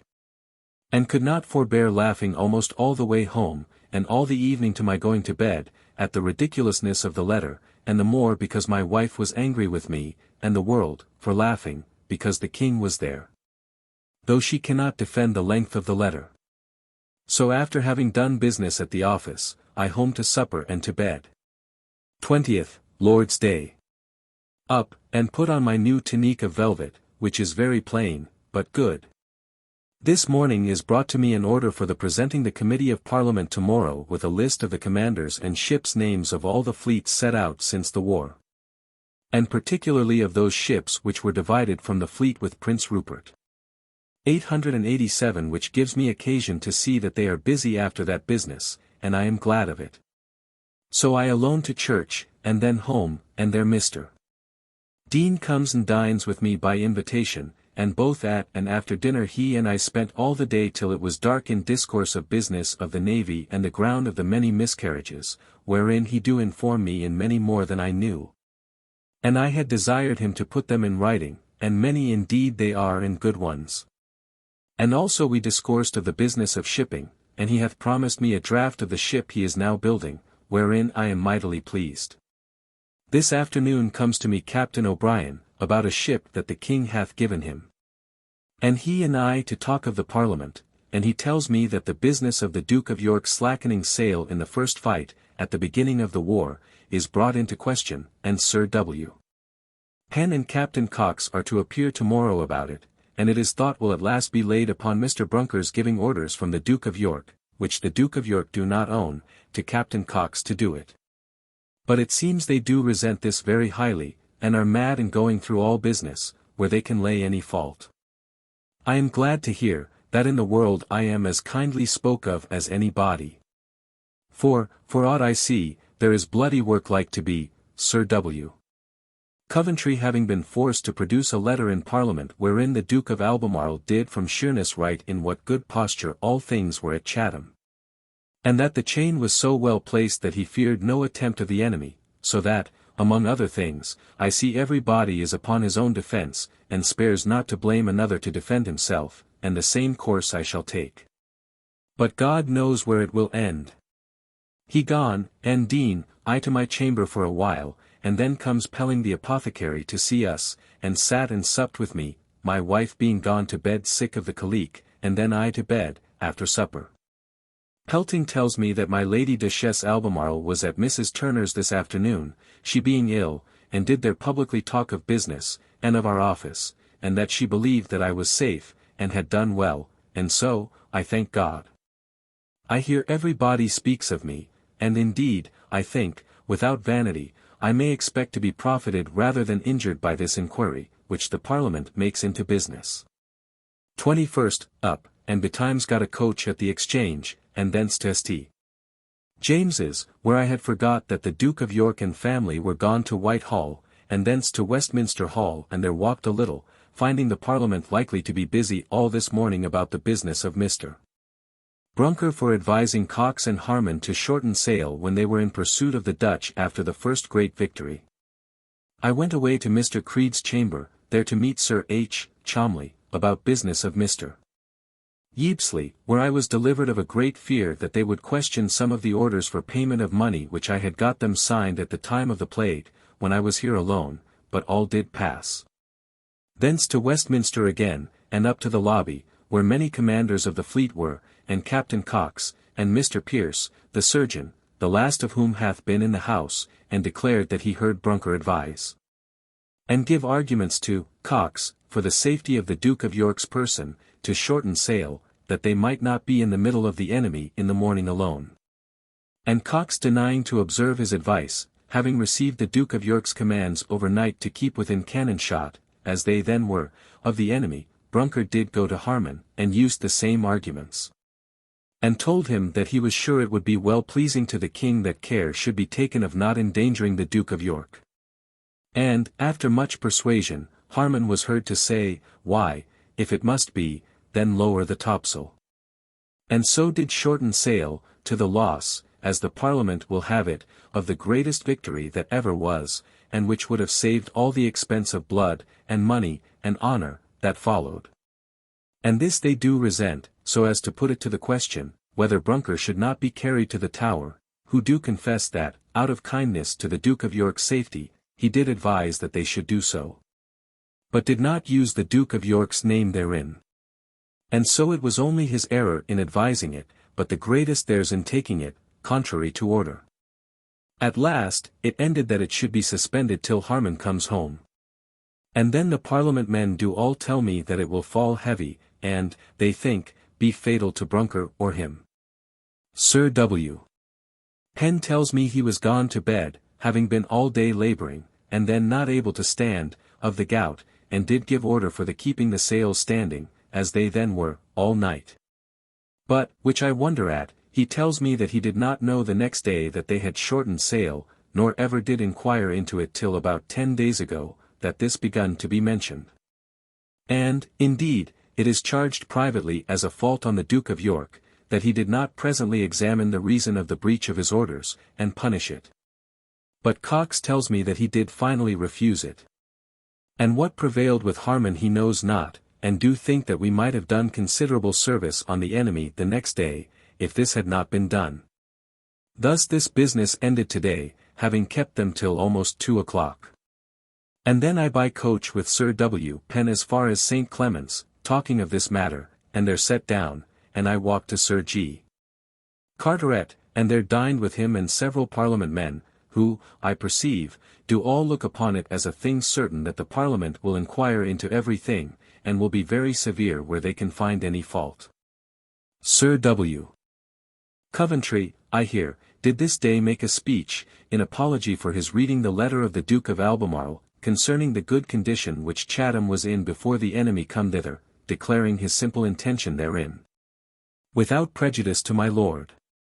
And I am told that he was also with the Duke of Albemarle yesterday to excuse it, but this day I do hear, by some of Sir W. Coventry's friends, that they think he hath done himself much injury by making this man, and his interest, so much his enemy. After dinner, I away to Westminster, and up to the Parliament House, and there did wait with great patience, till 7 at night, to be called into the committee, who sat all this afternoon, examining the business of Chatham. And at last was called in, and told, that the least they expected from us Mr. Wren had promised them, and only bade me to bring all my fellow officers thither to attend them tomorrow afternoon.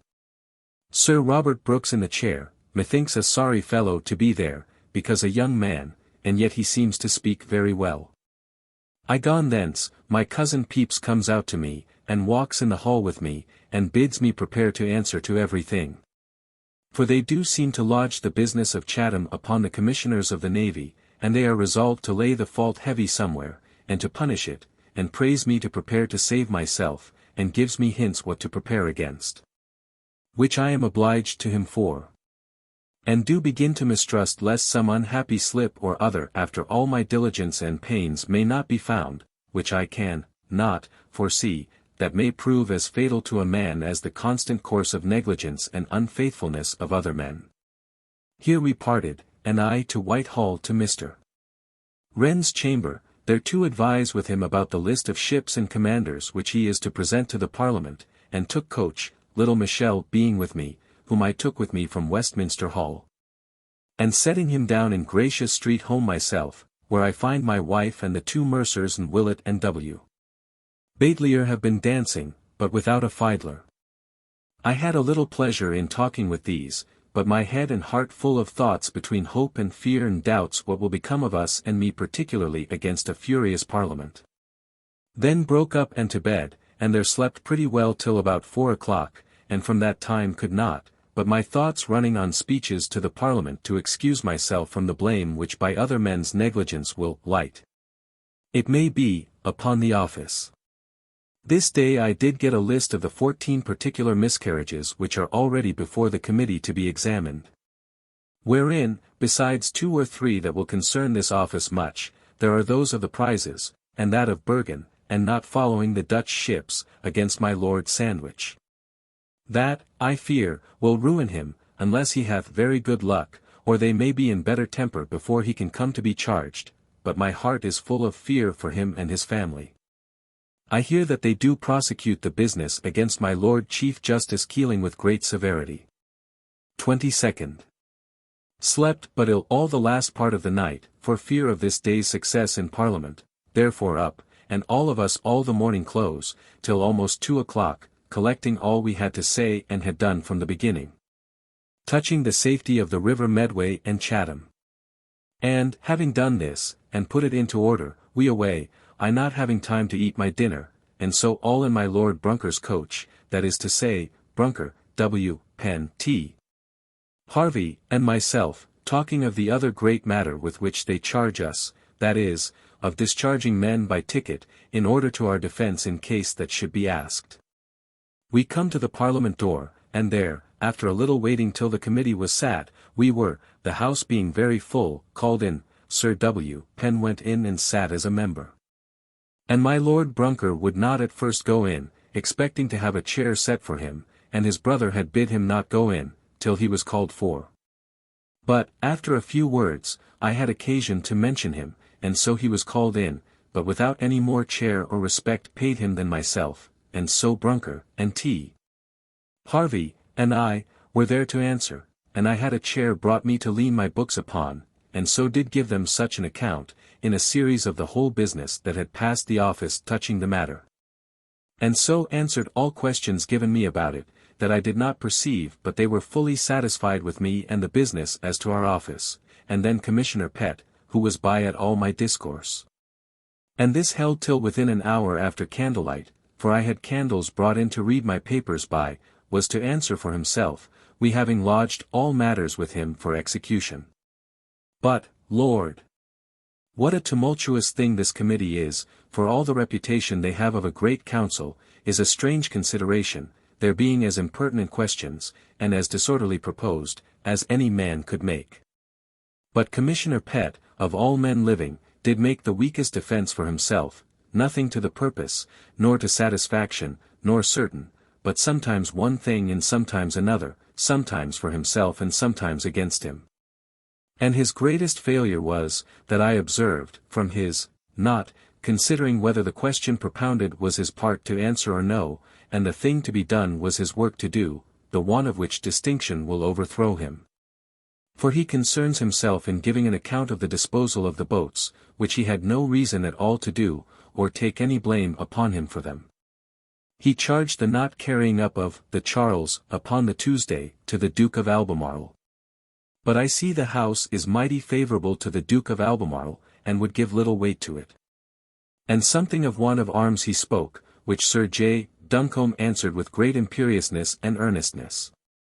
But, for all that, I do see the House is resolved to be better satisfied in the business of the unreadiness of Chernessay, and want of arms and ammunition there and everywhere, and all their officers were here today attending.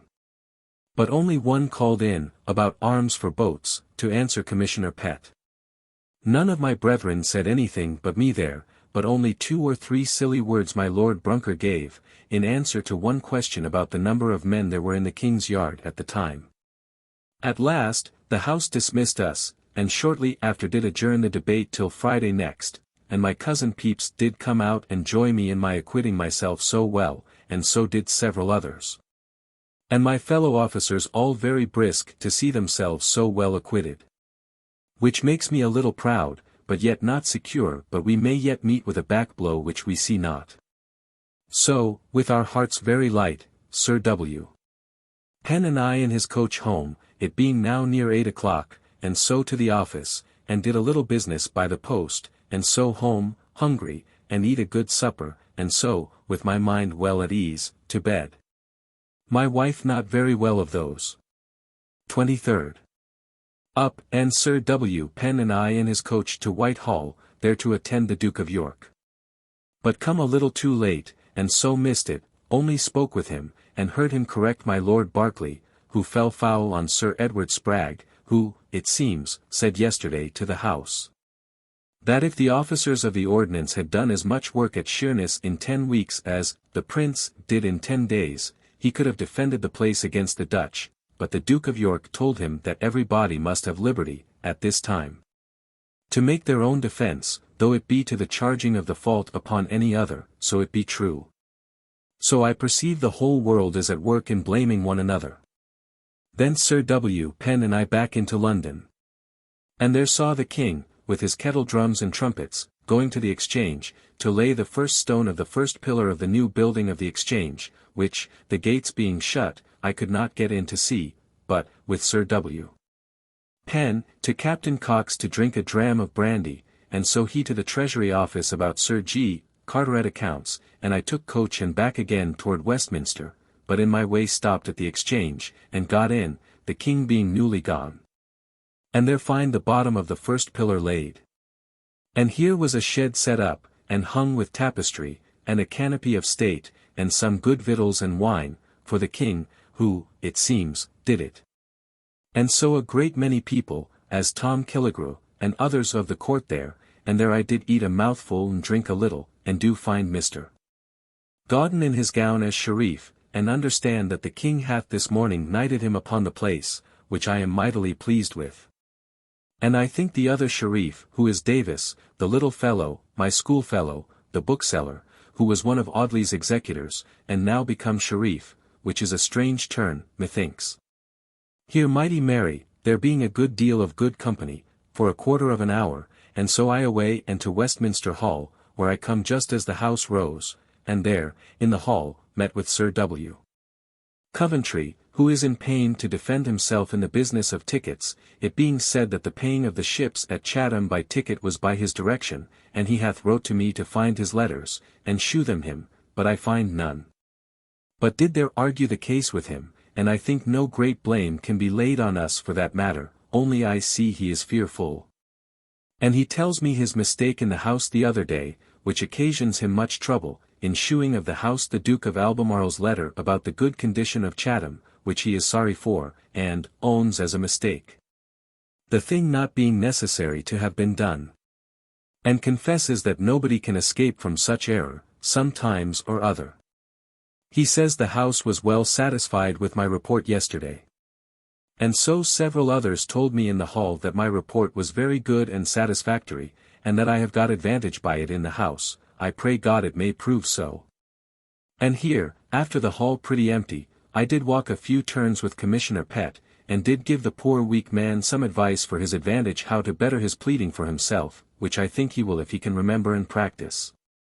For I would not have the man suffer what he do not deserve, there being enough of what he do deserve to lie upon him.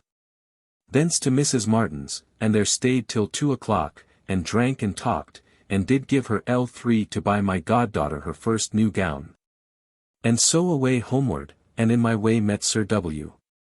Penn in Cheapside, and went into his coach, and back again and to the King's Playhouse, and there saw the Black Prince again, which is now mightily bettered by that long letter being printed, and so delivered to every body at their going in.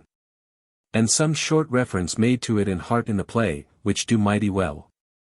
But, when all is done, I think it the worst play of my Lord Orre's. But here, to my great satisfaction, I did see my Lord Hinchingbroke and his mistress, with her father and mother. And I am mightily pleased with the young lady, being handsome enough, and, indeed, to my great liking, as I would have her. I could not but look upon them all the play, being exceeding pleased with my good hap to see them, God bring them together. And they are now already mighty kind to one another, and he is as it were one of their family. The play done I home, and to the office a while, and then home to supper, very hungry, and then to my chamber, to read the true story, in speed, of the Black Prince, and so to bed. This day, it was moved in the House that a day might be appointed to bring in an impeachment against the Chancellor, but it was decried as being irregular. But that, if there was ground for complaint, it might be brought to the committee for miscarriages, and, if they thought good, to present it to the House, and so it was carried. They did also vote this day thanks to be given to the Prince and Duke of Albemarle, for their care and conduct in the last year's war, which is a strange act. But, I know not how, the blockhead Albemarle hath strange luck to be loved, though he be, and every man must know it, the heaviest man in the world, but stout and honest to his country. This evening late, Mr. Moore come to me to prepare matters for my Lord Sandwich's defence, wherein I can little assist, but will do all I can. And am in great fear of nothing but the damned business of the prizes, but I fear my Lord will receive a cursed deal of trouble by it. 24th, up, and to the office, where all the morning very busy, and at noon took Mr. Hayter home with me to dinner, and instantly back again to write what letters I had to write, that I might go abroad with my wife, who was not well, only to jumble her, and so to the Duke of York's playhouse. But their Betterton not being yet well, we would not stay, though since I hear that Smith do act his part in The Villain, which was then acted, as well or better than he, which I do not believe, but to Charing Cross, there to see Policanelli.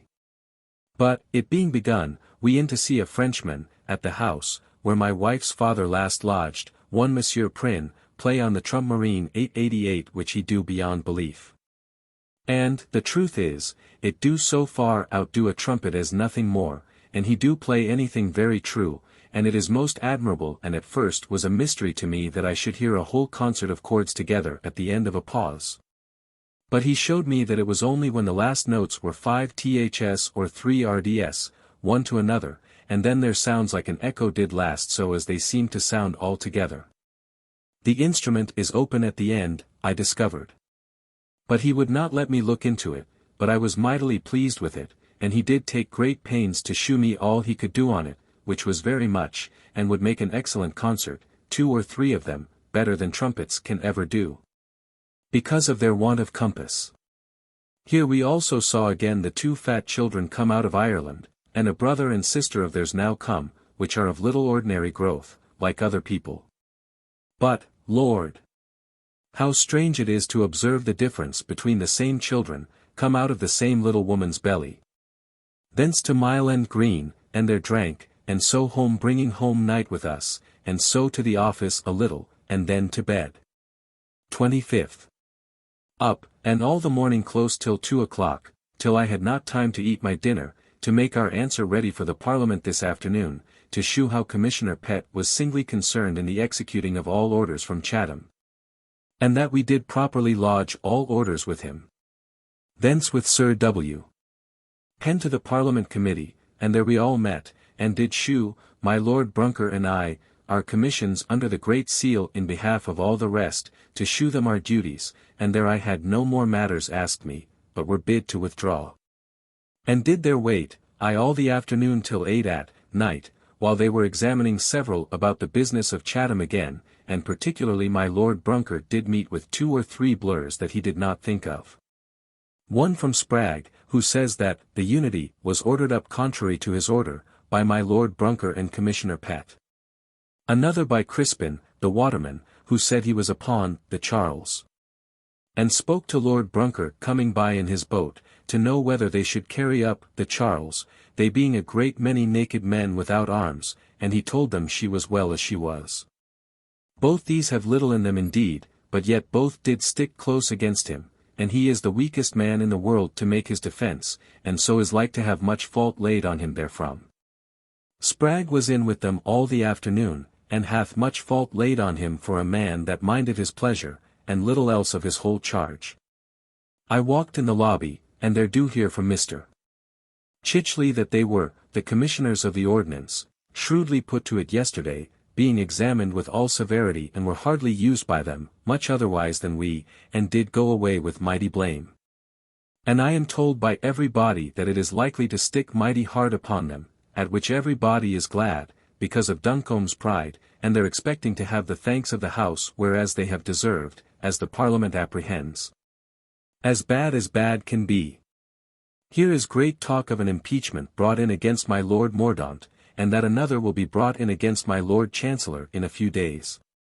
Here I understand for certain that they have ordered that my Lord Arlington's letters, and Secretary Morris's letters of intelligence, be consulted, about the business of the Dutch fleets coming abroad, which is a very high point.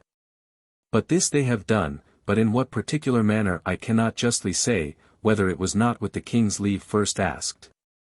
Here late, as I have said, and at last they broke up, and we had our commissions again, and I do hear how Birch is the high man that do examine and trouble every body with his questions, and they say that he do labour all he can to clear Pett. But it seems a witness has come in tonight, see. Millet, who do declare that he did deliver a message from the Duke of Albemarle time enough for him to carry up the Charles, and he neglected it, which will stick very hard, it seems, on him. So Sir W. Penn and I in his coach home, and there to supper, a good supper, and so weary, and my eyes spent, to bed. 26th, up, and we met all this morning at Sir W. Penn's room, the office being foul with the altering of our garden door. They're very busy, and at noon home, where Mrs. Pierce and her daughter's husband and Mr. Corbett dined with me. I had a good dinner for them, and mighty merry. Pierce and I very glad at the fate of the officers of ordnance, that they are like to have so much blame on them. Here Mrs. Pierce tells me that the two marshals at the King's house are Stephen Marshals, the great Presbyterian's daughters, and that Nellie and Beck Marshall, falling out the other day, the latter called the other my Lord Buckhurst's whore. Nell answered then, I was but one man's whore, though I was brought up in a bawdy house to fill strong waters to the guests, and you are a whore to 3 or 4, though a presbyter's praying daughter, which was very pretty. Mrs. Pierce is still very pretty, but paints red on her face, which makes me hate her, that I thank God I take no pleasure in her at all more. After much mirth and good company at dinner, I to the office and left them, and Pendleton also, who come in to see my wife and talk of dancing, and there I at the office all the afternoon very busy, and did much business. With my great content to see it go off of hand, and so home, my eyes spent, to supper and to bed. 27th, Lord's Day. Up, and to my office, there, with W. Hewer, to dictate a long letter to the Duke of York, about the bad state of the office, it being a work I do think fit for the office to do, though it be to no purpose but for their vindication in these bad times. For I do now learn many things tending to our safety which I did not wholly forget before, but do find the fruits of, and would I had practiced them more, as, among other things, to be sure to let our answers to orders bear date presently after their date, that we may be found quick in our execution. This did us great good the other day before the Parliament. All the morning at this, at noon home to dinner, with my own family alone. After dinner, I down to Deptford, the first time that I went to look upon the Maybolt, which the King hath given me, and there she is, and I did meet with Mr. Uthwaite, who do tell me that there are new sails ordered to be delivered her, and a cable, which I did not speak of at all to him. So, thereupon, I told him I would not be my own hindrance so much as to take her into my custody before she had them, which was all I said to him, but desired him to take a strict inventory of her. That I might not be cheated by the master or the company, when they come to understand that the vessel is gone away, which he hath promised me, and so away back again home. Reading all the way the book of the collection of oaths in the several offices of this nation, which is worth a man's reading, and so away home, and there my boy and I to sing, and at it all the evening, and to supper, and so to bed. This evening comes Sir J. Minns to me, to let me know that a Parliament man hath been with him, to tell him that the Parliament intend to examine him particularly about Sir W. Coventry's selling of places, and about my Lord Brunker's discharging the ships at Chatham by ticket, for the former of which I am more particularly sorry that that business of Sir W. Coventry should come up again. Though this old man tells me, and, I believe, that he can say nothing to it. 28th, up, and by water to Whitehall, calling at Michel's and drank a dram of strong water, but it being early I did not see his wife, and thence walked to Sir W. Coventry's lodging, but he was gone out, and so going toward St. James's I find him at his house which is fitting for him. And there I to him, and was with him above an hour alone, discoursing of the matters of the nation, and our office, and himself.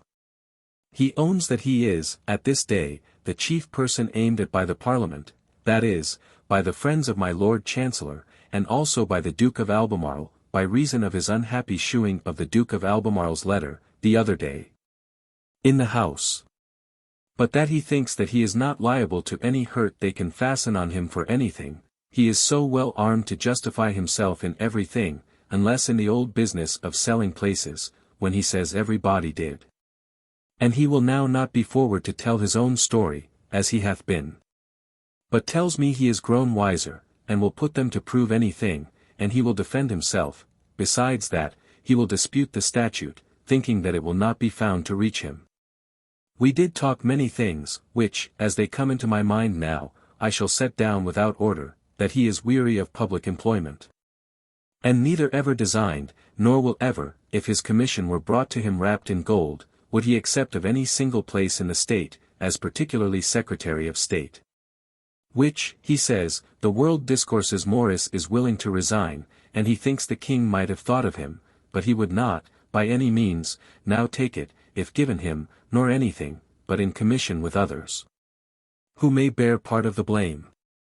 For now he observes well, that whoever did do anything singly are now in danger, however honest and painful they were, saying that he himself was the only man, he thinks, at the council board that spoke his mind clearly, as he thought, to the good of the king.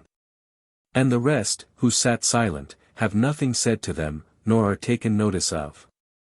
That the first time the king did take him so closely into his confidence and ministry of affairs was upon the business of Chatham, when all the disturbances were there, and in the kingdom. And then, while everybody was fancying for himself, the king did find him to persuade him to call for the Parliament, declaring that it was against his own proper interest, forasmuch as, it was, likely they would find faults with him, as well as with others, but that he would prefer the service of the king before his own, and, thereupon, the king did take him into his special notice, and, from that time to this, hath received him so. And that then he did see the folly and mistakes of the Chancellor in the management of things, and saw that matters were never likely to be done well in that sort of conduct. And did persuade the king to think fit of the taking away the seals from the Chancellor, which, when it was done, he told me that he himself, in his own particular, was sorry for it. For, while he stood, there was he and my Lord Arlington to stand between him and harm, whereas now there is only my Lord Arlington, and he is now down, so that all their fury is placed upon him, but that he did tell the king, when he first moved it, that, if he thought the laying of him, W. Coventry, aside, would at all facilitate the removing of the Chancellor, he would most willingly submit to it, whereupon the king did command him to try the Duke of York about it, and persuade him to it, which he did, by the king's command, undertake, and compass, and the Duke of York did own his consent to the king, but afterwards was brought to be of another mind for the Chancellor, and now is displeased with him, and, so is, the Duchess, so that she will not see him. But he tells me the Duke of York seems pretty kind, and hath said that he do believe that W. Coventry did mean well, and do it only out of judgment. He tells me that he never was an intriguer in his life, nor will be, nor of any combination of persons to set up this, or fling down that, nor hath, in his own business, this Parliament, spoke to 3 members to say anything for him. But will stand upon his own defence, and will stay by it, and thinks that he is armed against all they can, say, but the old business of selling places, and in that thinks they cannot hurt him. However, I do find him mighty willing to have his name used as little as he can, and he was glad when I did deliver him up a letter of his to me, which did give countenance to the discharging of men by ticket at Chatham, which is now coming in question. And wherein, I confess, I am sorry to find him so tender of appearing, it being a thing not only good and fit, all that was done in it, but promoted and advised by him.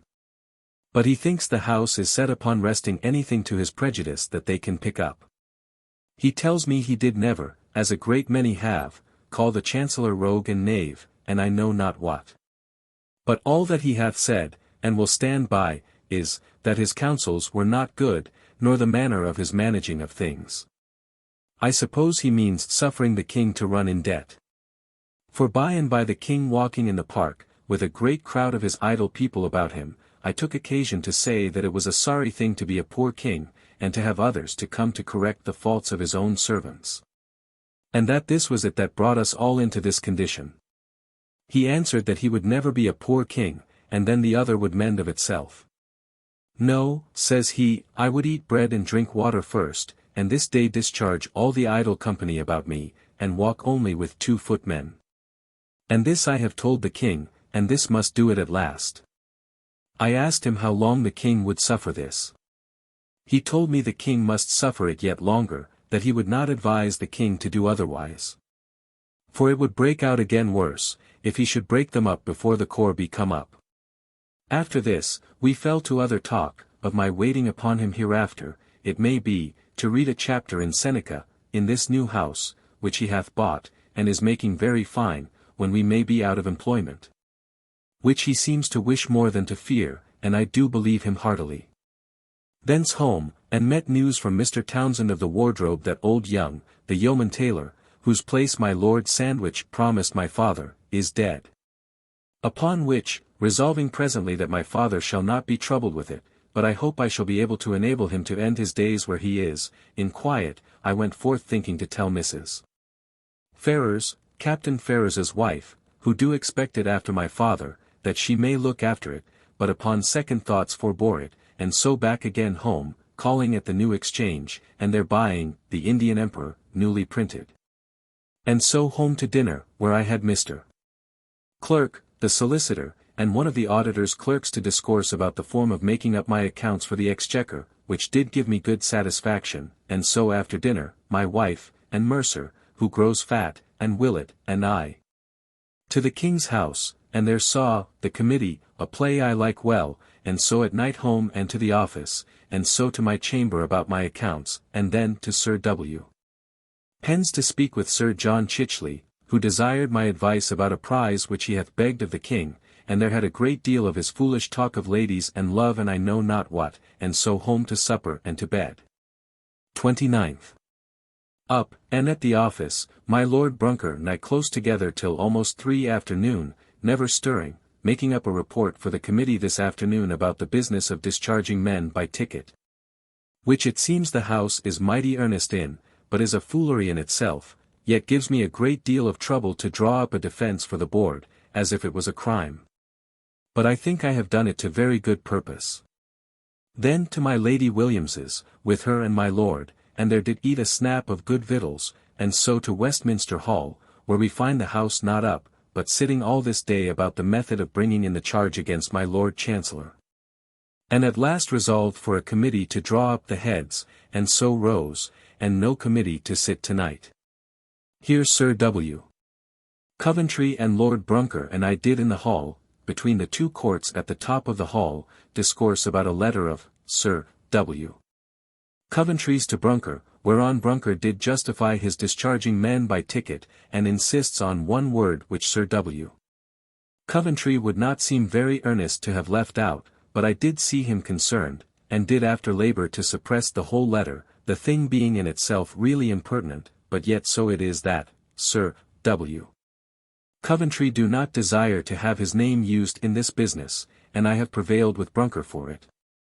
Thence Brunker and I to the king's house, thinking to have gone into a box above, for fear of being seen, the king being there, but the play being 3 acts done we would not give 4s.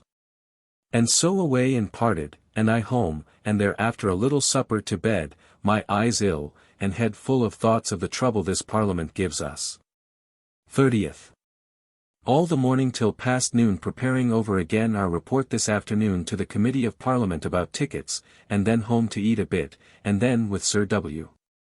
Penn to Whitehall, where we did a very little business with the Duke of York at our usual meeting, only I perceive that he do leave all of us, as the king do those about him, to stand and fall by ourselves. And I think is not without some cares himself what the Parliament may do in matters wherein his honour is concerned. Thence to the Parliament House, where, after the committee was sat, I was called in, and the first thing was upon the complaint of a dirty slut that was there, about a ticket which she had lost, and had applied herself to me for another. I did give them a short and satisfactory answer to that, and so they sent her away, and were ashamed of their foolery, in giving occasion to 500 seamen and seamen's wives to come before them, as there was this afternoon. But then they fell to the business of tickets, and I did give them the best answer I could, but had not scope to do it in the methodical manner which I had prepared myself for, but they did ask a great many broken rude questions about it. And were mightily hot whether my Lord Brunker had any order to discharge whole ships by ticket, and because my answer was with distinction, and not direct, I did perceive they were not so fully satisfied therewith as I could wish they were. So my Lord Brunker was called in, and they could fasten nothing on him that I could see, nor indeed was there any proper matter for blame, but I do see, and it was said publicly in the House by Sir T. Clerges that Sir W. Batten had designed the business of discharging men by ticket and an order after the thing was done to justify my Lord Brunker for having done it. But this I did not own at all, nor was it just so, though he did indeed do something like it, yet had contributed as much to it as any man of the board by sending down of tickets to do it. But, Lord! To see that we should be brought to justify ourselves in a thing of necessity and profit to the king, and of no profit or convenience to us, but the contrary. We being withdrawn, we heard no more of it, but there stayed late and do hear no more, only my cousin Pepys do tell me that he did hear one or two whisper as if they thought that I do bogle at the business of my Lord Brunker. Which is a thing I neither did or have reason to do in his favour, but I do not think it fit to make him suffer for a thing that deserves well. But this do trouble me a little that anything should stick to my prejudice in any of them, and did trouble me so much that all the way home with Sir W. Penn I was not at good ease, nor all night, though when I come home I did find my wife, and Betty Turner, the two Mercers, and Mrs. Parker, an ugly lass, but yet dances well, and speaks the best of them, and W. Batelier, and Pembleton dancing. And here I danced with them, and had a good supper, and as merry as I could be, and so they being gone we to bed. 31st, up, and all the morning at the office, and at noon Mr. Creed and Yeabsley dined with me, my wife gone to dine with Mrs. Pierce and see a play with her, and after dinner in comes Mr. Turner, of Eynesbury, lately come to town, and also after him Captain Hill of the Coventry, who lost her at Barbados, and is come out of France, where he hath been long prisoner. After a great deal of mixed discourse, and then Mr. Turner and I alone a little in my closet, talking about my Lord Sandwich, who I hear is now ordered by the king to come home again, we all parted, and I by water, calling at Michelle's, and saw and once kissed Sue's wife. But I do think that he is jealous of her, and so she dares not stand out of his sight. So could not do more, but away by water to the Temple, and there, after spending a little time in my bookseller's shop, I to Westminster. And there at the lobby do hear by Commissioner Pett, to my great amazement, that he is in worse condition than before, by the coming in of the Duke of Albemarle's and Prince Rupert's narratives this day. Wherein the former do most severely lay matters upon him, so as the House this day have, I think, ordered him to the Tower again, or something like it. So that the poor man is likely to be overthrown, I doubt, right or wrong, so infinite fond they are of anything the Duke of Albemarle says or writes to them. I did then go down, and there met with Colonel Reams and cousin Roger Pepys. And there they do tell me how the Duke of Albemarle and the Prince have laid blame on a great many, and particularly on our office in general.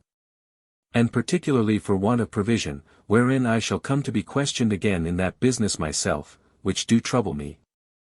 But my cousin Pepys and I had much discourse alone, and he do bewail the constitution of this house, and says there is a direct cabal and faction, as much as is possible between those for and those against the Chancellor, and so in other factions. That there is nothing almost done honestly and with integrity. Only some few, he says, there are, that do keep out of all plots and combinations, and when their time comes will speak and see right done, if possible. And that he himself is looked upon to be a man that will be of no faction, and so they do shun to make him, and I am glad of it. He tells me that he thanks God he never knew what it was to be tempted to be a knave in his life. Till he did come into the House of Commons, where there is nothing done but by passion, and faction, and private interest. Reams did tell me of a fellow last night, one Kelsey, a commander of a fire ship, who complained for want of his money paid him, did say that he did see one of the commissioners of the navy bring in 3 wagon-loads of prize goods into Greenwich one night. But that the house did take no notice of it, nor inquire, but this is me, and I must expect to be called to account, and answer what I did as well as I can. So thence away home, and in Holborn, going round, it being dark, I espied Sir D. Gauden's coach, and so went out of mine into his. And there had opportunity to talk of the business of victuals, which the Duke of Albemarle and Prince did complain that they were in want of the last year, but we do conclude we shall be able to show quite the contrary of that. Only it troubles me that we must come to contend with these great persons, which will overrun us. So with some disquiet in my mind on this account I home, and there comes Mr. Yeapsley, and he and I to even some accounts, wherein I shall be a gainer about L200, which is a seasonable profit, for I have got nothing a great while, and he being gone, I to bed. November 1667. November 1st, up betimes, and down to the waterside, calling and drinking a dram of the bottle at Michel's, but saw not Betty, and thence to Whitehall and to Sir W.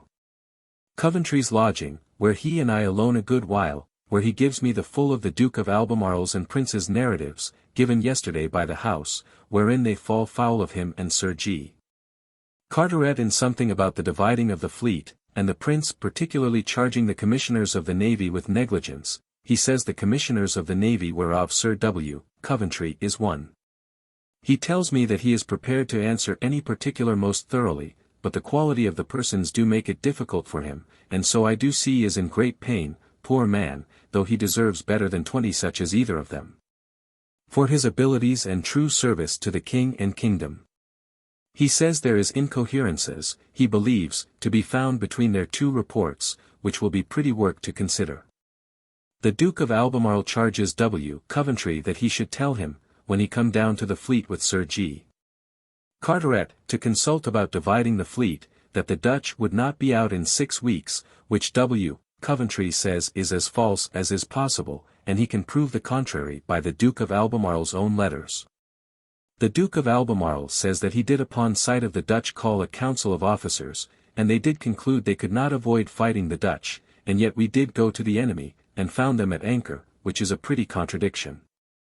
And he tells me that Spragg did the other day say in the House, that the Prince, at his going from the Duke of Albemarle with his fleet, did tell him that if the Dutch should come on, the Duke was to follow him, the Prince, with his fleet, and not fight the Dutch.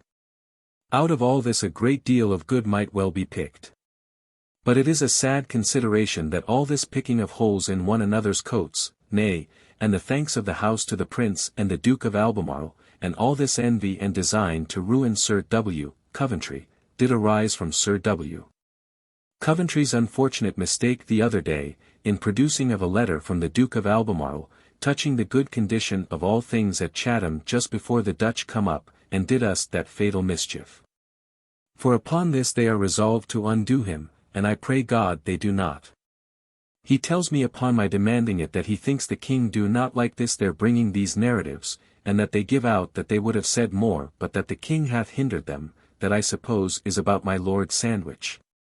He is getting a copy of the narratives, which I shall then have, and so I parted from him and away to Whitehall, where I met Mr. Creed and Yeapsley, and discoursed a little about Mr.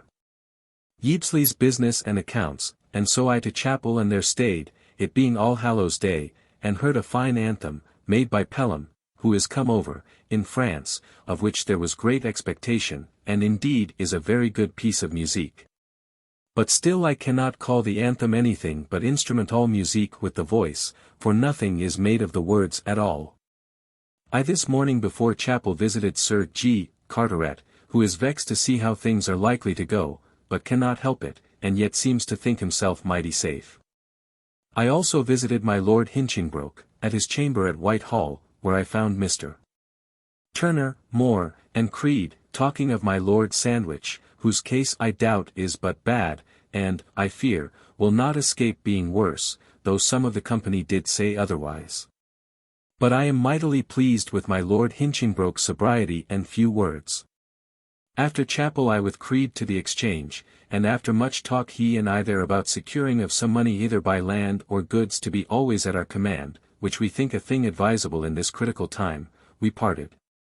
And I to the Sun Tavern with Sir W.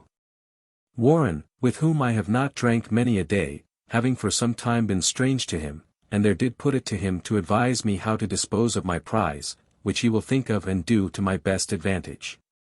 We talked of several other things relating to his service, wherein I promise assistance, but coldly, thinking it policy to do so, and so, after eating a short dinner, I away home, and there took out my wife.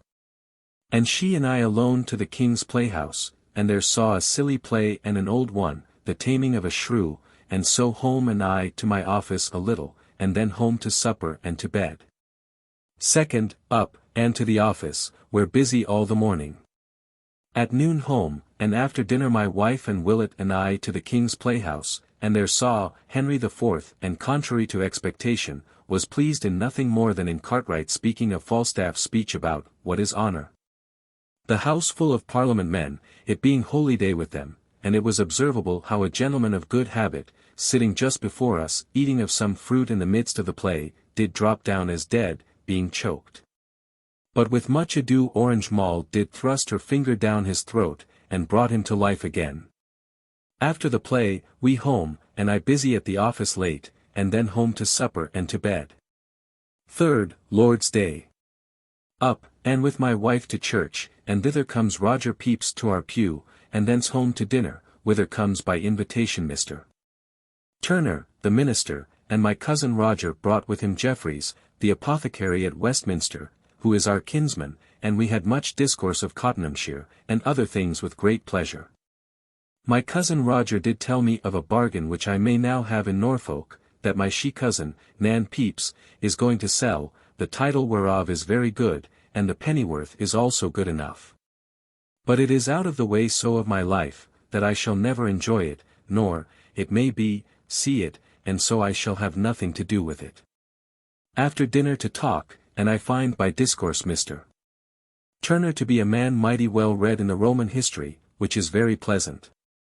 By and by Roger went, and Mr. Turner spent an hour talking over my Lord Sandwich's condition as to this Parliament, which we fear may be bad, and the condition of his family, which can be no better. And then having little to comfort ourselves but that this humour will not last always in the Parliament, and that, it may well have a great many more as great men as he inquired into, and so we parted, and I to my chamber. And there busy all the evening, and then my wife and I to supper, and so to bed, with much discourse and pleasure one with another. Fourth, up betimes, and by water with Sir R. Ford, who is going to Parliament, to Westminster, and there landing at the New Exchange stairs, I to Sir W. Coventry, and there he read over to me the Prince's and the Duke of Albemarle's narratives, wherein they are very severe against him and our office. But, Sir W. Coventry do contemn them, only that their persons and qualities are great, and so I do perceive, he is afeard of them, though he will not confess it. But he do say that, if he can get out of these briars, he will never trouble himself with princes nor dukes again. He finds several things in their narratives, which are both inconsistent and foolish, as well as untrue, especially as to what the Duke of Albemarle avers of his knowing of the enemies being abroad sooner than he says it, which, Sir W. Coventry will shew him his own letter against him, for I confess I do see so much, that, were I but well possessed of what I should have in the world, I think I could willingly retreat, and trouble myself no more with it. Thence home, and there met Sir H. Cholmondeley, and he and I to the excise office to see what tallies are paying, and thence back to the Old Exchange, by the way talking of news, and he owning Sir W. Coventry, in his opinion, to be one of the worthiest men in the nation, as I do really think he is. He tells me he do think really that they will cut off my Lord Chancellor's head, the Chancellor at this day showing as much pride as is possible to those few that venture their fortunes by coming to see him. And that the Duke of York is troubled much, knowing that those that fling down the Chancellor cannot stop there, but will do something to him, to prevent his having it in his power hereafter to avenge himself and father-in-law upon them. And this Sir H. Cholmondeley fears may be by divorcing the Queen and getting another, or declaring the Duke of Monmouth legitimate, which God forbid. He tells me he do verily believe that there will come in an impeachment of high treason against my Lord of Ormond, among other things, for ordering the quartering of soldiers in Ireland on free quarters. Which, it seems, is high treason in that country, and was one of the things that lost the Lord Strafford his head, and the law is not yet repealed. Which, he says, was a mighty oversight of him not to have it repealed, which he might with ease have done, or have justified himself by an act. From the Exchange I took a coach, and went to Turlington, the great spectacle maker, for advice, who dissuades me from using old spectacles, but rather young ones. And do tell me that nothing can wrong my eyes more than for me to use reading glasses, which do magnify much. Thence home, and there dined, and then abroad and left my wife and Willet at her tailor's, and I to Whitehall, where the Commissioners of the Treasury do not sit, and therefore I to Westminster to the Hall, and their meeting with Colonel Reams I did very cheaply by him get copies of the Prince's and Duke of Albemarle's narratives, which they did deliver the other day to the House, of which I am mighty glad, both for my present information and for my future satisfaction. So back by coach, and took up my wife, and away home, and there in my chamber all the evening among my papers and my accounts of Tangier to my great satisfaction, and so to supper and to bed. 5th, up, and all the morning at the office.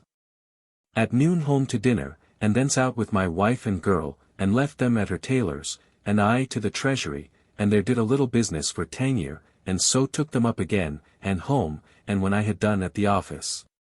Being post night, I to my chamber, and there did something more, and so to supper and to bed. 6th, up, and to Westminster, where to the Parliament door, and there spoke with Sir G. Downing, to see what was done yesterday at the Treasury for Tangier, and it proved as good as nothing, so that I do see we shall be brought to great straits for money there. He tells me here that he is passing a bill to make the excise and every other part of the King's revenue assignable on the Exchequer, which indeed will be a very good thing. This he says with great glee as an act of his, and how poor a thing this was in the beginning, and with what envy he carried it on, and how my Lord Chancellor could never endure him for it since he first begun it. He tells me that the thing the House is just now upon is that of taking away the charter from the company of woodmongers, whose frauds, it seems, have been mightily laid before them. He tells me that they are like to fly very high against my Lord Chancellor. Thence I to the House of Lords, and there first saw Dr. Fuller, as Bishop of Lincoln, to sit among the Lords. Here I spoke with the Duke of York and the Duke of Albemarle about Tangier, but methinks both of them do look very coldly one upon another, and their discourse mighty cold, and little to the purpose about our want of money. Thence homeward, and called at Alistry's, the bookseller, who is bookseller to the Royal Society, and there did buy 3 or 4 books, and find great variety of French and foreign books. And so home and to dinner, and after dinner with my wife to a play, and the girl, Macbeth, which we still like mightily, though mighty short of the content we used to have when Betterton acted, who is still sick. So home, troubled with the way and to get a coach, and so to supper and to bed. This day, in the Painted Chamber, I met and walked with Mr. George Montague, who thinks it may go hard with my Lord Sandwich, but he says the House is offended with Sir W. Coventry much, and that he do endeavour to gain them again in the most precarious manner in all things that is possible. 7th. Up, and at the office hard all the morning, and at noon resolved with Sir W. Penn to go see The Tempest, an old play of Shakespeare's, acted, I hear, the first day, and so my wife, and girl, and W. Hewer by themselves, and Sir W. Penn and I afterwards by ourselves, and forced to sit in the side balcone over against the music room at the Duke's house, close by my Lady Dorset and a great many great ones. The house mighty full. The King in court there in the most innocent play that ever I saw, and a curious piece of music in an echo of half sentences, the echo repeating the former half, while the man goes on to the latter, which is mighty pretty. The play has no great wit, but yet good, above ordinary plays. Thence home with Sir W. Penn, and they're all mightily pleased with the play, and so to supper and to bed, after having done at the office.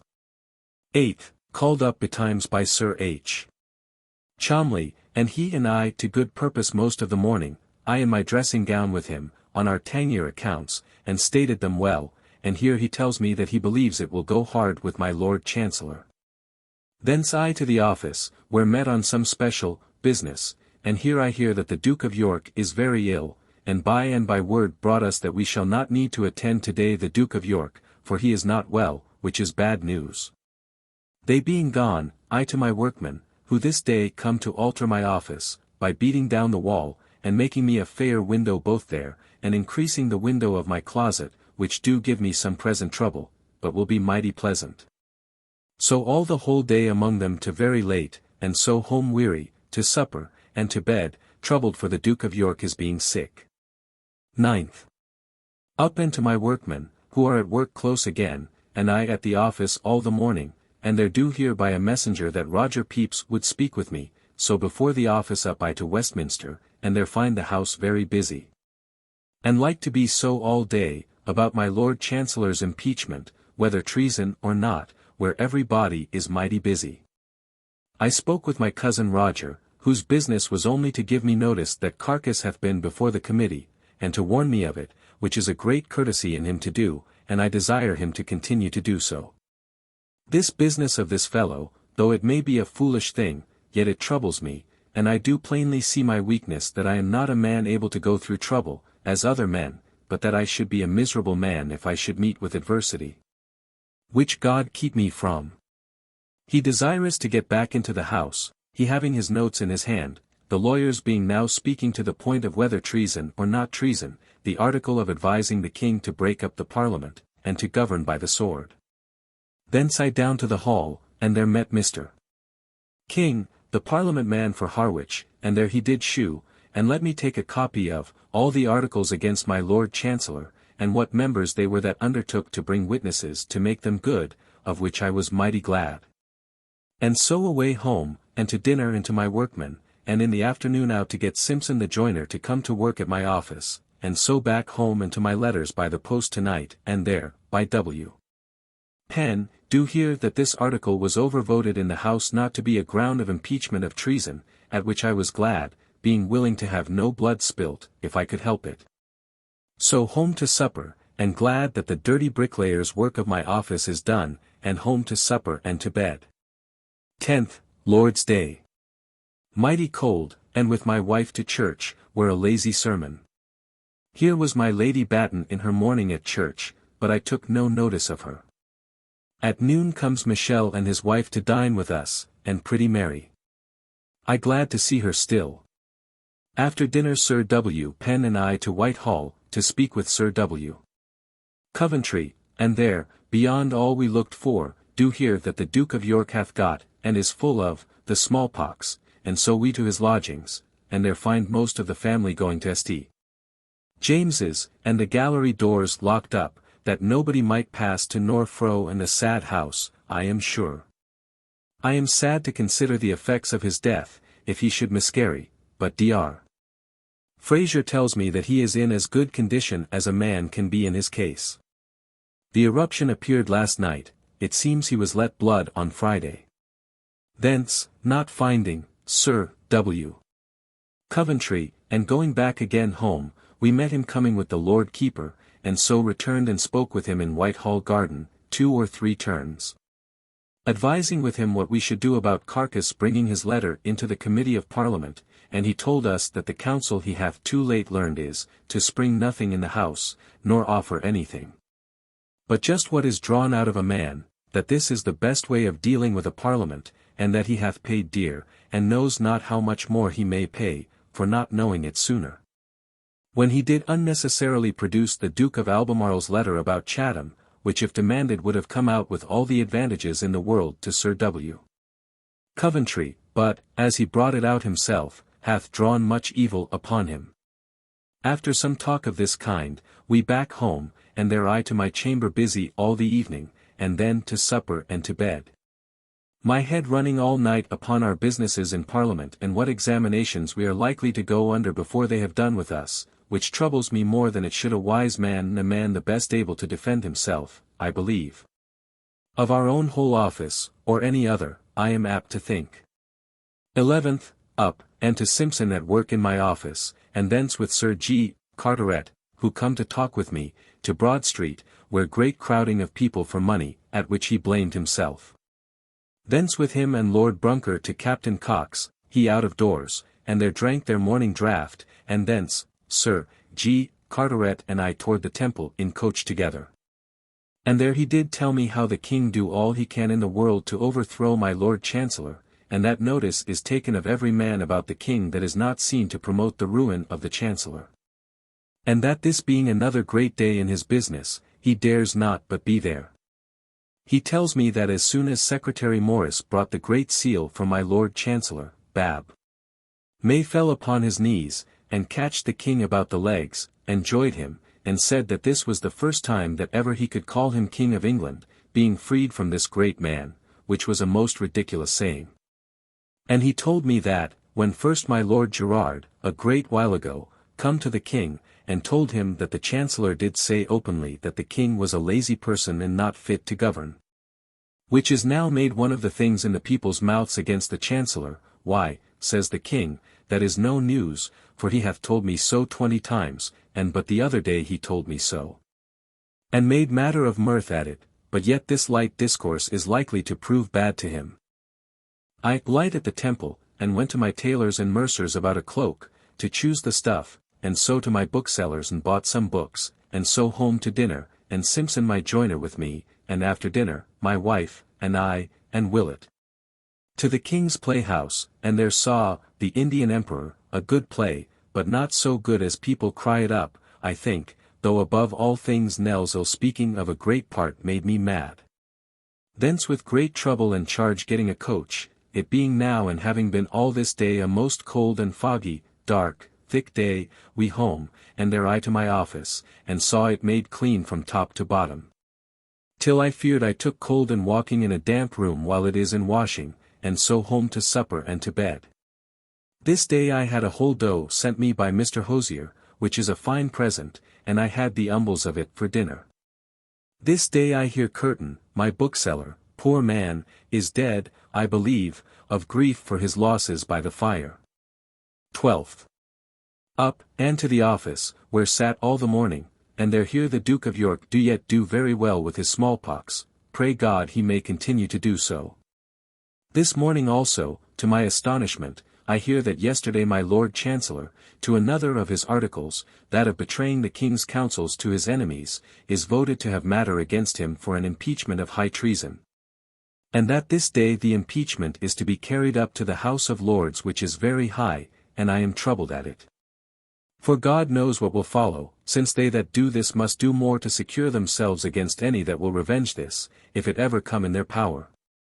At noon home to dinner, and then to my office, and there saw everything finished, so as my papers are all in order again and my office twice as pleasant as ever it was, having a noble window in my closet and another in my office.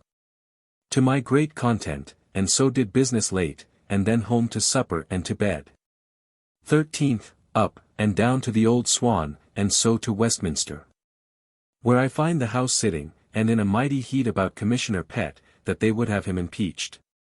Though the committee have yet brought in but part of their report, and this heat of the House is much heightened by Sir Thomas Clifford telling them, that he was the man that did, out of his own purse, employ people at the outports to prevent the King of Scots to escape after the Battle of Worcester.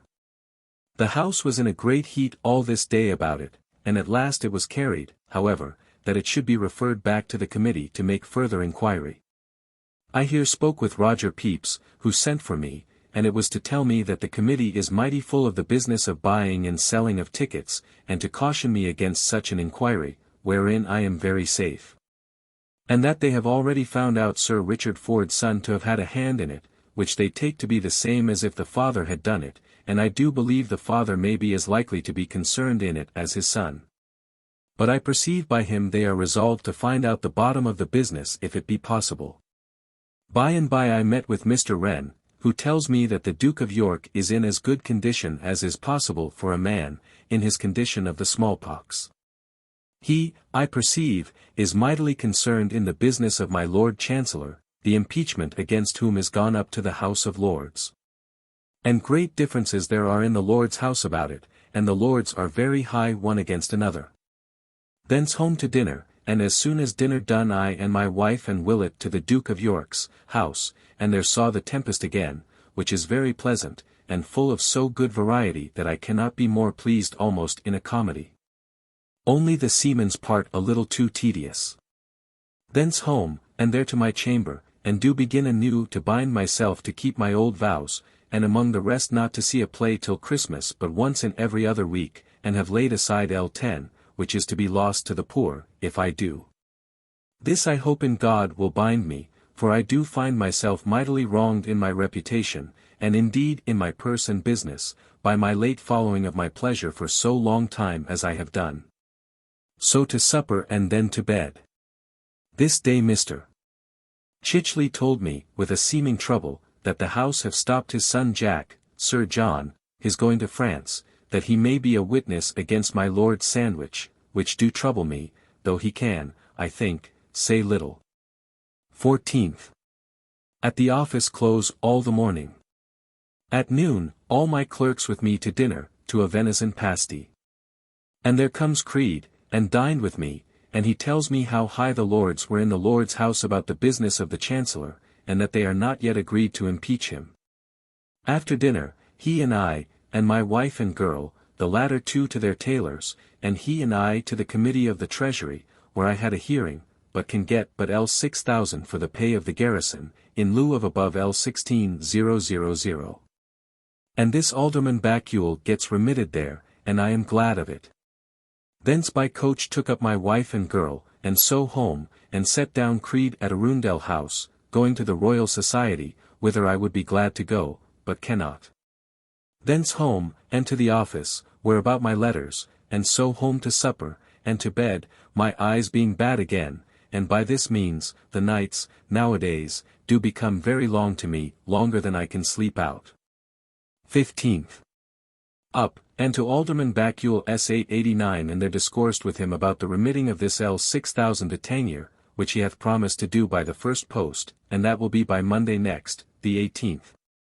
And he and I agreed that I would take notice of it that so he may be found to have done his best upon the desire of the Lords Commissioners. From this we went to discourse of his condition, and he with some vain glory told me that the business of Sheerness did make him quite mad, and indeed might well have undone him. But yet that he did the very next day pay here and got bills to answer his promise to the King for the Swedes' ambassadors, who were then doing our business at the treaty at Breda, L7,000, and did promise the bankers there, that if they would draw upon him all that he had of theirs and L10,000 more, he would answer it. He told me that Sergeant Maynard come to him for a sum of money that he had in his hands of his, and so did many others, and his answer was, "What countryman are you?" And when they told him, "Why then," says he, "here is a tally upon the receiver of your country for so much, and to yours for so much," and did offer to lay by tallies to the full value of all that he owed in the world, and L40,000 more for the security thereof, and not to touch a penny of his own till the full of what he owed was paid, which so pleased every body that he hath mastered all, so that he hath lent the Commissioners of the Treasury above L40,000 in money since that business, and did this morning offer to a lady who come to give him notice that she should need her money L3,000, in 20 days, he bid her if she pleased send for it today and she should have it. Which is a very great thing, and will make them greater than ever they were, I am apt to think, in some time. Thence to Westminster, and there I walked with several, and do hear that there is to be a conference between the two houses today. So I stayed, and it was only to tell the Commons that the Lords cannot agree to the confining or sequestering of the Earl of Clarendon from the Parliament, forasmuch as they do not specify any particular crime which they lay upon him and call treason. This the House did receive, and so parted, at which, I hear, the Commons are like to grow very high, and will insist upon their privileges, and the Lords will own theirs, though the Duke of Buckingham, Bristol, and others have been very high in the House of Lords to have had him committed. This is likely to breed ill blood. Thence I away home, calling at my mercers and tailors, and there find, as I expected, Mr. Caesar and little Pelham Humphreys, lately returned from France, and is an absolute monsieur, as full of form, and confidence, and vanity, and disparages everything, and everybody's skill but his own. The truth is, everybody says he is very able, but to hear how he laughs at all the king's music here, as Blagrave and others, that they cannot keep time nor tune, nor understand anything. And that Grebus, the Frenchman, the king's master of the music, how he understands nothing, nor can play on any instrument, and so cannot compose, and that he will give him a lift out of his place, and that he and the king are mighty great. And that he hath already spoke to the king of Grebus would make a man piss. I had a good dinner for them, as a venison pasty in some fowl, and after dinner we did play, he on the theorbo. Mr. Caesar on his French lute, and I on the viol, but made but mean musique, nor do I see that this Frenchman do so much wonders on the theorbo, but without question he is a good musician, but his vanity do offend me. They gone, towards night, I to the office a while, and then home and to my chamber, where busy till by and by comes Mr.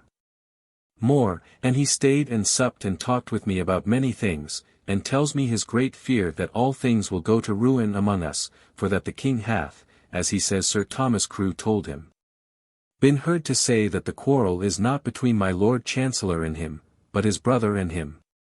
Which will make sad work among us if that be once promoted, as to be sure it will, Buckingham and Bristol being now the only counsel the king follows, so as Arlington and Coventry are come to signify little. He tells me they are likely to fall upon my Lord Sandwich, but, for my part, sometimes I am apt to think they cannot do him much harm, he telling me that there is no great fear of the business of resumption. By and by, I got him to read part of my Lord Cook's chapter of treason, which is mighty well worth reading, and do inform me in many things, and for aught I see it is useful now to know what these crimes are. And then to supper, and after supper he went away, and so I got the girl to comb my head, and then to bed, my eyes bad. This day, Poundy, the waterman, was with me, to let me know that he was summoned to bear witness against me to Prince Rupert's people, who have a commission to look after the business of prize goods. About the business of the prize goods I was concerned in, but I did desire him to speak all he knew, and not to spare me, nor did promise nor give him anything, but sent him away with good words, to bid him say all he knew to be true. This do not trouble me much. 16th. At the office all the morning, and at noon took my Lord Brunkert into the garden, and there told him of his man Carcass's proceedings against the office in the House of Commons. I did not desire nor advise him anything, but in general, that the end of this might be ruin to the office, but that we shall be brought to fencing for ourselves, and that will be no profit to the office. But let it light where it would I thought I should be as well as any body. This I told him, and so he seeming to be ignorant of it, and not pleased with it, we broke off by Sir Thos. Harvey's coming to us from the pay office, whither we had sent a smart letter we had writ to him this morning about keeping the clerks at work at the making up the books, which I did to place the fault somewhere, and now I let him defend himself. He was mighty angry, and particularly with me, but I do not care, but do rather desire it, for I will not spare him, that we shall bear the blame, and such an idle fellow as he have 500 a year for nothing. So we broke off, and I home to dinner, and then to the office, and having spent the afternoon on letters, I took coach in the evening, and to Whitehall, where there is to be a performance of musique of Pelham's before the king.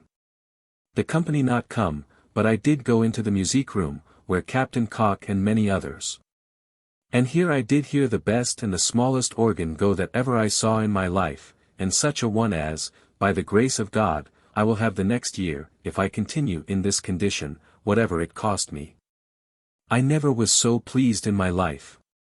Thence, it being too soon, I to Westminster Hall, it being now about 7 at night, and there met Mr. Gregory, my old acquaintance, an understanding gentleman, and he and I walked an hour together, talking of the bad prospect of the times.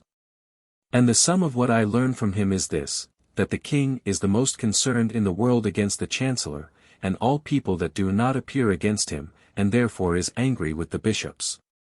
Having said that he had one bishop on his side, Crofts, and but one, that Buckingham and Bristol are now his only cabinet council. 890 and that, before the Duke of York fell sick, Buckingham was admitted to the king of his cabinet, and there stayed with him several hours, and the Duke of York shut out. That it is plain that there is dislike between the king and Duke of York, and that it is to be feared that the House will go so far against the Chancellor, that they must do something to undo the Duke of York, or will not think themselves safe. That this Lord Vaughan, that is so great against the Chancellor, is one of the lewdest fellows of the age, worse than Sir Charles Sidley, and that he was heard to swear, God damn him, he would do my Lord Clarendon's business. That he do find that my Lord Clarendon hath more friends in both houses than he believes he would have, by reason that they do see what are the hands that pull him down, which they do not like.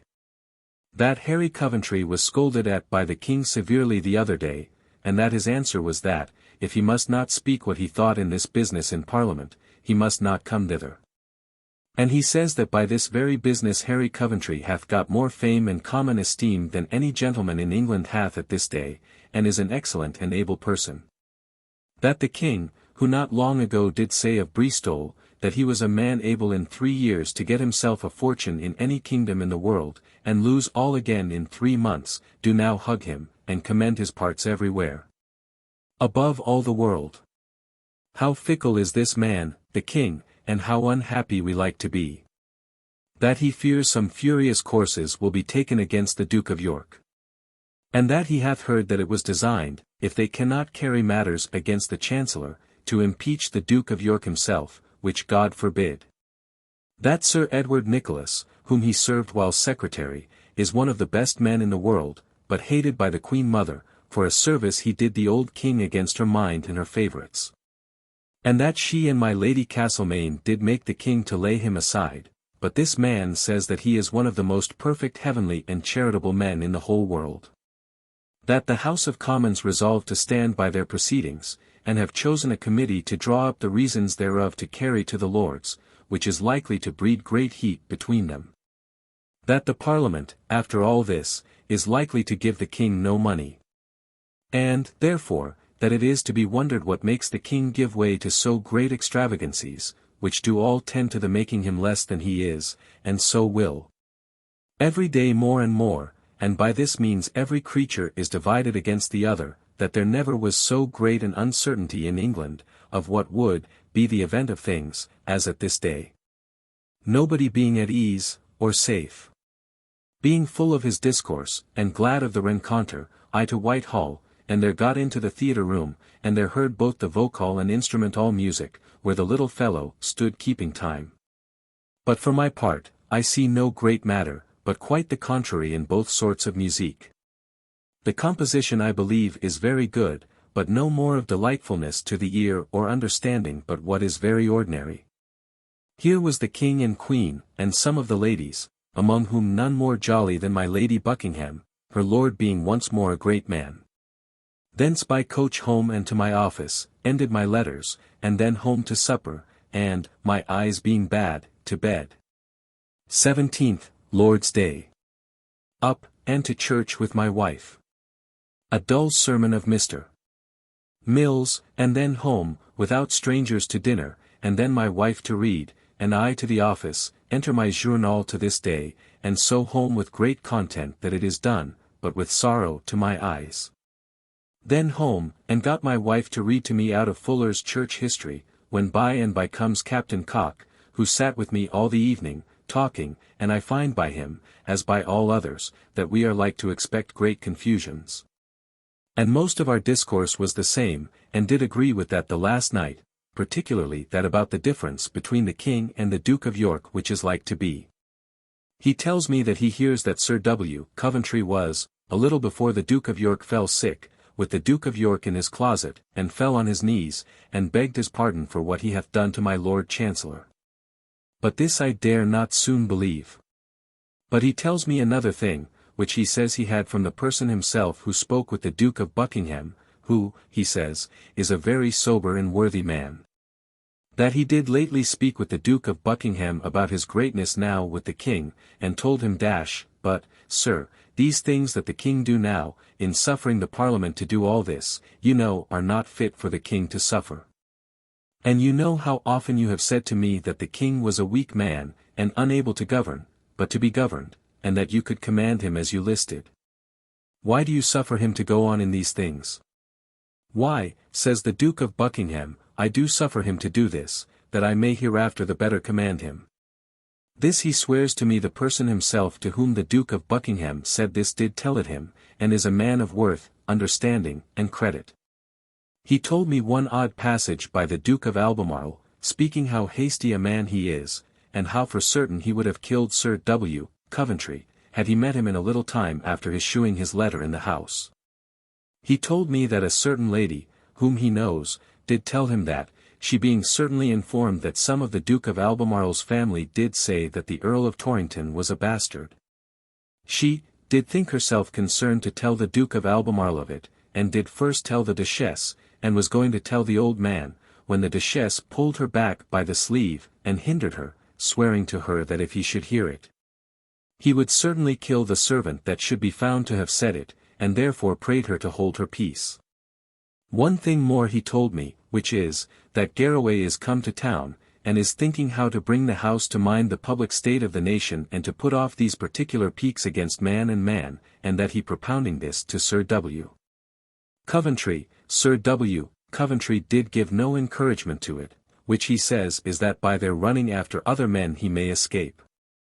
But I do believe this is not true neither. But however I am glad that Garraway is here, and that he do begin to think of the public condition in reference to our neighbours that we are in, and in reference to ourselves, whereof I am mightily afeard of trouble. So to supper, and he gone and we to bed. 18th. Up, and all the morning at my office till 3 afternoon with Mr. Hayter about perfecting my little pocket market book of the office, till my eyes were ready to fall out of my head, and then home to dinner, glad that I had done so much, and so abroad to Whitehall, to the Commissioners of the Treasury.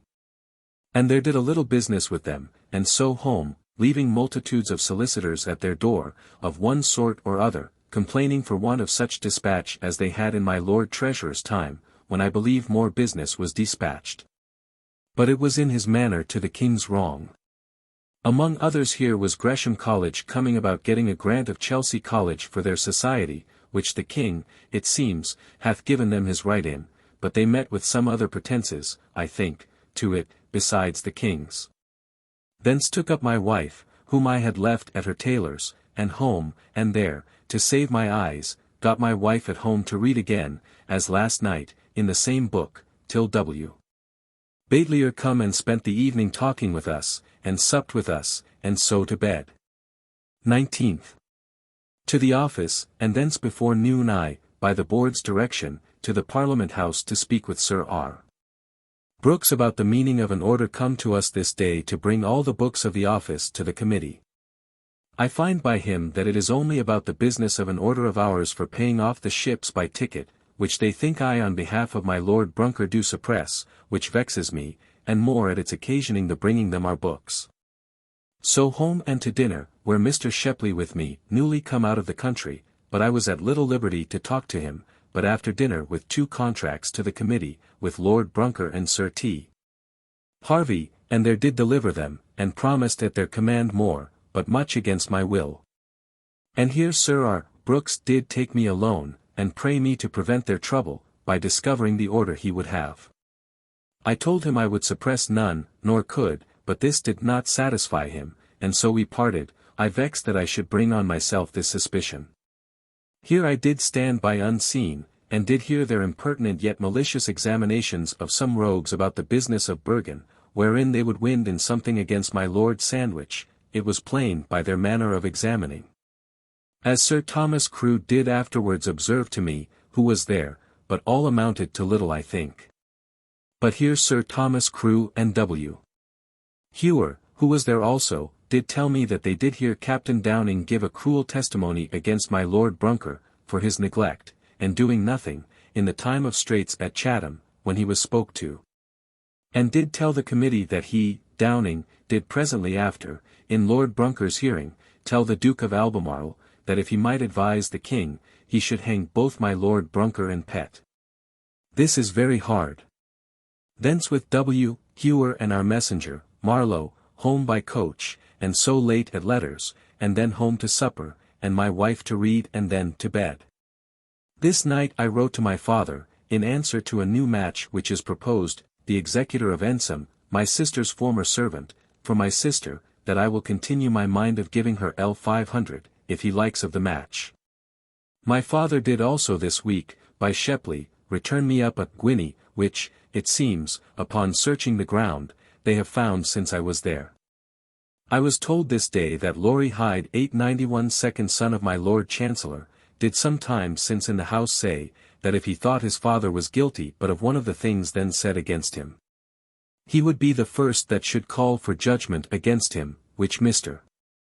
Waller, the poet, did say was spoke like the old Roman, like Brutus, for its greatness and worthiness. 20th, up, and all the morning at my office shut up with Mr.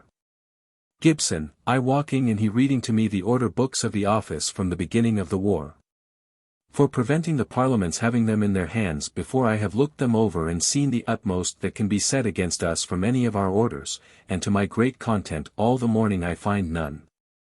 So at noon home to dinner with my clerks, who have of late dined frequently with me, and I do purpose to have them so still, by that means I having opportunity to talk with them about business, and I love their company very well. All the morning Mr. Hayter and the boy did shut up themselves at my house doing something towards the finishing the abstract book of our contracts for my pocket, which I shall now want very much. After dinner I stayed at home all the afternoon, and Gibson with me. He and I shut up till about 10 at night. We went through all our orders, and towards the end I do meet with 2 or 3 orders for our discharging of 2 or 3 little vessels by ticket without money, which do plunge me. But, however, I have the advantage by this means to study an answer and to prepare a defense, at least for myself. So he gone I to supper, my mind busy thinking after our defense in this matter, but with vexation to think that a thing of this kind, which in itself brings nothing but trouble and shame to us, should happen before all others to become a charge against us. This afternoon Mr. Mills come and visited me, and stayed a little with me, my wife being to be godmother to his child tomorrow. And among other talk he told me how fully satisfactory my first report was to the House in the business of Chatham, which I am glad to hear. And the more, for that I know that he is a great creature of Sir R. Brooks's. 21st, up, and to the office, where all the morning, and at noon home, where my wife not very well, but is to go to Mr.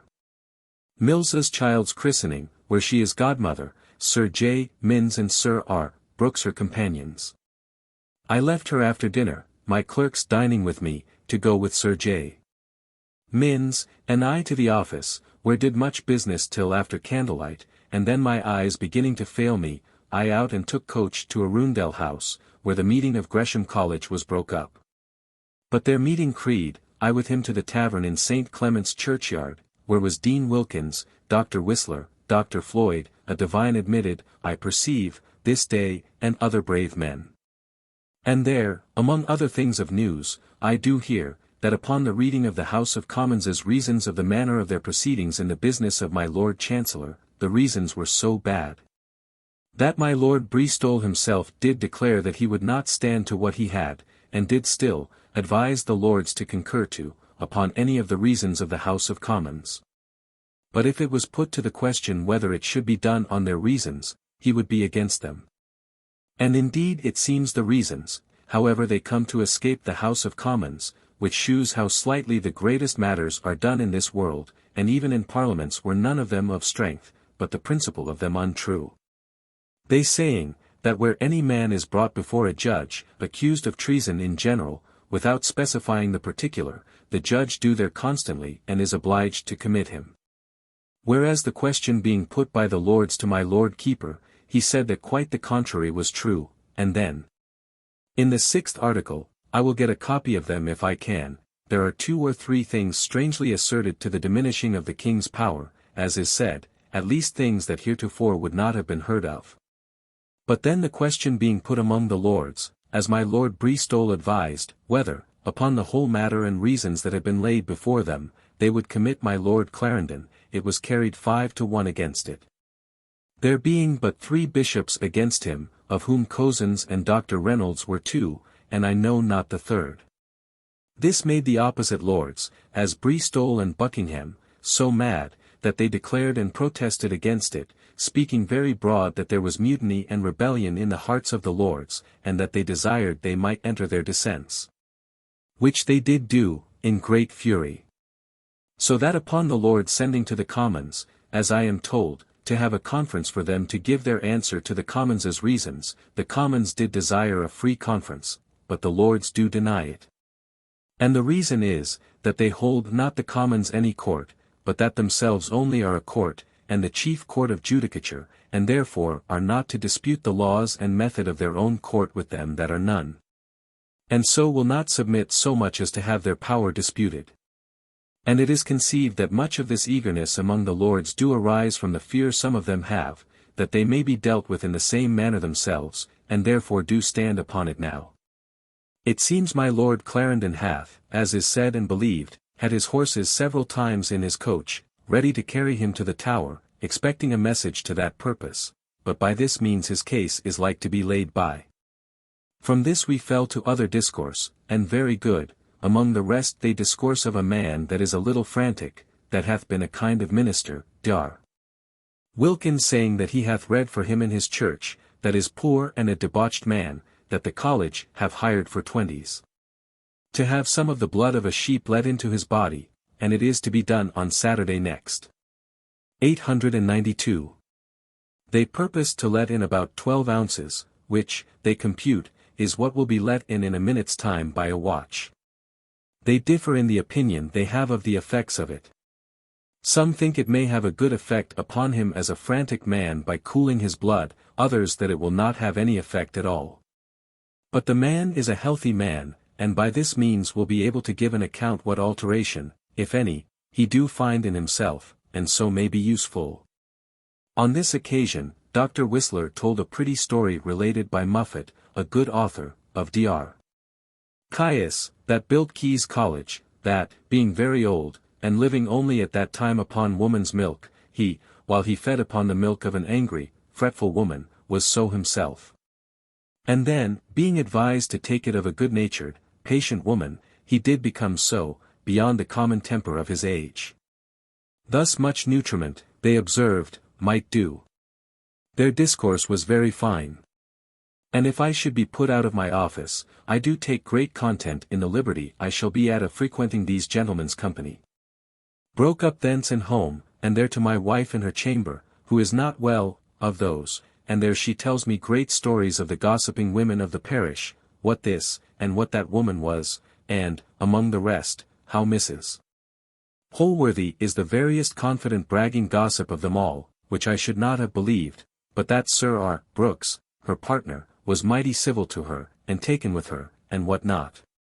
My eyes being bad I spent the evening with her in her chamber talking and inventing a cipher to put on a piece of plate, which I must give, better than ordinary, to the parson's child, and so to bed.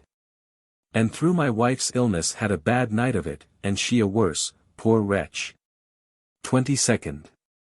Up betimes, and drinking my morning draught of strong water with Betty Michel, I had not opportunity para baser la, I by water to Whitehall, and there met Creed, and thence with him to Westminster Hall, where we talked long together of news.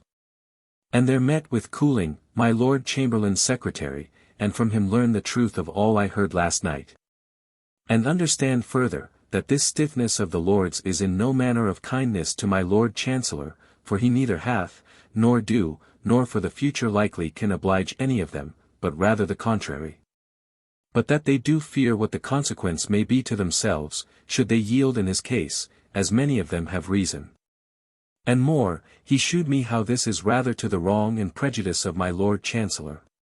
For that it is better for him to come to be tried before the Lords, where he can have right and make interest, than, when the Parliament is up, be committed by the King, and tried by a court on purpose made by the King. Of what Lords the King pleases, who have a mind to have his head. So that my Lord, Cornbury, himself, his son, he tells me, hath moved, that if they have treason against my Lord of Clarendon, that they would specify it and send it up to the Lords, that he might come to his trial. So full of intrigues this business is. Having now a mind to go on and to be rid of Creed, I could not, but was forced to carry him with me to the excise office, and thence to the temple, and there walked a good while in the temple church, observing the plainness of Selden's tomb. And how much better one of his executors hath, who is buried by him, and there I parted with him and took coach and home, where to dinner.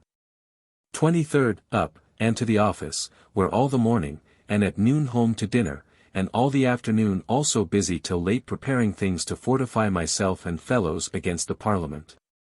And particularly myself against what I fear is thought, that I have suppressed the order of the board by which the discharging the great ships off at Chatham by tickets was directed, whereas, indeed, there was no such order.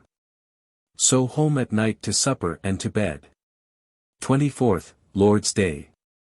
In my chamber all the morning, having lain long in bed, till Mr.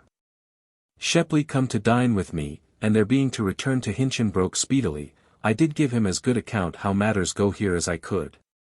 After dinner, he being gone, I to the office, and there for one of other of my clerks, sent to Mr. Gibbs, whom I never used till now, for the writing over of my little pocket contract book.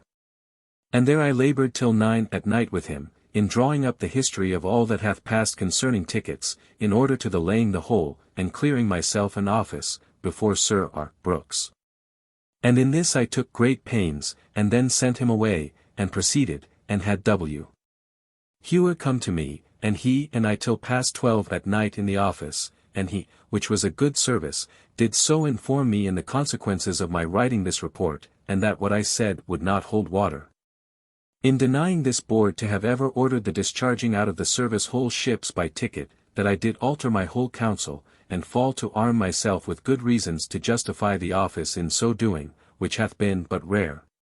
And having done this, I went, with great quiet in my mind, home, though vexed that so honest a business should bring me so much trouble.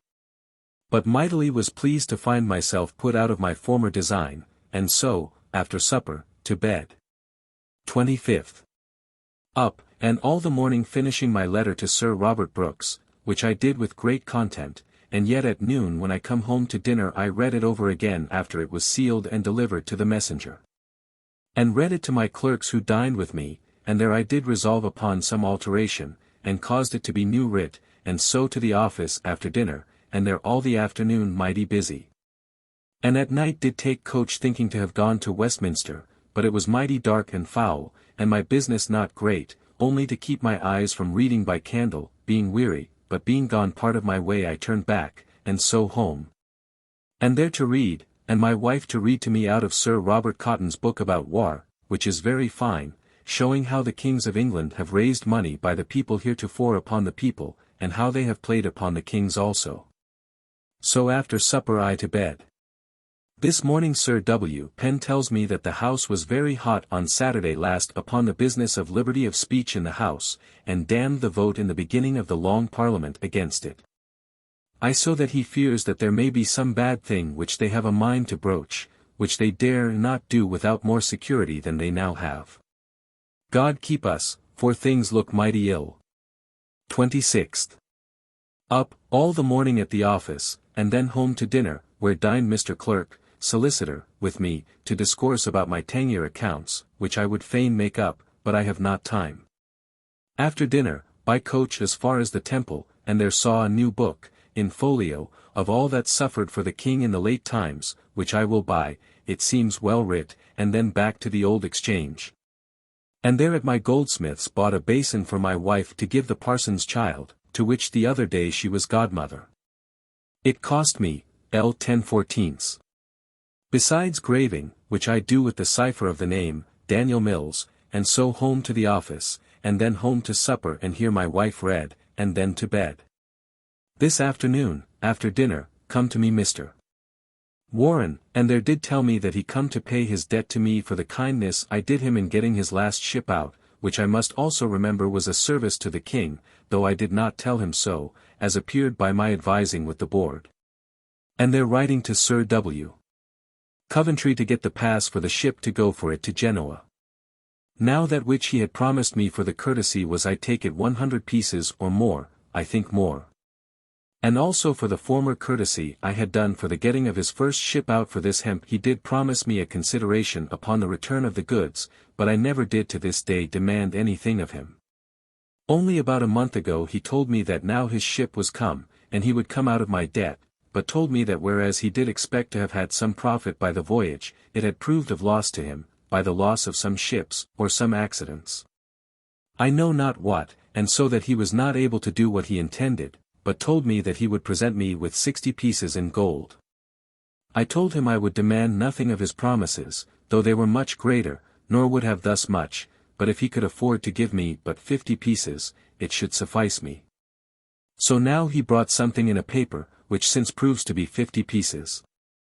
But before I would take them I told him that I did not insist on anything, and therefore prayed him to consult his ability before he did part with them, and so I refused them once or twice till he did the third time offer them, and then I took them. He saying that he would present me with as many more if I would undertake to get him 500 paid on his bills. I told him I would by no means have any promise of the kind, nor would have any kindness from him for any such service, but that I should do my utmost for nothing to do him that justice, and would endeavor to do what I could for him. And so we parted, he owning himself mightily engaged to me for my kind usage of him in accepting of so small a matter in satisfaction of all that he owed me. Which I enter at large for my justification if anything of this should be hereafter inquired after.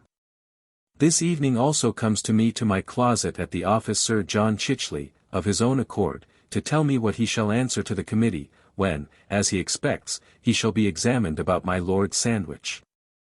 Which is so little as will not hurt my Lord at all, I know. He do profess great generousness towards my Lord, and that this jealousy of my Lord's of him is without ground, but do mightily inveigh against Sir Roger Cuttance, and would never have my Lord to carry him to sea again. As being a man that hath done my Lord more hurt than ever he can repair by his ill advice, and disobliging every body. He will by no means seem to crouch to my Lord, but says that he hath as good blood in his veins as any man, though not so good a title, but that he will do nothing to wrong or prejudice my Lord, and I hope he will not, nor I believe can. But he tells me that Sir E. Spragg and Utber are the men that have done my Lord the most wrong, and did bespatter him the most at Oxford, and that my Lord was misled to believe that all that was there said was his, which indeed it was not. And says that he did at that time complain to his father of this his misfortune.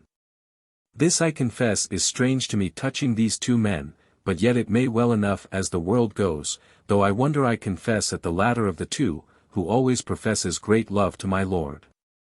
Sir Roger Cuttance was with me in the morning, and there gives me an account so clear about Bergen and the other business against my Lord, as I do not see what can be laid to my Lord in either, and tells me that Pen, however he now dissembles it, did on the quarter-deck of my Lord's ship, after he come on board, when my Lord did fire a gun for the ships to leave pursuing the enemy, Pen did say, before a great many, several times, that his heart did leap in his belly for joy when he heard the gun, and that it was the best thing that could be done for securing the fleet.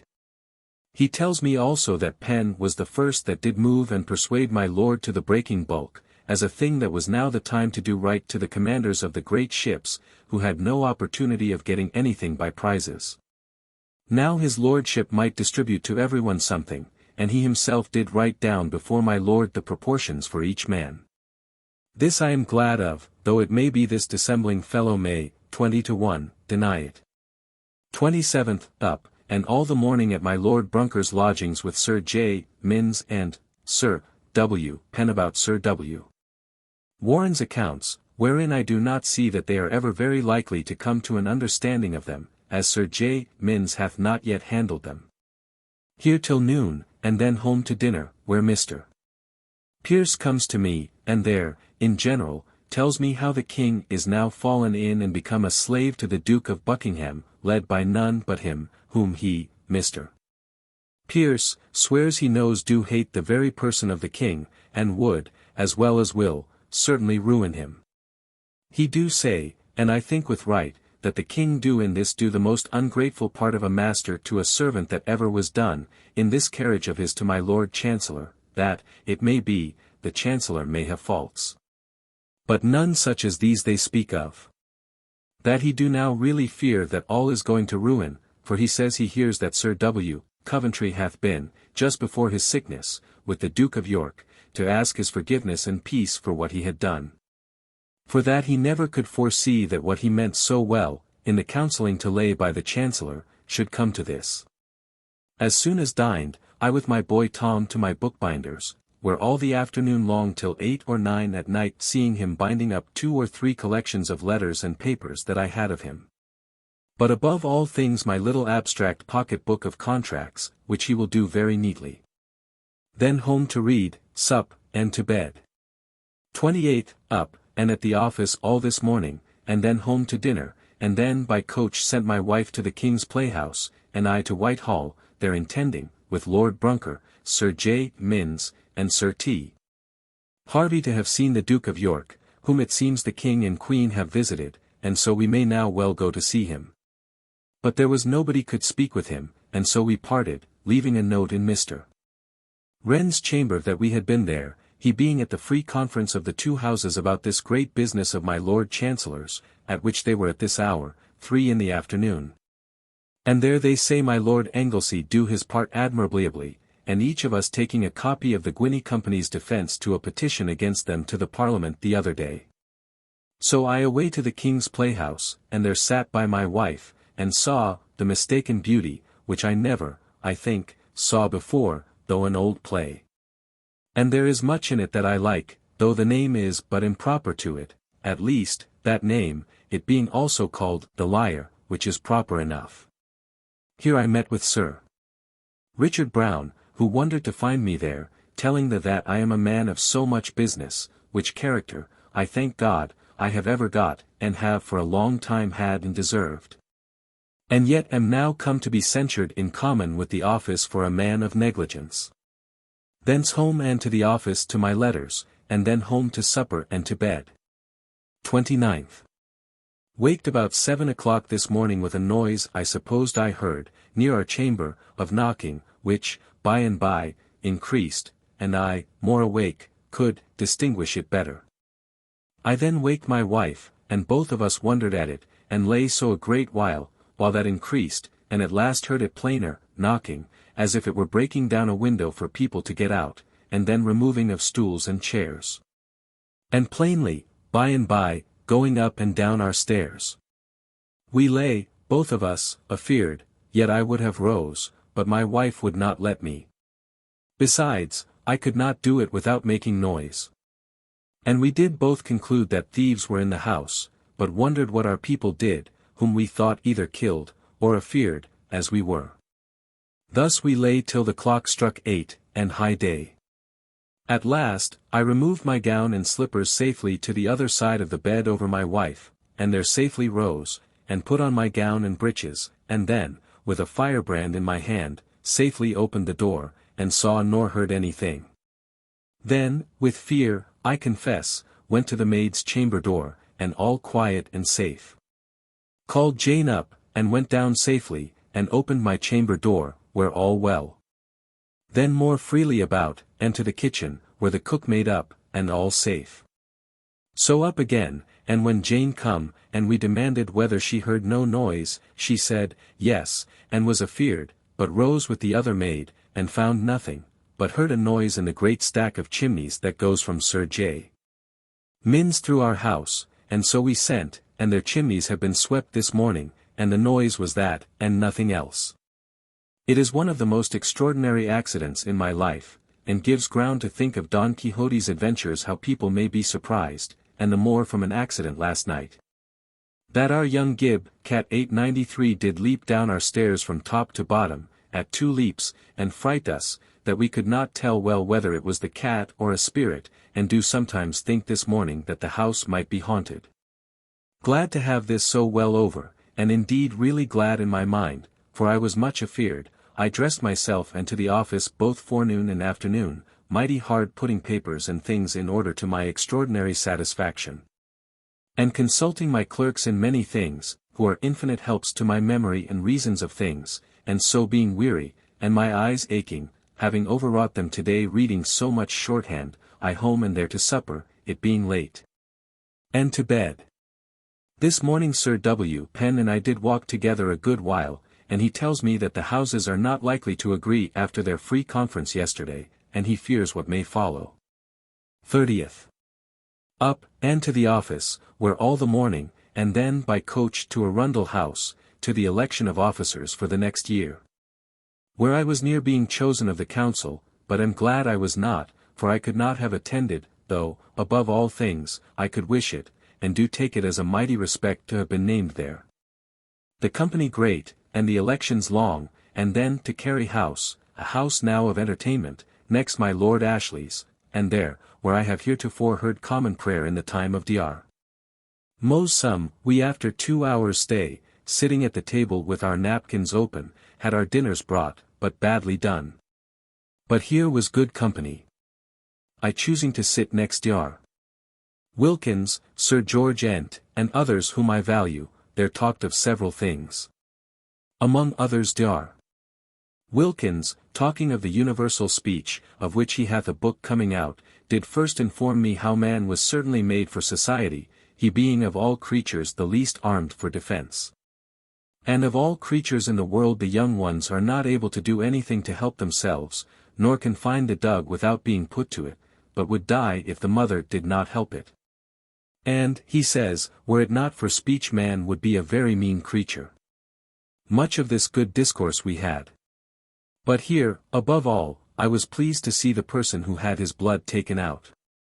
He speaks well, and did this day give the society a relation thereof in Latin, saying that he finds himself much better since, and as a new man, but he is cracked a little in his head, though he speaks very reasonably, and very well. He had but 20s. For his suffering it, and is to have the same again tried upon him, the first sound man that ever had it tried on him in England, and but one that we hear of in France, which was a porter hired by the virtuosos.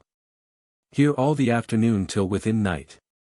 Then I took coach and to the Exchange, where I was to meet my wife, but she was gone home, and so I to Westminster Hall, and there took a turn or two, but meeting with nobody to discourse with, returned to Carey House. And there stayed and saw a pretty deception of the sight by a glass with water poured into it, with a stick standing up with 3 balls of wax upon it, one distant from the other. How these balls did seem double and disappear one after another, mighty pretty.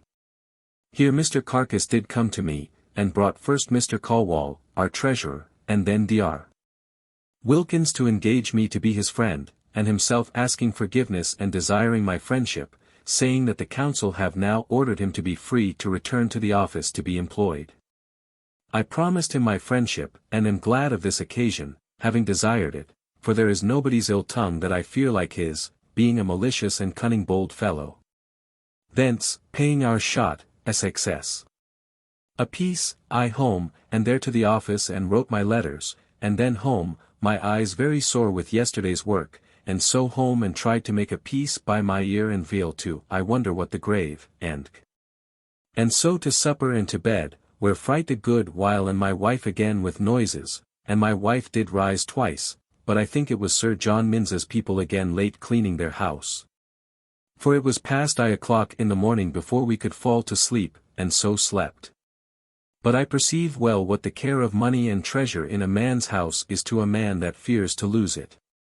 My Lord Anglesey told me this day that he did believe the House of Commons would, the next week, yield to the Lords. But, speaking with others this day, they conclude they will not, but that rather the King will accommodate it by committing my Lord Clarendon himself. I remember what Mr. Evelyn said, that he did believe we should soon see ourselves fall into a commonwealth again. Joseph Williamson I find mighty kind still, but close, not daring to say anything almost that touches upon news or state of affairs.